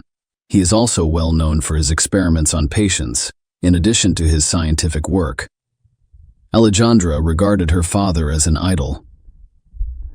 She followed in his footsteps, hoping to achieve the same level of success. She enrolled in the best university for psychiatry and graduated with honors. Her perseverance, resourcefulness, and extraordinary intelligence, combined with her father's connections, assisted her in writing and defending her thesis on manic syndrome. Alejandra did not, however, pursue a career in psychiatry. Instead, she was drawn to the work of a psychotherapist. With her father's money, the young woman obtained a license and established her office in a new business center in the heart of the capital. There were plenty of clients, but she only saw women. Women with eating disorders, depression, relationship problems, and low self-esteem sought counseling. Alejandra helped to resolve family issues. However, as is often the case, her personal life left a lot to be desired. The young woman's first marriage failed, but the couple did have 2 children, 2 lovely girls with Alejandra's eyes and her father's sense of humor. However, Alejandra was not discouraged. She did not believe that having 2 children was an excuse to abandon herself. She still hoped to meet her other half, a man who could be a good father to her daughters. After the couple separated, Alejandra's ex-husband, whose name is unknown, returned home. It was a common practice for the couple. The man would come on weekends to spend time with his daughters and assist his ex-wife with household chores as needed. However, the ex-husband had no idea this would be his last visit. Alejandra asked him to enter the house from the backyard, claiming that the front door lock was jammed. The man entered the house. Alejandra explained that her youngest daughter was currently bathing and invited him into her bathroom. The man went in with no suspicions. There was a ringing silence throughout the house. There were no sounds, just the usual cartoons and children's laughter. The man entered the bathroom. The man entered the bathroom. There was tape on the floor and no daughter in the filled bathtub. He became aware that something was going wrong. Right at that moment, his ex-wife appeared behind him, wielding a hammer, and delivered a powerful blow to his head. The man fell, and blood poured out of the gaping hole in his skull. Everything around him was blood-stained. As the experts later discovered, the man had no chance of saving himself. Death occurred almost immediately following the first blow from a heavy, blunt object. The eldest daughter, who had unexpectedly returned early from a friend, was an unwitting witness to this truly horrifying scene. The children frequently witnessed their parents' quarrels. Alejandra was determined to be mentally disturbed. She frequently took it out on her friends, who noticed how the young woman could hit her husband. They frequently noticed scratches on his arms and neck. The housemates were constantly observing her temper tantrums and poor behavior, but this time the situation spiraled out of control. The daughter dashed out of the house and began calling for help. Almost immediately, a neighbor came running and called the police. The psychologist has been arrested and charged with murder. At the station, the young woman was placed in a cell and had to stay there for a month until her first hearing. Alejandra denied guilt during the trial. Lawyers proposed a version of self-defense. According to them, Alejandra's ex-husband was extremely jealous of her and made up stories about her bringing men into the house, which could have a negative impact on the psyche of young girls. On the day of the crime, he showed up unexpectedly at his ex-wife's house and entered through the back door, hoping to catch her with another man. Then he pounced on Alejandra, who was in the bathroom attempting to put together a nightstand. She then had to use self-defense, and he delivered 2 blows to the back of her ex-husband's head. On June 14, 2012, the sentence was imposed based on the defense's evidence and the presence of 2 minor children. Alejandra was sentenced to 1 year and 4 months. Thanks to the coordination of lawyers and his father's money, a suspended sentence replaced the term behind bars. A few months later, the appeal was filed again, this time requesting that the charges be dropped. The claim was that the assault was in self-defense. Human rights activists demanded a jury trial and felt deeply sorry for the poor woman, who was presented as a victim of domestic violence. As a result, the court reviewed the case and acquitted the accused. After her release, the young woman continued to provide her psychological counseling. She portrayed Alejandra as a victim of gender inequality who fought for her rights in the same way that most women in North America do, and this image helped her gain even more popularity with potential clients.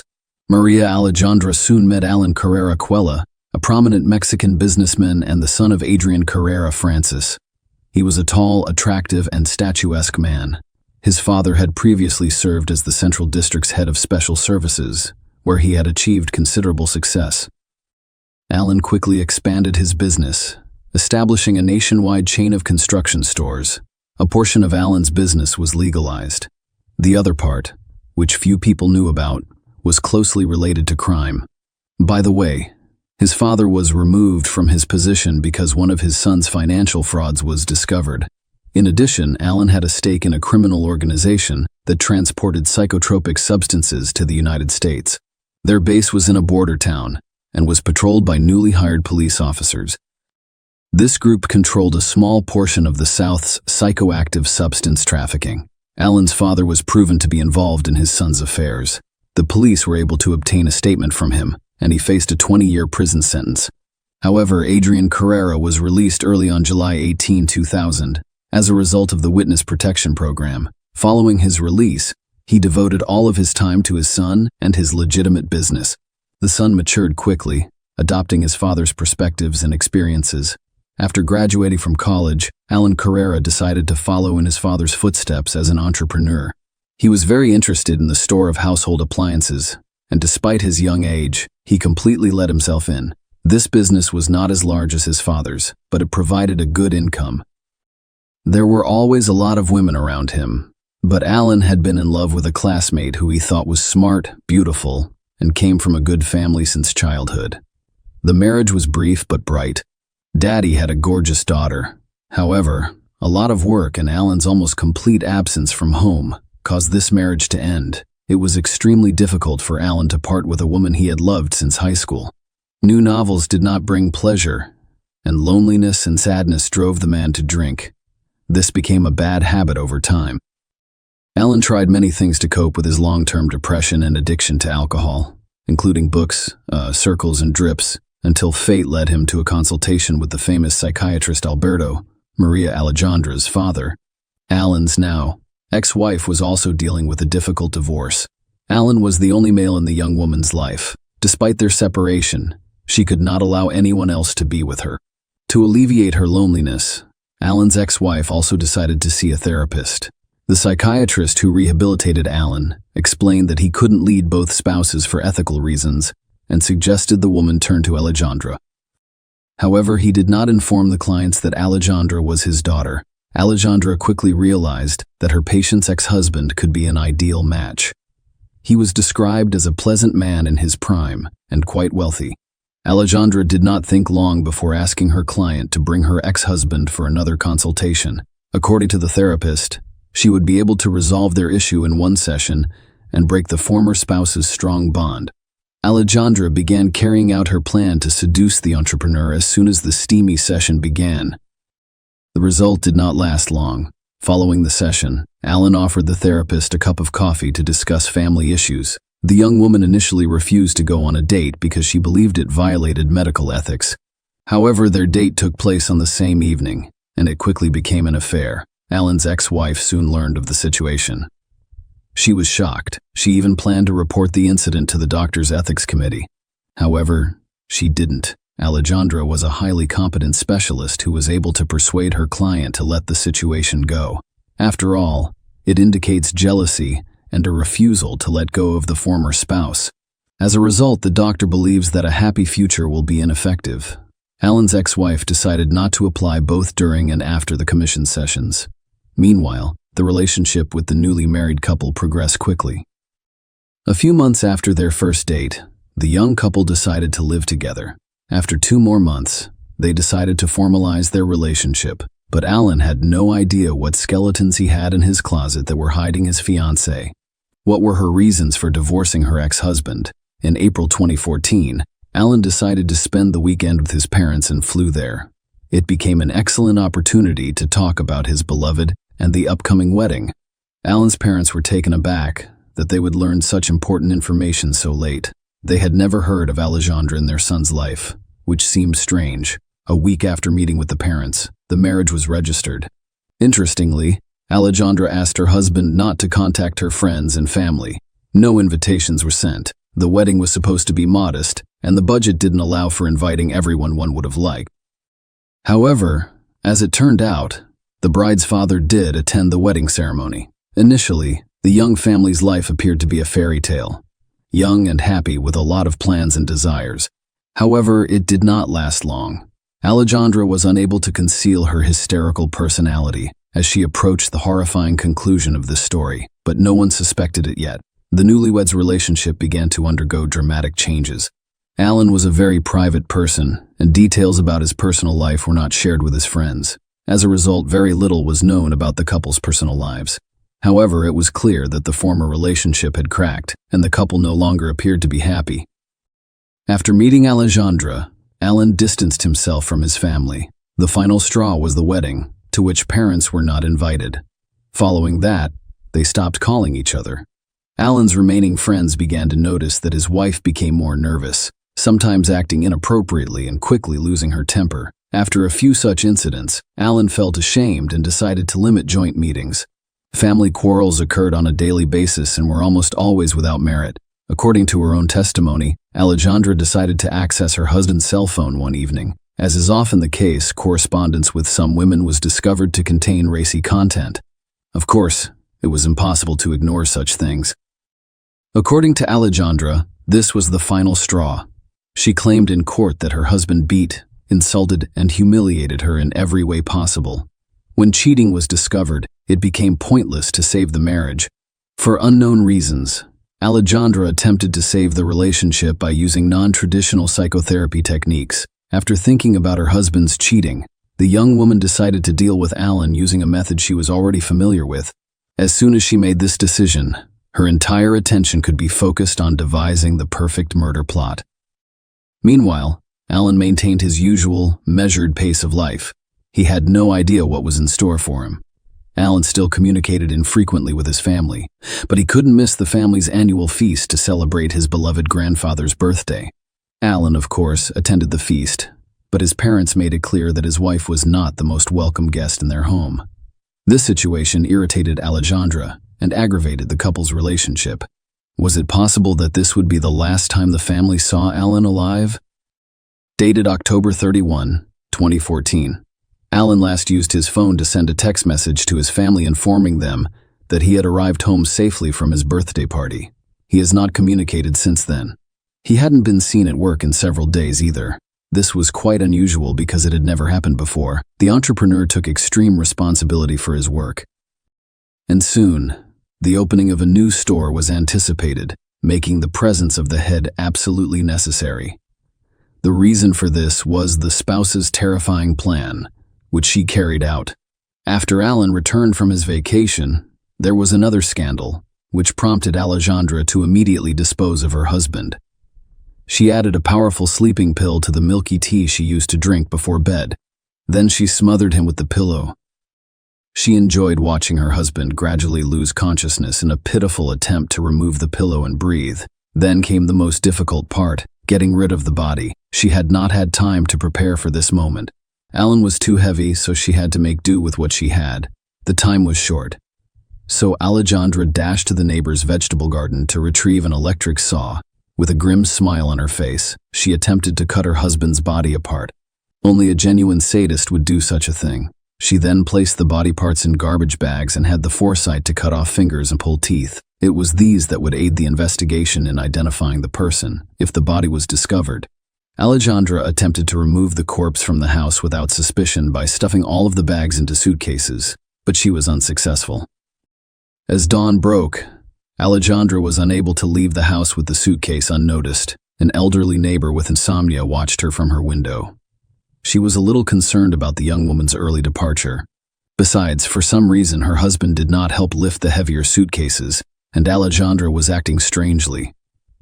She was constantly looking around. Alejandra returned home around dawn.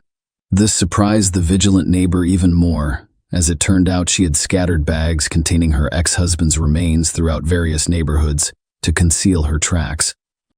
As the new day dawned, she resumed her normal life.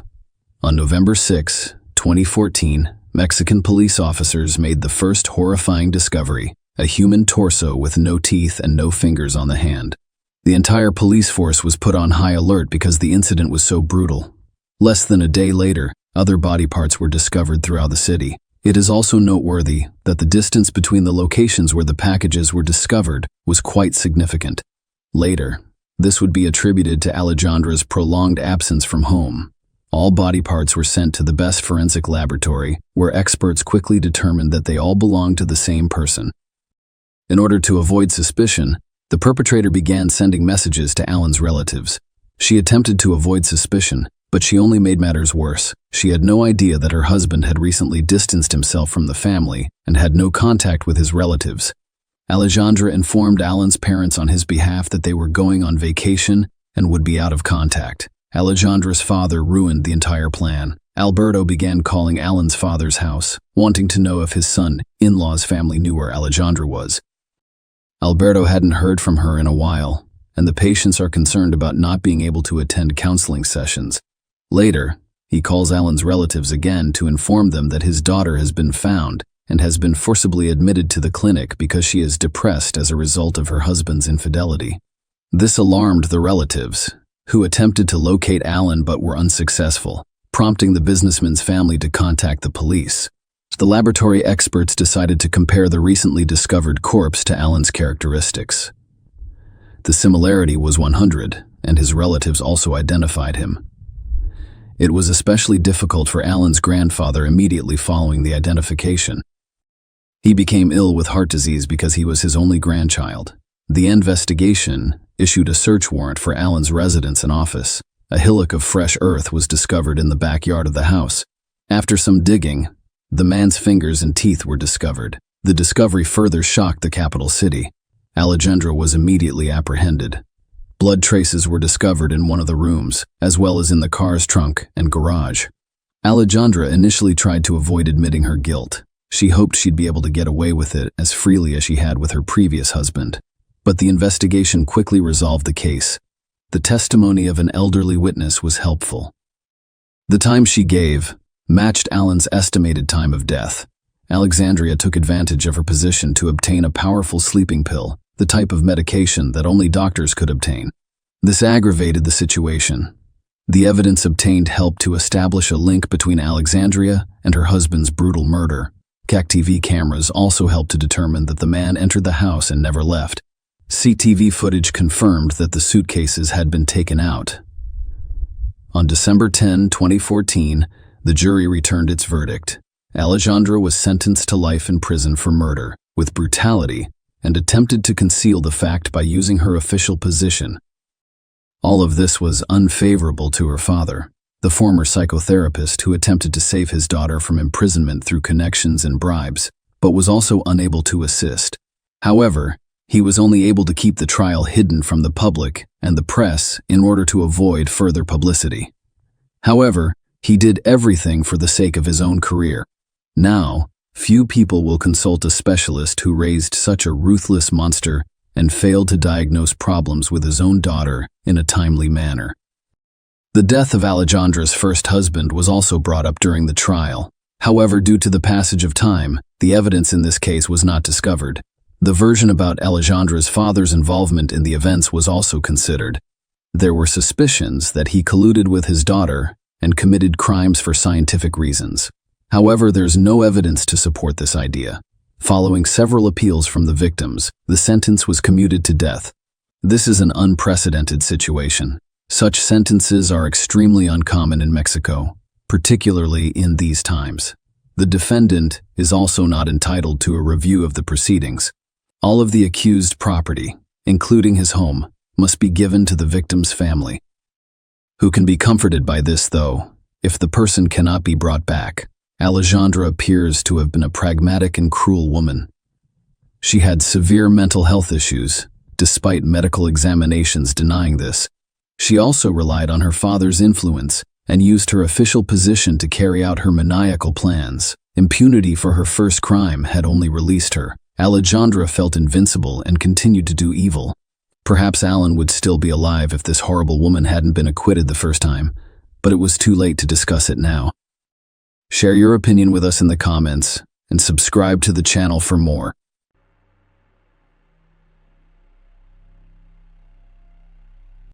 Hey guys, welcome to my channel, and today we're going to take a look at another horrible case with you. In this video, we will talk about what happened in 2007. Kelsey Smith, 18, mysteriously disappeared after going to the store in Kansas, United States. What happened to Kelsey drew media attention, and CCTV footage helped solve the case. Kelsey Ann Smith was born May 3, 1989 in Overland Park, Johnson County, Kansas. Kelsey was the fifth child of Greg and Missy Smith. She graduated from Shawnee Mission West High School on May 24, 2007, and was excited to start college in the fall. People recognized her as an outgoing and friendly individual. Her sense of humor left no one indifferent. She was a member of a marching band and played clarinet. Kelsey worked at an AMC movie theater on June 2, 2007. She had another shift. Missy, her mother, was leaving for a friend's wedding that morning, unaware that her family's life would be forever changed and that she would never see her daughter alive again. Missy said her goodbyes to Kelsey before leaving. Kelsey drove to work in the car her parents gave her. Her morning shift concluded without incident. After work, she went to see her father and sister, Lindsay. They visited an amusement park together. It had been a wonderful day, but it did not end well. Kelsey had decided to go shopping around 6 p.m. She asked her sister if she wanted to keep her company, but she declined. Kelsey left the house alone and drove to the nearest Target. Before leaving, she told her father, Greg, about her plans and expressed her love for him. Greg, a police officer, adored his children. The man taught them basic self-defense techniques and advised them to always take precautions. Kelsey called her mother, who was returning from a friend's wedding, about an hour later to say she was going shopping. They spoke briefly before agreeing to meet at home. After a while, John, Kelsey's boyfriend, arrived at Smith's home. John was one of the guys who boosted Greg's confidence. He frequently spent time at their house, and everyone expected their relationship to develop into something more. Kelsey went shopping that evening for a gift for John. The latter attempted to call her but was unable to get through. He went to her house, but she was not present. Greg tried calling his daughter, but she did not answer. Greg, a police officer, became concerned after several unsuccessful attempts to contact Kelsey. He tried to remain calm, but as a father, he became increasingly concerned with each passing minute. Greg began calling his daughter's friends. But no one knew where Kelsey was or why she wasn't returning calls and texts. Kelsey was unlike her peers. She always called her family, even if she was a little late.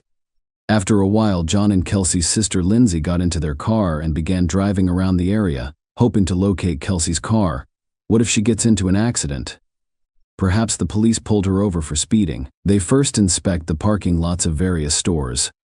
In one of those, they noticed a Buick belonging to Kelsey. She informed her father that she was going to the Target store. However, they discovered her car near another store. John checked the car, but Kelsey wasn't present. Lindsay called her father to say they had found Kelsey's car. Greg warned them not to touch anything because the car could be a potential crime scene. After all, if this was the case, it was critical not to destroy any evidence that may have been left there. Greg contacted the police to report his daughter missing. The police conducted an official investigation. The detectives immediately arrived at the location where John and Lindsay discovered Kelsey's car. Greg and everyone else noticed something odd right away. Her car was not in the Target parking lot. It was next to another store in a dimly lit area of the parking lot. The detectives carefully examined the car, hoping to discover anything useful about Kelsey. But all they found inside was a package of gift wrapping paper and the gift the girl had bought for her boyfriend, John. There was nothing inside the car that suggested a crime. There were no signs of struggle. There was no trace of blood or anything like that. The keys were under the driver's seat. But then, the detective noticed something strange and suspicious. They noticed some fabric that resembled a t-shirt sticking out of the trunk, causing anxiety in his heart. Greg opened the trunk. It was empty. Kelsey was not present. She bought a gift for John at Target. That meant she was present at some point. The forensic experts thoroughly examined the car and discovered a thumbprint on the seatbelt. It didn't belong to Kelsey or anyone who had access to the car. Kelsey had recently graduated from high school and was preparing to attend the University of Kansas to become a veterinarian. She was always an excellent student. Kelsey was an ambitious and cheerful young lady. She had her entire life ahead of her. But now she had mysteriously vanished, and her family was desperate for answers. The police continued their work. However, other than an unidentified fingerprint, there was no evidence that her car was a crime scene. It appeared that someone had just left the car in this parking lot. The detectives went to Target to gather new information about Kelsey's disappearance. CCTV footage could answer some questions. By the time the officers arrived, the store had already closed. Despite the fact that it was nearly 11 p.m., they were able to locate the person who let them in and showed them the recordings. The police spent several hours at the monitors, watching Kelsey's every move, but her trip to the store was routine. She found the necessary items, paid for them, and proceeded to the parking lot. There was no indication that anything was wrong. While at the store, Kelsey did not argue or speak with anyone. She remained calm and left there alone. But here's what appears strange. Kelsey got into her car and drove in the opposite direction of her house for some reason. The recording quality was poor, making it impossible to see any details. As a result, a number of new and important questions emerged. Why didn't Kelsey go home as scheduled? Did she drive the car herself? Could she have concealed her own free will? Before dawn, Greg and Missy went to the police station, where detectives questioned them. As a cop, Greg was aware that this was a common practice. When investigating such cases, detectives must rule out the possibility that someone in the family is involved in the crime. He knew that if he and Missy answered the questions quickly, they would no longer be suspects and the police would be able to focus on other leads. The couple answered all of the questions. Kelsey's parents were not the suspects. The police wanted to investigate the next person for his involvement in Kelsey. His disappearance was caused by her boyfriend John. After all, Kelsey had spent the majority of her free time with him over the last few days. He was the last person she had contact with. They needed to know where John had been before he went into Kelly's house and informed her father that he couldn't contact her partners, which is frequently linked to what happened to their soulmate. As a result, the detectives decided to put pressure on the suspect. They began asking him the same but differently phrased questions to see how he would respond and whether he would change his story. It lasted approximately 2 hours. But John insisted that he was not involved in Kelly's disappearance and that their relationship was fine. He answered all of their questions and let the detectives examine his phone. The officers were inclined to believe that John was not lying and had no involvement in Kelsey's disappearance. Still, the detectives did not remove him from the suspect list. Kelsey's family could not simply sit and wait, so they began an unofficial investigation. Greg was well aware that if his daughter had been abducted, the chances of finding her alive decreased with each passing hour. Greg, Missy, and John gathered willing volunteers and divided them into groups to search the area. Each volunteer carried a bundle of printed missing person flyers and walked around the designated streets, asking if anyone had seen Kelsey. Greg also called radio stations and requested some airtime. He inquired about his daughter's disappearance and advised anyone with any relevant information to contact the police or the Smith family. An hour after the radio stations reported Kelsey's disappearance, TV channels broadcast the news. It improved the odds of finding Kelsey as soon as possible. Her classmates joined the search. They moved from one door to another. Perhaps someone from the house heard or saw something suspicious, or something that did not appear suspicious at first glance but could aid in the investigation. Any information was critical. One of the questions the police had to answer was where Kelsey was for the 3 hours between when she left Target and when John and Lindsay found her car. To answer this question, the investigators returned to the surveillance cameras. The parking lot where they discovered Kelsey's vehicle belonged to another store. Fortunately, there were cameras there as well. However, due to the poor quality of the recordings and insufficient lighting in that area of the parking lot, the detectives were unable to see anything that would help them determine where Kelsey had gone.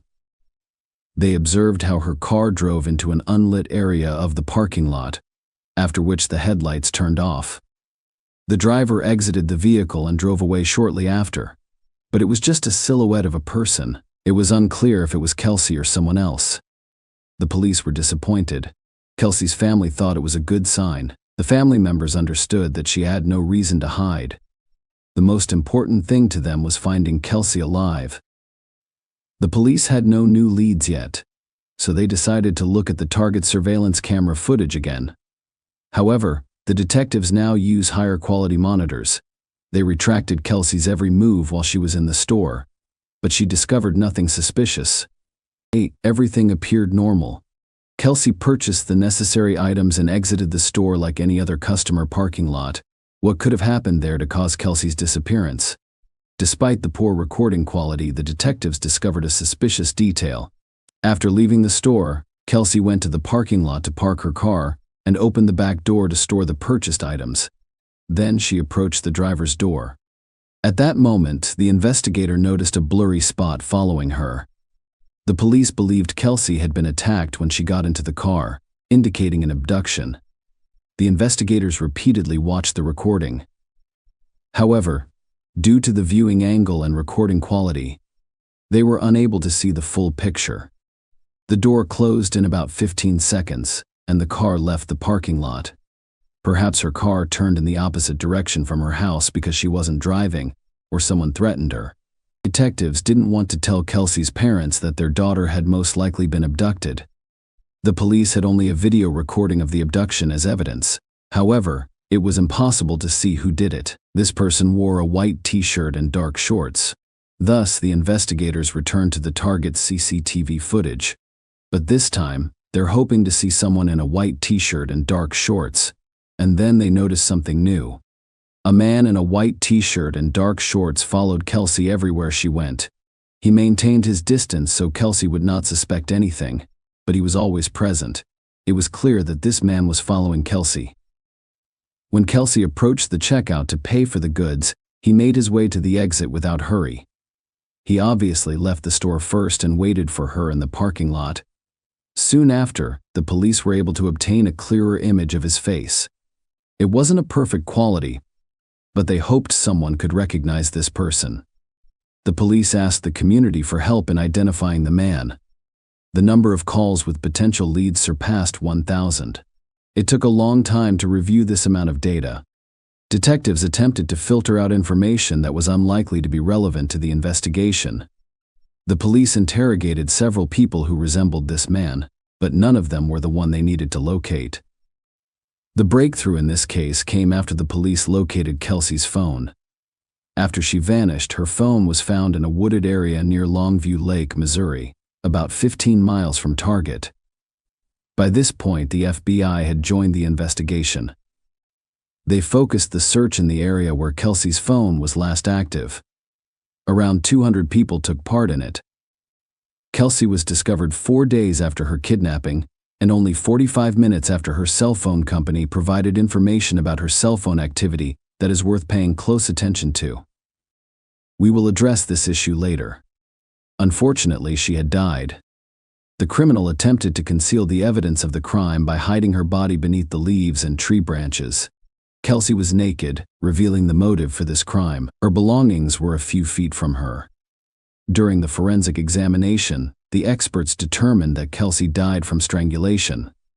The criminal committed suicide with her own belt. The police had to deliver the worst news of her parents' lives. Kelsey's death devastated her family and friends. The criminal was still out there, and the police needed to find him as soon as possible because they feared he would kidnap another person. At this stage of the investigation, the police only had CCTV footage. As a result, the researchers decided to conduct another study on them. Knowing that someone had abandoned Kelsey's car in the parking lot at 9:17 p.m., the officers decided to look into what was going on in the Target parking lot at the same time. They saw a man rush up to a dark pickup truck parked in the parking lot, get inside, and drive away. It was around 9:22 p.m., however, it is possible that this was just a coincidence unrelated to the case. The pickup truck left the Target parking lot after it had already gotten dark. But what if the person driving the car arrived during daylight hours? The investigators reviewed the recording, which confirmed their assumptions. The blue pickup truck arrived in the Target parking lot at 6:55 p.m. Kelsey pulled into the parking lot a minute later, parking next to this pickup truck by some evil coincidence. Perhaps that was the first time the criminal saw her. The police released images of the pickup truck and the man who was following Kelsey in the hopes that someone could identify him, and it resulted in people calling the police station to say they knew the man in the picture. One of the callers introduced himself as a colleague and the other as a friend. Both callers gave the same name, Edwin Hall. He was 26 years old, owned a pickup truck, was married with a son. The police investigated Hall's past and discovered that, while he had no adult convictions, he did have a juvenile record for threatening his adoptive sister with a bread knife when he was 15 years old. If Hall was the one who kidnapped and murdered Kelsey Smith, he may have attempted to flee after his image appeared in the media. As a result, the police went to his home right away. When the cops arrived, they noticed Hall packing things into his car. He intended to flee with his family, but the police apprehended him first. They arrested Edwin Hall and transported him to a police station for questioning. He told detectives that he had no involvement in Kelsey Smith's disappearance and death. He said he had no idea who she was.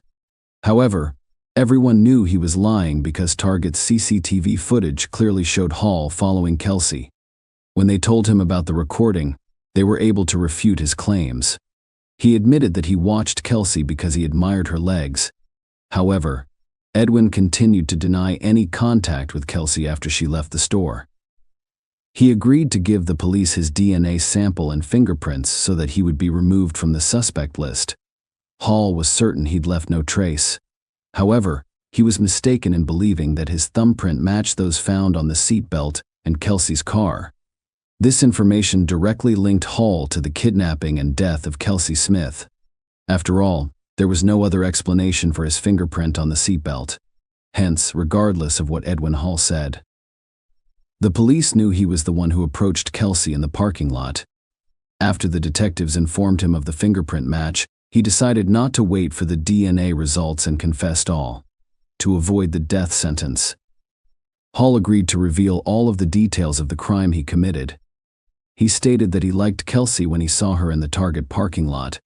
Hall began following her while she was shopping and then waited until she reached the car. After this, he pulled out his gun and attacked her. Hall pushed her into her car and took her to a wooded area outside the city. There, he told Kelsey to undress and eventually killed her because he was afraid she'd tell him everything. Then Hall hid Kelsey's body beneath branches and leaves and drove away. After leaving Kelsey's car in a nearby parking lot, he returned to Target, where he had previously parked his pickup truck, and drove home. Missy and Greg Smith stated that following Kelsey's death, they noticed that the majority of violent crimes targeted children and young adults. We wanted to stop this from happening to others.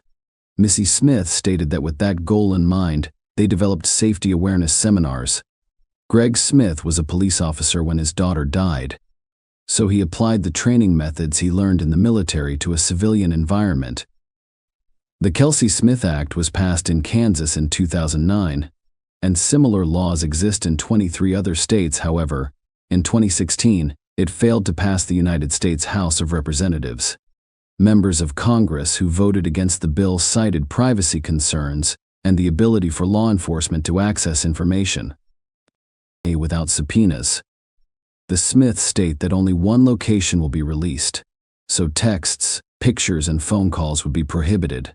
For 13 years, the couple has been advocating for change in Congress. One thing keeps them going. It's Kelsey, without a doubt. Greg Smith identified Kelsey as an 18-year-old recent high school graduate who walked out of a Target in Overland Park and vanished. It took a cell phone company 4 days to release her phone's location information. Once it did, police discovered her body within 45 minutes. The Smiths dedicated their lives to enacting legislation to speed up the process for other families. It would have saved you days of searching for her and not knowing if your child was still alive or what her fate was. Missy Smith stated that if law enforcement determines that an emergency exists, the Kelsey Smith Act requires wireless communication providers to disclose a device's location information. It also grants the phone company immunity for doing so. Overall, it serves as a tool for law enforcement. We live in a technological age, so why not give them every tool they need to find someone? According to Greg Smith, the legislation states that the information should be released if officers believe the phone was used to call 911 within the previous 48 hours, or if there is reason to believe someone is in danger of death or serious physical harm. In September 2008, the jury found Edwin Hall guilty of all charges. During the trial, he apologized to Kelsey's family and expressed deep regret. The court sentenced him to life in prison without the possibility of parole. Kelsey, who would have turned 34 on May 3rd, has become the face of a movement to force telecommunications providers to be more responsive in emergency situations, particularly as GPS and cell phone technology have improved and evolved over the last 16 years. Share your opinion with us in the comments, and subscribe to the channel for more.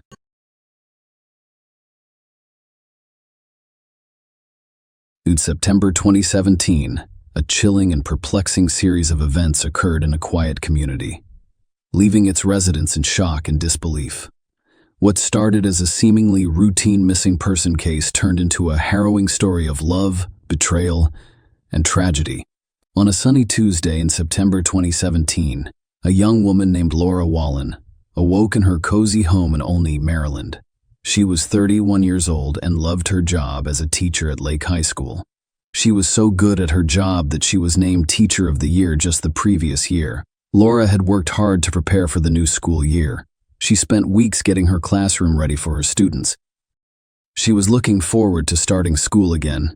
However, something strange occurred on that fateful day. Laura didn't show up for work, which worried everyone. Her family, particularly her parents, became concerned after receiving a call from her boss informing them that she had not arrived at school. Laura was never one to miss work, particularly on the first day of school. She was passionate about teaching, and her students adored her, so when the Lauras received that call, they knew something was seriously wrong. They decided to contact the police and report her missing. The police decided to check on Laura and her home. When they arrived, her house appeared normal, with no signs of trouble. It was puzzling. Where might she be? What caused Laura to disappear? Even more concerning was that she was 4 months pregnant. The police had to find her. They contacted her boyfriend, Tyler Tessier, hoping he could provide some answers. However, Tyler stated that he had no idea where Laura was. A frantic search began. Laura's black Ford Escape was discovered parked at an apartment complex near the high school where she worked. Volunteers gathered in Howard and Montgomery counties, handing out flyers featuring Laura's photo and posting missing posters wherever they could. Tyler and Laura's parents even went on television to ask for assistance and promise a reward. Does anyone know where Laura is? Tyler, who was desperate to find Laura, addressed the news conference. He pleaded with the public to share any information they possessed. He adored Laura and was constantly worried about her. He said, "Laura, it doesn't matter what happened as long as you listen. It makes no difference what kind of trouble you're experiencing. There is nothing we can't solve together. So many people miss you. There are so many people out who have not slept, and we have not eaten. We are simply looking for you or praying that you are safe." But Tyler was also pleading for help. The police and Laura's family began to suspect that he was hiding something related to Laura's disappearance. The police noticed some inconsistencies in what he was saying, and allowing Tyler to speak at the news conference was a strategy for gathering more information. Laura was still listed as missing at the time. No one knew what happened to her or where she was, but as the investigation progressed, Tyler began to reveal some disturbing information, raising even more questions. He told the cops that Laura had asked him for assistance. According to Tyler, Laura wanted to disappear because she was pregnant with a student's child, and she was terrified and embarrassed. She did not want anyone to find out. However, only 2 days after that press conference, everything changed. Laura was a missing person until September 13, 2017, when she was murdered. The police received a tip that led them to a remote field in Damascus, Maryland. Tyler was known to frequent the area, and they discovered newly dug ground in a hidden corner of the field.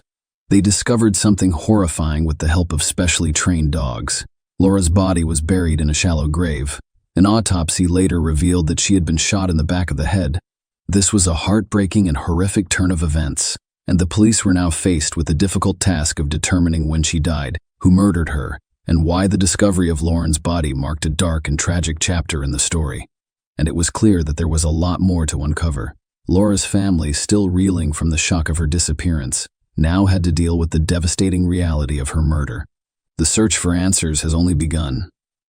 Tyler was considered a person of interest in the case because he was thought to be the last person to see Laura alive. This suspicion stemmed from inconsistencies in the various accounts he provided about his whereabouts and activities. During the relevant time period, the police had evidence that Laura was alive on September 1, as her family saw her that day. The next day, September 2, Laura went on an outing with Tyler. During this time, Laura texted her sister about the adventure Tyler had taken her on. The message read, "Tyler has taken me on a country adventure. I am not sure why, but it is for something waiting in a field." The police discovered an important clue while investigating Laura's financial transactions. They discovered that Laura's debit card was last used at a Safeway grocery store near her only residence on September 2nd, between 8:30 and 9:30 p.m. What made this discovery significant was that surveillance footage from the grocery store showed Laura wasn't alone during the transaction. Tyler was alone during the transaction. Tyler was seen with her. This information piqued the police's interest in Tyler as they attempted to piece together the events surrounding Laura's disappearance and subsequent death. But why does Tyler want Laura? The answer lay in their complicated relationship and Tyler's hidden life. Tyler and Laura had had an on and off relationship for a decade. They always found their way back together after breaking up. Their love was turbulent, with highs and lows, but Laura was looking forward to starting a family with Tyler, unaware of the dark secrets he was keeping. Laura was not aware of this. During one of the breaks, Tyler had begun dating another woman, a fellow teacher, back in 2012. He even moved in with her while still in a relationship with Laura. Neither woman knew about the other, and Tyler was able to keep his double life hidden. When Laura found out she was pregnant with Tyler's child, her father, Mark Wallen, confronted Tyler about his intentions.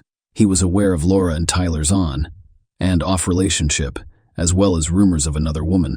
Tyler assured Mark that he would take care of Laura, even showing him an engagement ring and claiming he intended to propose. He also informed Mark that he had not seen the other woman in 2 years. However, it was later revealed that the ring Tyler had given Mark was used to propose to another woman, not Laura. The other woman had agreed, and their wedding was scheduled just a month after Laura was due to give birth to Tyler's child. Laura and the other woman thought they were in exclusive relationships with Tyler, but the truth was much more complicated. It appeared that Laura discovered Tyler's deception shortly before her death. She text messaged the other woman on August 28, 2017, seeking a meeting to clarify something. She made it clear in her message that she was looking for answers rather than a confrontation. Tyler allegedly began plotting Laura's murder within days of sending that message, according to the police. He appeared to have convinced the other woman that Laura was unstable and stalking him. When the other woman received Laura's text, he informed Tyler, who sent a chilling message, "I could actually kill her." Tyler initially denied any involvement with anyone other than Laura when confronted by the police. However, when confronted with evidence to the contrary, he finally admitted to his double life. Tyler was believed by the police to have brought Laura to a remote location with the intention of killing her in order to silence her and protect his secret life. Laura thought she was going to see some land Tyler wanted to buy, but the reality was far more sinister. He chose a field near the farm where he worked, a place he was very familiar with. Laura's sister had asked her to take a picture during the trip, and Laura agreed. The police would later use that image to pinpoint the location where her lifeless body was discovered. Tyler had taken her there twice, once in September 2017 and again the next day. The police believe Tyler shot Laura on September 17, and their actions following the murder were calculated and disturbing. On the same day, he texted a friend and requested a late-night ride to Baltimore. However, the friend declined to advise against such a late-night trip. Tyler's response was chilling. "It's probably just attempting to clean up a mess," where the prosecutors Tyler's actions were clear at all times. A premeditated murder. They believed that his meticulous planning and choice of location indicated that he had intended to kill Laura in order to protect his secrets from Tyler, with the goal of providing closure and justice to Laura's family. But the truth would remain elusive. The shocking and tragic story of Laura Wallen and Tyler Tessier was far from over. As the case nears its climax in court, a sudden and unexpected turn of events would stun everyone, and the pursuit of justice would take a new direction. Detectives believed that after Tyler shot Laura, he used text messages to conceal evidence and cast doubt on the paternity of Laura's baby. He used Laura's phone to send a message to her sister stating, "I'm about 95 sure Tyler is not the father. I will try to contact Antoine." Laura's sister found the text confusing. She had a close relationship with Laura and was aware that if Laura had any doubts about the baby's paternity, he would not discuss it via text message. She told the cops that Laura had dated someone named Antoine about 2 years before her death but had no contact with him since then. Tyler was arrested and charged with first-degree murder, obstruction of justice, tampering with evidence, and false statements. He faced only one murder charge because Maryland law requires that the child be viable outside the womb before additional charges can be filed. When questioned by the police, Tyler initially denied any involvement or knowledge of Laura's situation. However, he later provided several conflicting accounts of the events. He initially claimed that, during a heated argument in September, Laura became enraged and attacked him with scissors, causing her to fall and seemingly die after colliding with a porch post. Tyler buried her in a field, believing she had died. When questioned about the gunshot wound found during the autopsy, he stated that he was concerned that he had buried her alive and then returned to shoot her to ensure she was dead and would not suffer. Tyler later changed his story, telling the police that African-American men had entered Laura's home and kidnapped her. He claims they compelled them to drive to Damascus, where Laura was shot. When asked why he wasn't shot, Tyler explained that he begged the men to let him go. The prosecution was confident in their case, claiming Tyler was responsible for Laura's death. They contended that Tyler, who had been living a double life for years, was concerned that his secret was about to be revealed because Laura had discovered the truth. Tyler allegedly planned Laura's murder after she contacted the other woman he was involved with. Tyler was supposed to spend the weekend of September 2 with the other woman in Pennsylvania, ostensibly to look for bridesmaid dresses. Instead, he claimed he couldn't go because of a knee injury sustained while walking her dog, which proved to be a lie. He arranged to meet Laura and transport her to a remote field in Damascus, Montgomery County. The prosecution contended that Laura's murder was premeditated, as evidenced by the isolated location where she was killed and buried. They wanted to take the jury to this remote location to show the extent of its seclusion and the planning required. This visit would necessitate four-wheel drive to navigate off-road terrain, ascend a curved hill, and descend to the corner of a grassy field, demonstrating the location's remoteness and hidden nature, supporting their claim of premeditation. They also planned to show the jury an animal processing facility near the field. Prosecutors believe Tyler used a skid loader on the property to dig a shallow grave for Laura's body. Laura's front license plate and cell phone were found in a dumpster on the property. The prosecution was concerned that photographs alone would not accurately depict the field's hidden maker, implying that someone familiar with the area had chosen. They had an aerial image of the site with a tree line and a photograph of Laura in a truck at the same location. Laura had sent her sister a photo of herself from that location. Furthermore, phone records for Tyler and Laura showed them at the location where Laura was later discovered, and the prosecution planned to tell the jury that after burying Laura, Tyler drove her car to a Columbia apartment complex, where it was later discovered. They planned to call witnesses, including one of Tyler's friends, who claimed Tyler asked for a ride from the apartment complex and requested the opportunity to present their case to a jury on September 28. At 5 a.m., Tyler's lifeless body was discovered in his jail cell only hours before his trial was scheduled to begin. He hanged himself inside the Montgomery County Correctional Facility in Rockville, Maryland, leaving 5 suicide notes on the top of his bunk bed.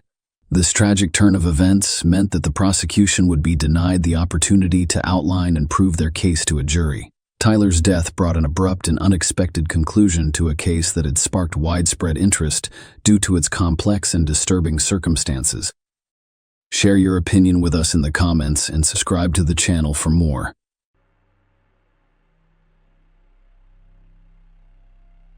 Escaped to their deaths in 2003, this high-profile story shook Brazil and received widespread coverage in the international media.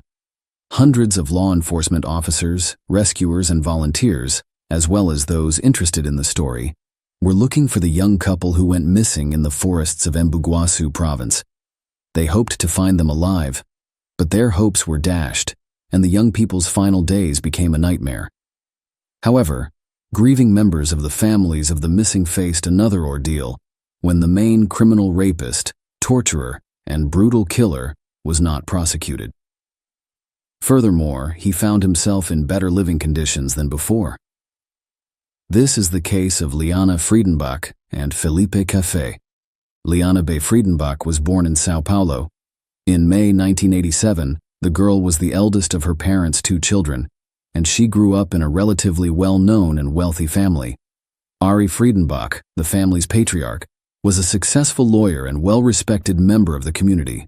Felipe Silva Café, born in July 1984 in Sao Paulo, grew up in a large, modest family. He has worked part-time since he was a child, trying to support himself and his relatives. The young people met as schoolchildren, and their friendship developed into mutual sympathy and the first youthful love. However, they had to conceal it in every possible way. It is worth noting that Liana's parents were religious and raised their daughter strictly. She went to church on a regular basis and attended Sunday school since she was very young. Her father and mother were adamantly opposed to her romantic relationships at such a young age. Furthermore, social inequality played a significant role in this case because, as I previously stated, the girl came from a wealthy family while her chosen one was poor. However, their parents' prohibitions did not force the young people to end their relationship. Instead, they began to conceal their affair, secretly scheduling dates in different locations where no one could see them, in order to spend at least some time together. On one final trip in the fall of 2003, the lovers decided to get away from everyone for a while, traveling to a remote, deserted area to be alone. They carefully planned the trip, which was supposed to be an exciting adventure for them, and, most importantly, the boys made sure they had a plausible alibi that would justify their absence and avoid suspicion.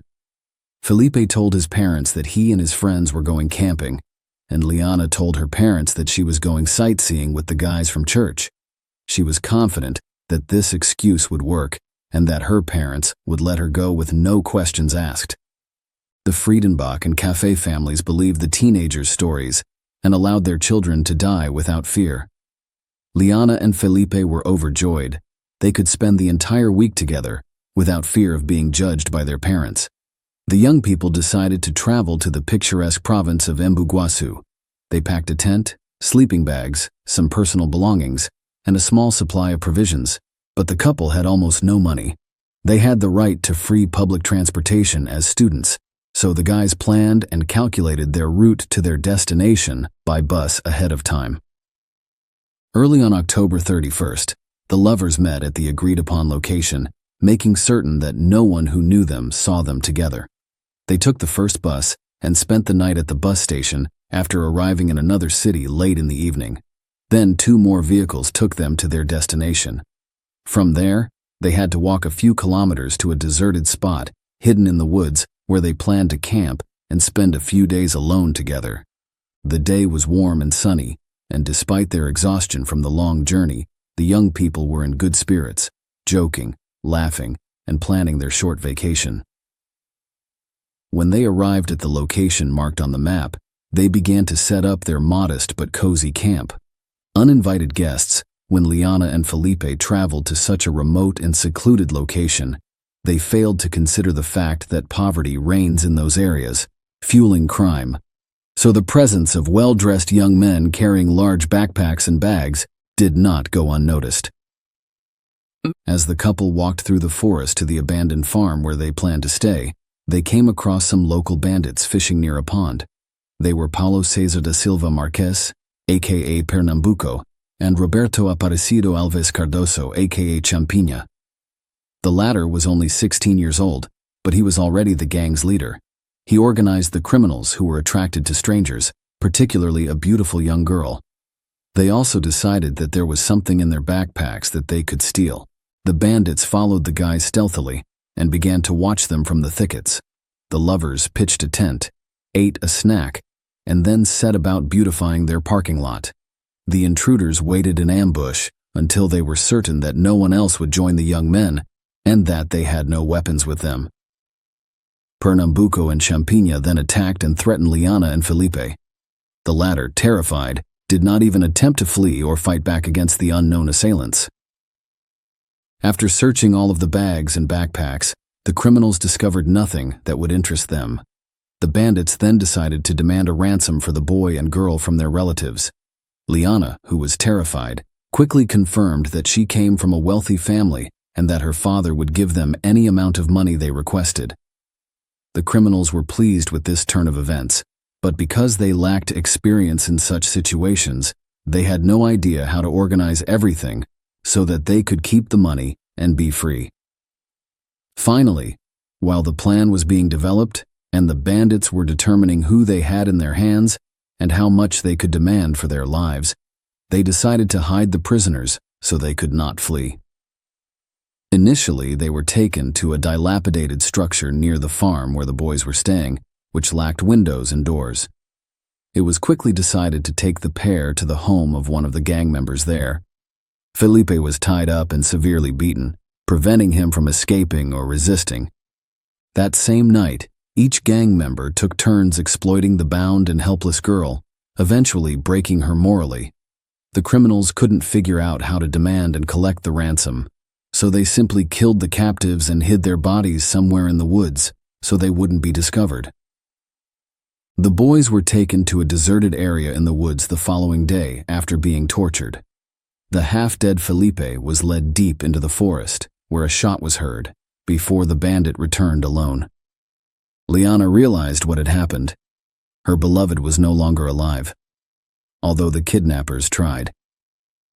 They had other plans for the lovely young Liana after assuring her that they had released the young man. The scoundrels wanted to keep her as a plaything, until they got bored of her, especially since no one had begun looking for the missing boys. A few days after their daughter's departure, her parents discovered that there was no excursion trip with the church guys, and Liana's friends had no idea where she had gone. The Friedenbach family suspected that their heiress had fled with her boyfriend and immediately contacted his parents to inquire about their children's whereabouts. But Café's family was certain that their son had gone camping with his friends, so there was nothing they could do to help find the couple. The situation was complicated by the fact that neither of the young men had communicated in several days, and their phones were turned off. Ari Friedenbach used his connections and money to put all of the city's cops on their feet. They were able to reconstruct the route the young people took after tricking them into fleeing home. The police soon arrived in Embu-Guasu, where the boys had gotten off their last bus, and their route continued through a deserted wooded area. It was also where their phones were last active. A large-scale search began involving police officers, rescuers, and concerned citizens who had learned about the incident and wanted to help. A large local businessman also joined the operation, bringing his personal helicopter to search from the air and handing out leaflets with photos of the missing young people. Their camp was discovered quickly, and it appeared frightening. Despite the absence of blood and fighting, it was obvious that something terrible had occurred here. The couple's personal belongings had been removed from their bags and carelessly scattered. The tent had been opened from top to bottom with a knife, and the guys' cell phones were scattered about. Felipe's lifeless body was quickly discovered by rescuers. The tied-up guy had been shot in the back of the head almost at point-blank range, so he had no hope of being rescued. It became clear that the chances of finding Liana alive were slim, but as they say, hope dies last. Ari Friedenbach involved the press in the search, ensuring that the entire process was widely covered in the media and that as many people as possible were aware of it, in the hopes of learning anything about Liana's whereabouts. An impressive reward was announced, but it did not help the situation. The massacre of Liana began after the criminals had killed Felipe. They returned Liana to the house where they had previously kept them both. By then, the bandits had been joined by their accomplices, Antonio Caetano da Silva and Arnaldo Pires. Pernambuco proudly informed them that Liana was his property, and he could do whatever he wanted with her. He invited everyone to have their dirtiest fantasies with Liana, and his offer was quickly accepted. A day later, after learning of the large-scale search operation, the criminals decided to change their location and accompany the victim to the home of Antonio Matias de Barros, another gang member. They went fishing that evening, accompanied by Liana. The ringleader threw his jacket over her because it was cold outside, and he wanted to show concern in this way. Champigna's older brother, whom the juvenile delinquent had not informed about his affairs, arrived at the same location later that evening. Champigna informed his brother that Liana was his lover, but he immediately recognized her as the wanted girl. He took his brother aside and informed him that his captive was being actively sought and that the police were literally following them. Champigna interpreted his brother's words as a sign and a call to action. He decided it was urgent to get rid of Liana before fleeing and concealing himself. He lied to Liana, claiming she was free and that he would take her to the road. In fact, the bandit led his victim into the forest, where he brutally killed her with a knife before smashing her head with a rock to ensure her death. Liana's body was not discovered until 5 days after the massacre. She was literally lifeless. She had been severely mutilated. Liana was wearing the killer's jacket, which later became one of the most important pieces of evidence. The criminals were extremely cruel, cynical, and ruthless, but they were also stupid and short-sighted in that they did not try to flee or hide, did not bother to destroy physical evidence, and believed that no one would ever find them. The bandits' naive self-confidence allowed the police to quickly identify and apprehend all members of the criminal gang.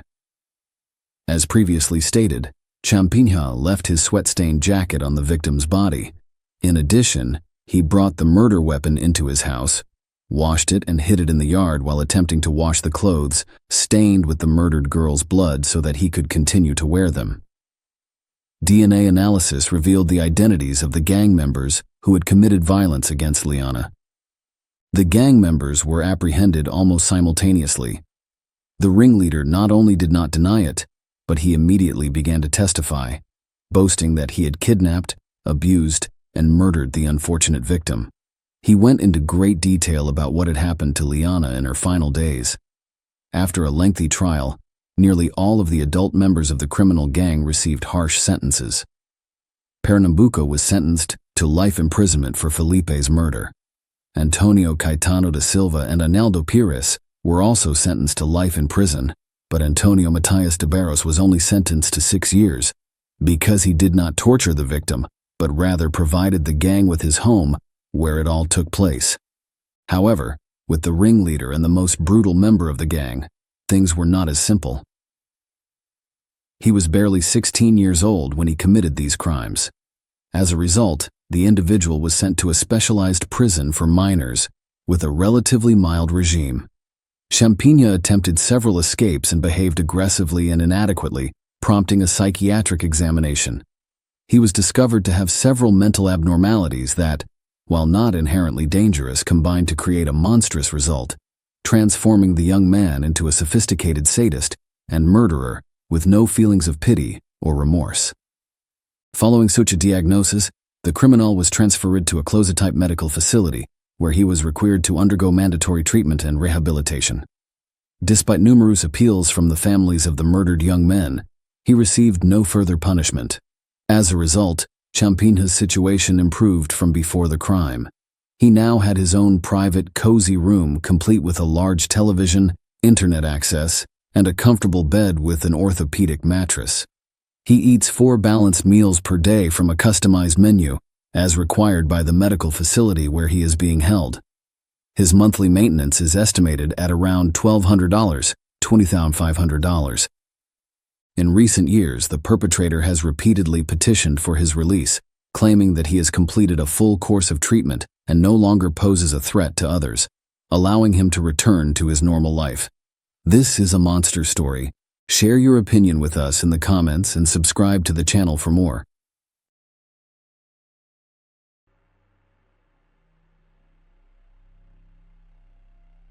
The tragic story of Laci Peterson, a young schoolteacher, not only shocked the public with its unimaginable cruelty and inhumanity, but it also set the stage for the passage of the Laci and Connor Act. Connor was the name of her unborn son, who died alongside his mother, and the law was intended to protect children from violence before birth and punish those who endanger their lives and health. The case is far from unique, but the fact that a pregnant woman was abused by someone close to her, who was supposed to protect and care for her, is shocking and puzzling. Several television documentaries have been produced about the case. Despite circumstantial and controversial evidence, no one questioned the defendant's guilt. And he, in all of his appearances, demonstrated that he is not sorry or repentant for what he did. This is one of those stories that gives you chills all over. But let's try to figure out how the guy who was considered a model family man decided to commit such an atrocity. Who was Laci Peterson? Laci Denise Peterson, maiden name Rocha, was born in May 1975 in Modesto, a small town in the central part of California. Dennis Rocha and Sharon Anderson had known each other since high school, and their teenage romance resulted in marriage and the birth of 2 children, Brandon, the eldest, and Laci, the daughter. Curiously, the mother named her daughter after a local beauty queen that she admired. The family owned their own farm, so the children learned to work in the fields and care for animals from a young age. The girl was extremely close to her mother. They worked together to create a beautiful garden filled with flowers and fruit trees. Then Laci considered connecting her future life to this occupation and pursuing a specialized profession. When the kids were still small, the family faced a crisis, and no matter how hard the spouse tried, they were unable to save the marriage and soon divorced. By mutual agreement, the children continued to live with their mother in their hometown. 2 years later, Sharon remarried. Her chosen one was a childhood friend named Ron Grant Ski. Ron treated his wife's children as his own, and in fact replaced their birth father, who was uninterested in the heirs' lives following the divorce. The girl even started calling him Daddy. A few years later, The couple had a daughter named Emily Lacey, who grew up to be a kind, sociable, and open girl. She always had a large group of friends. She did well in school and was a member of the cheerleading team. After graduating from high school, the dark-haired beauty passed her exams and was accepted into the prestigious California State University. She decided to pursue her childhood dream of becoming a landscape designer. Lacey has always been a creative person who enjoys drawing, so she found her chosen profession, which is Scott Peterson. Scott Lee Peterson is also a California native, but he was born on October 24, 1972, in the large metropolis of San Diego, in the southwest of the state, to Jacqueline Helen Latham and Arthur Lee Peterson. The boy grew up in a fairly well-to-do family, and from a young age, he knew nothing to refuse. His father owned a business that produced packaging materials, and his mother ran a designer clothing store. By the way, her boutique was located in Hollywood. Among the regular customers were several celebrities. Scott's difficult personality began to emerge in childhood. He enjoyed being the center of attention, did not tolerate bans or refusals, and was described as a spoiled, capricious, and even arrogant child in school. The boy began playing golf at a young age and considered pursuing a professional career in the sport.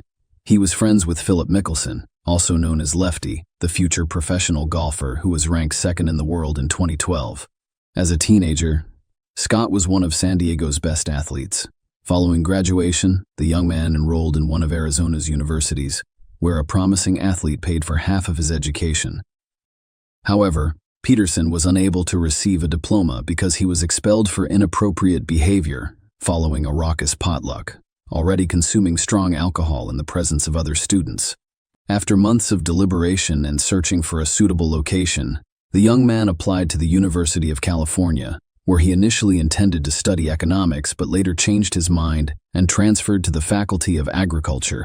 By the way, Scott took the educational process very seriously and responsibly this time, becoming an exemplary student, because his parents threatened to leave him without a job if he was expelled again.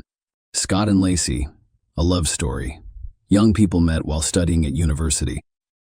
Scott began working part-time in one of the local coffee shops, where he also worked as a waitress alongside a former classmate and close friend of Lacey. Lacey frequently stopped by to eat and see her friend, and when she noticed the handsome young man, Scott noticed the smiling petite brunette and began to give her his full attention. One day, Lacey went to the coffee shop but didn't see her friend. She decided to ask Scott what was wrong. They quickly started talking. However, because Scott had to work, Lacey wrote her phone number on a napkin so they could contact each other later. Scott called her back that evening, and Lacey was thrilled. After speaking with him, he informed her mother that she had contacted her future husband. A few days later, he asked his new acquaintance out on a first date, and Lacey readily agreed. It's worth noting that Peterson had another passion besides golf, fishing, so he invited Lacey to go deep-sea fishing in an open body of water. She accepted the offer, but she became seasick on the boat, forcing the couple to quickly return to shore and family life. Nonetheless, after that not-so-great first date, the couple began to meet, and a few years later, they decided to move in together. Scott had finally abandoned his dreams of a professional sports career and decided to start his own small business. In the summer of 1997, he used the startup capital to help his parents. After Lacey received her diploma, the couple held a traditional wedding with a white dress veil and vows at the altar. They only invited family and close friends to the celebration. And as a venue, they chose the popular Sycamore Mineral Springs Resort, which is located on the ocean in western California. Following their wedding, the couple moved to San Luis Obispo, a small resort town between Los Angeles and San Francisco. They decided to open their own sports bar, but the idea was doomed from the beginning. There were rumors that Scott's parents once again assisted with the execution of the business plan.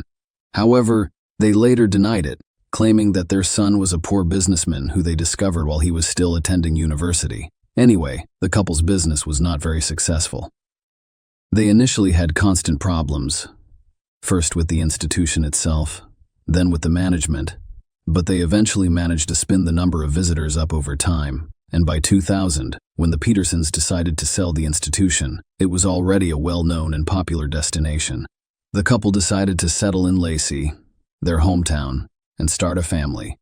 They bought a small, cozy house in a good neighborhood, a car, and a dog. And about a year later, the young woman told her husband the happy news that they would soon be parents. Lacey had already decided to change her career path and accepted a position as an art teacher at a local school. Her husband was having difficulty finding work and was forced to accept a position with a fertilizer and organic fertilizer company. Lacey tried to be the perfect wife in order to bring comfort and peace into her and her husband's new home. She kept everything in perfect order, loved cooking, entertaining guests, and had a lovely flower garden on the lawn. Scott appeared to be supportive of his wife in all aspects, and from the outside they appeared to be the perfect couple. He accepted the news of the upcoming addition to the family with joy. When the couple discovered they would have a boy, they actively began to choose a name for him. The future parents chose the name Connor for their son, and everyone was sure that they were looking forward to the child's birth as a pregnant teacher. Lacey, who was 8 months pregnant at the time, mysteriously disappeared on December 24, 2002. Lacey's mother and stepfather, who had been unable to contact her throughout the day, raised the first alarms. She did not answer the phone or return calls, which was unusual for her. As it turned out, the husband had been unaware of his wife's whereabouts the day before. She had visited her parents as well as the beauty salon where her sister Amelia worked. She was cheerful as she prepared for the Christmas and New Year's Eve celebrations. Lacey allegedly went for a morning walk with her dog, but a few hours later, neighbors discovered the Petersons' dog wandering down the street, dragging a dirty leash behind him. At the time, no one suspected anything wrong. The neighbor, he said, simply thought the dog had escaped, so we took him to the owner's backyard. For the evening, the concerned parents called the police and reported him missing, requesting that they begin searching immediately because Lacey was pregnant, and if she was in trouble, she required assistance as soon as possible. However, she was never found that day or the next. A day later, word of the missing teacher spread throughout town, prompting hundreds of volunteers to join the search. People combed the area, pasting flyers with portraits of the girl and organizing search pages and social networks where they posted detailed information about the missing mother and stepfather. The older brother and younger sister appealed to all concerned on television, requesting assistance in the search and sharing any useful information for which a reward was even announced, except that Scott behaved strangely and even suspiciously, refusing to participate in press conferences, showing little interest in the search results, and appearing unconcerned. Mr. Peterson's behavior, according to the investigator in charge of the case, raised suspicions from the start. He was frighteningly calm, and the police officer's questions annoyed him. He asked no questions, acted arrogantly, and, most interestingly, confused his statements by changing them multiple times. Scott was the last person to see his spouse on the day she went missing. He went to the golf course in the morning to get some exercise and play while his wife stayed at home, intending to walk the dog and do some cleaning later. When he got home, he found the dog in the backyard, but Lacey was nowhere to be found. Scott did not go to the police because he believed his wife was visiting her parents. However, when she still did not show up, he became concerned and called his mother-in-law's house, where he was informed that Lacey had not arrived, and that's when the first inconsistencies in Scott's testimony became apparent. First, no one could confirm his alibi because he hadn't been seen on the golf course. Second, the father-in-law claimed, as confirmed by the taped conversations, that he had called Scott himself while looking for his stepdaughter. But he replied that he had no idea where she could be. Peterson then abruptly changed tactics, stating that he had changed his mind about playing golf and instead planned to go fishing at a secluded location in Berkeley Harbor. He explained the confusion over the phone calls by stating that all of the relatives were on edge and couldn't remember who had called whom or when during the inspection of the couple's home. A strange and frightening detail was discovered. Lacey's purse, which contained her house keys, phone, and some cash, had gone missing. She wouldn't have left the house without at least taking her dog for a walk to the nearby park. How would she lock the front door? This nuance was alarming, raising suspicions that Lacey had not vanished on the street, but rather from her own home. A grisly discovery. On April 13, nearly 4 months after the pregnant teacher went missing, local fishermen noticed something strange on the rocky shores of San Francisco Bay and decided to investigate further. As it turned out, their attention was drawn to the body of an infant that had washed up on shore. The boy's body had hardly decomposed, but it was severely disfigured, apparently as a result of the body being battered by the waves against the rocks for quite some time. His umbilical cord appeared to have been torn rather than cut. A day later, in a different part of the bay, a few kilometers from where the infant was discovered, a severely decomposed body of a young woman was discovered. The corpse was so disfigured that it wasn't immediately identifiable as human remains. But the most gruesome aspect was that the body was missing its head and most of its limbs. There were only a few fragments of clothing left on the body, including a special maternity bra. It was simply impossible to identify the body, so only DNA testing could determine that it belonged to the missing teacher. According to criminalists, the baby was well preserved because he was in the womb the entire time, but the body rejected the fetus during the decomposition process. According to eyewitnesses who discovered the boy, something strange resembling a ribbon or rope was wrapped around his neck, and he had a large cut on his body. Although the autopsy results were never officially released, the experts claimed that the cut was caused by a wave hitting the body against a sharp rock, and that the noose around his neck was simply trash. Scott evaded capture during the investigation and search. Furthermore, Lacey's parents actively defended their son-in-law for the first few days, describing him as an ideal husband and their marriage as happy and built on love and trust. But the more the police learned about this man, the more suspicious he appeared to them. Peterson began cheating on his wife almost immediately after the wedding, even before the couple moved to Modesto. Later, he had numerous mistresses with whom he lied about not being married or recently widowed. Thus, in the fall of 2002, Scott went on a blind date with a lovely blonde named Amber Frey. The girl worked as a seuse and raised her young daughter alone. She was looking for a life partner who would love and accept her and her child, and Scott was handsome and polite. She knew the feelings were mutual. Scott almost immediately admitted that he had recently been widowed, and that the upcoming Christmas would be the first without his beloved deceased wife. Amber consoled him as best she could, and from that point forward, they communicated almost daily. Scott soon told his mistress that they could move in together after the holidays, and the couple began to plan their future together. True, Scott stated that he has never wanted to have his own children and plans to undergo a sterilization procedure known as a vasectomy, but he was also prepared to raise daughter Amber as his own. Everything was fine until Amber happened to see a TV report about the disappearance of a pregnant local teacher. Despite the fact that the missing woman's husband did not give an interview or appear in front of the cameras, the broadcast featured photos of her and Lacey together, and Amber recognized her lover. Another intriguing feature was Scott's drastic change in appearance following his wife's disappearance, which included growing a beard and bleaching his naturally dark hair on his head and face. Amber couldn't believe what she was seeing and hoped it was all a dream. However, she soon realized that she was dating the same guy. She went straight to the police and told them everything, even agreeing to record their phone conversations. Amber wondered why Scott had told her he was a widower a couple of weeks before his wife vanished, but he must have sensed something was wrong. Despite his evasiveness, as soon as the bodies of the deceased mother and child were found, the question of immediately arresting Scott as the main suspect arose. Despite the fact that the investigation lacked hard evidence, there was a good chance Scott would try to leave the country. In fact, that was exactly what he planned to do. But, fortunately, he did not have time. On April 18, 2003, the widower was taken into custody, but he refused to admit his guilt. Simultaneously, his house, garage, and car were thoroughly searched, yielding frightening results. Microparticles of Lacey's dried blood were discovered on tools in the garage, the trunk of the car, and the bottom of the fishing boat. Experts discovered several hairs from the deceased woman.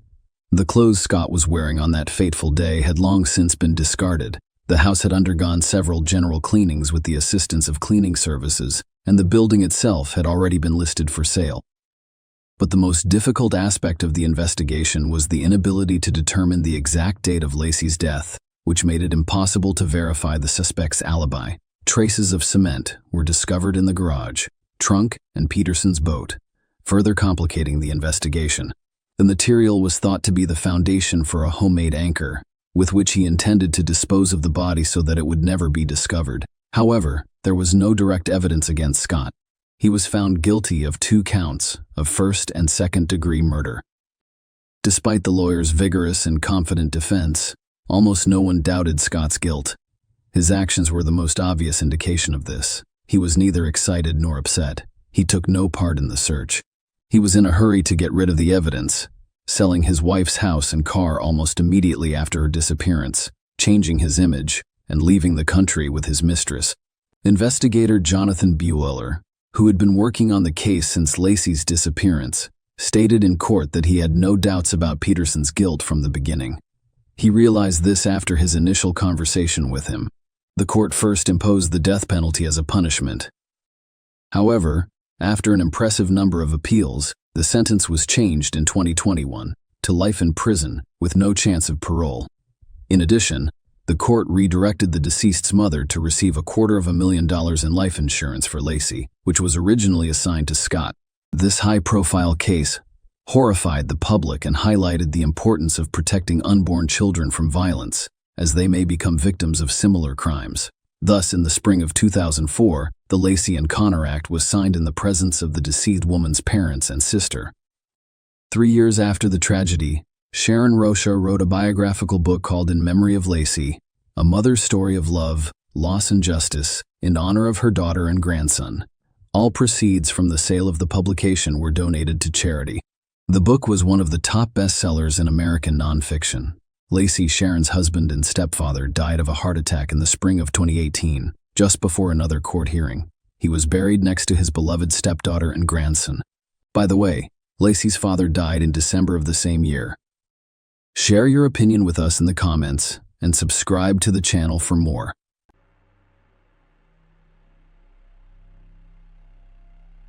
Donna Ellen Brown was born November 10, 1963, in Florida. Donna was the eldest of 3 girls. She was attractive, intelligent, and successful in her job as an operating room technician. She met nuclear engineer Mark Winger, and the two married in a traditional Jewish ceremony in 1989. Donna and Mark appear to be the perfect couple. They were successful and had a nice house in a nice neighborhood. However, not every story ends perfectly from the start. On Tuesday, August 29, 1995, at 4:27 p.m., Mark Winger called 911 to report that a man was harming his wife, Mark, who lived in Springfield, Illinois. His 31-year-old wife, Donna Winger, called the dispatcher to report that he had shot the man. When the cops arrived, Donna was in critical condition after being hit in the head with a hammer 7 times. A 27-year-old man named Roger Harrington was found beside Donna in critical condition, having sustained 2 gunshot wounds to the head. Both victims were immediately transported to the hospital, where Roger died shortly after arrival and Darla died a few minutes later without regaining consciousness.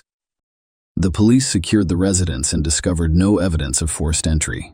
Mark, visibly distressed, told the police that he shot the man after witnessing the attack on his wife. Mark described how he was in the basement on the treadmill when he heard noises upstairs, prompting him to investigate. He found their adopted baby Bailey on the bed in the master bedroom, but no sign of Donna. When Mark heard more noises downstairs, he grabbed his handgun from the bedroom nightstand and headed for the dining room. Mark saw a man in the hallway wielding a hammer and assaulting Donna.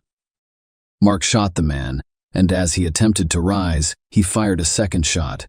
The police discovered the bloodied hammer used in the assault, which belonged to both Donna and Mark. The house also contained a .45 caliber semi-automatic handgun, which Mark confirmed was the weapon used. When Mark asked about the identity of the man who had attacked his wife, the police confirmed that it was Roger. Mark then said, "That's the man who has been harassing my wife this week." According to Mark, Donna had traveled to Florida to visit her parents 6 days before. Her mother dropped her off at the airport, and a driver named Roger, hired through a limousine company in St. Louis, Missouri, drove her back to Springfield.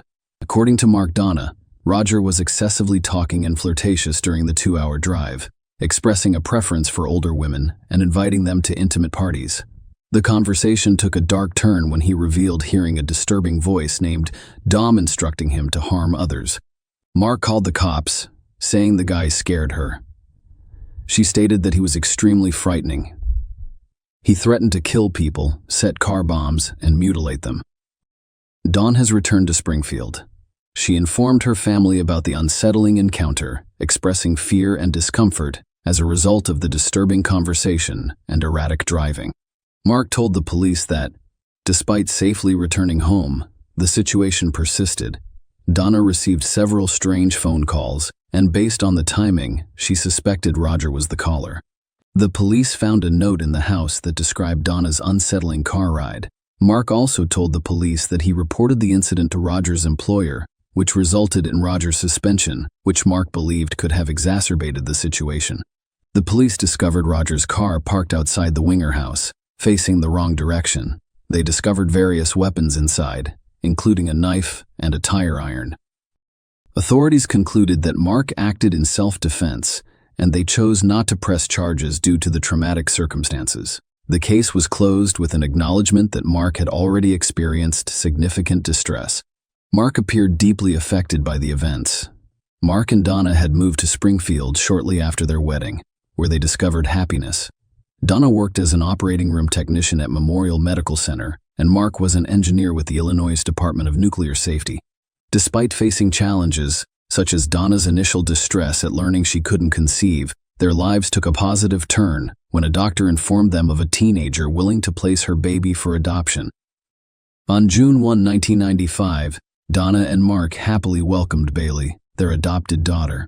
Following Donna's tragic death, Bailey, now responsible for the infant, chose to remain in the same house. To help with childcare, he hired a nanny, Rebecca Simic. Rebecca unexpectedly became pregnant a few months into her job and gave birth to a daughter named Anna. Mark and Rebecca married just over a year after Donna died. Mark decided to sell the house and sever ties with Donna's family. The new family, Mark, Rebecca, Bailey, and Anna, relocated to a different town. They gradually expanded their family by adding 2 more children, Maggie and Ben. Donna's close friend Donna Schultz told the police in 1999 that she had an affair with Mark while Donna was still alive, and that Mark made troubling statements that she remembered. Donna Mark believes it would be easier for us to be together if Dawn had just died. All you'd have to do is enter and find the body. Donna also provided disturbing information that raised concerns with the authorities. When Mark learned about Donna's unsettling experience during the car ride back to Springfield, he allegedly told her that he needed the driver in his home. This revelation prompted the police to reopen Donna's case. However, they were disappointed to find that some evidence had gone missing. Mark filed a civil lawsuit against BART Transportation, seeking accountability for Diana's death as a result of Roger's actions.